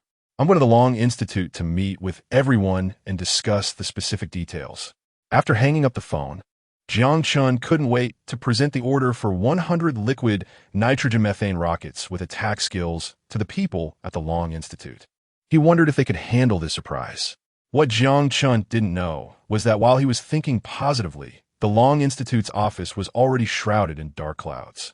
Everyone sat dejectedly on the sofa, looking at the administrative printed contract on the table, which was somewhat glaring. "Get that down first. It's irritating to look at. What do we do now?" Jiang Chun has rejected it. "How do we explain it to the superiors?" Su Zhang said sternly. "I already said that you should discuss this matter with Jiang Chun before applying." Faced with Su Zhang's reprimand, the others indeed dared not refute, and they had no reason to do so. After all, this matter was collectively agreed upon by them. What should we do then? We can only wait for Jiang Chun to come and try to salvage it. Su Zhang sighed deeply. Standing with his hands behind his back in front of the floor-to-ceiling window, pacing back and forth in the office. Half an hour later, the office door opened. Jiang Chun found the air pressure in the room extremely low, especially when a few people rushed towards him as soon as he opened the door. "Jiang Chun, is there really no room for negotiation on this matter?" Chapter 76, Improve Quality. What do you call garbage? If it really doesn't work, our researchers from the experimental building can come over to assist you. We can't give up this privileged opportunity. Yes, if the comrades from the experimental building are not enough. We also have our research building. Our information building can help too. Voices kept coming in from all around. There was unmistakable panic in their tones. However, at that moment, Jiang Chun couldn't figure out the reason for their behavior. His mind was a bit muddled. He quickly took a couple of steps forward, breaking away from the crowd. Only when he reached the center of the office did he breathe in some fresh air. Rubbing his head, "What are you all talking about? I don't quite understand." He didn't know where the researchers got their information, but as Wang Lao was about to close the door, it was suddenly slammed open by a huge external force. His gaze swept around the office. Finally, bypassing the blocking Chen Lao, he caught sight of Jiang Chun. "Jiang Chun, Minter, are you really going to give up the order for those 100 rockets? After you left yesterday, Wang Lao and the others started preparing for this matter. And the standard contract from the administrative building was printed early. It just needs your signature." This rare opportunity to bypass the review was traded by Wang Lao with his privilege that comes once every 5 years. Looking at the excited researchers in front of him, Jiang Chun felt even more confused. For a moment, he was at a loss and felt dizzy for the first time. "No, you all have me confused. When did I say I wanted to give up the order for those 100 rockets?" As soon as he said this, Wang Lao, who was standing at the door, brightened up. He pushed aside the researchers blocking him and rushed forward. "You didn't refuse? But you said on the phone." Receiving a signal from Chen Lao and Su Zhang, the words that were about to come out of Wang Lao's mouth instantly stopped. No one present wanted to hear the contents of the phone call repeated. Reflecting on what he said before coming, Jiang Chun suddenly realized and laughed. "You misunderstood. I never intended to give up once I agreed. Then did you say no? We can't sign like this?" Ji Yun, who was known for being straightforward in Lonka Academy, asked without hesitation after Jiang Chun finished speaking. Jiang Chun paused for half a second and continued. "What I meant by refusing to sign the current contract is that I want to change some contents, not that I don't want to manufacture rockets." Seeing everyone nodding in understanding, the worries that initially appeared on their faces dissipated at that moment. Seeing this, Jiang Chun couldn't help but feel a bit guilty. He just didn't expect that these people would misunderstand him. Unable to help but smile and rub his forehead. "So now everyone can rest assured, right?" Su Zhang and the others silently nodded, but it seemed like they thought of something and shook their heads. In the entire office, more than half of the senior leadership of Lonka Academy fell into silence within a mere 5 minutes, all guessing what Jiang Chun would say next. They even worried that Jiang Chun would ask for more money based on the original contract. Although this was to be expected, given the rockets he developed, it was still hard to resist the speculation. Upon reflection, they thought that if they brought it up, it would definitely be more sincere than if Jiang Chun said it. Feeling numerous gazes on him, Su Zhang cleared his throat a few times and took the initiative to say, "Jiang Chun, I've thought about it. The total amount of 2 billion approved on the contract may not really match your 100 liquid nitrogen and methane rockets. How about we raise it a bit based on this? His voice carried a hint of probing and inquiry. Take a look at this contract. If there are no issues, once it's signed, someone will transfer 1 billion as a deposit to your account. Hiss, 2 billion? 100 liquid nitrogen and methane rockets. And they come with satellites. What does this mean? Signing such a contract would be like giving Lonka Academy rockets for free. One of the observing researchers couldn't help but whisper, "Shill, this isn't something we can decide. The director didn't kick us out and allowed us to watch. So just thank your lucky stars, stay quiet, and watch." The researchers immediately fell silent, their eyes fixed on everything happening before them. As for Wang Lao, Chun Lao, and others, they also tacitly closed their mouths, not daring to say much for fear of affecting Jiang Chen's decision. Jiang Chen took the contract Su Zheng handed over and glanced at it. Under the influence of the inventor system, his brain had already reached an extraordinary state. In less than 2 minutes, his brain had automatically recorded all the relevant information on the contract. As he closed the document, his eyes were clear. He looked up at Su Zheng and then scanned the other attendees. The contract will definitely be signed, but I want to change some contents. Regarding the functions of the liquid nitrogen and methane rockets, I will make some adjustments on this order. As soon as he said this, everyone exchanged glances, their eyes revealing shock. Could it be that the time required to manufacture the liquid nitrogen and methane rockets is too long? Is it going to reduce some functions? Since it's called a liquid nitrogen and methane rocket, at the very least, the power supply should not be withdrawn or changed. But if that's the case, would he be altering the 8K ultra-high-definition satellite function or the reusability function when applying for the 2 billion approval funds from the superiors? They were so readily agreed upon partly because of their privileges, but more so because of the high-tech functions of the liquid nitrogen and methane rockets he guaranteed. He had even promised with his own reputation to the superiors. Would he change it now? Would his entire reputation in Longwo be ruined by Jiang Chen's injuries? Thinking of this, Wang Lao's lips began to tremble. Come on, just say which function you want to cut. Give me a break. My heart really can't take any more hits. After speaking, a painful mask directly spread over Wang Lao's weathered face. As if he were about to faint on the spot, Jiang Chen raised his eyebrows slightly. Who said anything about cutting functions? If we cut down on that rocket, wouldn't it turn into garbage? I'm planning to add ground attack skills to it. I wonder if you have any objections? After saying this, fearing everyone would react as they did earlier, he quickly added, I just thought that since it's for the country, it can't be filled with garbage. Of course. The cost won't change. Still 2 billion. Garbage? Are you crazy? You actually call the liquid nitrogen and methane rocket garbage?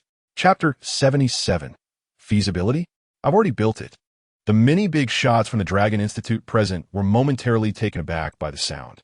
That liquid nitrogen methane rocket had yet to be completely manufactured in other countries, especially in the Eagle country. If they heard Jiang Chen call the liquid nitrogen methane-powered and reusable rocket garbage, they would definitely be furious.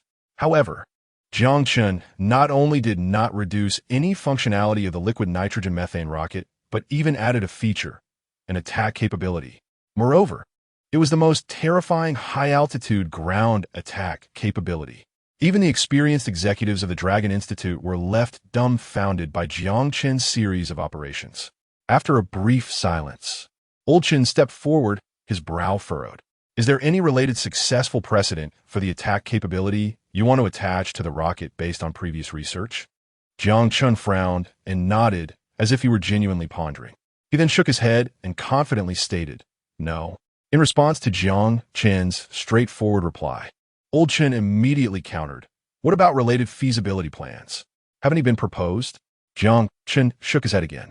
Upon receiving such answers, everyone in the office fell into deep thought, and the joy on their faces gradually faded. If they couldn't control the risk range during the research and development process, it could easily lead to unforeseen damage and consequences. This was a painful lesson for the experienced executives of the Dragon Institute. They pursued innovation, but blind confidence and a reckless pursuit of entirely new products could lead to project failure. Stability and progress were the guiding principles for their research and innovation. Exchanging knowing glances, Su Zheng finally took the lead to explain. since there are no precedents and no feasible plans. Our unanimous suggestion is still to avoid adding this attack capability. Upon hearing this, Jiang Chen's eyes flashed, and a hint of dissatisfaction quickly crossed his forehead before disappearing. Even so, Ji Yun and Old Chun still caught the change in his expression. They stepped forward to add, of course, if we thoroughly understand the principles of this attack capability and can control it comprehensively, we can still give it a try. Yes, if we want to add ground attack capabilities to the liquid nitrogen methane rocket, how confident can Comrade Jiang Chun be in succeeding? After saying this, Old Wang regretted it somewhat. Not to mention whether the final research and development could succeed, just considering how confident they could be. It was basically zero for the Dragon Institute. After all, they only had a rough understanding of the application principles for the first three aspects, had merely caught a glimpse of the recycling technology's prototype, and were completely unaware of the 8K ultra-high-definition satellite imaging technology. Now, with the hypothesis of a ground attack capability coming up, high-tech beyond their grasp was appearing one after another. Sometimes, they really had to doubt whether their intelligence had regressed after encountering Jiang Chun. They could recognize each individual word he said, but once those words were combined, they couldn't understand them. Jiang Chun nodded, neither responding nor denying. As his gaze shifted slightly, the corners of his mouth curved up. Su Yuan, Old Wang, Old Chun. Group Leader Li, Colonel Zhou, are you interested in coming with me? The group exchanged glances before nodding seriously. In the Dragon Institute's dedicated vehicle, they squeezed in slightly to fit. Jiang Chun sat in the passenger seat, occasionally guiding Zhou Hongbin on directions. Half an hour later, under Jiang Chen's guidance, the car slowly drove into the entrance of the storage facility in the Pengcheng North District. With a swift motion, the car's front end turned around. Jiang Chun didn't react immediately and instinctively reached out to grab the handrail next to the roof to steady himself. The Dragon Institute members, now familiar with Zhou Hongbin's driving style, exchanged knowing glances. After getting out of the car, they looked at the large characters in front of them. Pengcheng North District General Warehouse. The group couldn't help but frown. It wasn't until Jiang Chun submitted his identity verification that the security guard allowed them to enter, and Old Wang could no longer hold back, asking, "Were we discussing adding new skills? What are we doing here?" The others nodded in agreement upon hearing Old Wang's words. Seeing the mixed expressions of expectation and confusion on everyone's faces, Jiang Chun organized his words in his mind. Facing the senior members of the Dragon Institute, he had no intention of hiding anything. Did you not just ask me how confident I am in succeeding? I can now assure you that the success rate is 100%. This, even including the two elders, the group was greatly shocked. A 100 success rate was something that even the most experienced and esteemed figures in the research community of Blue Star would not dare to claim lightly. Although they acknowledged Jiang Chen's abilities in research and manufacturing, hearing such unhumble and even somewhat overconfident words now made them frown. Jiang Chun, I know you want to provide our Dragon Country with more advanced equipment, but we have to consider reality as well. Old Wang was right. Based on Dragon Country's current technological level, times are always moving forward. Everyone shouldn't always be concerned about the current level. Fixating on endless limiting factors will only hinder the progress of our Dragon Country's technology. Before Old Chun could finish speaking, he was directly interrupted by Jiang Chun. As he noticed everyone falling into silence, Jiang Chen's tone suddenly shifted. The 100% success probability is not something I casually say. I have already built the liquid nitrogen methane rocket with the attached ground attack capability. Aren't you here to witness it with your own eyes? After saying this, Jiang Chun no longer stood stiffly in front of the group, but turned and walked into the warehouse, calling out, "Master, I'm here to get the keys." As for the few people left behind, after hearing Jiang Chen's words, their minds felt as if they had been struck by an inexplicable force. For a moment, they couldn't quite process it. Among them, Old Wang and Old Chun, who were well-versed in research and manufacturing, were the first to react, their eyes reddening with excitement and their lips trembling. In a voice filled with evident trepidation and uncertainty, Old Chun asked, What did he just say? Is there something wrong with my ears?" As he spoke, tears began to flow from their eyes, rushing through the deep grooves on their faces. Jiang Chen's figure in the warehouse instantly grew larger in their minds. He said he had built it already. Could it be true? Old Chun pinched me. I still can't believe it. Chapter 78. This is simply his showcase of skills. No, you should pinch me first. I really feel lightheaded right now. As he spoke, Old Chun had already extended his arm in front of Old Wang. Su Zheng was even more dazed, his eyes closely following Jiang Chen's figure moving inside the warehouse. Suddenly, the 100% success probability was not just casual talk. It was the liquid nitrogen methane rocket with ground attack capabilities that I have already built. Ji Yun's phone rang, and surprisingly, it was Jiang Chen's voice coming from it. Seeing everyone looking over, he scratched his head, thinking he was about to send a voice message to his team members, but he accidentally heard Jiang Chen speaking instead. The two elders nodded, their faces filled with excitement and tears of joy. After a moment of daze, Su Zheng extended a hand and pointed his index finger at Ji Yun's phone. Quickly recall it. This project is currently our Dragon Science Institute's top secret. Activate the highest level of information protection mode. Even if it's someone from the Dragon Science Institute, before everything is finalized, do not disclose anything. Yes, Ji Yun quickly agreed, decisively tapping the phone screen to recall that voice message sent just 2 minutes ago. Only when he saw the message, you have recalled the message. Did he secretly breathe a sigh of relief? The phone buzzed twice. Looking down, it was a question mark sent by his team member. She simply replied with a few words, casually stuffed the phone in her bag, and quickened her pace to catch up with Su Zheng and the others. Nothing is more important right now than witnessing the newly upgraded rocket. The old man initially didn't pay much attention, and since the key originally belonged to Jiang Chen, he handed it over without hesitation. His gaze kept sizing up Jiang Chen, recalling the grand scene when the national team came to escort the goods from Jiang Chen's tech company, which still left him in awe. Just as he was about to ask Jiang Chen some relevant questions, he noticed 4 people walking towards him at the door out of the corner of his eye. 3 men and 1 woman. The badge on their chests might be unfamiliar to others, but for the old man who closely follows national affairs and often reads the news, he recognized it at a glance. That was the symbol of high-ranking officials from the Dragon Science Institute. While pondering this, Jiang Chen had already passed by him and joined those 4. The key turned in Jiang Chen's hand. Academy, let's go. The old man stood there dumbfounded, watching them leave.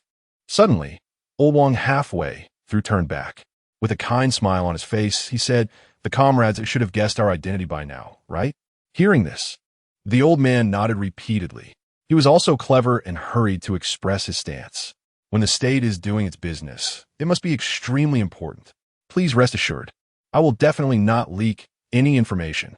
Old Wang nodded in satisfaction, even more astonished by the other party's keen reaction, and said good 3 times before turning to leave.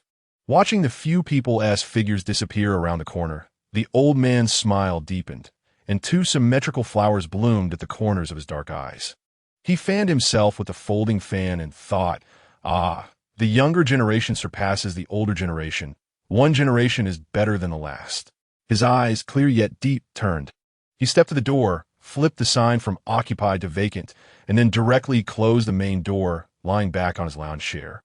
Swaying leisurely as he picked up the newspaper he had just finished reading.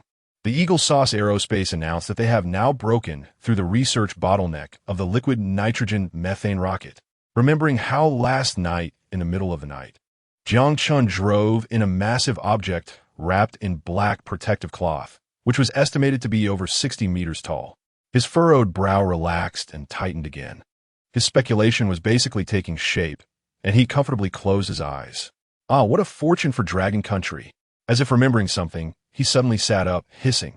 I wonder if that small warehouse can still hold other equipment after this. Why not just reassign him a luxury storage room? Without hesitation, the old man took out his old mobile phone. He pushed his reading glasses up to his nose and squinted to scroll through his contacts. Finally, his gaze fell on the person in charge of the North District branch of Huatian Group in Pengcheng, and he connected the call. The old man first cleared his throat, then said, "The usage period of your company's warehouse has expired, and I give you 3 days to vacate it." After saying that, he didn't care how the other side reacted and hung up the phone with a snap. He lay back on the lounge chair, looking at the warehouse distribution map on the wall. that North District branch of Huatian Group, relying on its status as a large group branch, occupied almost two-thirds of the current storage. He had long been dissatisfied with this.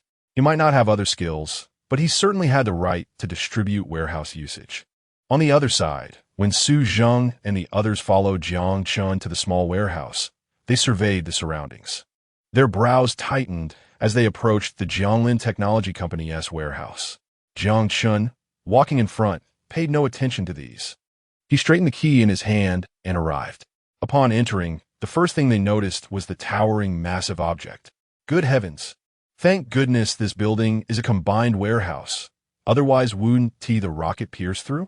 Old Wang exclaimed, his footsteps uncontrollably moving closer to the rocket.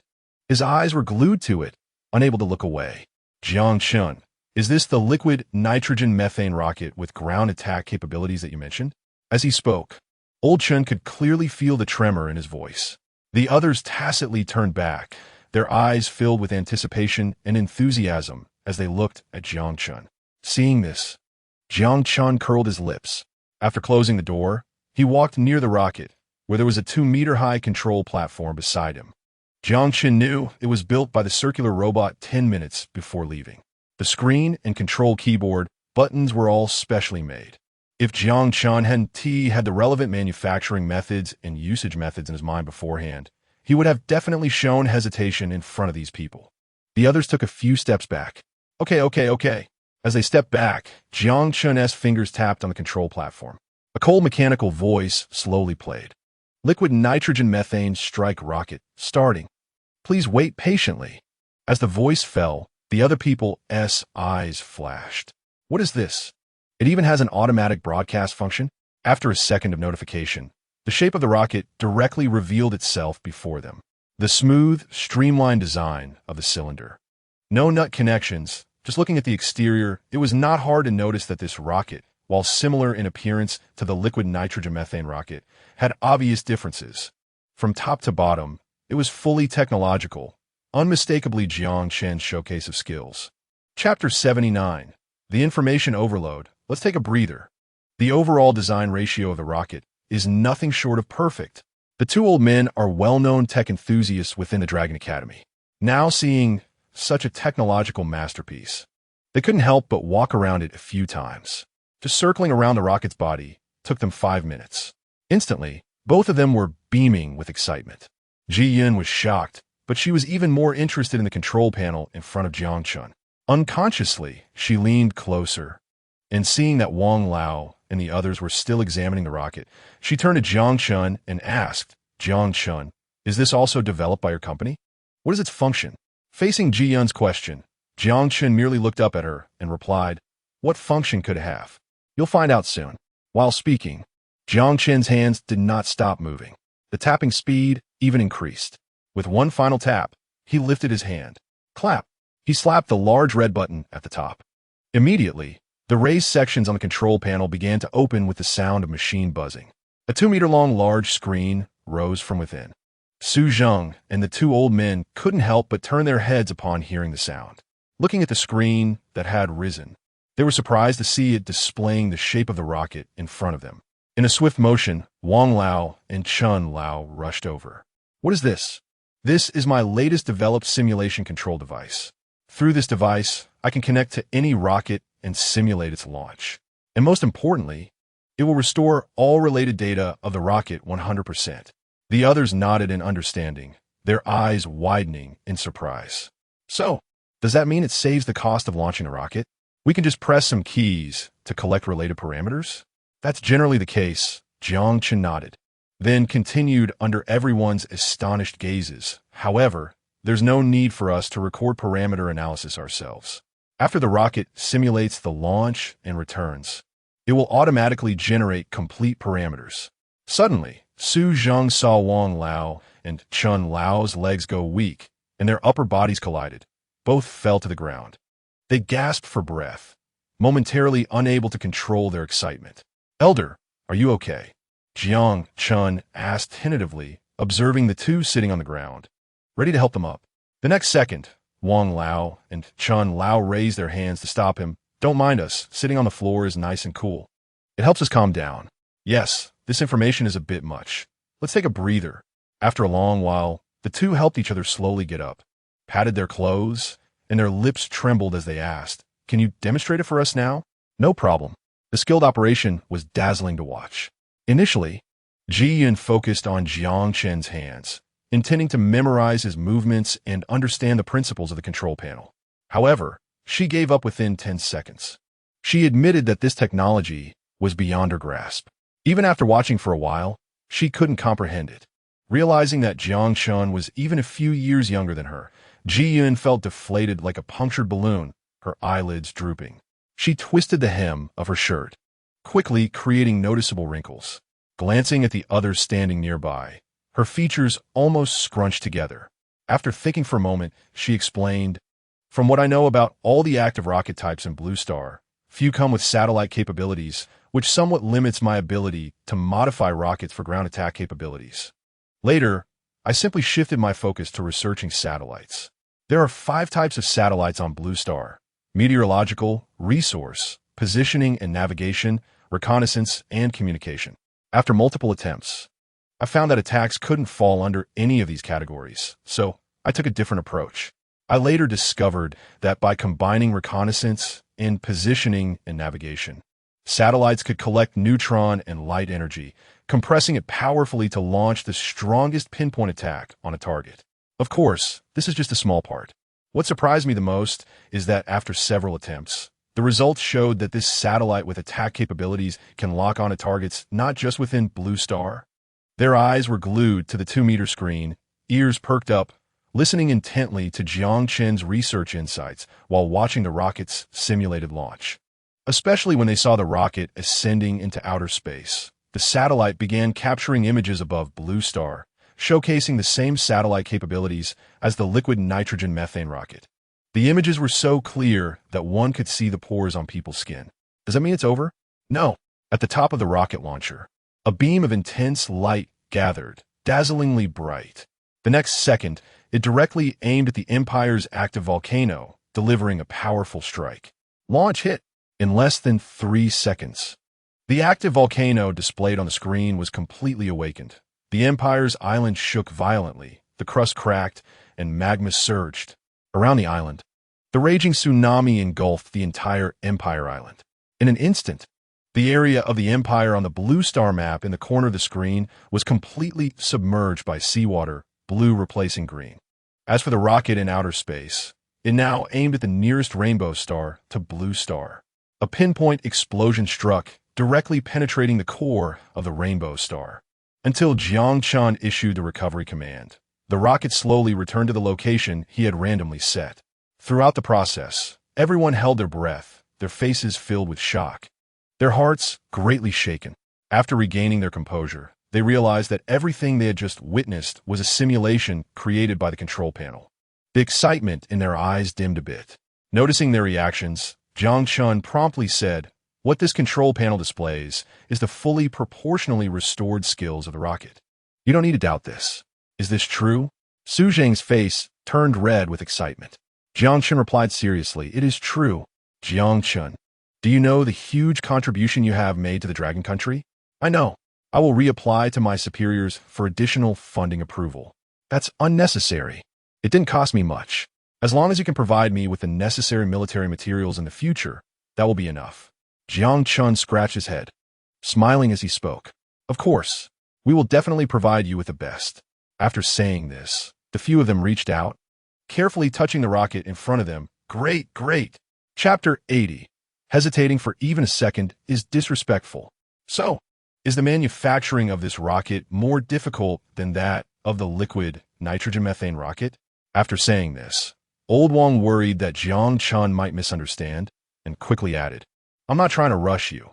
It's just that manufacturing 100 rockets is a massive project." Hearing Old Wang's words, both Old Chen and Su Zheng nodded in agreement. Upon hearing this, Jiang Chen didn't say much else. Instead, he followed the normal procedure and clicked to close the operating platform in front of him. That's all for today's demonstration. There are rules in the warehouse that we can't stay too long, so let's head back.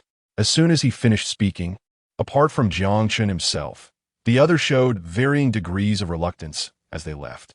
As for Ji Yun, who was watching the operating platform with eager eyes, she didn't even have the chance to delve into the relevant functions and usage of the platform before the screen went dark. Her head drooped suddenly. She silently stared at her own toes.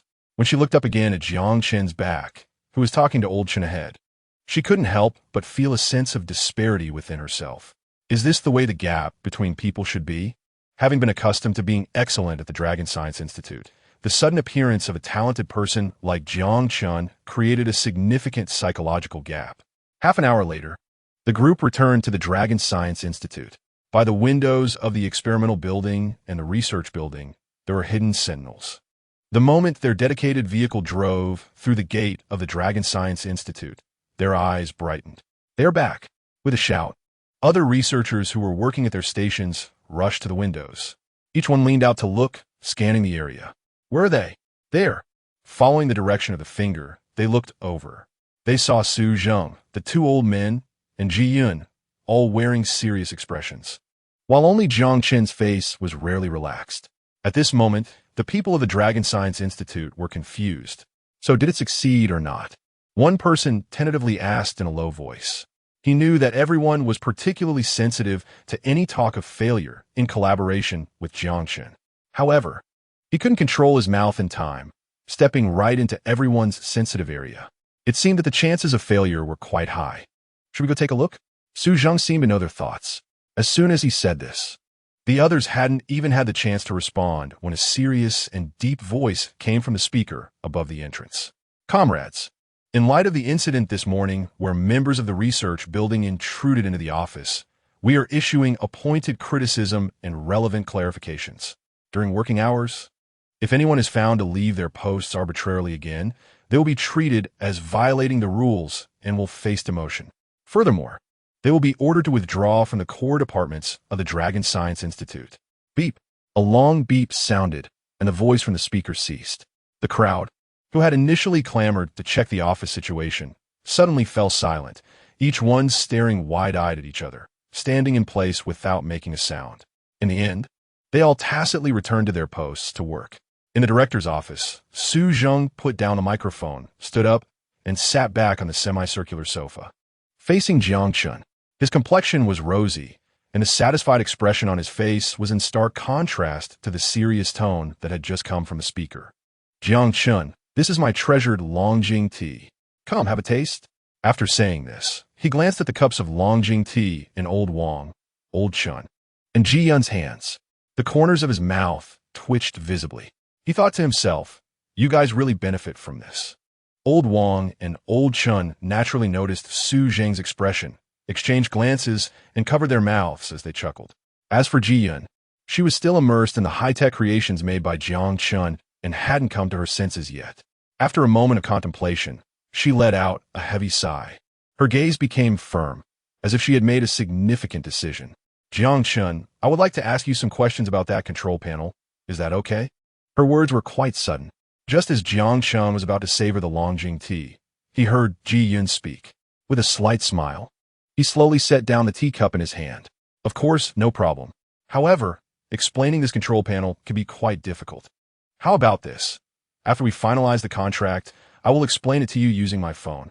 Mentioning the contract reminded Ji Yun that it was indeed a massive contract for 100 rockets, which was currently the most important matter for the Dragon Science Institute, and even for the entire Long Nation.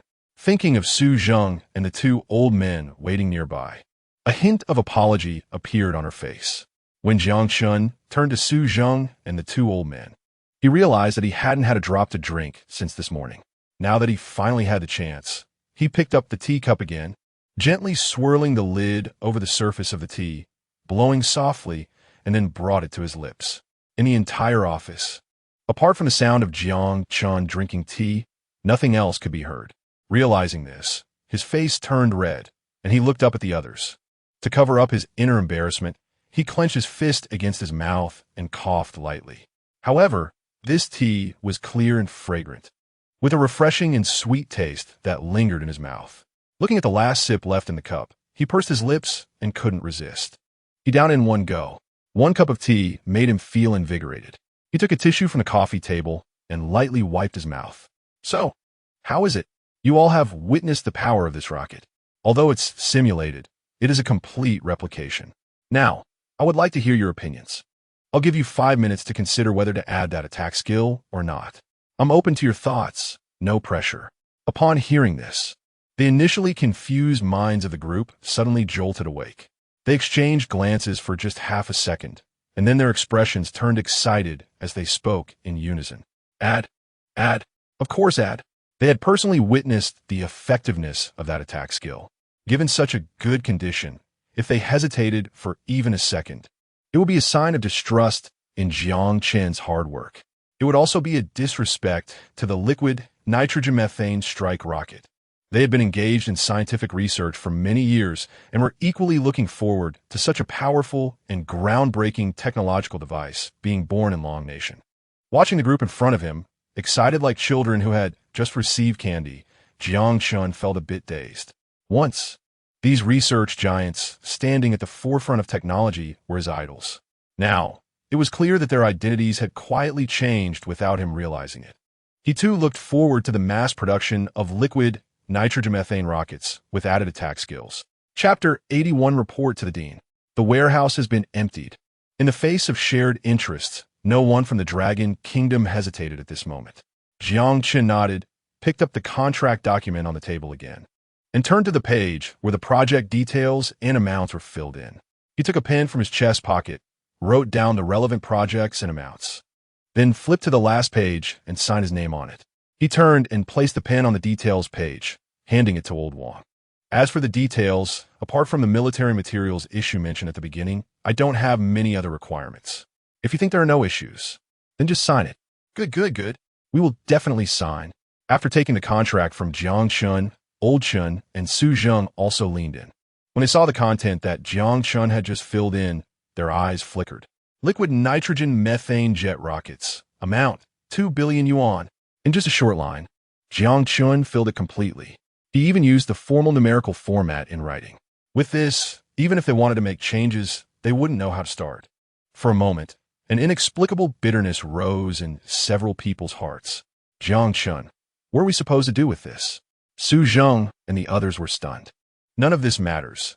If it weren't for Su Yuan, our company wouldn't have good military material suppliers. After all, quality military materials are also very important for equipment manufacturing. Su Yuan treated me sincerely. I can't take advantage of that. Jiang Chen's smile was faint, clearly showing that he didn't care much about the remuneration offered by the Dragon Institute. Old Wang was even more excited. He handed the contract in his hand to Chu Luo beside him and took out a mini safe from the briefcase he carried. Trembling hands rolled a 7-digit code on it. As his fingers rolled, tears streamed down his face unconsciously. Old Chun beside him noticed this and pursed his lips, his eyes reddening. The next moment, the safe's lid opened. A dark red exclusive seal appeared from inside. Old Wang hadn't signed in advance, but pressed the seal down immediately, fearing Jiang Chun might regret it or something else might happen. After all, the sealed contract would take effect immediately. It has legal effect and is protected accordingly. After sealing, with tears still in his eyes, he smiled and looked at the contract in his hand, finding it pleasing to the eye. Old Chun saw his old partner's seemingly worthless demeanor and disdainfully took a few steps back, secretly giving a thumbs up. He couldn't help but think, the older the ginger, the spicier it is. After he finished signing his part, he carefully handed one copy of the contract document to Su Zheng. Watching Su Zheng put the contract back in the safe, his heart finally relaxed. He then handed the other copy to Jiang Chun, saying, "This one is yours. According to what is marked on the contract, it will take effect. Soon, you will receive a 50% deposit from the finance department of the Dragon Institute." Yes, according to the relevant procedures on this, you can go to the procurement department at your convenience and ask the minister to retrieve the military materials you want. As he spoke, Su Zheng had already taken out a piece of paper from the drawer, which had a clear flowchart on it, and handed it to Jiang Chun. Jiang Chun was not shy at all and directly reached out to take it. Good, since there is time now, I'll go get it today. The production of 100 rockets really needs to be prioritized. Explaining his reasons, Jiang Chun turned and left the dean's office. Su Zheng and the others watched him leave. With the flowchart, Su Zheng gave him and his title as a second-level researcher, he had a smooth and unimpeded experience in retrieving military materials from the procurement department. However, after the military materials he transported with a heavy truck left the Dragon Institute, a young girl wearing thick black-rimmed glasses and a white lab coat rushed to the dean's office door. Taking a deep breath, she knocked on the door. "Come in, Dean. Something bad has happened." Lin Xiaoya looked flustered and helpless. When she entered, she immediately saw that besides Su Zheng, Old Wang, Old Chun, and Ji Yun from the information building were also present. Realizing she was a bit rude, she forced out an awkward smile and waved her hand. "Oh, it turns out everyone is here." She raised her other hand to adjust her glasses. "Comrade Lin Xiaoya, please be serious. Report what you have to say quickly," Su Zheng said sternly. Only then did Lin Xiaoya remember her purpose for coming. Her anger was reignited, and her features almost crumpled together. "Dean, you don't know. I just went out for a little while. The warehouse has almost been emptied by that guy named Jiang Chun. This is outrageous. He is still a newcomer. I've never seen him before. In our Dragon Institute, which research doesn't he need military materials?" After saying this in one breath, she noticed that Su Zheng and the others were staring at her, but their expressions showed no signs of anger. "So what if it's been emptied? Out with the old, in with the new. We could just have him bring more back." Hearing Old Wang's indifferent tone, as if he was discussing something trivial, she instinctively lowered her voice and froze in place. "Huh? Old Wang, what did you say?" "Ahem. Then what did he leave us?" Old Chin stepped forward and coughed lightly. "A few steel plates. Not even enough to make a 1-meter-high rocket shell." "Well, isn't that fine? It's not like he really emptied us out." Before Lin Xiaoya could finish her sentence, Old Chun interrupted her. Ji Yun, sitting on the sofa, looked around. Since everyone was concerned about Jiang Chun, he naturally couldn't be idle either. He stepped forward, patted Lin Xiaoya's shoulder, and comforted her softly. "It's not a big deal. When it's time to replenish the warehouse, I will assign some members from the information building to help you out." After a collective verbal assault, Lin Xiaoya didn't even realize how she left the dean's office in the end. Standing in the corridor, she turned her head slightly and scratched her head, wondering what was going on with everyone today. The warehouse has been emptied, yet they are so calm. If it were before, when the experimental building and research building needed military materials, they would have been calculating every detail. Shaking her head, she walked out of the core building in a daze. What she didn't know was that the people in the office were still discussing. "Do you think the military materials Jiang Chun took are enough for him? Should we go to the main factory and get him a few more heavy trucks?" Chapter 82. Making a Fool of Oneself? Pengcheng Far Group. After Lu Yuanhang arrived at the company, he found Xia Shui standing outside the lobby, pacing back and forth, with a huge frown on her face that seemed impossible to smooth out.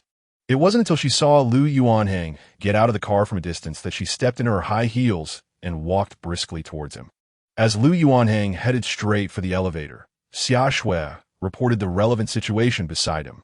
Early this morning, Wang Hua, the president of Huatian Group, brought along several CEOs who usually maintain a neutral stance in the Pengcheng economic zone. For what they implied, they wanted to replace the group that serves as a more visionary barometer. Hearing this, Lu Yuanhang paused as he stepped into the elevator. He turned to look at Xia Shui, stunned for half a second. The group barometer of the Pengcheng economic zone was established by him with 40 strength and 60 financial resources, besides holding an absolute position in front of major groups. He also had the priority to develop various land resources. Of course, under such circumstances, the corresponding group leader referred to as the barometer must have a strong vision. It would be best if they could provide reference opinions for their peers.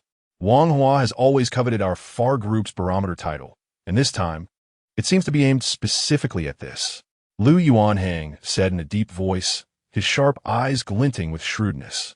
"Have you done any related investigations on this matter?"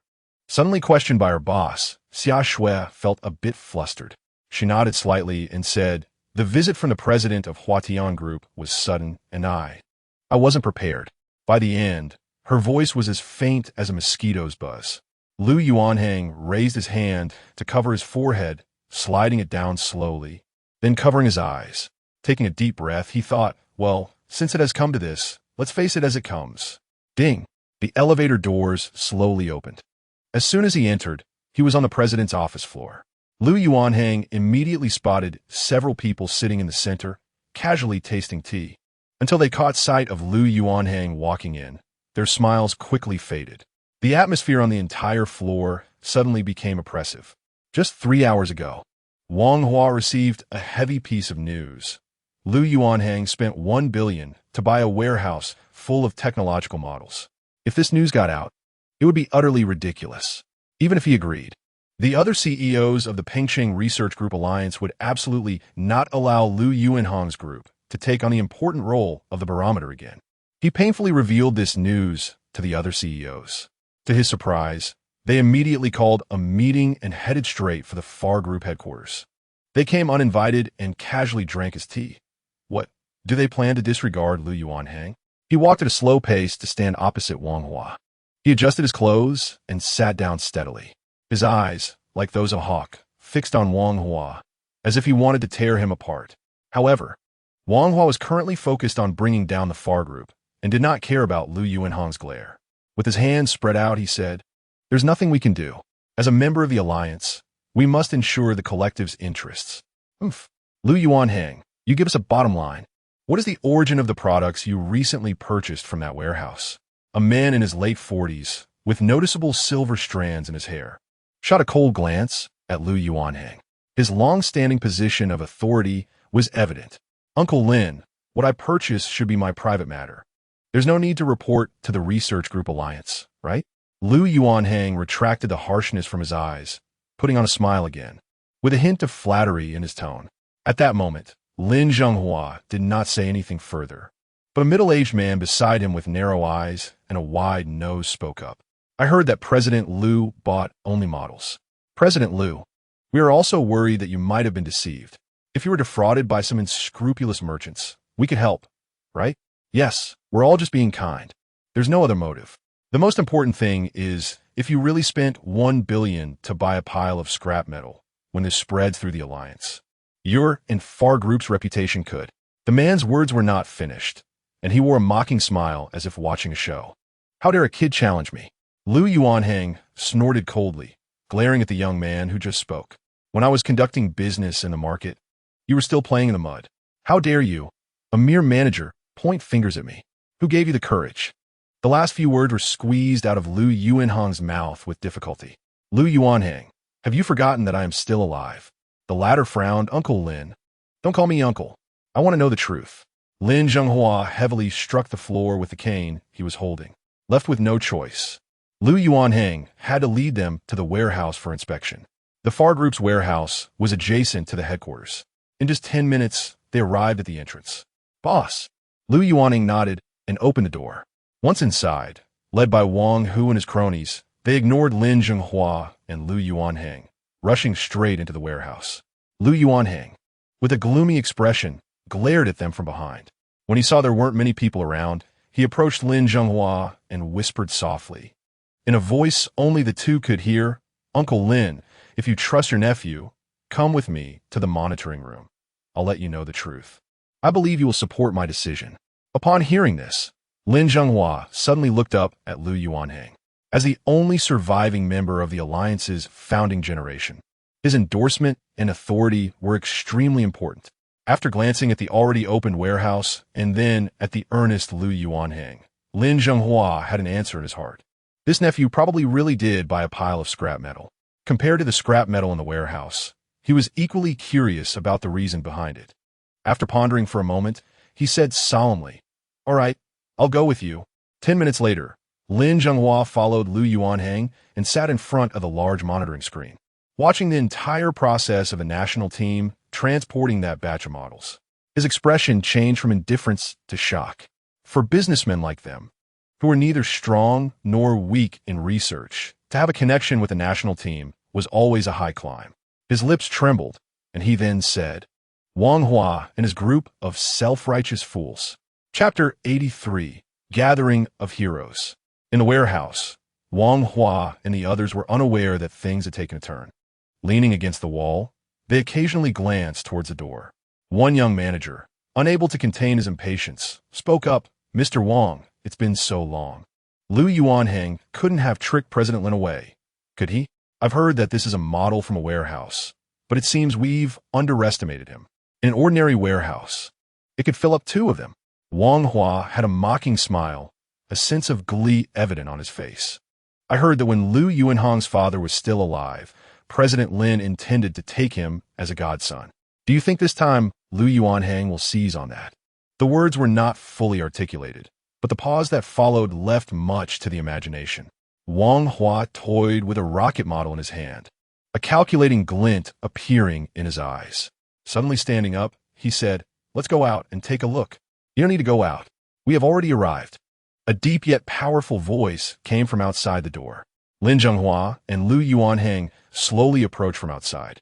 "If you have something to say or grievances to express, you can say it directly in front of me." Thud, thud, thud. The sound of a cane striking the floor echoed, and Wang Hua and the others exchanged glances. By the time they reacted, Lin Zhenghua and Liu Yuanheng were already in front of them. "Uncle Lin, these gentlemen were just joking. Please don't take it to heart," Wang Hua said with a forced smile, reaching out to support Lin Zhenghua. To his surprise, Lin Zhenghua dodged him. A flicker of embarrassment crossed Wang Hua's face, but he quickly regained his composure. "Uncle Lin, this time it's not that we misunderstood Liu Yuanheng. Look, this is just scrap metal he bought from a small company." As he spoke, the glee in Wang Hua's eyes was evident, which Lin Zhenghua immediately noticed. Shaking his head, he couldn't help but think about why he had been so easily swayed by him back then. With a serious tone, carrying a hint of warning, Lin Zhenghua said, "Young Hua, this is not something you should interfere with. Today, out of respect for my old face, we will let this matter pass. If anyone brings it up again in the future, it will be disrespectful to me." Seeing Lin Zhenghua's attitude shift dramatically, the other executives who had come with Wang Hua were stunned. "Mr. Lin, this isn't following the rules. Yes, we need a reason. Otherwise, if Yuanheng Group issues any documents in the future, who will believe them?" The questioning voices persisted, and Liu Yuanheng raised an eyebrow at Lin Zhenghua. His expression seemed to say, "See, I guess their reaction completely right." Retracting his gaze, Liu Yuanheng took the tablet from Xia Shui's hands and handed it to the opposing executives. "Take a look at this. A group of people who are supposed to be big shots in Pengcheng's aerospace business are so easily used as pawns. If this gets out, they will be the ones to be ridiculed." Originally a video of just over 10 minutes, they ended up passing it around and watching it for 2 hours. If it weren't for Liu Yuanheng's gesture, Xia Shui snatching the tablet away, those executives might not have let go. When they looked at Liu Yuanheng again, they felt that the young man, who was not much older than them, seemed like a golden opportunity. They completely ignored their previous sarcasm towards Liu Yuanheng, smiling as they approached him. "Old Liu, Mr. Liu, it's our fault for not recognizing the treasure before us. These are not scrap metal. How could something so valued by the national team be useless?" Wang Hua's gaze returned to the tablet in Xia Shui's arms. Back then, he thought it was just a coincidence that Lonka Institute had come, but now with the video of the national team personally escorting the goods, his preconceived notions about that small Jianglin technology company were shattered. Suddenly, a realization struck him. Speaking of which, Lonka Institute must have sharper insight in this tech research area than we do. I bet these models must have other values. Once this was said, the other executives looked at the models they had previously dismissed with a hint of desire. One by one, they couldn't help but want to speak to Liu Yuanheng. "Mr. Liu, our two groups have collaborated on quite a few projects. How about selling me some models?" "Get out of here. If we're talking about collaboration, who can compare to us at Jinka Technology? From the founding of the alliance, my father has always worked with Mr. Liu's father. You, a newcomer, can't compare." In an instant, the warehouse was in chaos, with several executives, who usually valued their image, arguing intensely over the models. However, Liu Yuanheng admitted one thing. What they were saying made sense.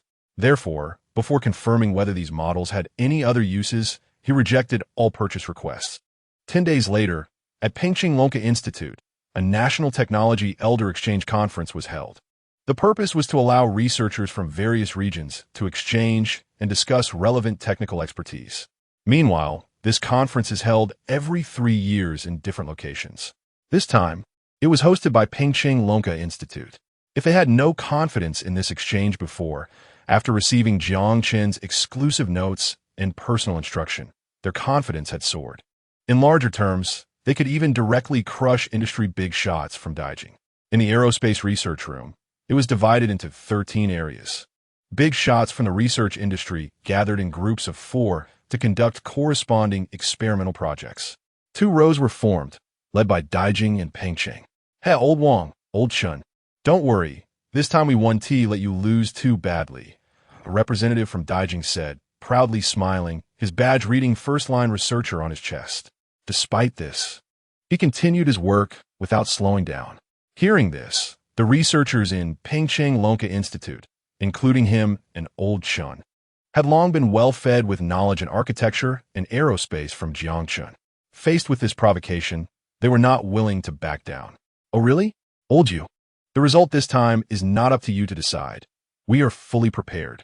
Yu Qing paused for half a second. We are just 2 steps away from completion. The victory is already decided. Just accept it. Old Wang did not respond this time. He, along with old Chun, Ji Yun, and others, buried themselves in hard work. Soon, a sound rang out in the research room. Pengcheng Lonka Institute has completed the project research. Chapter 84. 100 pieces in 10 days. The people of Lonka Institute are panicking. Over there, after Yu Qing had just made a fierce statement, his expression changed noticeably upon hearing the announcer's voice. After all, he had just claimed that he would soon defeat Pengcheng, and the next moment, they had already completed the project ahead of him. However, decades of research experience did not make him anxious. Instead, his actions became more steady and meticulous. Elder Wang and Elder Chun exchanged glances and nodded silently. By the time Elder Yu's side completely finished, it had been over an hour since Pengcheng Lonka Institute completed their work. During the discussion phase, the representative team from Beijing, led by Elder Yu, directly approached Elder Wang and others from Pengcheng. As expected from one of the few aerospace masters in Longhua, they managed to complete these projects in such a short time. Impressive. Elder Yu's face was wrinkled with a smile as he couldn't help but give a thumbs up, although they were not the ones who won. However, it was evident from the playback of the project research process in Pengcheng that many of the technologies displayed were things he had never seen before. Moreover, there were many that he did not understand at all. Therefore, he was convinced that Pengcheng must have made significant breakthroughs in a short time. This was a joyful and congratulatory event for all of Longhua. The progress of Pengcheng equated to the progress of Longhua, and in turn, to the progress of Beijing. It was a shared victory. Elder Wang humbly waved his hand, saying, "Not at all. If we talk about the few aerospace masters in Longhua, you should be the foremost among them." He continued, "Moreover, if it weren't for the guidance of the experts behind us, we might not have made any breakthroughs during this critical phase in aerospace."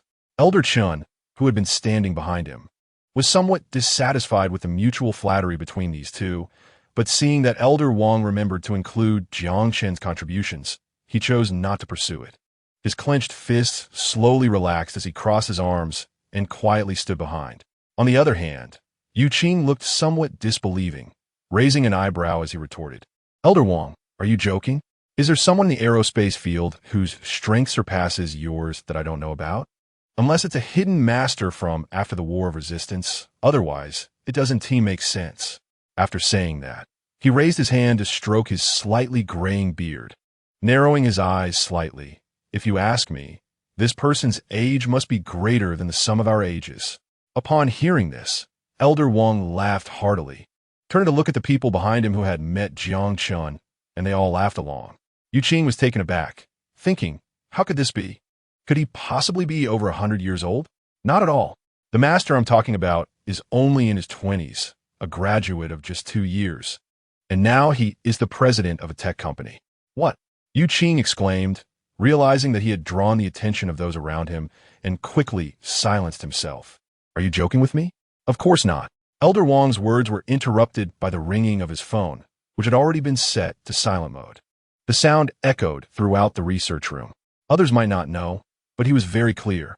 Even his family's calls were set to silent while he worked. The only exception was Jiang Chen's contact. As he excitedly answered the call, Yu Qing's expression darkened further. Who could make him break the rules of Lonka Institute? He was pondering this when he suddenly noticed Elder Chun, who was attentively watching Elder Wong's phone. Elder Chun, can you tell me? Sure. Wait a moment. Hey, what's going on with you two? Before he could think it through, Elder Wong suddenly turned back, holding up his phone. He was caught off guard and shoved aside. Then they heard an extremely youthful voice. Did you just yawn? Elder Wong, bring Elder Chun and the others over. We're done. Also, remember to arrange for 100 heavy trucks. My manufacturing task is complete. By the way, this time, the security level for the escort must be top-notch. It's best to have more people for protection. The other side casually mentioned a few words, and Yu Qing couldn't catch most of it. He only saw Elder Wong's hand, holding the phone, trembling violently. Bang! With a muffled sound, the phone fell directly to the floor. Elder Chun and the others behind him nearly stumbled. Hello? Elder Wong, are you listening? Hello? Jiang Chen's voice came from the floor. The usually composed Elder Chun was the first to react, swallowing hard. Under the strange gazes of Yu Qing and others, he hurriedly squatted down and picked up the phone as if it were a treasure. All right, we'll arrange that. Can you wait a moment? Elder Chun responded softly, which left the researchers from Lonka Institute, including Yu Qing, utterly astonished. Watching them rush out, they couldn't help but start speculating about who that young caller was. Elder Wong collected his emotions, about to leave when Yu Qing stopped him. Take me with you. After the previous discussions, and seeing the level of importance Elder Wong and Elder Chun placed on that young man, Yu Qing had a bold guess in his heart. To confirm this, he must follow them today, no matter what. Okay, but you better keep up. Don't slow us down. With that, Elder Wong dashed out. Yu Qing twitched his mouth, thinking, who do you look down on? Though he was older, he was still in good shape and walked quite fast. However, he had only been paying attention to the caller's voice earlier. When he stepped out, he realized that within the vast Pengcheng Lonka Institute, heavy trucks were slowly driving out one after another, with 2 special force vehicles following each truck. After a rough estimate, Yu Qing was certain that there were nearly 100 heavy trucks leaving. Such a grand scene, even he had never witnessed before. After getting into the car with Elder Wong and the others, he couldn't help but exclaim, you guys have a big task ahead. What are you picking up? Elder Wong got in the car, closed the door, glanced at Yu Qing, and looked around. Lowering his voice, he said, I can tell you, but you need to keep your emotions in check. I've been in research for over 20 years. What haven't I seen? Elder Wong nodded. Well, we ordered 100 recoverable liquid nitrogen methane rockets with attack capabilities 10 days ago, and they're finished today. We're going to pick them up. As soon as he finished speaking, Yu Qing felt as if he had been hit by a truck. His lips moved, but he couldn't utter a word. After a while, he finally reacted. What? Liquid nitrogen methane rockets? The ones reported online? Elder Wong and Elder Chun nodded. Recoverable, and with attack capabilities added this time? The 2 elders nodded again. Hiss. In that moment, Yu Qing felt as if his understanding of the world had collapsed and been restructured. What was I saying earlier? That is not just picking something up. That is a treasure. Chapter 85 Arrangement. I want 100 heavy trucks. Imperial Islands. In the office of the general headquarters, a man dressed in a samurai training outfit, with a white headband tied around his head, is kneeling at the table. In a deep voice, he repeatedly says 3 times, hey, hey, hey. After hanging up the phone, ambition flashed in his squinted eyes. Then, he picked up the phone again. Hello, is this the Eagle Sauce Military Control Headquarters? I am Hiroshi, requesting to be transferred to the Eagle Sauce Commander's office.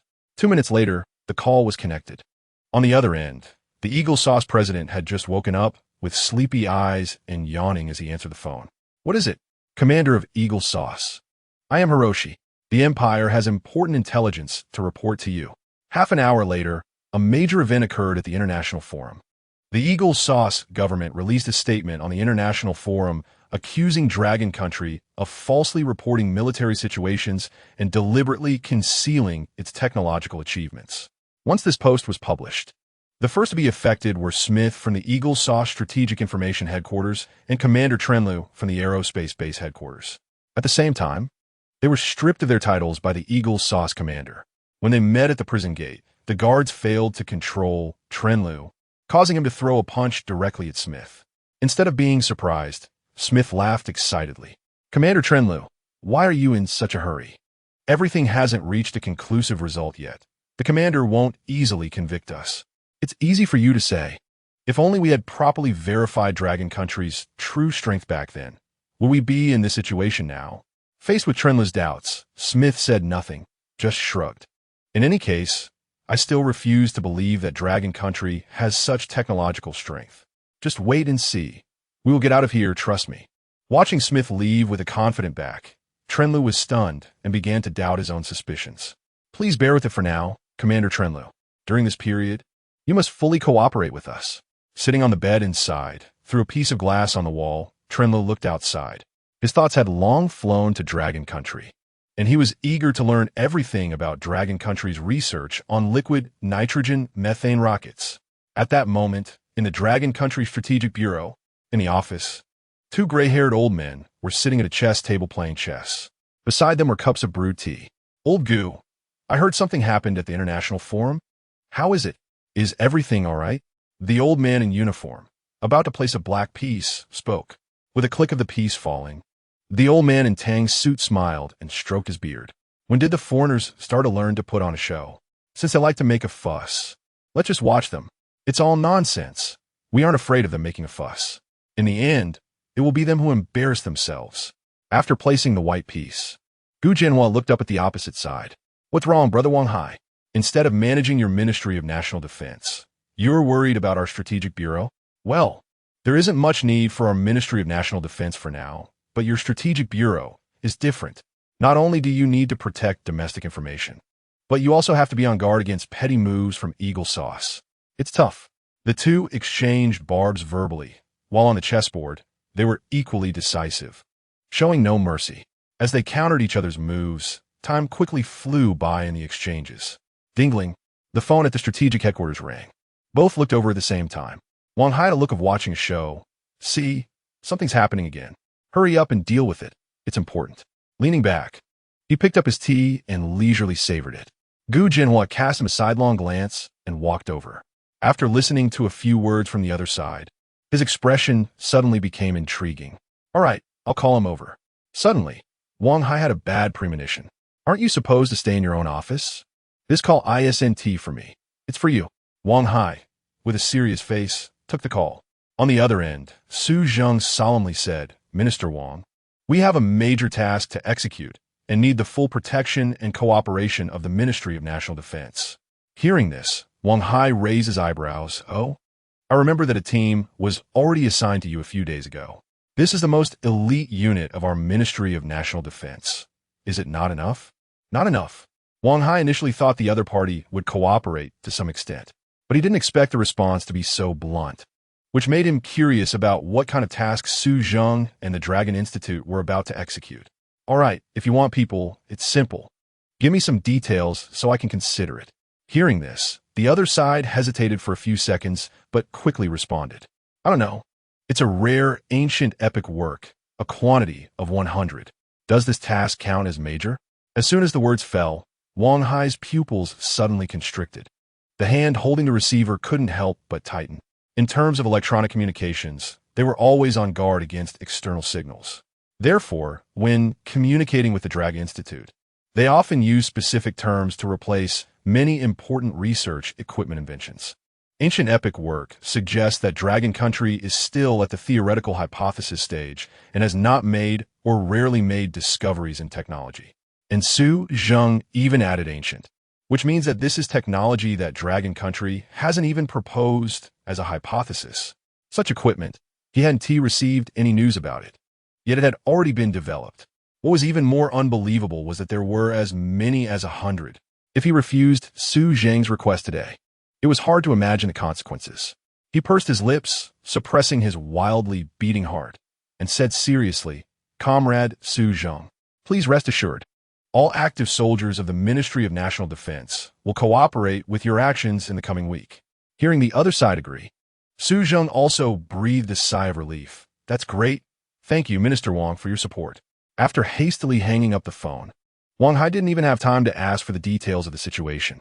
Of course, the most confused at the scene was Gu Jianhua.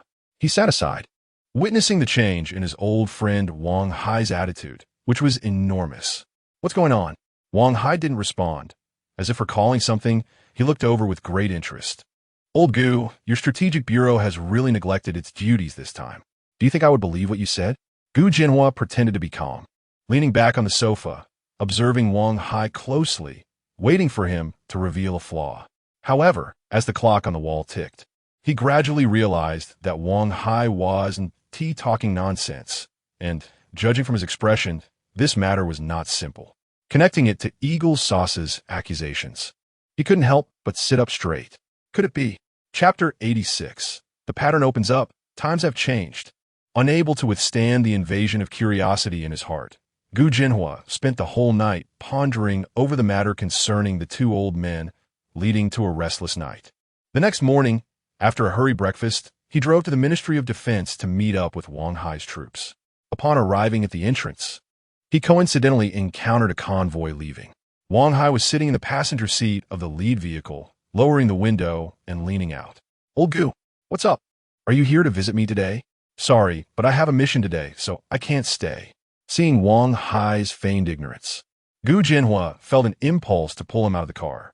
Without saying much, he quickly crossed over a few steps. Regardless of Wang Hai's expression, today, no matter what, he was determined to get to the bottom of it. He directly reached for the car door, got in, and buckled his seatbelt. The series of actions flowed smoothly like a stream.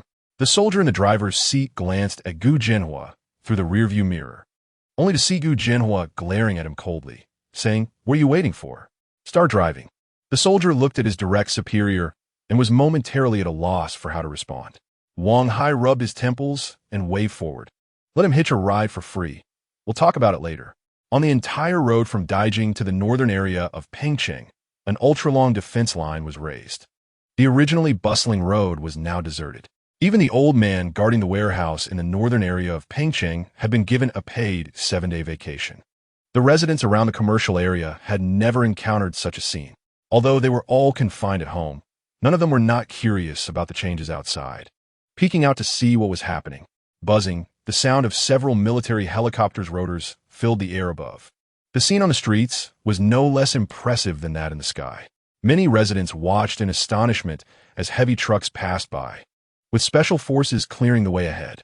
Initially, they thought that was all there was to it, but later they discovered that nearly 1,000 soldiers, armed with heavy machine guns, were scanning the surroundings with sharp eyes like hawks, as if to eliminate any danger signals. Ultimately, they had underestimated the situation. Some particularly observant residents even brought out their cherished cameras, setting them up in front of the windows to record. After filming, one resident spent the entire day carefully analyzing the events that transpired, especially noting that the heavy trucks were transporting enormous objects that were covered in black cloth. The coverings were so tight that no one could discern the general shape or guess the prototype underneath. In the end, he decided to publish his reasoning process and the related videos online to crowdsource thoughts and gather ideas. Within 5 minutes, his video had been shared and liked by 50 million people. Numerous netizens responded in the comments section. One user, nicknamed Wangsingwujia, spent an hour roughly restoring the rocket-like appearance covered by the black cloth on the heavy trucks. Many netizens were immediately shocked. Wow, speaking of this, I can't help but think of the rocket that was launched at Pengcheng Aerospace University. Here, I won't hide it. I'm a military enthusiast. Although I haven't seen this rocket style, I guess it's a new invention from our dragon country.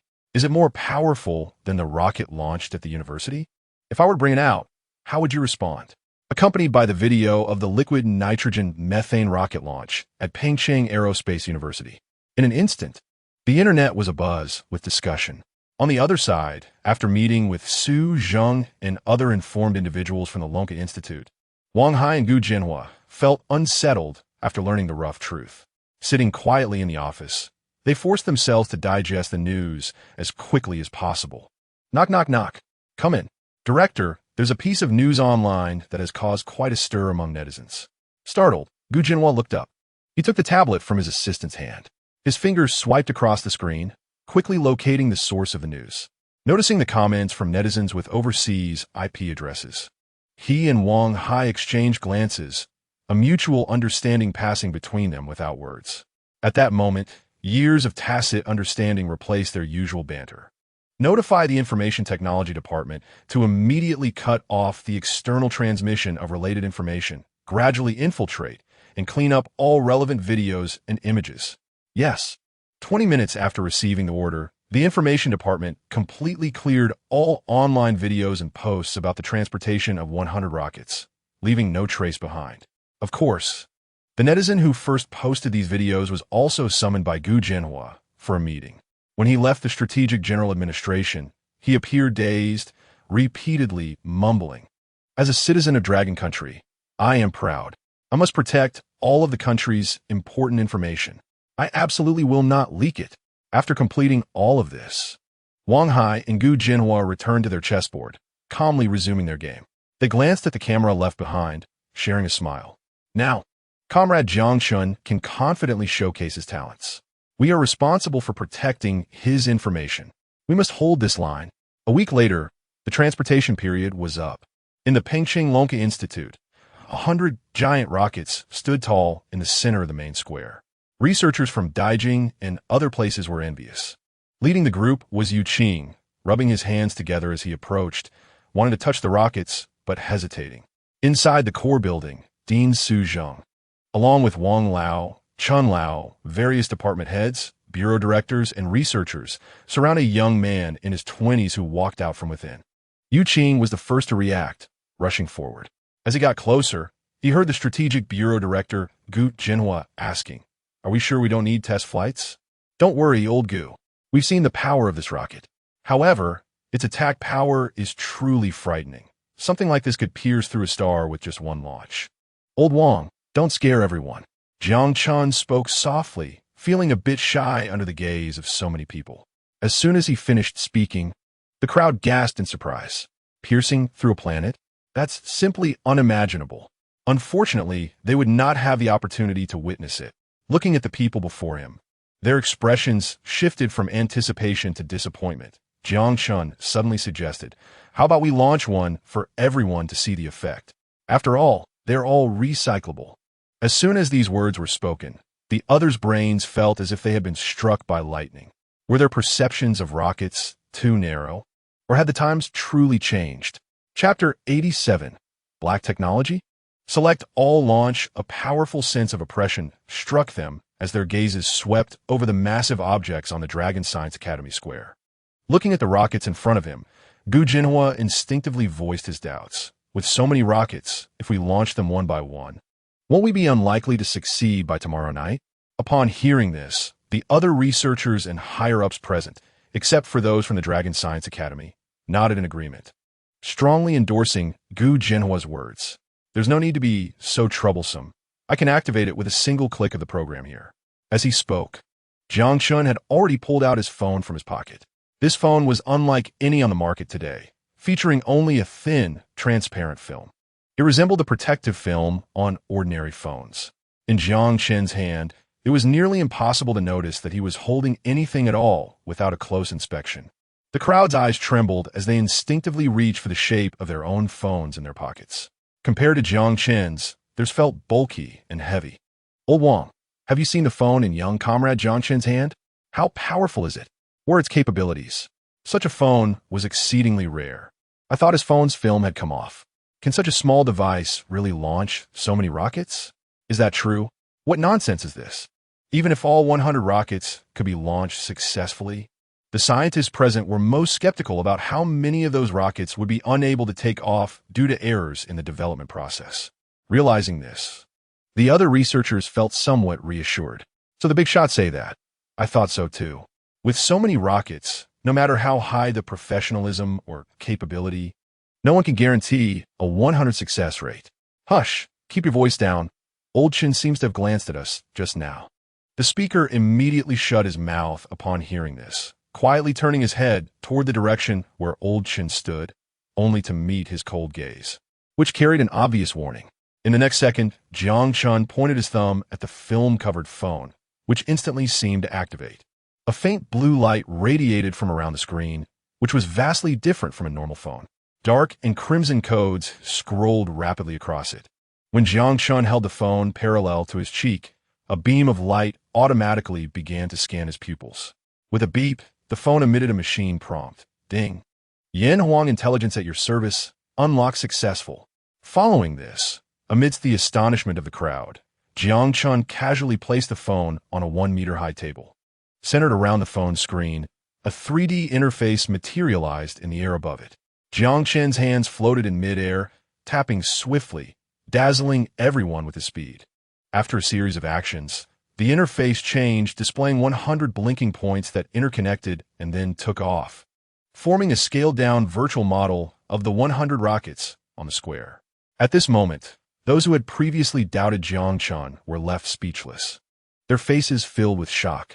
What kind of high technology is this? How have I never seen this before? Not only have I not seen it, but I've never even heard of it.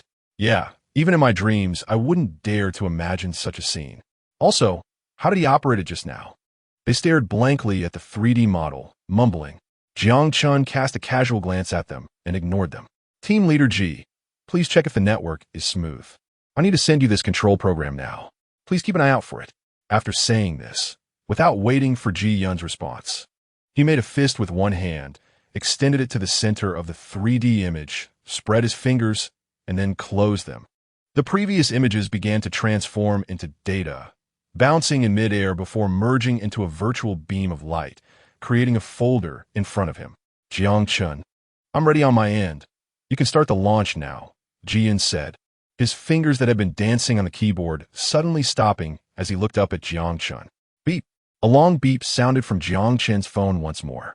Program transfer successful. Recipient: Team Leader Ji Yun of the Dragon Science Academy Information Building. Authentication successful. Now authorized to unlock the file. One report after another came through. While they seemed mundane, it was easy to notice that Jiang Chen's phone likely had a recipient identity authentication system set up. Such a feature was something they had heard of before. It was akin to withdrawing money from a bank. If the password is correct, you can withdraw money. If the password is incorrect, the card gets swallowed. With the documents sent through Jiang Chen's phone, as long as the recipient he entered was authenticated, they could open the file. If the recipient did not match Jiang Chen's settings, they would not receive the file. What a brilliant feature. Doesn't that add a robust layer of security to information transmission? In an instant, the crowd looked at Jiang Chen's phone with even more enthusiasm.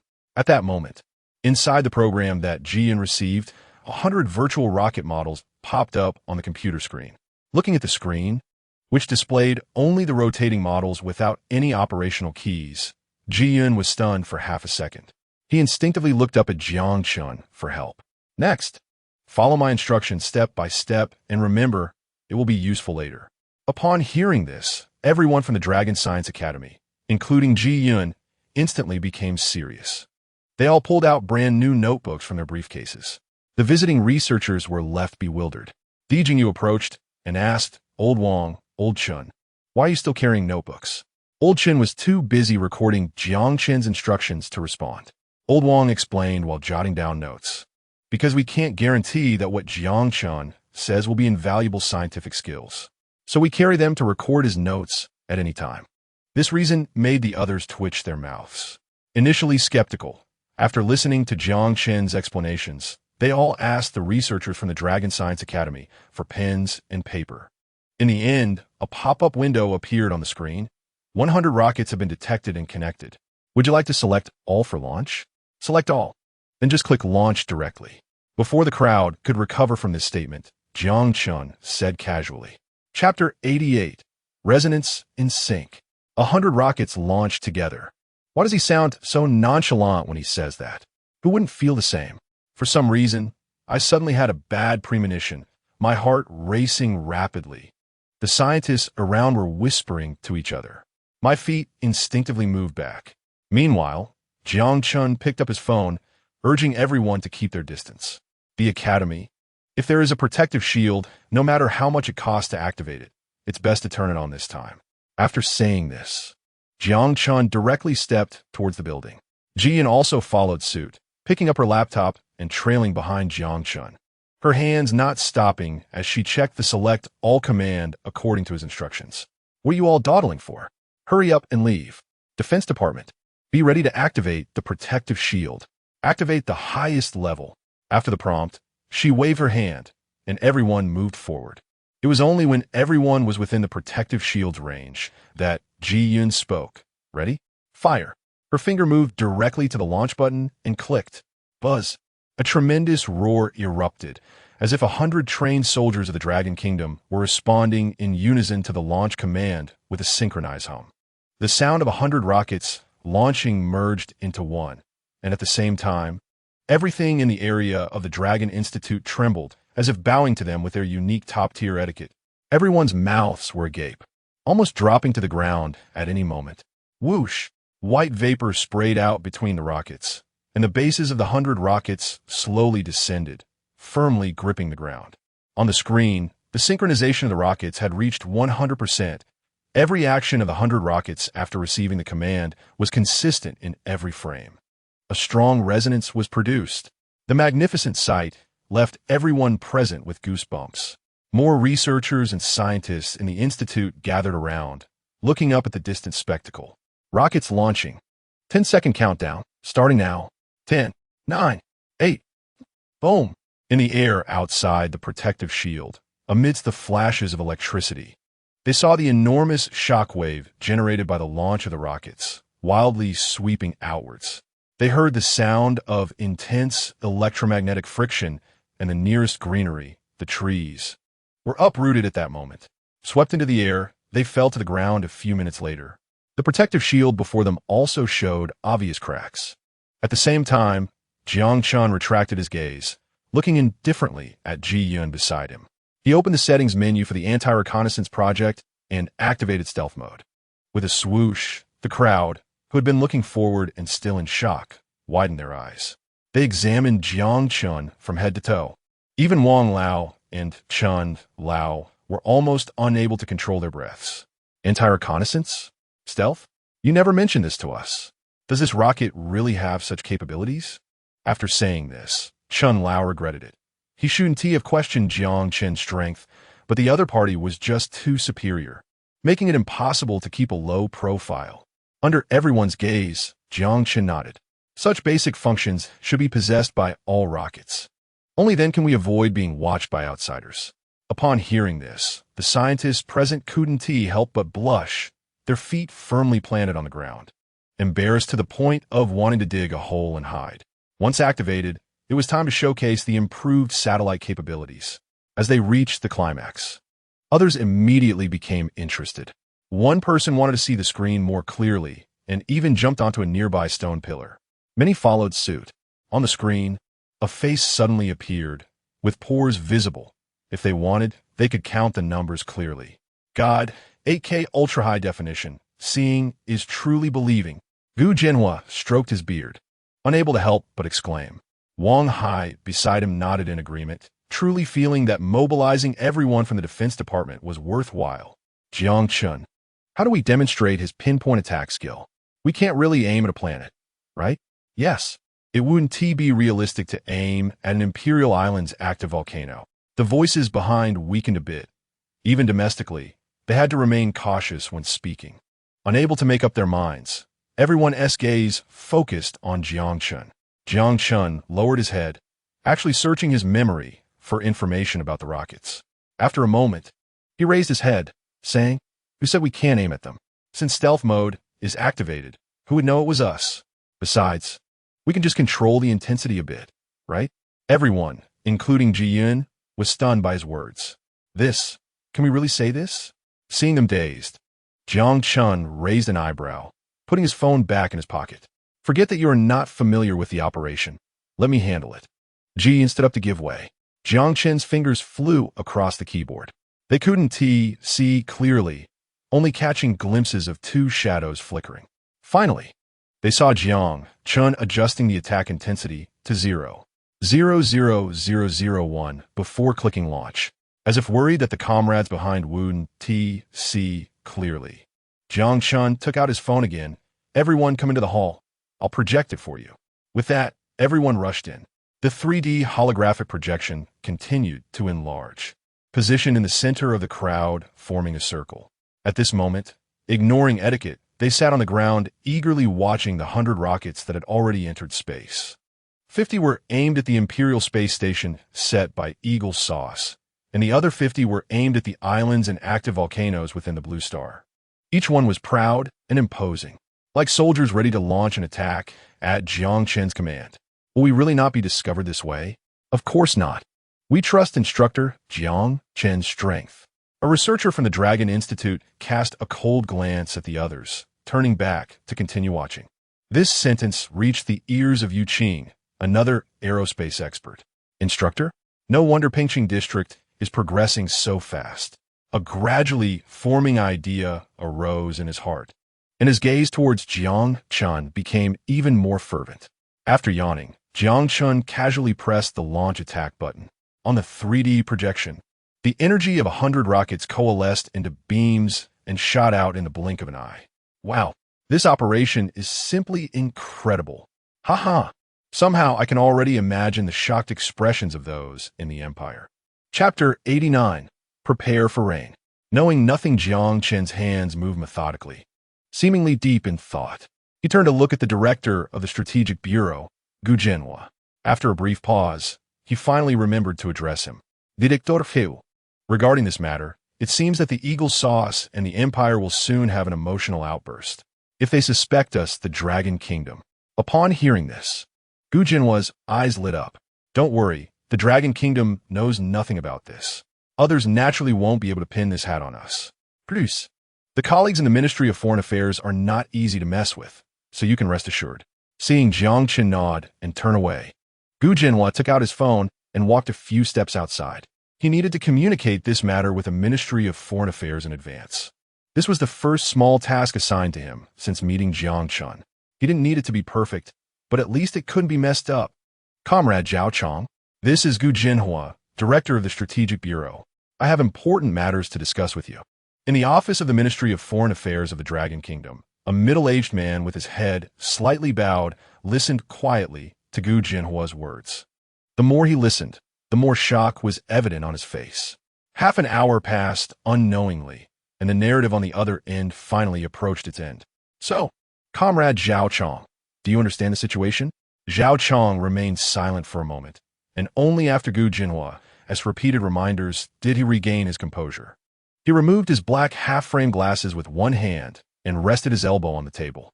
The news about the self-made liquid nitrogen-methane rockets, followed by the manufacture of 100 upgraded versions with attack capabilities within 10 days, repeatedly shocked him, especially when he heard that the young comrade aimed the 100 launched rockets at the Empire's islands and the space stations of Eagle Sauce and the Empire.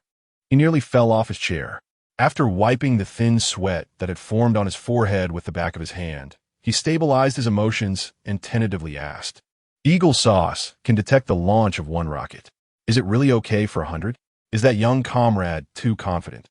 For certain reasons, Zhao Chong did not voice his concerns fully. From Gu Jinhua's excited narrative, he could roughly imagine how he felt at that moment. Your concerns are not unfounded. But have you received any news from home or abroad since the rocket launch? The answer was obviously no, but he shouldn't forget that it was 100 rockets. Moreover, the most important thing was that those aimed at Eagle Sauce and the Empire had already been launched before I called you. Duong. Zhao Chong suddenly stood up. What? Why are you only telling me this now? He pushed his chair aside and rushed toward the door, grabbing his suit jacket as he hurried out. Given the situation, I need to go see what's happening. At that time, I really might have to play dumb and not admit anything. Otherwise, the Dragon Kingdom will face severe retaliation from the Empire, Eagle Sauce, and their allies. Eagle Sauce Strategic Headquarters. A soldier rushed in, holding a freshly printed report that was still warm. Duong, Duong, Duong. Sir, urgent report. Our space station in outer space has 3 damaged and 2 destroyed. Oh dear, I think you better not knock. Commander Smith has already been taken away, said a woman in a red fishtail dress with blonde hair and blue eyes. She lazily leaned against the doorframe, her charming eyes glancing at the soldier as she casually remarked. The soldier frowned, clearly not believing her words. He peeked through the door crack to assess the situation inside. They were aware of Commander Smith being taken away at their strategic headquarters, but they hadn't paid much attention to it and hadn't expected such an outcome. The report in his hand was crumpled. He glared at the woman, his brows furrowing even tighter. I need to apply to use Commander Smith's private phone. There's an important military situation to report to the higher-ups. Oh, that won't do. This office can only be used by Commander Smith. Now is not the time for that. If I'm late, the consequences are on you. Before she could finish, the soldier pushed past the woman and barged inside. Thank you very much. You brat. Do you believe I?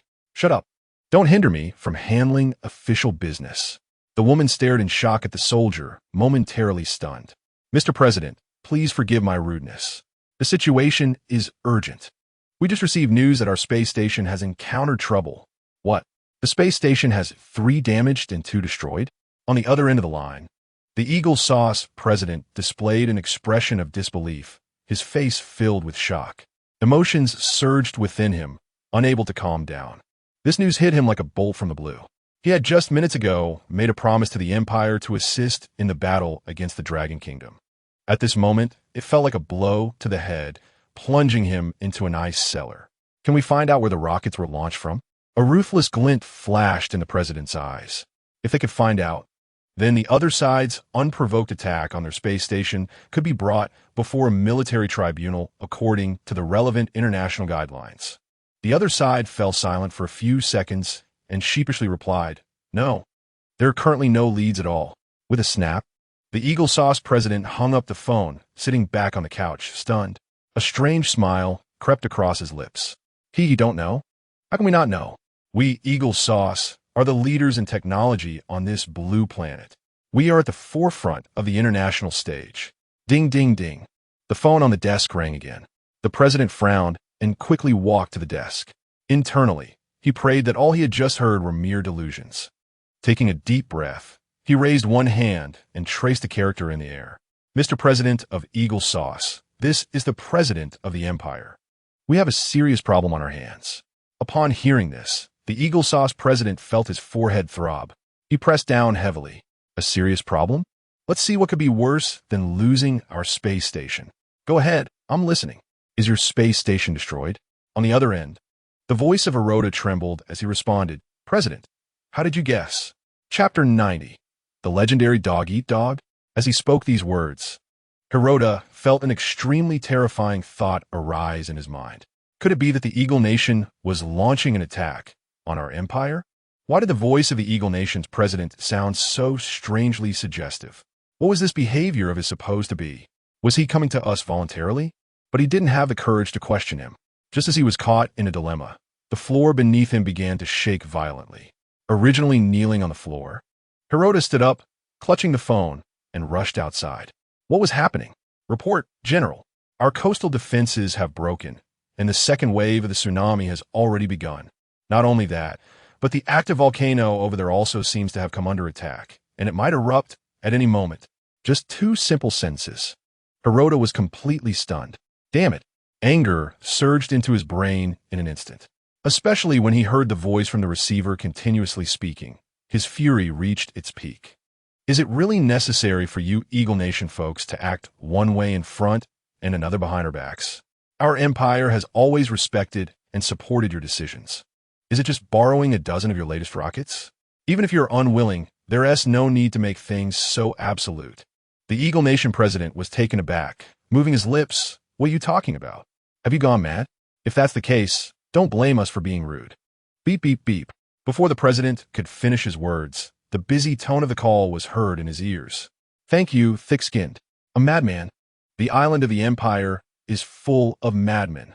With hands on his hips, he paced back and forth in his office, striding like a tiger, his mind in chaos. And somehow, the only voice echoing in his head was that of Hirota from the Empire, furious and insane. He silently moved his lips. Could it be that they staged this themselves? But do they have that kind of strength? In the Dragon Nation's Ministry of Foreign Affairs, Zhao Chan had everything prepared. As soon as the Eagle Nation and the Empire made any moves, he could organize everyone to start a live broadcast and hold a press conference, refusing to acknowledge everything. However, he couldn't guarantee whether the Eagle Nation and the Empire, with their technological levels, could truly not detect that those rockets were launched from their Dragon Nation. The next second, hurried footsteps approached, causing everyone's hearts to leap. They looked towards the door, which slowly opened, revealing a girl in business attire, wearing black-framed glasses, who rushed in holding documents. Minister, minister, the girl was panting, bending over with one hand on her leg, trying to catch her breath. Zhao Chong and everyone present were so anxious they could hardly make a sound. Every pair of eyes was fixed on her, waiting for her to continue. You can tell me, is there something happening with the Eagle Nation and the Empire? Zhao Chong asked cautiously. The girl nodded, and Zhao Chong immediately raised the loudspeaker in his hand. All departments, get ready. Hearing this, the girl shook her head. No, that's not what I meant. Minister, you should look at this first. She took out a tablet from her pocket and handed it over. On the tablet, with the Empire's flag in the background, stood a person in the center whom Zhao Chong recognized. He had even dealt with him diplomatically. It seemed to be a press conference held by the Empire's Ministry of Foreign Affairs. No way. Why are they holding a press conference in advance? Doesn't that put us in a passive position? As soon as the words fell, the Empire's diplomat on the video live stream bowed and then began to tearfully recount the tragic experiences of their empire within just one day. 2 space stations were destroyed. The Earth's crust was in violent motion. A second large-scale tsunami occurred along the coastal islands. And even the active volcano that hadn't awakened for nearly 100 years showed signs of stirring. Viewers from various countries watching online were all astonished. What on earth did the Empire do today? This is too tragic. Yeah, even novels and scripts wouldn't dare to write it like this. I call it the king of retrograde. Huh, am I the only one curious about who did this? This person is right. After all, earthquakes and tsunamis are just coincidences, but our space stations being destroyed for no reason must be the work of someone with malicious intent. Once these words were spoken, countless foreign netizens immediately targeted the Dragon Nation. I heard the Dragon Nation launched a rocket into space earlier, and it even penetrated the Eagle Nation space station. What? Are you implying that we in the Dragon Nation did this? Hey, did I say that? You were the one who stood up to admit it. Watching the rapidly scrolling comments on the screen, Zhao Chong felt his heart almost leap out of his chest. He had never been this drained in diplomatic debates before. His hands holding the tablet tightened unconsciously. He whispered, "All departments, get ready." On the screen, the diplomat frequently nodded, seemingly very pleased with the viewers' comments. Just when he thought the Empire's diplomat would accuse the Dragon Nation, the man spoke seriously. We request the International Alliance to condemn the Eagle Nation's inhumane actions. Their actions leave no way for our Empire's citizens to survive. With these words, everyone present at the Ministry of Foreign Affairs, including Zhao Chong, was stunned. Those who were tidying up the scene and had been ready to start broadcasting immediately stopped their actions. They walked over leisurely. When it doesn't concern you, your mood is indeed different. What's going on? They are actually biting the Eagle Nation? Inside the Dragon Institute, those who had not left and were sitting around waiting for follow-up news couldn't help but ask. Even Jiang Chun himself had not anticipated such a situation, and he felt a slight sense of joy in his heart. He pulled back his hands that were originally resting on the keyboard, crossed his arms, and leaned back against the chair behind him. This must be what the legendary dog-eat-dog looks like, though I wonder if it's exciting. The leaders sitting in the front chairs let out a sigh of relief upon seeing this situation, then exchanged smiles. The invisible pressure that had weighed on them suddenly lessened. The Eagle Nation must have just received the news. How could they possibly let it go? The most crucial point is that the Empire had always been a strong ally of the Eagle Nation, now that the ally was disobedient. What do you think the Eagle Nation, used to being the master, would react? They casually discussed, their smiles reaching their eyes. The follow-up must be exciting. But at this moment, we can't be idle. Team Leader G, let us bring the rockets back first. We shouldn't wait for the Eagle Nation and the Empire to regain their senses and investigate when they see our rockets being recovered. Jiang Chun sat there, his lips moving slightly, his fingers twitching, easily delivering a heavy blow to the Eagle Nation and the Empire. Chapter 91, When I Face You. Are you digging my corner? Eagle Sauce Domestic. High-ranking leaders gathered together, angrily staring at the large screen in front of them. Especially at the moment when that imperial diplomat opened his mouth and poured the urinal over their heads, their anger reached its peak. Thank you. How dare they bite us? In my opinion, our space station is indeed their doing. What is this called? In the words of the Dragon Kingdom, it's like saying, a tree that doesn't shed its bark will undoubtedly die, and a person who doesn't care about their face is invincible in the world. Humph. with such behavior. Even dogs would look down on them. As soon as these words were spoken, everyone fell into silence. The president at the forefront awkwardly cleared his throat. In a lowered voice, he angrily reprimanded, "Some words and phrases, if you don't know their meaning, then don't say them. Are the relevant departments ready? Mr. President, everything is ready. Don't think that only they can hold a press conference. Today, the international big screen can only be occupied by us, Eagle Sauce." Upon catching the president's cold gaze, the senior officials realized that their president was angry. Upon careful consideration, the empire indeed touched their bottom line in this regard. According to the president's narration before the meeting began, in this matter, they Eagle Sauce were clearly the victims, especially during the phone call with the empire's Guangtian, where the president didn't even have the chance to say a word. Just minutes after ending the call, they received news that the empire was holding a press conference. Under the guidance of the empire's public opinion, many netizens have already started leaving comments on their Eagle Sauce's official website. A glance shows nothing but those unpleasant words. Of course, all of this is thanks to the empire. On the other side, witnessing 100 rockets land smoothly, Jiang Qin's task was also considered complete. At the moment he stood up to leave, everyone's eyes followed him, particularly eager. Is comrade Jiang Qin leaving? He hasn't seen Eagle Sauce confront the empire yet. As soon as Wang Hai finished speaking, he immediately felt a bit regretful. Before he could explain, Jiang Qin smiled faintly, did not respond directly, but lifted his chin slightly, signaling, "Well, the exciting part you wanted to see is coming out. I have things to do, so I won't join the fun." He turned and walked out, casually waving his hand. Seeing this, taking advantage of the fact that everyone hadn't completely reacted, Yu Qing quietly stepped back a few steps and slipped out of the hall. In the corner, Elder Chun, who could observe the overall situation, frowned slightly upon noticing Yu Qing's action. He had a vague sense of foreboding. Without any hesitation, he stepped forward and followed. "Comrade Jiang Qin, wait a moment, just a moment." The foot that was about to step out paused midair. He withdrew it and looked over in confusion. His gaze first swept to the nameplate on the chest of the newcomer. This person is actually a researcher from the Lonka Institute in the imperial capital. Observing his demeanor and aura, he was indeed a typical posture of someone accustomed to being in a superior position. Given this appearance, combined with the earlier conversation with Elder Wang, Elder Chun, and many leaders, Jiang Chun boldly speculated that this person should be of equal status to Elder Wang and Elder Chun. Not knowing the other's surname, Jiang Chun nodded slightly. As a greeting, "Good day, sir. May I ask if you're looking for me for something?" Seeing the other person's straightforward demeanor, Yu Qing, in comparison, appeared somewhat awkward. Could he directly tell the other party that he specifically came out to dig his corner? No way, right? Definitely not, right?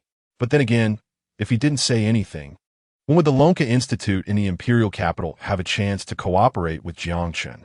In just a few months, they had already been surpassed by Pengcheng to such a large extent. He couldn't even imagine whether the Lonka Institute in the imperial capital would still be a competitor of Pengcheng in the future. Although the progress of each district's Lonka Institute was a great boost to the technology of the Dragon Kingdom, making everyone happy. To maintain the dignity and status of the Lonka Institute in the imperial capital, face and such things no longer mattered. Gritting his teeth, Yu Qing stepped forward and handed over his business card. "It's like this, Comrade Jiang Chun. I am Yu Qing, an academician from the Lonka Institute in the imperial capital. During my stay in Pengcheng these days, I have witnessed their progress. Of course, this includes your assistance. If you're willing to become a mentor at our Lonka Institute in the imperial capital, we will definitely offer all kinds of resources and conditions, whatever you ask for. We will provide with both hands." Jiang Qin's body shook slightly. He had thought of several possibilities for the person in front of him to stop him. However, he never expected that he would be invited to become a mentor at the Lonka Institute in the imperial capital. His face showed hesitation, and he opened his mouth, but didn't have time to speak. A roar came from not far away. "Good old you. I wonder why you sneaked out. It turns out you wanted to dig the corner of our Pengcheng. Don't forget, you are still on the territory of our Lonka Institute in Pengcheng." Elder Chun strode over, not forgetting to roll up his sleeves vigorously. It must be said that this was the first time Jiang Chun saw such a side of Elder Chun. After all, since they met, Elder Chin's image in his mind had always been steady, serious, and unsmiling. Caught in the act, Yuqing also felt a bit embarrassed. But after thinking carefully, he was only striving for the imperial capital and hadn't violated the interests of Pengcheng. So what was wrong with that? Jiang Chun looked left at Yuqing, then right at Elder Chun, feeling some regret that he had slowed down a few steps earlier. Otherwise, how could he encounter such an awkward scene? Lost in thought, he suddenly felt his arm being grabbed forcefully. Then, Elder Chun appeared in front of him. He opened his arms and glared at Yuqing. In a cold voice, he said, "You go back to the hall now, and I will pretend that what just happened never occurred." This time, Yuqing's temper flared up. "What? Comrade Jiang Chun, is your private property in Pengcheng? Doesn't he have his own thoughts? Doesn't he have a right to choose?" "I was inquiring about Comrade Jiang Chen's opinion. What does it have to do with you? He hasn't said no yet, and you directly stand in front of him, not letting him speak?" Elder Chen paused. "If Elder Wang were here, that would be great." He was eloquent. The two stared at each other, and neither spoke again, the atmosphere reaching a freezing point. Jiang Chun took a deep breath and said, "Gentlemen, please don't let this small matter harm our harmony. It's not worth it." "Small matter? This is not a small matter." As soon as Jiang Chun spoke, he was met with a retort from both sides. Stunned for a second, he felt a bit dazed. "Aren't you two quite in sync? This, Elder Yu, I am willing to transfer the technology, but it does not mean I will always have time to stay at the Lonka Institute. I have my own matters to attend to." Ding, ding, ding. The ringing interrupted his words, and at the moment it was connected, it was Elder Pang's anxious voice. "Jiang Chun, where are you? You haven't forgotten about the competition at Lonka University today, have you?" Chapter 92. The Appointment. Unexpected. Jiang Chun moved his lips. Feeling a bit choked, he had indeed forgotten about this matter. He tentatively asked, "How much longer? Can I make it if I rush over now?" On the other end, Elder Pang heard this and crouched down to avoid the students who had come to watch, moving to a quieter place. Lowering his voice, he said, "Good lad, did you really forget about this? There are 3 hours left until it starts. You can make it over there, but have you prepared your model for the competition? The remaining time is too short. If you haven't prepared your work, it's better not to come." Lonka University students are not easy to deal with. Lonka University? Yuqing, who was trying to get closer to Jiang Chun, immediately caught the key words. It wasn't close from here, and besides, hadn't he just rushed over from the capital? Suddenly, his eyes flashed. He felt that he had a chance to owe Jiang Chun a favor. Since he was too immersed in his own thoughts earlier, Yuqing hadn't heard what Jiang Chun said afterward.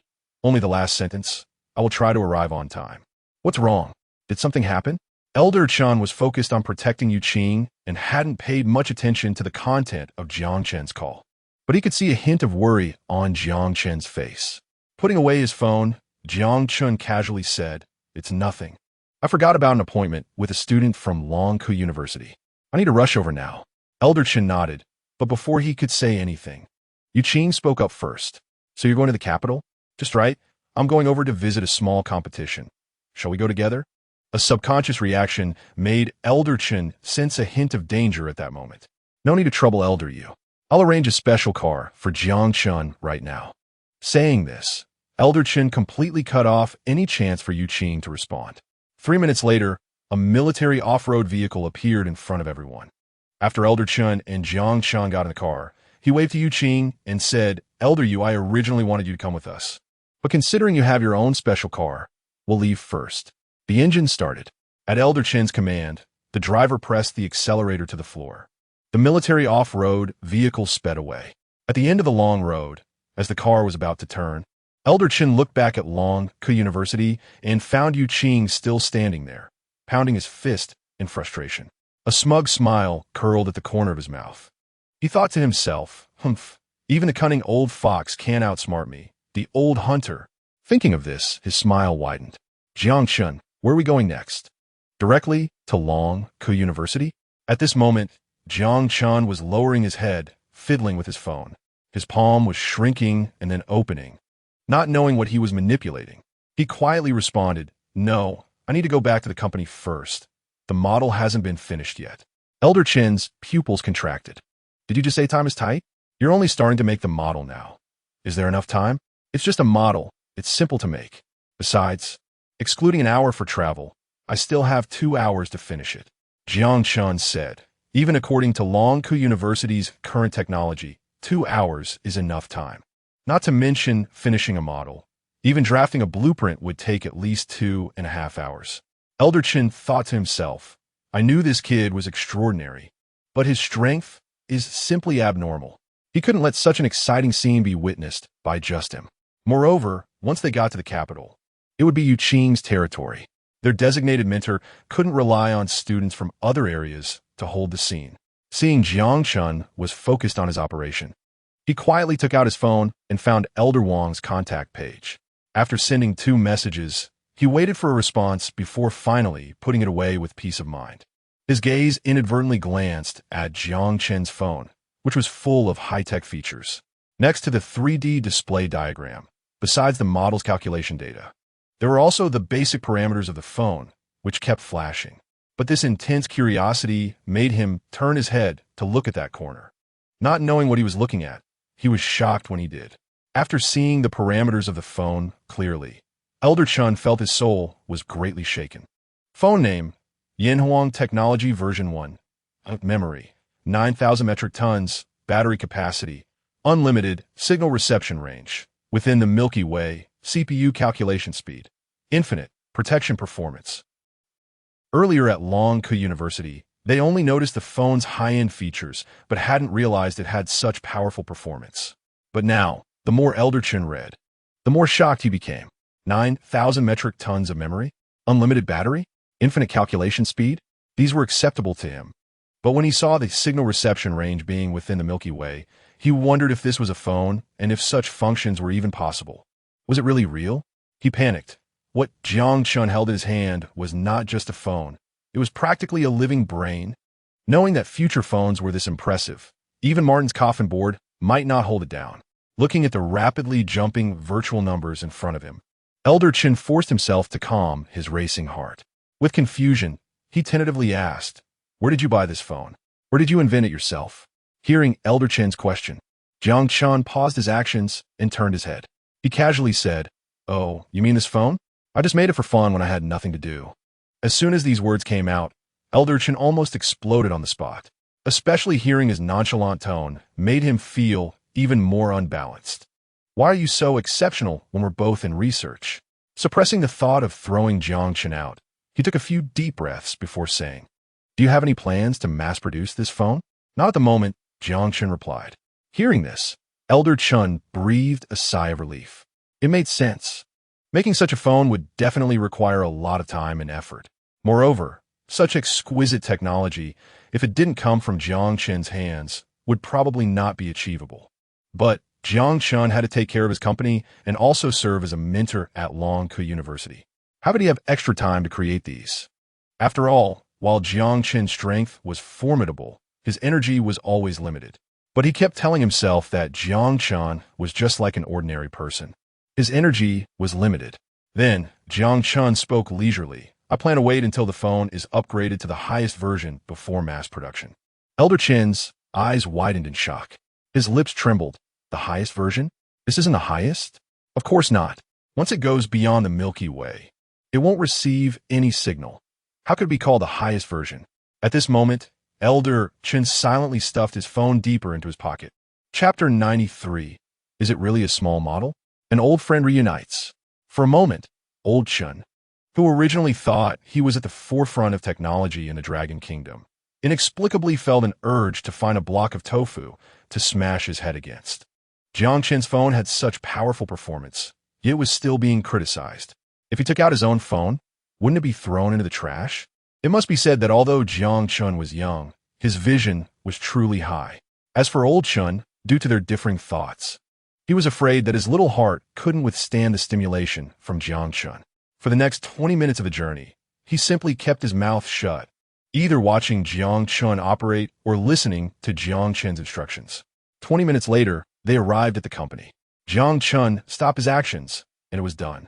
According to Jiang Chen's request, Old Chun stayed in the car to wait, still unable to react to the news that Jiang Chun had made a rocket model in just 20 minutes. Before long, he saw Jiang Chun take the model out of the car, especially when he saw that the model was so small it was less than the size of a palm. He froze. He felt as if his language system had been completely disrupted at that moment. He stammered, unable to say a complete sentence. Is this the model you mentioned? Yes, just a gesture would suffice. Otherwise, wouldn't it be bullying the student if this news got out? Old Chen's face twitched. He couldn't describe the feeling in his heart. Why do I feel like bringing out such a model would be insulting to them? 20 minutes to make it was indeed too rushed. Suddenly, he thought of something and was shocked. Could it be that their company's military materials were running low? After all, they had just finished making 100 rockets. Thinking of this, he nodded silently, feeling he had found the truth. He quickly pulled out the contact information of Director Su Zheng and briefly explained the situation before contacting the head of the procurement department, Lin Xiaoya. Minister Lin, the task is completed. Here are all the purchase orders. Lin Xiaoya rubbed her slightly tired eyes, pressing down on her constantly twitching eyelids. She took the purchase orders and said, "All right, you all go back and rest. I will summarize everything later." Just thinking about how everyone else in the institute went to observe the spectacular sight of 100 rockets taking off while she had to urgently restock military supplies for the procurement department made her extremely unbalanced. Ding! This was a message notification she had set up specifically for Director Su Zheng. As soon as the sound rang, she jolted and suddenly woke up. In her heart, she silently prayed, "Please, let there be no more incidents like that Jiangchun event." She took out her phone to check. Shaolin. The military supplies on Jiangchen's side should be running low. Arrange for heavy trucks to bring in supplies from the warehouse and prioritize their use for Jiangchun. After browsing through this message, Lin Xiaoya angrily slammed her phone face down on the table. She buried her hands in her hair, irritably rubbing it. "Minister, is there another urgent task?" Lin Xiaoya's gaze shot over, and the procurement staff member who was speaking immediately fell silent. "Let us fill up the supplies for that Jiangchen's warehouse."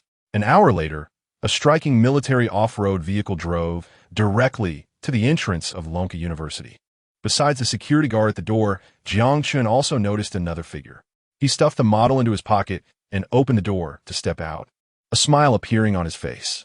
"Old Pang, didn't I say to wait inside? Why are you out here?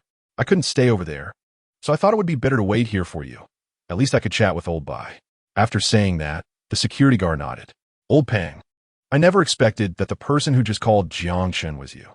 Last time I heard you went to Lonka Academy, I was disappointed I couldn't see you." Old Chun walked over step by step, moving with a commanding presence. Old Pang obviously didn't expect Old Chun to come back. He paused for half a second, then stepped forward to shake hands, his eyes slightly red. "Are all of us old comrades? Is Old Wang not here?" Old Chen glanced at Jiang Chun and quietly said, "He'll be here soon." Noticing Old Chen's gaze, Old Pang instantly understood and nodded in satisfaction. "Hurry up, it's not appropriate to be late." He led Old Chun and Jiang Chun inside. Old Pang's gaze swept behind him. He frowned slightly, filled with confusion. Why hadn't he seen the rocket model prepared by Jiang Chun? At the practice field, he originally thought it would just be a small model competition, and as long as some key people were present, it would be satisfactory.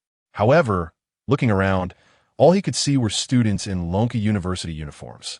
They were craning their necks to look at the center of the practice field, as if something there was powerfully attracting their attention. "Old Pang, it's just a small model competition. Why are there so many people here to watch?" Jiang Chun frowned, looking at the somewhat noisy scene, a hint of dissatisfaction appearing on his face. "Who says it's not? But even now, I still don't know how everyone found out about this news." As he said this, his gaze slowly shifted to Wang Ming and his team, who were gathered together. Old Pang could see that this Wang Ming was not a good person. A few minutes later, Wang Ming noticed them and whispered something to his instructor, Zhang Ye, before walking over together. Especially Zhang Ye, who had been the mentor to both Jiang Chun and Wang Ming, could be considered one of the main characters in Today as competition. "Jiang Chun, today is the day you promised to compete with Wang Ming. Why are you so late?" Wang Ming had already come to invite me early in the morning. Zhang Ye struck a high and mighty mentor pose, leaning towards Wang Ming, revealing his true thoughts. Jiang Chun remained calm, smiling lightly. "Is it late? It hasn't even started yet." Zhang Ye's mouth twitched slightly, looking a bit awkward. "Senior, how can you talk to the instructor like that? Even if you've graduated, the instructor was still your mentor. Once a teacher, always a teacher." Before he could finish, Jiang Chun shot him a glare. Wang Ming immediately shut his mouth. Even later, he couldn't understand why he panicked at that look. Old Pang, how come the admission standards for teachers at Lonka University have dropped so much after a few years? This is the first time I've heard of instructors calling themselves mentors. Upon hearing this, Zhang Ye's face instantly turned green. Who do you think you are? The words hadn't even left his mouth. Just as he was preparing to confront the other party, he looked up and saw the nameplate on the person's chest. He staggered, nearly falling to the ground. This is the aerospace master, Old Chun, from Lonka Academy in Pengcheng District. How'd he come here? And he asked, standing next to Jiang Chun. Could it be a coincidence? Thinking about it, Jiang Chun, who at the time didn't even want to give him a gift, would he have had the chance to meet such a person? Chapter 94, the competition, begins. Such thoughts in his mind were quickly dispelled. Zhang Yanin preferred to believe that Jiang Chun entering with Old Chun was a coincidence, rather than accepting that Jiang Chun knew such a person. Senior, we are already over here. What about your work? Why haven't I seen it? Wang Ming tilted his head, surveying the area around Jiang Chun. Especially after seeing nothing, he couldn't help but feel a bit pleased. To better complete their rocket model, he had paid a great price. He had even given away the SS-level collectible rocket model from his study at home. With Huang Tian's help, they barely managed to finish the rocket model at the last second of the 20-day deadline. Additionally, after Huang Tian became a Level 4 researcher, his brain had absorbed the latest scientific knowledge from the Lonka Institute. This was also the most important reason he was willing to pay such a painful price. As long as he could defeat the senior in front of him, who was crowned a genius, and dampen his spirit, Wang Ming would also be considered a figure of prominence in the school from then on. The more he thought about it, the more excited Wang Ming appeared. If it weren't for Huang Tian not having arrived yet, he would have wished for the competition to start right now. In contrast to his excitement, Jiang Chun remained calm. You will see my model. After saying this, Jiang Chun had no intention of staying to listen to their meaningless chatter. Before turning to leave, he nodded slightly to Zhang Ye as a form of greeting. He took a seat marked for participants, gazing indifferently ahead, clearing his mind. Zhang Ye's reaction left him somewhat disappointed. He shook his head, wondering why he had agreed to compete with such a little brat in the first place. One hand slipped into his pocket, gently stroking the palm-sized rocket model. As the competition time approached, students from Lonka University at the entrance suddenly began to stir. Wow! Is this the car from the Lonka Institute of Emperor Capital? I didn't expect that for such a small model competition. These big shots would actually take the time to come over. If I had known, I should have joined Senior Wang Ming in the model making. Help you? With your level, you'd just be a slacker there. Senior Wang Ming would want you. You might as well go to Senior Jiang Chun. Speaking of which, Senior Wang Ming's model was already brought over and placed there. But have you seen Senior Jiang Chen's model? The few people gathered shook their heads, glancing disdainfully at Jiang Chun. He has already graduated for 2 years. He must have forgotten all his professional knowledge by now. I don't think he prepared any model at all. TSK. But look at his calm demeanor. Does he really not care about anything? Now that the people from the Lonka Institute of Emperor Capital are here, isn't that embarrassing? Ding! Jiang Chen's phone vibrated. He lowered his head to check the time. The performance is starting? Respected leaders, fellow students, thank you all for taking the time to participate in this spontaneous rocket model competition. Sitting in the participant seat, Jiang Chun listened to the host's polite words, stifling a yawn. Suddenly, a figure appeared beside him, and he turned his head to take a look. He had just been caught up with those leaders from Lonka University, but fortunately, Old Yu had come over in time, allowing him to break free from the pleasantries of the higher-ups at Lonka University. Remembering the mini rocket model in Jiang Chen's pocket, Old Chun said worriedly, "In this competition, you should relax. Winning or losing doesn't matter. It's not a big deal." Clearly, he didn't think that a mini rocket model made in just over 20 minutes would have any significant use. Amidst the crowd, Jiang Chen caught sight of a familiar figure. His lips moved slightly. Why is Huang Tian here? The voice was soft, but it was clear enough for Old Chen to hear. Furrowing his brows, he also glanced over. After seeing that person, his brows knitted tighter. Isn't he a researcher from our Pengcheng District Lonka Institute? How'd he end up here? Old Wang and the others haven't come yet. With confusion, the two observed and found that Huang Tian had taken a seat directly opposite Wang Ming. And most importantly, he was sitting in the central position.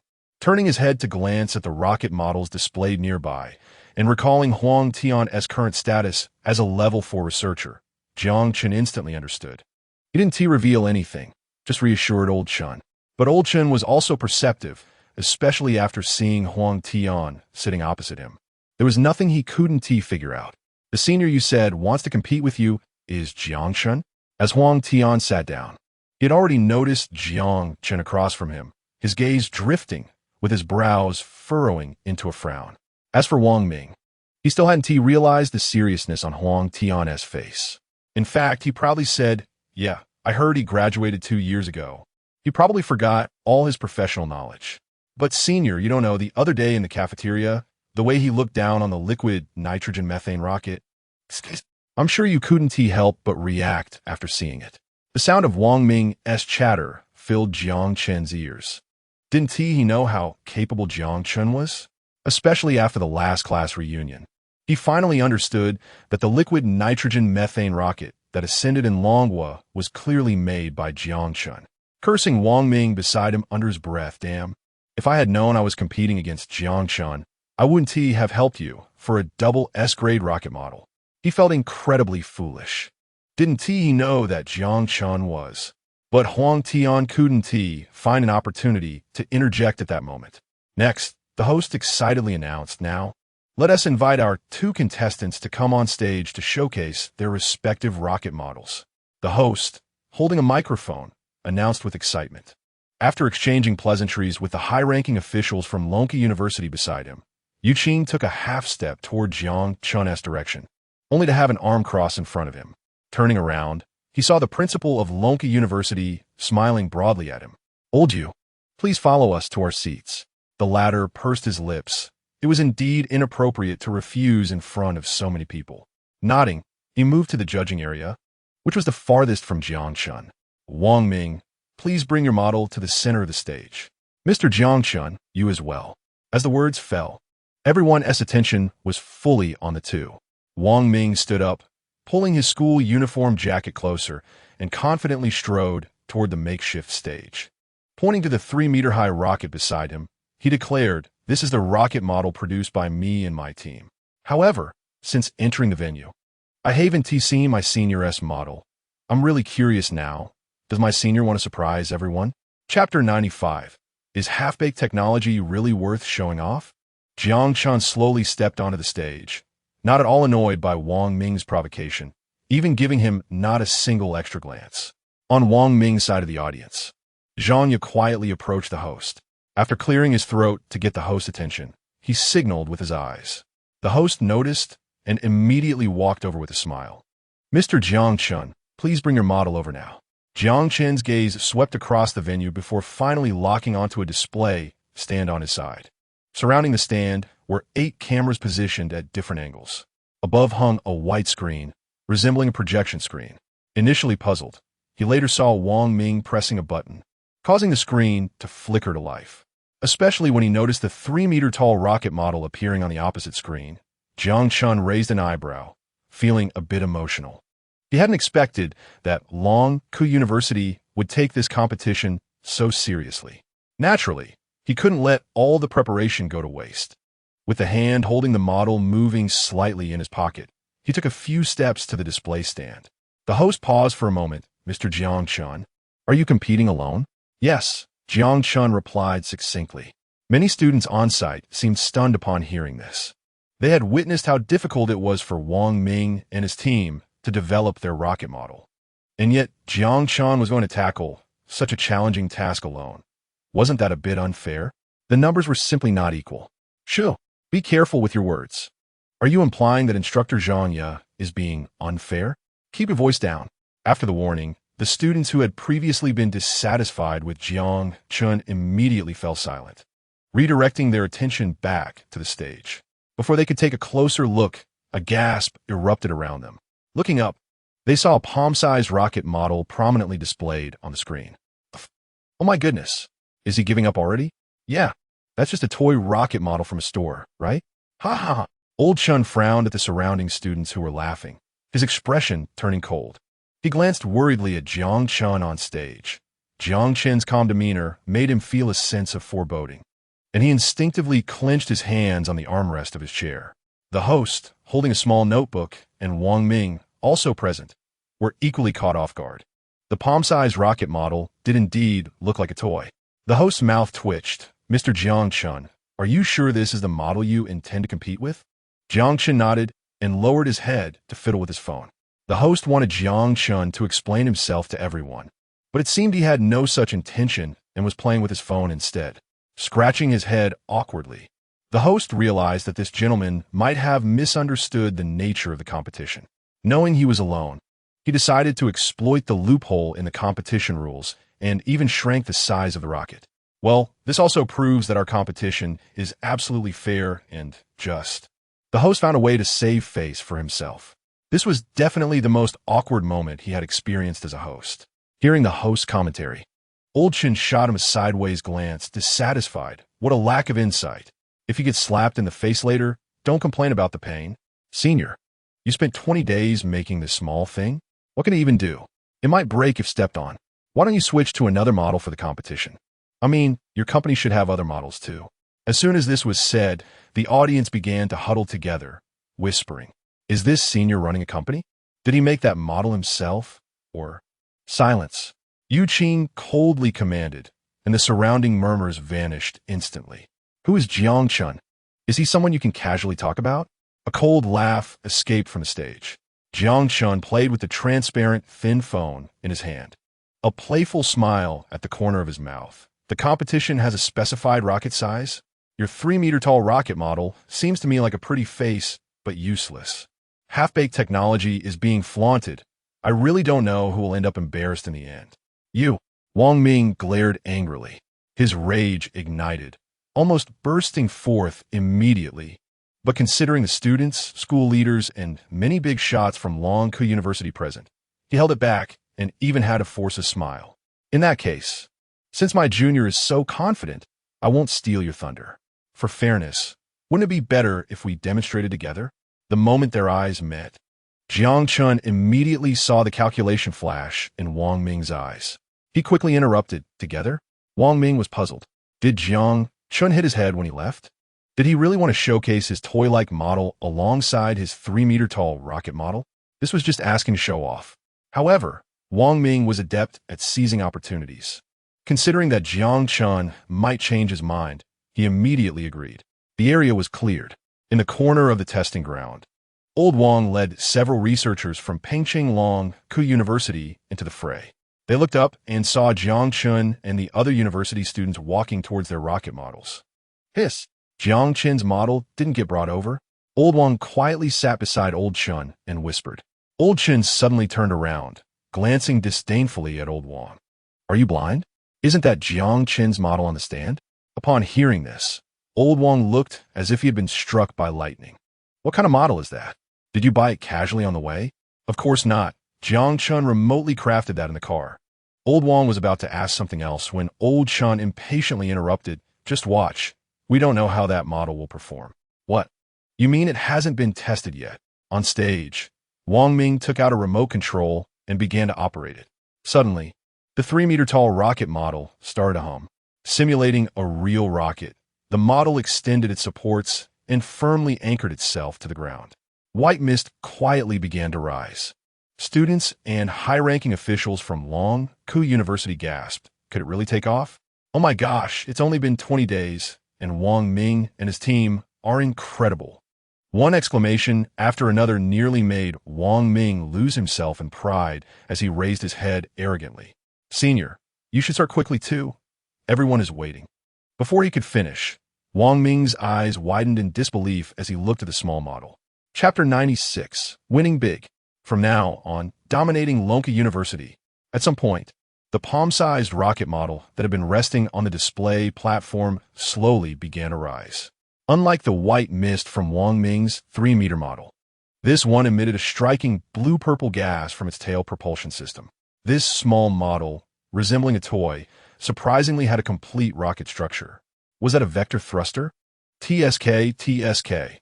Although small, it appeared to be fully equipped. With such a model presented by Jiang Chun, I am now curious how Wang Ming would respond. The department head of Lonka University squinted his eyes and said to the principal beside him. As for Jiang Chun, he was no longer on the stage. He was leaning against a nearby tree, occasionally yawning, casually manipulating a smartphone with one hand. Noticing the surprised gazes of many, including Wang Ming, Jiang Chun turned to look and asked, "What's the matter? Aren't you going to let your rocket take off? Didn't you say we were going to compete?" Wang Ming was momentarily stunned, unsure how to respond. The blue-purple gas emitted from the booster was something they had learned about in class. Rockets, regardless of size, could be distinguished based on acceleration, flame color, and certain humming sounds, which could help them identify whether a rocket was a model. His hand holding the remote control began to tremble. He swallowed nervously. During the creation of the rocket model, they had set the launch program multiple times, all ending in failure. Now, Jiang Chun was asking for his rocket model to take off as well. Wasn't that pushing him into a corner? In desperation, he looked towards Huang Tian in the audience. For a moment, he felt somewhat lacking in confidence. Senior, Huang Tian was currently focused on the mini rocket model in the air. Hearing Wang Ming's voice, he finally returned his gaze. What? Didn't you add the launch device at the end? Just control it. Why are you looking at me?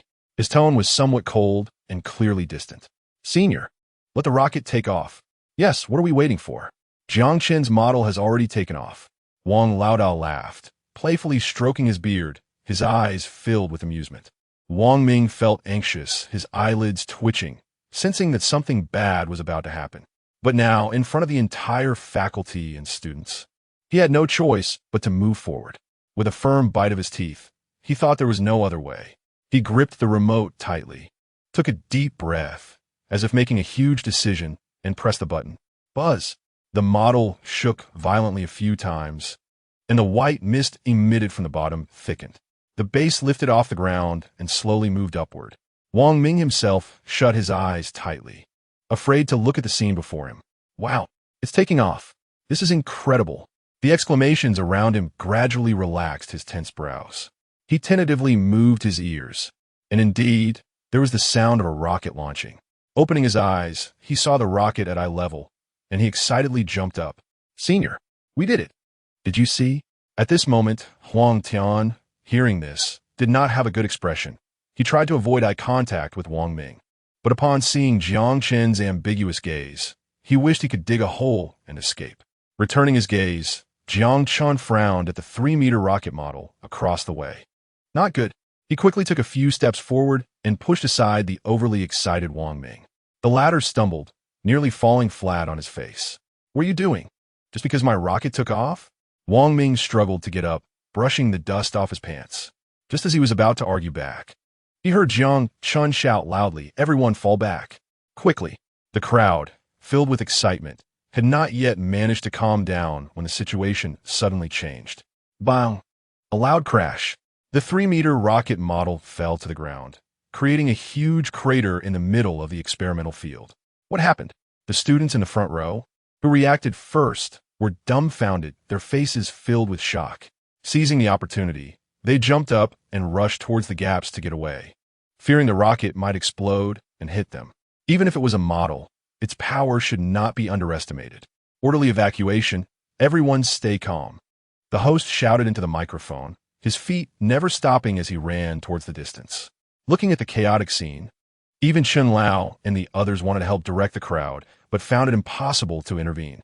The white mist blew dust off the ground, and the rising sand particles blurred the scene.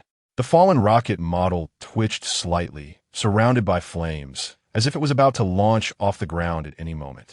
The atmosphere was tense enough to feel suffocating. Please evacuate according to the route displayed on the screen. A very steady voice echoed from above. The restless faculty and students gradually stabilized their emotions and looked up. The source of the voice was the palm-sized model they initially had little hope for, and even the evacuation route on the screen was captured in real time by the small model. Not only that, but each student's head was displayed one by one on it. There was no blurriness like ordinary footage. The images were incredibly clear. Oh my God, this is so cool. Is this really just a small model? Who said it was a toy back then? Seriously, they must be blind. Hiss. Behind the crowd, at the center of the rocket platform, the lying rocket model moved its head slightly, and shot forward. Wang Ming, standing right in front of it, felt his legs go weak and fell directly to the ground. His face was shimmering with sweat, his lips moving, but no one could hear what he was saying except for himself. Jiang Chun sighed. Why doesn't this guy know to dodge that rocket head? He complained under his breath, his hands still busy. Activating attack skill, please lock target. 3-meter rocket model. Lock complete. The electronic voice of the small model echoed in the air. The footsteps of all faculty and students heading out suddenly halted. Looking towards Jiang Chun, who was leisurely leaning against a tree, their emotions surged. Their gazes followed the small model, which moved nimbly in the air. Although the route seemed chaotic, the experts in the field could immediately see the orderly trajectory. As the saying goes, a professional sees the way. Target locked. Conservative destruction. The command was issued, and in the blink of an eye, a beam of intense light shot out, targeting the small model. Everyone instinctively shielded their eyes, and a burnt smell soon filled the air. Chapter 97, when he was operating, I didn't even blink. A sharp explosion sounded from the white mist. Many students from Lonka University recognized that it was Wang Ming's scream. Director, Wang Ming is still inside. Yes. I saw that the rocket was moving directly towards Wang Ming. Will he? Shut up. The school leaders and the experts from Lonka are here. Stop talking nonsense. Zhang Yu whispered angrily, his gaze fixed on the thick mist ahead, his eyes flickering. His lips moved, but no words came out. It's just that Wang Ming didn't study that rocket properly and launched it carelessly. Now that an accident has occurred, it's just his bad luck. Lao Yu, you and I are both here. With something like this happening, we can't escape responsibility. Old Chun calmly stared ahead and coldly said to Yu Qing beside him. They were in the capital now, and important human resources still needed to be dispatched by Yu Qing. After stabilizing his mind, the latter let out a long breath and quickly made a phone call. Defense Department, send the nearest team to Lonka University to handle the rocket model mishap. Hurry. Yes. We guarantee to complete the task. As the voice on the other end fell, the principal of Lonka University, along with several high-level officials, approached Yu Lao and the others. Drenched in sweat, tentatively, he asked, I apologize for the shock. The school's security personnel will arrive shortly. Why don't you all come with me to the lounge to rest for a bit? Old Peng, who had been silent, frowned and looked over, opening his mouth as if to say something. Wang Lao, who was always straightforward, showed no mercy. He said somewhat irritably, Jiang Chun hasn't come out yet. How can we old men leave? If anything happens to him, none of us will have a good day. Old Yu's expression darkened. Yes, if anything happens to him, the loss to Longwo will be huge. Watching the aerospace experts in front of him exchanging words.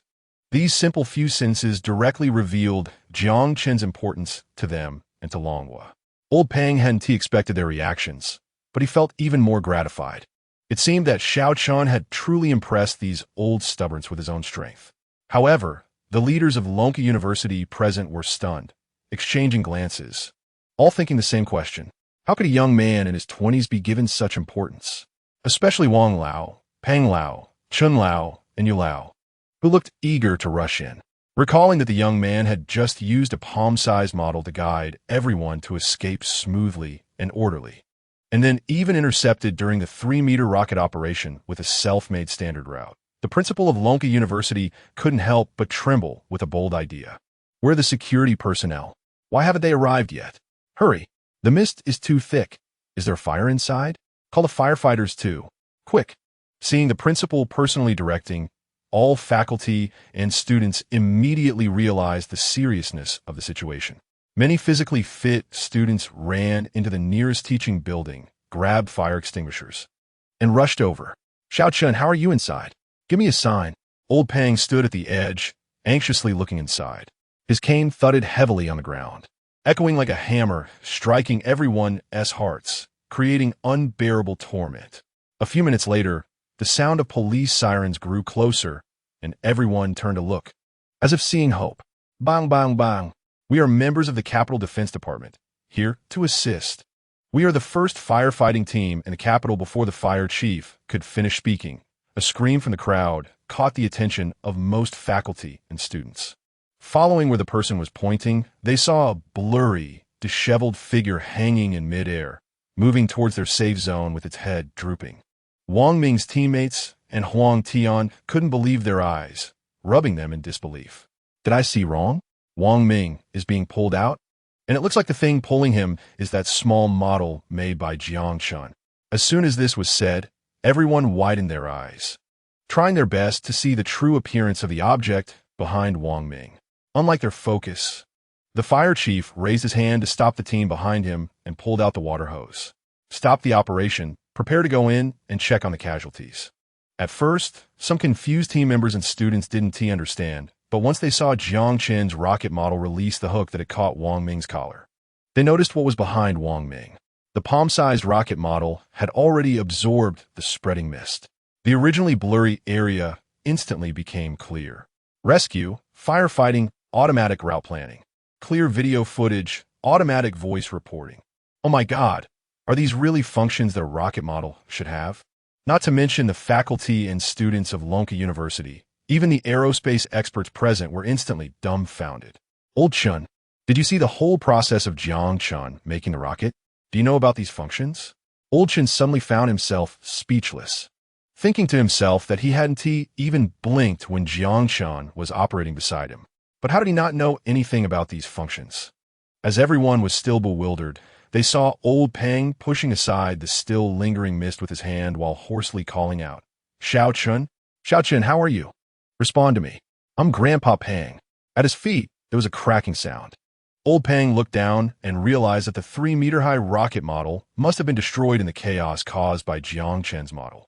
Out of the corner of his eye, he caught sight of a dirty arm with torn clothing, stained with crimson blood. Xiao Chun. Old Peng's spirit felt like it was struck by lightning. His body trembled for half a second before he immediately suppressed his pain. Throwing away his cane, he rushed towards Jiang Chun. Come, someone. A stretcher. Is there a stretcher? Old Peng shouted hoarsely, wanting to pick up Jiang Chun, but his injured leg couldn't support their weight. In his anxiety, his eyes turned red. When Old Chun and the others arrived, they saw Old Peng struggling to drag Jiang Chun out. Shocked, they hurried to help. They hadn't expected Jiang Chun to be affected, but thinking about the time they had wasted in the safe zone, all the experts fell into deep self-reproach. Chapter 98. The Theory of Threat. The cannons aimed at your doorstep. Imperial Capital Battlefield Hospital. A middle-aged man rushed into the hospital entrance. His hair was disheveled, and his eyes were visibly bloodshot. Upon closer observation, his calves were slightly trembling. Director, are you sure you want to come personally? You just finished an 8-hour surgery last night, and you haven't rested for even 3 hours so far. Your body can't take it. I can handle today's surgery myself, said a colleague beside him. But Zhang Huhai's pace did not slow down due to his colleague's words. Instead, it became even more hurried as he hurried toward the elevator. Taking advantage of the few seconds of rest, he said seriously, No, old you personally called me over. This matter must not be simple. I must be on the front lines. Through the reflective surface of the elevator, Zhang Huhai finally saw his current appearance. Frowning slightly, he thought, how did I become like this? He took a deep breath and decided to meet old you first. Ding! Before the elevator doors were fully opened, Zhang Huhai squeezed out sideways. The vice president behind him had not reacted yet, and his figure had already disappeared from sight. At the surgical entrance, several aerospace experts from the Imperial Capital Fanglong Institute and the Pengqing Long Institute were anxiously pacing back and forth outside. They occasionally glanced at the indicator lights above. Why is it taking so long? Why isn't he out yet? Calm down. Jiang Chun has only been taken in for 3 minutes, Elder Chen said while trembling his fingers. Next to him, Elder Yu and Elder Peng exchanged glances, understanding but not voicing it. Elder Yu, you've been waiting long. Upon seeing Zhang Huhai arrive, Elder Yu finally breathed a sigh of relief. Quickly, the comrade inside is bearing the hopes of our dragon country. You must ensure he comes out safely. This is a task entrusted to you by the organization. Please be sure to complete it. As he finished speaking, Yu Qing raised his hand and solemnly patted Jiang Huhai's shoulder. With each pat, Jiang Huhai felt an unprecedented weight. This feeling was reminiscent of when he followed the Expeditionary Army to the front lines during the anti-Japanese war and faced a sea of corpses. At that time, countless lives were lost, and to drive the Eagles out of H country, he witnessed the Dragon Country sacrifice too many people. During the intense phase of war, missiles from the Eagles were indiscriminately dropped from the sky in the makeshift battlefield hospital. If it weren't for Elder Yu's assistance, Jiang Huhai would not have become one of the many lucky survivors. Later, under Elder Yu's mentorship, he successfully advanced from a physician's assistant to the current position of director of the Imperial Capital Battlefield Hospital, although now he and Elder Yu held equal ranks. In his heart, Elder Qing's instructions were matters he must complete at all costs. Yes, Jiang Huhai guarantees to complete Elder Yu's instructions. Jiang Huhai's body trembled, instantly standing straight and raising his hand in salute.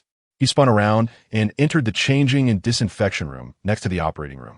As for the vice president who had been standing aside in the corridor and some intern doctors, they were clearly stunned by this scene. They looked at each other, their eyes revealing obvious shock. The person who had just stood here was definitely their usually kind and gentle director, right? The sharp aura in his eyes and the hoarse voice he shouted with pulled everyone back to the bloody, brutal battlefield, making them involuntarily stand in respect. 1 minute later, Jiang Huhai changed into a white coat, disinfected himself, put on goggles, and immediately led a group of medical staff into the operating room. He had made all the preparations, both in actions and mentally. However, upon entering the operating room and seeing Jiang Chun on the operating table, he was violently shaken. The hope of the Dragon Country is indeed very young. Elder, you hadn't mentioned that this hope was so young. Director, did we make a mistake? Did we enter the wrong operating room? A nearby medical staff member's words struck Jiang Huhai right in the heart. You go out and confirm. Be quick. As the medical staff member went out, Jiang Huhai began checking Jiang Chen's physical condition. Even if they had entered the wrong operating room, what lay before him was still a living being. Every second counted and should not be wasted. 3 minutes later, the medical staff member who was sent out to confirm the situation looked at Jiang Chen with a face full of shock. If it weren't for Jiang Huhai's reminder, his brain, as if struck by lightning, would still be in a state of shutdown. Director, it's definitely him. But Elder Yu and the others asked me to bring you a few words. At the moment of confirmation, Jiang Huhai's expression remained calm, and his movements were swift and orderly. However, upon hearing the medical staff explain the cause of Jiang Chen's injury and the incident with the Honda rockets, the hand holding the stethoscope trembled noticeably. He stumbled, nearly collapsing onto Jiang Chen, but his glasses were not so fortunate, falling directly beside Jiang Chen. A streak of bright red stained the frame, and at that moment, it appeared so glaring in Jiang Huhai's eyes. Such a genius could be considered an undeniable hero of the Dragon Country. No wonder so many aerospace leaders were waiting at the door. Now, Jiang Huhai felt that his doubts had been resolved, but at the same time, the pressure on his shoulders seemed to have increased. However, the pressure he felt in his mind lasted only a second. He knew what he was doing. During the surgery, he couldn't let himself think too much. He just needed to know that getting Jiang Chen to wake up as soon as possible was the top priority. On the international forum, the debate between the Eagles and the Empire had entered a heated stage, especially after the Eagles' high-level officials began to interfere with the Empire's live press conference. The Empire seemed to immediately become furious and aimed their cannons directly at the Eagles. They declared that if you still couldn't admit your mistakes, then we would never withdraw our cannons. Faced with the Empire's threat, the Eagles scoffed and showed no concern for their childish behavior. They immediately convened a high-level meeting, and after intense discussions, they resolved to investigate the truth. A thorough investigation. After all, the whole incident seemed too absurd. If it was connected to the Dragon Country's reusable rockets, it could make sense. Where's Smith and Trenlu? Have them return to their posts immediately. If they can't provide a solution to this matter, strip them of their Eagle citizenship. At the door of the confinement room, the stubble on Smith and Trenlu's faces almost covered their expressions at the corners of their mouths. I hope you won't drag me down this time. After leaving this remark, Trenlu glared at Smith and directly stepped past him. Chapter 99. Crazy Scientists, a group of scientific madmen. Thud, thud, thud. The sound of hurried footsteps echoed through the hospital corridor. Chun Lao and the others, who had been exhausted and gradually falling asleep, were suddenly jolted awake. As they opened their eyes, they saw Su Zheng jogging towards them from a distance, accompanied by two military officers dressed in uniforms adorned with countless medals. The group quickly stood up and rearranged their emotions. They straightened their bodies and raised their hands in salute. "Hello, Commander."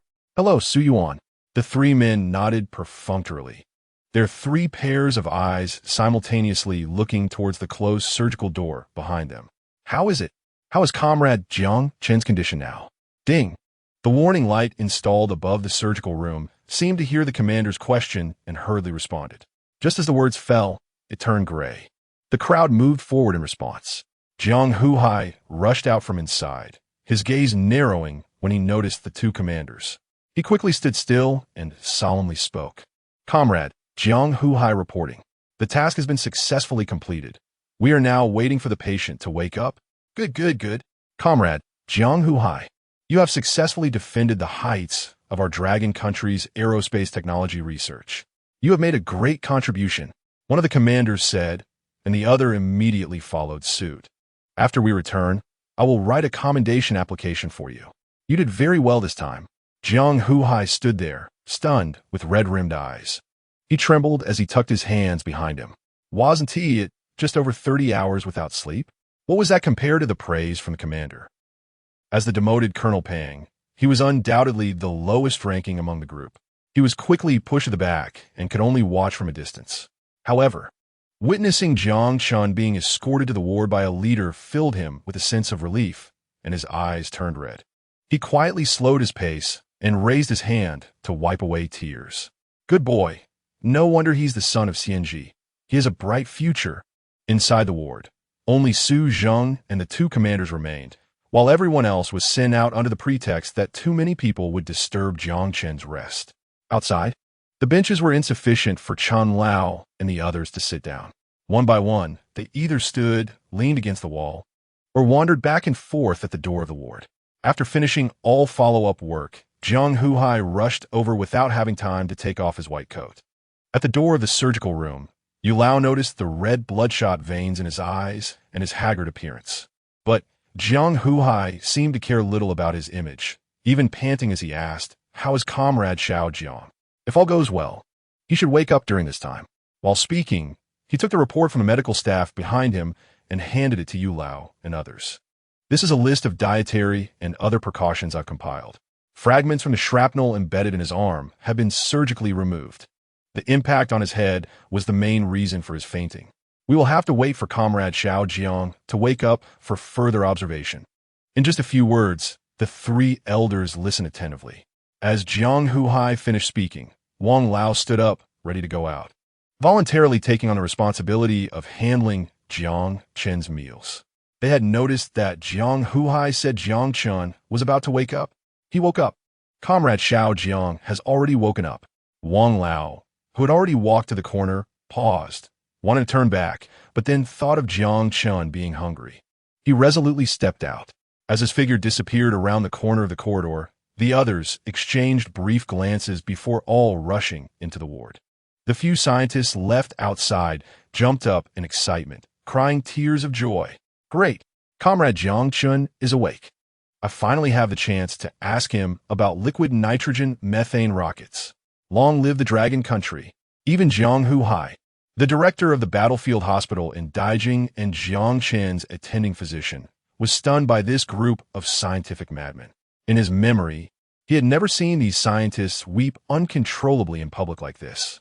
He had never seen a group of scientists despairingly waiting outside a hospital room. In the past, if they were asked to spend even a minute, let alone a second, on anything outside of research, they would feel it was a waste of time.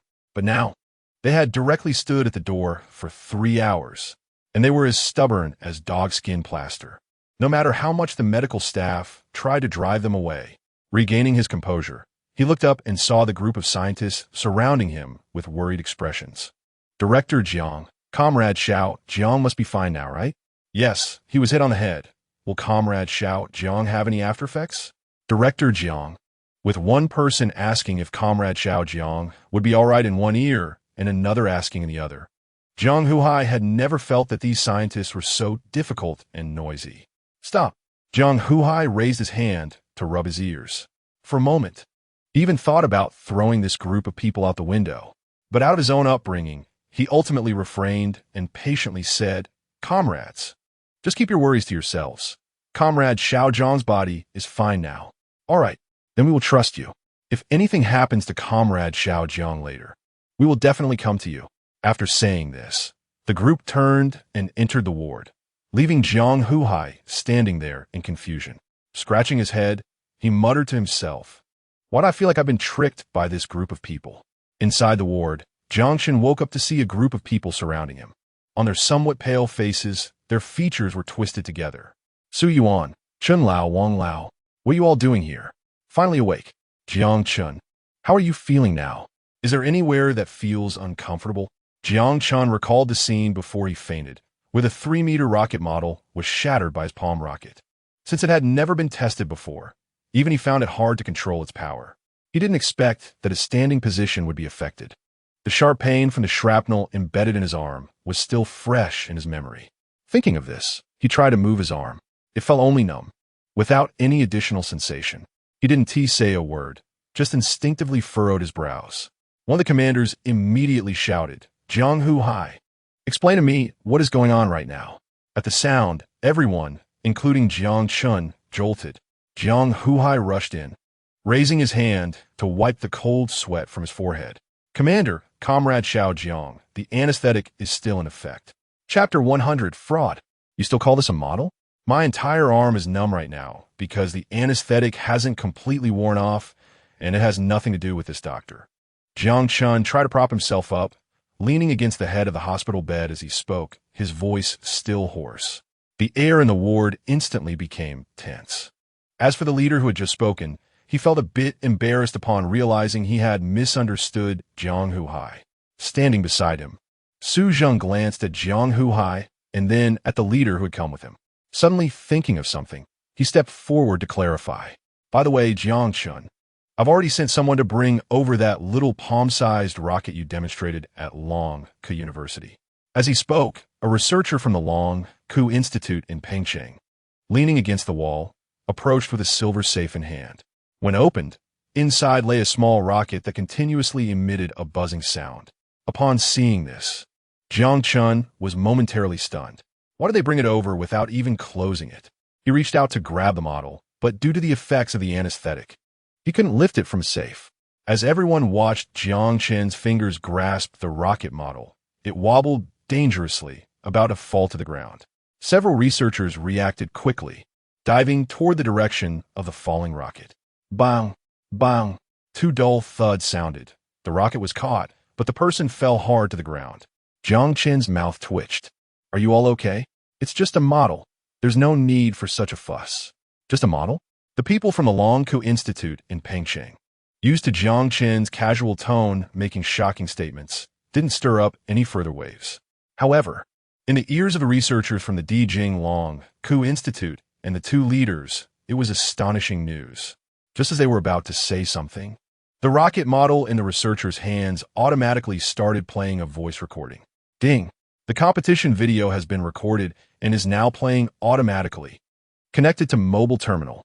Awaiting confirmation. On the bedside table, among Jiang Chen's tidied personal items, a transparent phone emitted a faint blue light. "Turn off the flash," Jiang Chen commanded. The phone's original vibration and faint blue glow disappeared simultaneously. "Cancel playback." "Comrade Jiang Chen, we've already heard about the power of that little rocket outside. Could you show us the video?" Following the voice, Jiang Chen recognized another leader standing by his window. He didn't understand what was so interesting about short video. However, out of respect for the soldiers of the Dragon Kingdom, he nodded in agreement, even though he didn't quite understand. "That's my phone. Could you please take it out, Su Yuan, and point at my left eye?" Following Jiang Chen's instructions, Su Zheng operated the phone, while the researchers in the room, along with Jiang Huai facing Jiang Chen's bed, didn't dare to blink, fearing they might miss something. Soon, a unlocked successful prompt sounded. The phone's interface changed from a hollow, transparent color to some sparkling text, and then Jiang Chen continued to direct. Now, place the phone flat on the surface. Clench your fists above the screen and then stretch them out. If the researchers from the Dijing Long Ku Institute still didn't quite understand this behavior, the next second, when a 3D view appeared before their eyes, everyone nearly dropped their jaws. Jiang Chun leaned against the side of the hospital bed, quietly yawning, then said, "To enlarge the 3D image, just extend both fists above the screen, open them, and pull your palms apart." Hearing this, Su Zheng swallowed hard, barely able to hide his excitement. Having lived most of his life, he had never seen such black technology, let alone the fact that he was now operating it himself. After his manipulation, the 3D image continued to expand until it filled the entire ward. Wow, I was ready to tiptoe to watch the video, and it can actually expand on its own? What kind of magical operation is this? There hasn't been any related research in our institute. Not to mention, there hasn't been a similar proposal anywhere in the Dragon Kingdom. The two leaders trembled slightly, their gazes toward Jiang Chun on the hospital bed becoming even more fervent. This precious gem must be cherished and nurtured. The leader gazed up at the 3D image, his heart racing, unable to resist taking a deep breath. If you turn on the switch of that model, the competition footage will appear. After adjusting the angle, Su Zheng casually pulled over a chair to sit beside. The footage of Jiang Chun competing with that student at Long Ku University appeared. An hour later, everyone felt an overwhelming sense of awe. A palm-sized little rocket can lift an adult man and carry him to a safe zone. Jiang Chun said, "This is a model? Not only that, but this little rocket can also automatically calibrate and plan its route." The people at Long Ku University called it a toy. At that time, there was a mist all around and no one could see what was happening inside. But due to the automatic recording function, the little rocket preserved all the footage. It can emit laser-like energy and easily shatter and destroy a 3-meter rocket model. Is this really something a model can do? Suppressing their astonishment, the people in the ward exchanged glances. Just as they were about to start discussing, Jiang Huhai let out a long sigh and reminded them that Comrade Jiang Chun must be too tired. He has already fallen asleep in such an environment. So it would be better for all of us to leave. A room full of big men, when they exited, made a concerted effort to tread lightly, trying to make as little noise as possible or no noise at all. This scene was something they had never imagined. When Old Wong hurried back from outside with fruit and meals in hand, he saw a group of big men sitting on the floor outside the ward, whispering about something. Unfortunately, as he approached, they were just finishing their discussion. One by one, they left or stayed. In the end, only Yu Qing and Old Wong remained in the ward, keeping watch over Jiang Chun. Old Wong learned of Di Jing's ambitions from Old Chun at Long Ku University, keeping a distance from Yu Qing the entire time, not even exchanging a word. Inside the office of the Di Jing leaders, Peng Jiangwo and Zhang Linhua sat facing each other, looking at the teacups on the table. They remained silent, but their hearts were already stirred by turbulent waves. This comrade Jiang Chun, how do you intend to arrange things? And his inventions? If no corresponding measures are taken, they might soon be leaked abroad. Peng Jiangwo took out a dry cigarette, lit it, and held it in his mouth. He squinted and took a deep breath. As he exhaled, circles of smoke obscured the vision of the two men. We must plan carefully. Chapter 101. Is Eagle Sauce joining in? Then let's fight. The Bear Country Information Security Department. Vancharov looked at the report on the desk, lost in thought. The content displayed was information collected from the Panda space station, especially the several images attached at the back of the document, showing the Eagle Sauce space stations with piercing clarity. As he flipped through them, Vancharov couldn't help but exclaim, "Wow, Eagle Sauce's space station was actually penetrated completely? When did their strength weaken to this extent?" This shock transformed into astonishment when he reached the last image. The battle photo showed a rocket that exuded a sense of dominance just by its appearance, with the most prominent feature being a bright red emblem. Familiar yet unfamiliar. Is this the emblem of a brother nation? Is it real? Vancharov flipped through the photos in his hand repeatedly, his breathing gradually becoming rapid. The image of the liquid nitrogen-methane rocket seemed as if it would launch through the photo at any moment.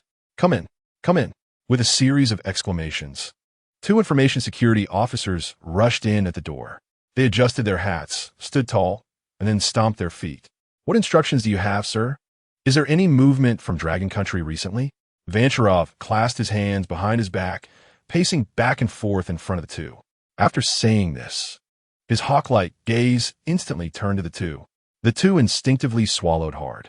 There were indeed rumors at the International Alliance Conference about Dragon Country launching a liquid nitrogen-methane rocket. But Dragon Country had not given a clear response. Additionally, Eagle Sauce and the Empire space stations have been continuously destroyed recently for unknown reasons, with the Empire suffering the heaviest losses, including damage to surrounding islands and dormant volcanoes that hadn't erupted in a century. Upon hearing this, Vancharov raised his eyebrows slightly. His eyes filled with uncontainable joy. However, it remained superficial and was not directly revealed. There's one more thing to report, sir. Currently, the Empire and Eagle Sauce are at odds, with their cannons aimed at each other, and a battle could break out at any moment. Oh, Vancharov instantly became interested, his eyes brightening. But that excitement was fleeting. After thinking through the reasons, it inevitably dimmed a bit. They won't stand up. The two exchanged puzzled glances, not understanding. How many days until the military exercise between Dragon Country and the Empire? 5 days. Help me submit a cooperation application to Dragon Country. The sooner the better. After the two left, Vancharov walked to the window and pulled aside the translucent curtain. The master and the dog. Even if they fight, it's for others to see. Without Eagle Sauce's support, how could the Empire possibly continue to thrive internationally? Moreover, with the confrontation between the Empire and Dragon Country in 5 days, how could the weakened Empire turn against Eagle Sauce at this time? As for his brother nation, he had indeed underestimated them. The more Vancharov looked at the photos in his hand, the more he liked them. He couldn't help but click his tongue. A rocket as imposing as this seemed tailor-made for our warrior nation. If I get the chance, I will definitely buy one back at a high price and put it at my front door for my children to play with. At the military headquarters in Pengcheng, Zhao Weiguo clenched his fists tightly. After returning from the Dragon Academy, he learned that Su Zheng and the two elders had gone to the imperial capital. His plan had fallen through.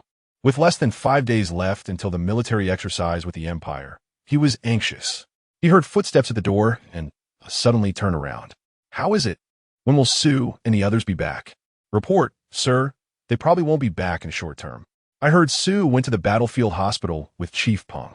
It seems they are visiting someone. After hearing his assistant's words, Zhao Weiguo had some vague guesses in his heart.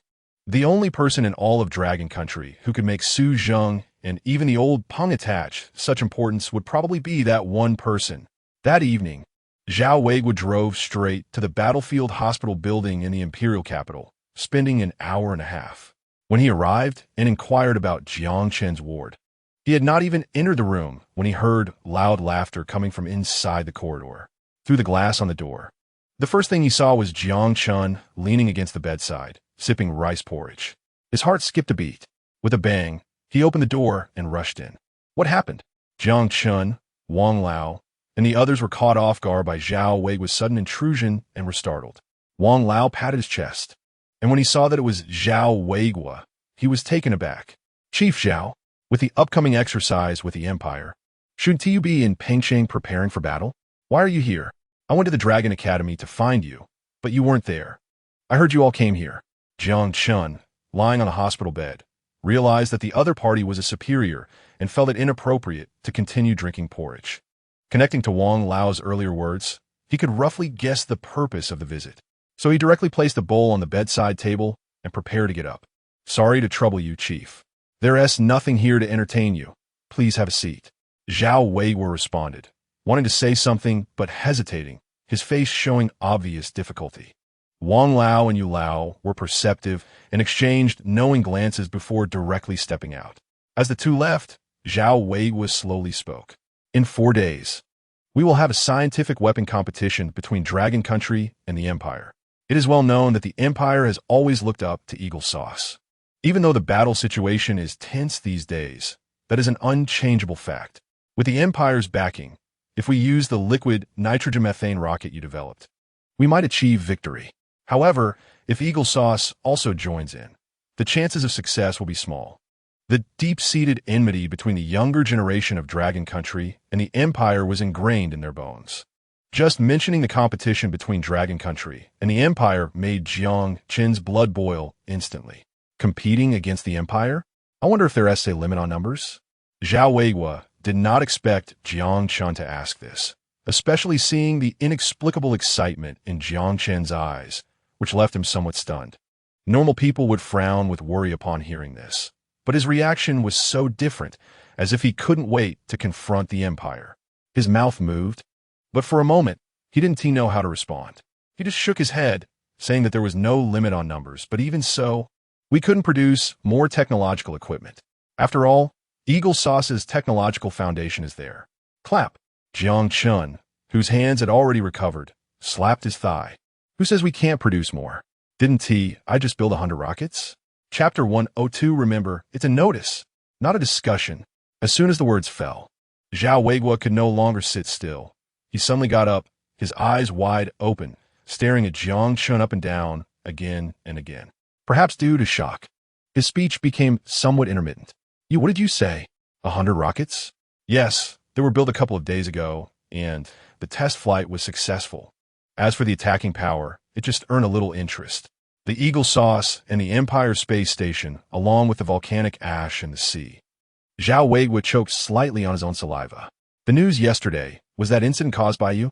How come even the Eagle Sauce couldn't detect it? The two exchanged glances. Jiang Chen smiled without speaking, while Zhao Weiguo looked curious.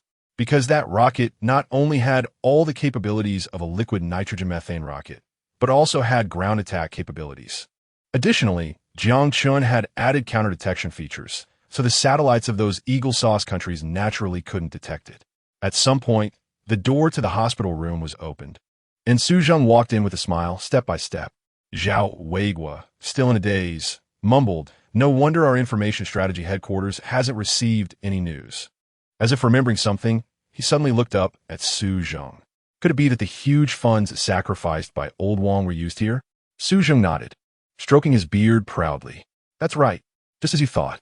I really didn't expect that you guys from the Lonka Institute would one day take advantage of the young people, he said, clicking his tongue. Upon hearing an unexpected response, the smile on Su Zheng's face immediately vanished. Director Zhao Weiguo, what do you mean by that? If you can't speak properly, then just don't. Hey, don't be stubborn. Jiang Chen is here as well. I heard you only applied for 2 billion. You tell me. Does that match the rockets made by Jiang Chen? This was a direct hit. With that one sentence, Su Zheng was left speechless. He couldn't come up with a rebuttal.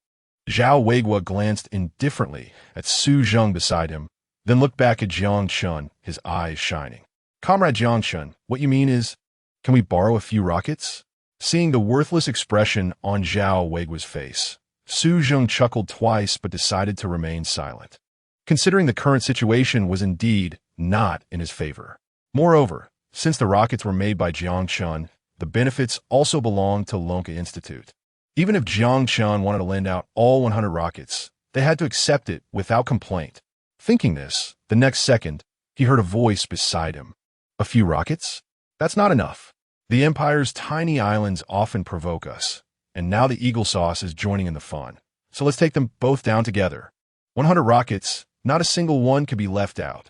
Zhao Weiguo's breath hitched, feeling a cool energy coursing through his limbs. That kind of power struck straight to the top of his head. His body and mind felt unprecedentedly invigorated. Good, good, good. He repeated good 3 times. And without the chance to stay longer in the hospital room, Su Zheng hurried him out under the pretense that Jiang Chen needed to rest. He felt as if he were dreaming. Everything just felt surreal. The liquid nitrogen methane rocket had already shocked him. It's hard to imagine how stunning a rocket capable of attacking the enemy could be. A rocket with a satellite, or a satellite with attacking capabilities. In the cool night, Zhao Weiguo's heart began to stir. His blood was boiling. Such rockets, such advanced technology belonged to their Long Nation. And not just one, but 100, a full 100. The next morning, in the office of the leaders of Long Nation, Long Hua and Zhou Huiran sat across from each other, looking at the cooperation application from Bear Nation on the long table in front of them. What do you think? I wanted to ask you, what do you think of Bear Nation's attitude this time? Zhou Huiran shook his head, the smile not reaching his eyes. In this confrontation with the Empire, many countries have looked at us through colored glasses. Bear Nation's willingness to help is still commendable. But then again, why do they choose to help now, instead of earlier or later? Longhua slowly picked up the cooperation application, taking a deep breath. You're right, but we can't refuse too harshly, can we?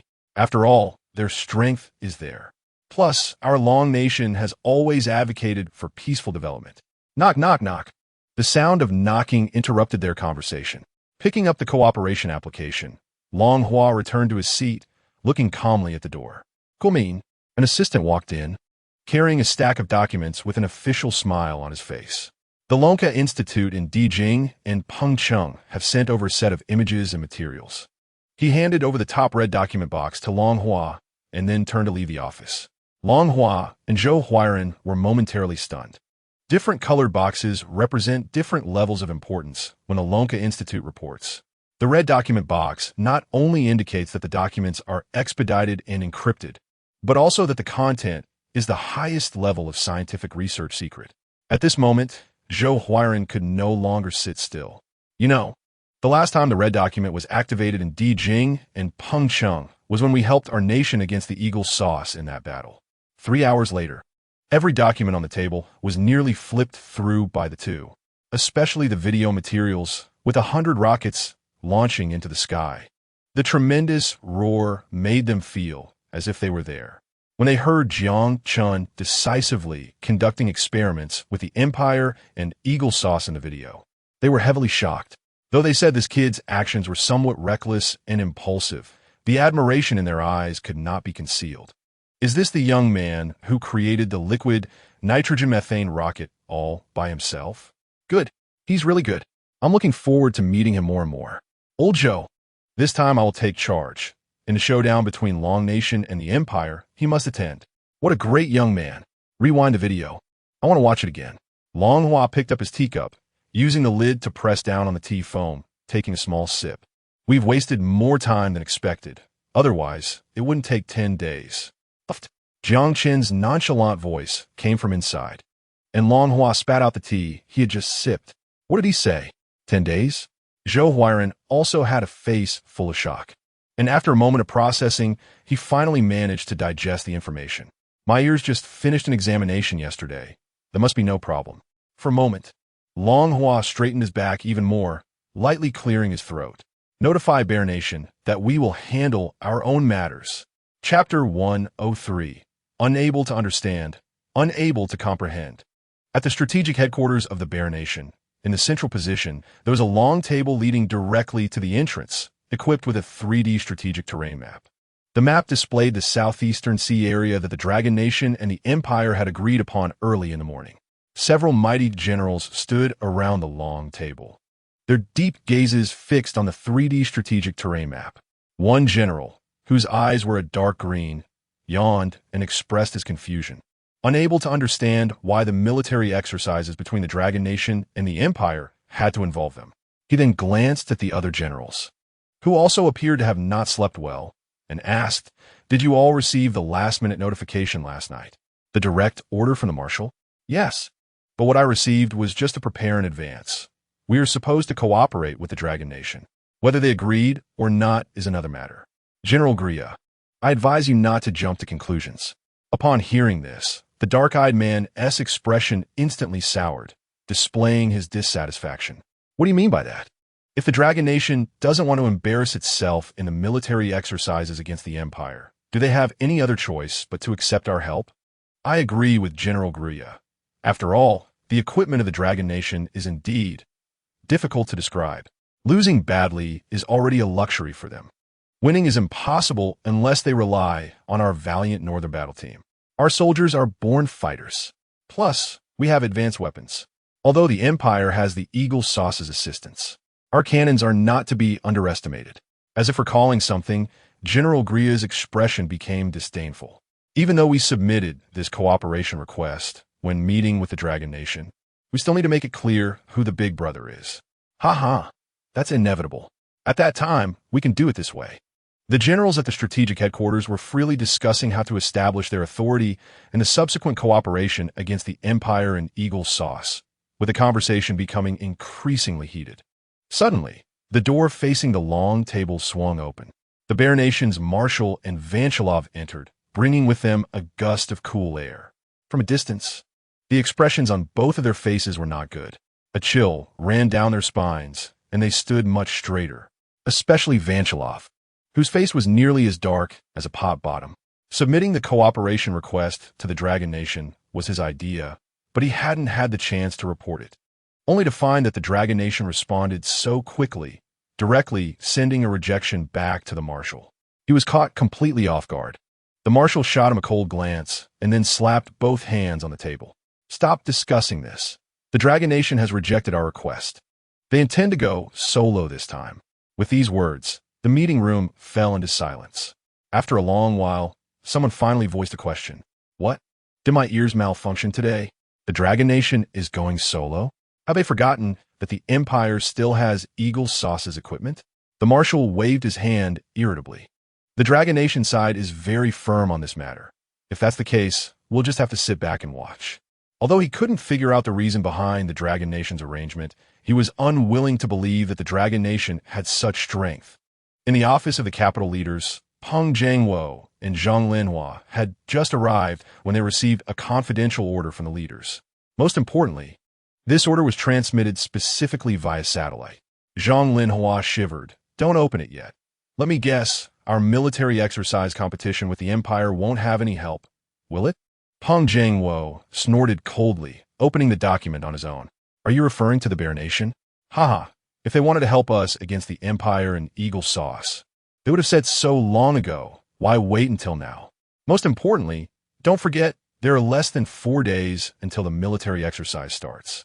Peng Jiangwo's 2 sentences felt like a bucket of cold water poured over Zhang Linhua's head. Although this competition with the Empire was just an exercise, he knew that the deep-seated grievances of the Dragon Nation would certainly come to the forefront during the competition. But we have the advantage in sentiment and blood. Yet it's still hard to win against the sharp weapons provided by Eagle Sauce to the Empire. Zhang Linhua's words fell flat, and Peng Jiangwo remained silent for a long time. He then heard a sharp intake of breath nearby. Noticing the change in Peng Jiangwo's expression, Zhang Linhua stood up and leaned over to take a look. "What's going on?" As his gaze fell on the document in front of him, Zhang Linhua's brows furrowed tightly. He shot up from leaning against the chair. "The Bear Nation proposed cooperation with us? When did this happen? Why were we not informed at all?" Faced with Zhang Linhua's barrage of questions, Peng Jiangwo couldn't respond immediately, but the curve of his lips betrayed his inner emotions. Ignoring Zhang Linhua, who was babbling by the window, he continued to scroll down.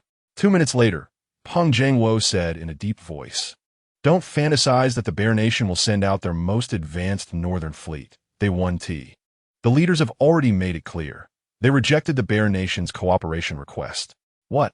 Zhang Linhua strode over to Peng Jiangwo in 2 steps, pushed him aside, and sat down. He rolled the mouse, reading rapidly, feeling as if his potential was about to be unleashed. In an instant, his hands paused on the mouse, and he opened his mouth in shock. Old Peng. "What?" After reading it, "Do you feel less excited?" Peng Jiangwo's voice carried a clear sense of regret. "Did you see this?" Zhang Linhua turned the computer screen towards Peng Jiangwo. "Zhao Weiguo from Pengqing District is also joining this competition." "Pengqing District?" Peng Jiangwo's mind jolted. According to the internal strength ranking of the Dragon Nation's military, the station Pengqing District was among the weakest military districts. If they participated, Peng Jiangwo had no hope at all. If they are included in the military exercise competition, they might struggle to last even 10 minutes. "My God, Comrade Jiang Chun is also attending this competition." Peng Jiangwo felt weak in his legs. He had just undergone surgery. What was he going to do? Zhang Linhua swallowed hard. It didn't specify too clearly above. Chapter 104. For silence? Becoming a hot commodity in the southern theater of the Dragon Country.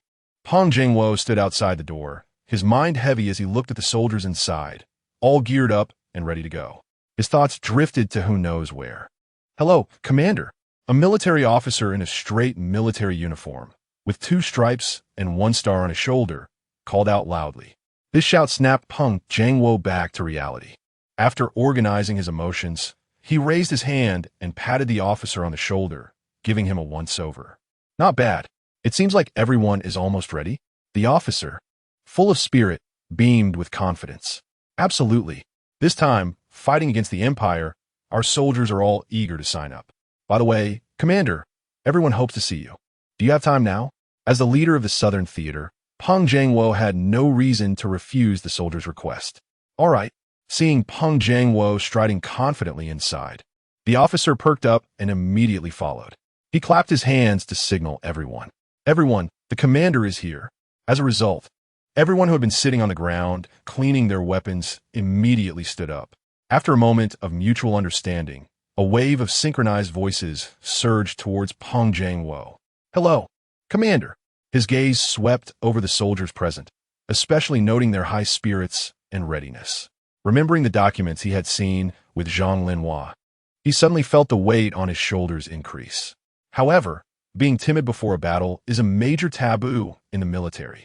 As a leader, he absolutely could not project such negative emotions onto his soldiers. The applause that echoed in his ears ignited Peng Jiangwo's blood, which had been quiet until now. Indeed, everything is still undecided. Why should he feel disheartened here? His eyes sharpened. You all have worked hard. He stepped up to the podium, raised his arms, and pressed down lightly, causing the applause and cheers below to immediately cease. In 3 days, there will be an important test for us. Are you all ready? The officer beside him stepped forward, clenched his fist, and shouted, reporting to the commander. The soldiers of the Southern Theater are always ready. Always ready. Always ready. At this moment, Peng Jiangwo's emotions were completely ignited. Although this was just a military exercise for the glory of the Dragon Country, they must give their all and display the spirit of the Dragon Country's soldiers. Yes, yes, yes. The shouts echoed throughout the venue, creating a wave of momentum that surged higher and higher, sweeping through the entire place in an instant. Back in the Eastern Theater, Zhang Linhua chose not to passively accept the situation. Following the notification from above, he immediately convened a meeting. Several officers took their seats, feeling heavy-hearted due to the impending military exercise. However, after hearing Zhang Linhua's announcement, their mood became even heavier. Zhang Linhua, sitting at the front with a long face, could naturally sense their feelings. But now is not the time to feel down. With a loud clap, Zhang Linhua struck the table, startling the officers around him. They immediately turned their attention to him. Everyone, you need to understand, I called you here to solve problems, not to see your gloomy faces. Now, let's hear your thoughts.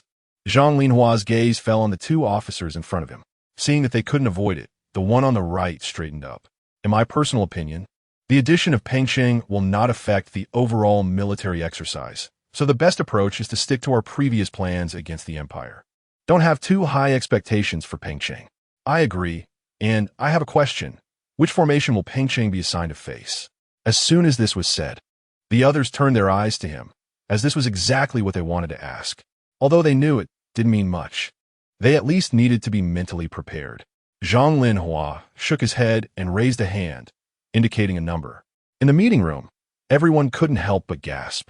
Seeing their expressions, Zhang Linhua was not surprised. The person who asked the question sat back down, looking dejected. The entire room fell silent, to the point where a pin drop could be heard. The invisible pressure seemed to press down on everyone's necks, making their heads bow low. Zhang Linhua frowned as he observed the despondency emanating from everyone. His anger suddenly flared up. Worrying about Pengcheng's strength is one thing, but losing confidence in this military exercise is entirely another. What? The exercise hasn't even started, and you are all ready to give up? If that's the case, you might as well withdraw now to avoid embarrassing our Dragon Country later. Noticing Zhang Linhua's displeasure, several officers exchanged glances, their expressions very grim. Commander, that's not what we meant. Since the leader has arranged it this way, the colleagues stationed in Pengcheng must have their own strengths. Seeing Zhang Linhua's expression soften a bit, the officer across from him continued to speculate. Could it be that the station in Pengcheng has some secret weapon? At this, Zhang Linhua's eyes brightened, remembering Jiang Chen's abilities. This theory seemed plausible. Moreover, the leader had specifically noted that Jiang Chen would also participate. Could there really be a turning point in this matter? In just a few seconds, Zhang Linhua's expression completely changed to one of hope. In that case, let's end today's meeting here. Everyone go back and continue preparing. Once everything is ready, we'll set out. After the meeting, the officers walked out in a daze. What are you staring at? Do you understand the commander's intentions? I understand. No matter what happens with Pengcheng, we must hold our positions. Zhang Brigade Commander is right. In this battle, we must showcase the spirit of our dragon country.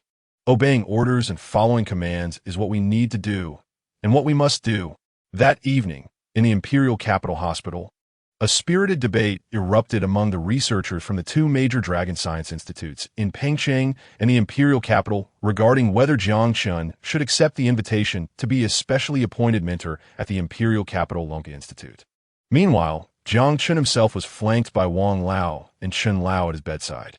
Isn't this something I should be consulted about? Jiang Chun asked, looking at the intense discussion before him. Chen Lao handed Jiang Chun a peeled apple and said, "You already rejected Lao Yu in Pengcheng. Did you see how he reacted to any of it? You can trust the dean with this matter. He won't let you down." Chapter 105. Settling into the Southeast Sea Area. 3 days later. Southeast Sea Area. The military helicopter flew down, looking down at the entire island, which seemed to be welded together by an iron cage, forming an impenetrable barrier. Report to the commander. Our military helicopter is approaching the target island. Preparing to land. Zhao Weiguo replied decisively.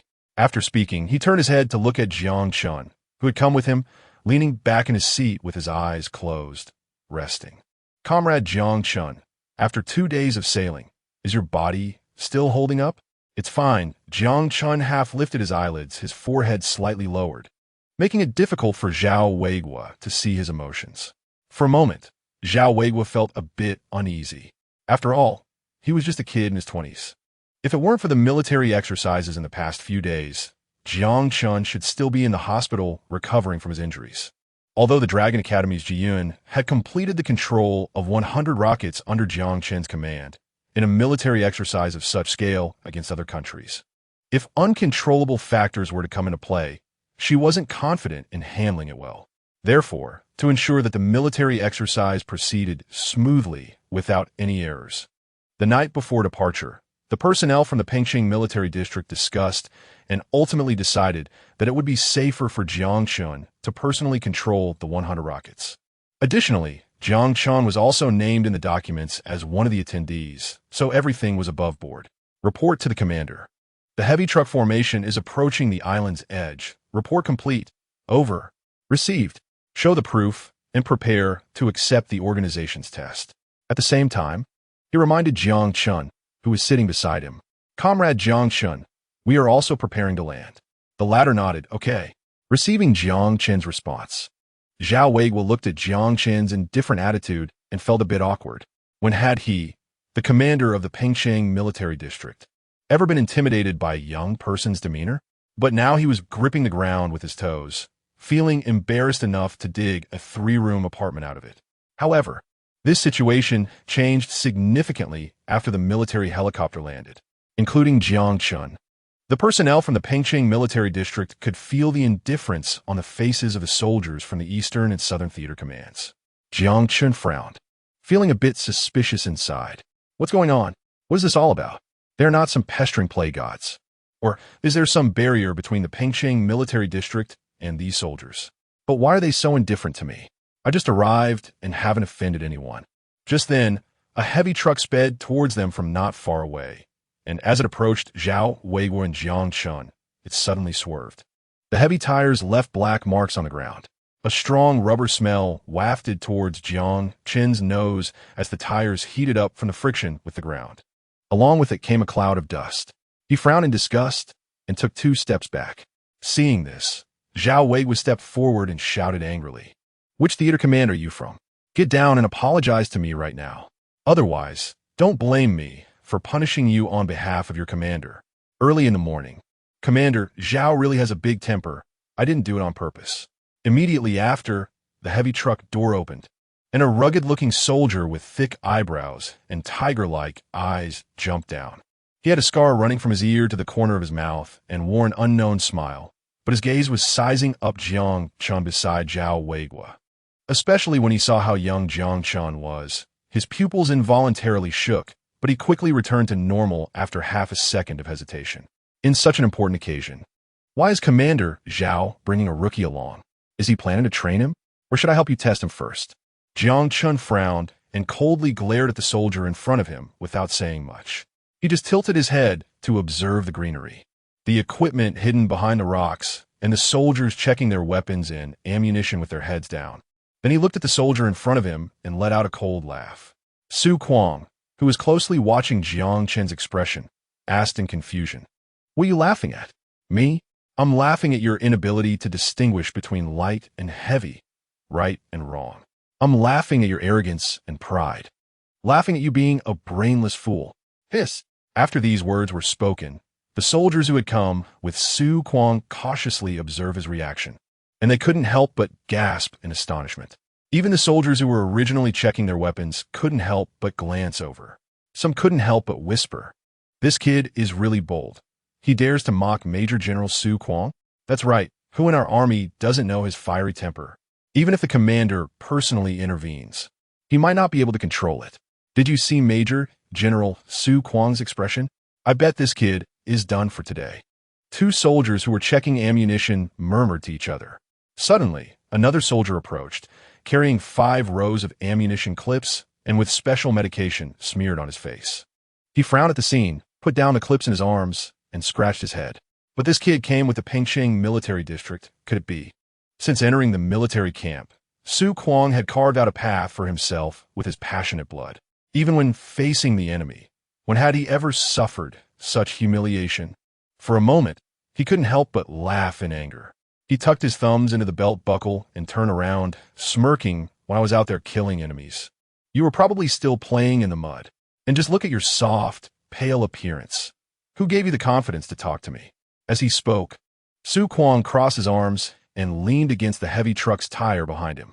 You. Zhao Weigui stepped forward to teach him a lesson. But his arm was pulled back by Jiang Chun. Turning back to look, Jiang Chun had already walked past him, standing face to face with Su Kuang. His tone was neither warm nor cold. With the imperial military exercise approaching, yet you insist on picking on me as a rookie? Isn't that a sign of not distinguishing right from wrong? Not knowing the gravity of the situation? There are plenty of seniors with more combat experience than you. Like Wang Lao and Chen Lao, right? Even Commander Zhao's military rank and service years are above yours, aren't they? Aren't you the one being arrogant and proud? With you and Longhua, I truly don't know whether it's a blessing or a curse. Jiang Chen's sharp gaze shot towards Su Kuang, who felt as if his soul was being seen through by the other party. His heart trembled, and his back turned cold. What are you all doing standing around? Time is tight. If anything unexpected happens, don't blame me for not being merciful in front of our allies. Peng Jiangwo strode over from the tent. He immediately noticed Jiang Chun in front of the heavy truck, and his eyes brightened. Comrade Jiang Chun, why didn't you say a word when you arrived? I could have come to greet you. Chapter 106. The sudden appearance of the Eagle Sauce aircraft before Peng Jiangwo could finish speaking, Zhang Linhua's voice came again from behind. Ha! Comrade Jiang Chun has arrived just in time. Old Peng and I have already developed a brand new combat plan with the other commanders, and we were just waiting for you to come and discuss it with us. Zhang Linhua clapped Zhao Weigui on the shoulder with a big hand, urging, "What are you standing there for? Hurry up and come with us."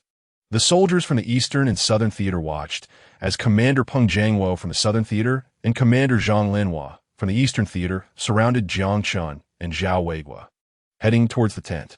The soldiers around the heavy truck cautiously observed Su Kuang's expression, which was dark as a pot bottom. He turned around and kicked the tire hard. Damn, where did this kid come from? When did he get so close with the commander? You want to know? Why not just come over and ask me directly? Why provoke Comrade Jiang Chun? A cool yet authoritative voice came from behind. Su Kuang froze for a moment and stiffly turned around. See, Commander, I. Peng Jiangwo raised his hand to stop him, glancing sideways. You don't need to explain to me. You should know the discipline in the army. It's a special situation now, and I won't hold it against you, but I will note this in the reward and punishment log. We will settle this when we return. After speaking, Peng Jiangwo glared at him and left with his hands behind his back. Su Kuang clenched his fists tightly at his sides, his silver teeth grinding. Jiang Chun, I will see what you are capable of in the upcoming military exercise. Inside the tent, after the three commanders and numerous officers reworked the combat plan, they prepared to send their subordinates to their respective posts since Jiang Chun had not voiced any differing opinions. Once the officers left, only the three commanders and Jiang Chun remained in the tent. Looking at the operational map of the Southeast Sea region on the long table, Jiang Chun finally spoke. For this military exercise, I have two small items prepared for your eastern and southern theaters. Upon hearing this, Peng Jiangwo and Zhang Linhua's eyes lit up. Jiang Chun discreetly squeezed his hand under the table. So now I need to meet with the information strategy technicians from both your theaters. All right, we'll arrange that right away. Half an hour later, Peng Jiangwo and Zhang Linhua left the tent with their respective technicians, each holding a thumb-sized USB drive. They looked down at the USB drives in their hands, their mouths curling into silly smiles. Look at our two technicians. If someone didn't know better, did he think it was a fake? Zhang Linhua nodded and leaned closer to Peng Jiangwo, lowering his voice. How about this? Does it give us a bit of an advantage now? I was worried for so long, but Comrade Jiang Chun had a plan all along. Peng Jiangwo's frown remained as he gazed at the distant waves. Let's wait and see. These two small items may not necessarily help us turn the tide. With that, he put his hands behind his back, each step seeming to bear an invisible pressure. Late at night, the Southeast Sea region was eerily quiet, with only the sound of waves crashing against the coast and the machinery running inside the tent. The soldiers on night watch changed shifts one after another. Inside the Pengcheng Garrison Information Department tent, Jiang Chun sat on a makeshift bed, fiddling with his phone. Ji Yun and two other members of the information department were intently focused on the screen in front of them. Ji Yun's fingers flew over the keyboard, and beads of sweat had already formed on his forehead. He occasionally wiped it away, his lips pressed tight. Why can't I get past this last step? The first long beep sounded. The screen suddenly went black. Ji Yun and the other two members were startled, exchanging worried glances. Team leader, this is the 59th time we've failed this afternoon. Why don't I take a break? One of the members couldn't help but suggest. Ji Yun shook his head. No, we must finish installing this program as soon as possible. He glanced at Hong Chen behind him, feeling puzzled. The methods and steps he taught me were exactly these. Why can't I make it work on my own? Did he not teach me well? He shook his head, dismissing the thought before it fully formed. A person who could lower the price of their self-developed rocket to the minimum and even hand over all the core technologies to the state would naturally not be selfish. Buzzing. Alarm. Alarm. Suddenly, a series of alarm sounds echoed throughout the camp. The flickering red lights illuminated the positions of the surrounding sentries. The sound of hurried footsteps was dense yet orderly. Jiang Chun paused slightly, looked outside the tent, then returned his gaze to continue his work. What's going on outside? Go check it out. Yes, one of them replied. As one of them opened the tent, an aircraft zoomed past, painted with the unique emblem of Eagle Sauce.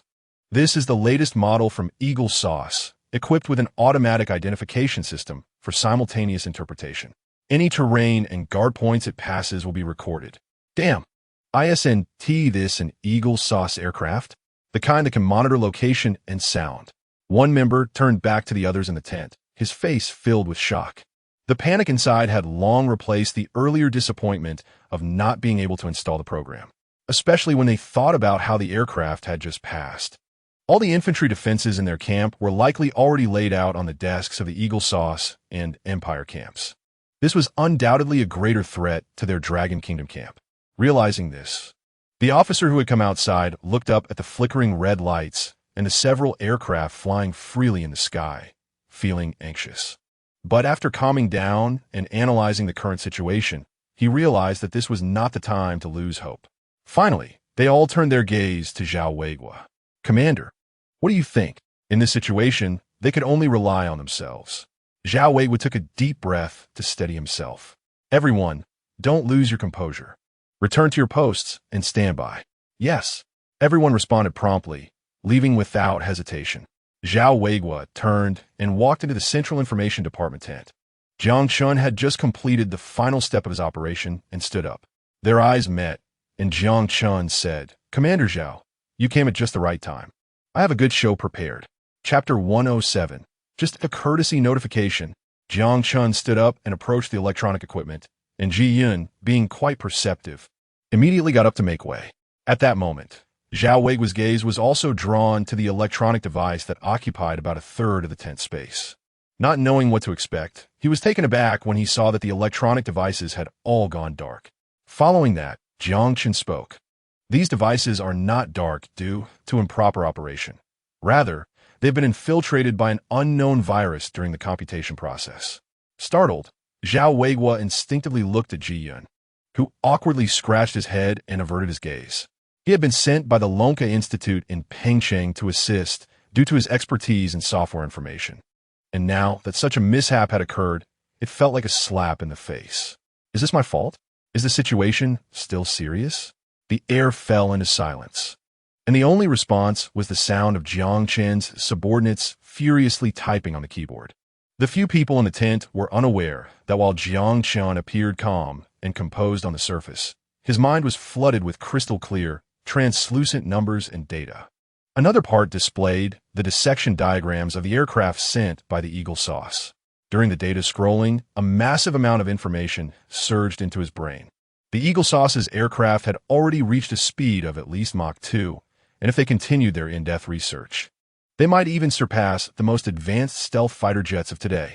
Upon hearing this, Zhao Weigua and Ji Yun were astonished by the data on the Eagle Sauce's aircraft and were immediately stunned. Right, I can vouch for that. Just now, when I went out, if I had reacted a bit slower, that aircraft would have taken off my nose, said a member of the information department who had opened the tent earlier. So what do you plan to do now? Those aircraft are still outside. Are we just going to wait for them to copy our strategic deployment? Calm down. Give me one more minute. 1 minute. Inside the tent, everyone held their breath, not even daring to breathe deeply, fearing that even a slight breath might affect Jiang Chen's operation. Half a minute later, Jiang Chen stood up, walked a few steps to the bedside, picked up his phone, and as he walked back, the dark electronic devices immediately lit up again. Simultaneously, the crimson codes displayed on them were jumping continuously. Until Jiang Chun connected his phone to the computer, the screen showed an endless coastline, and the visual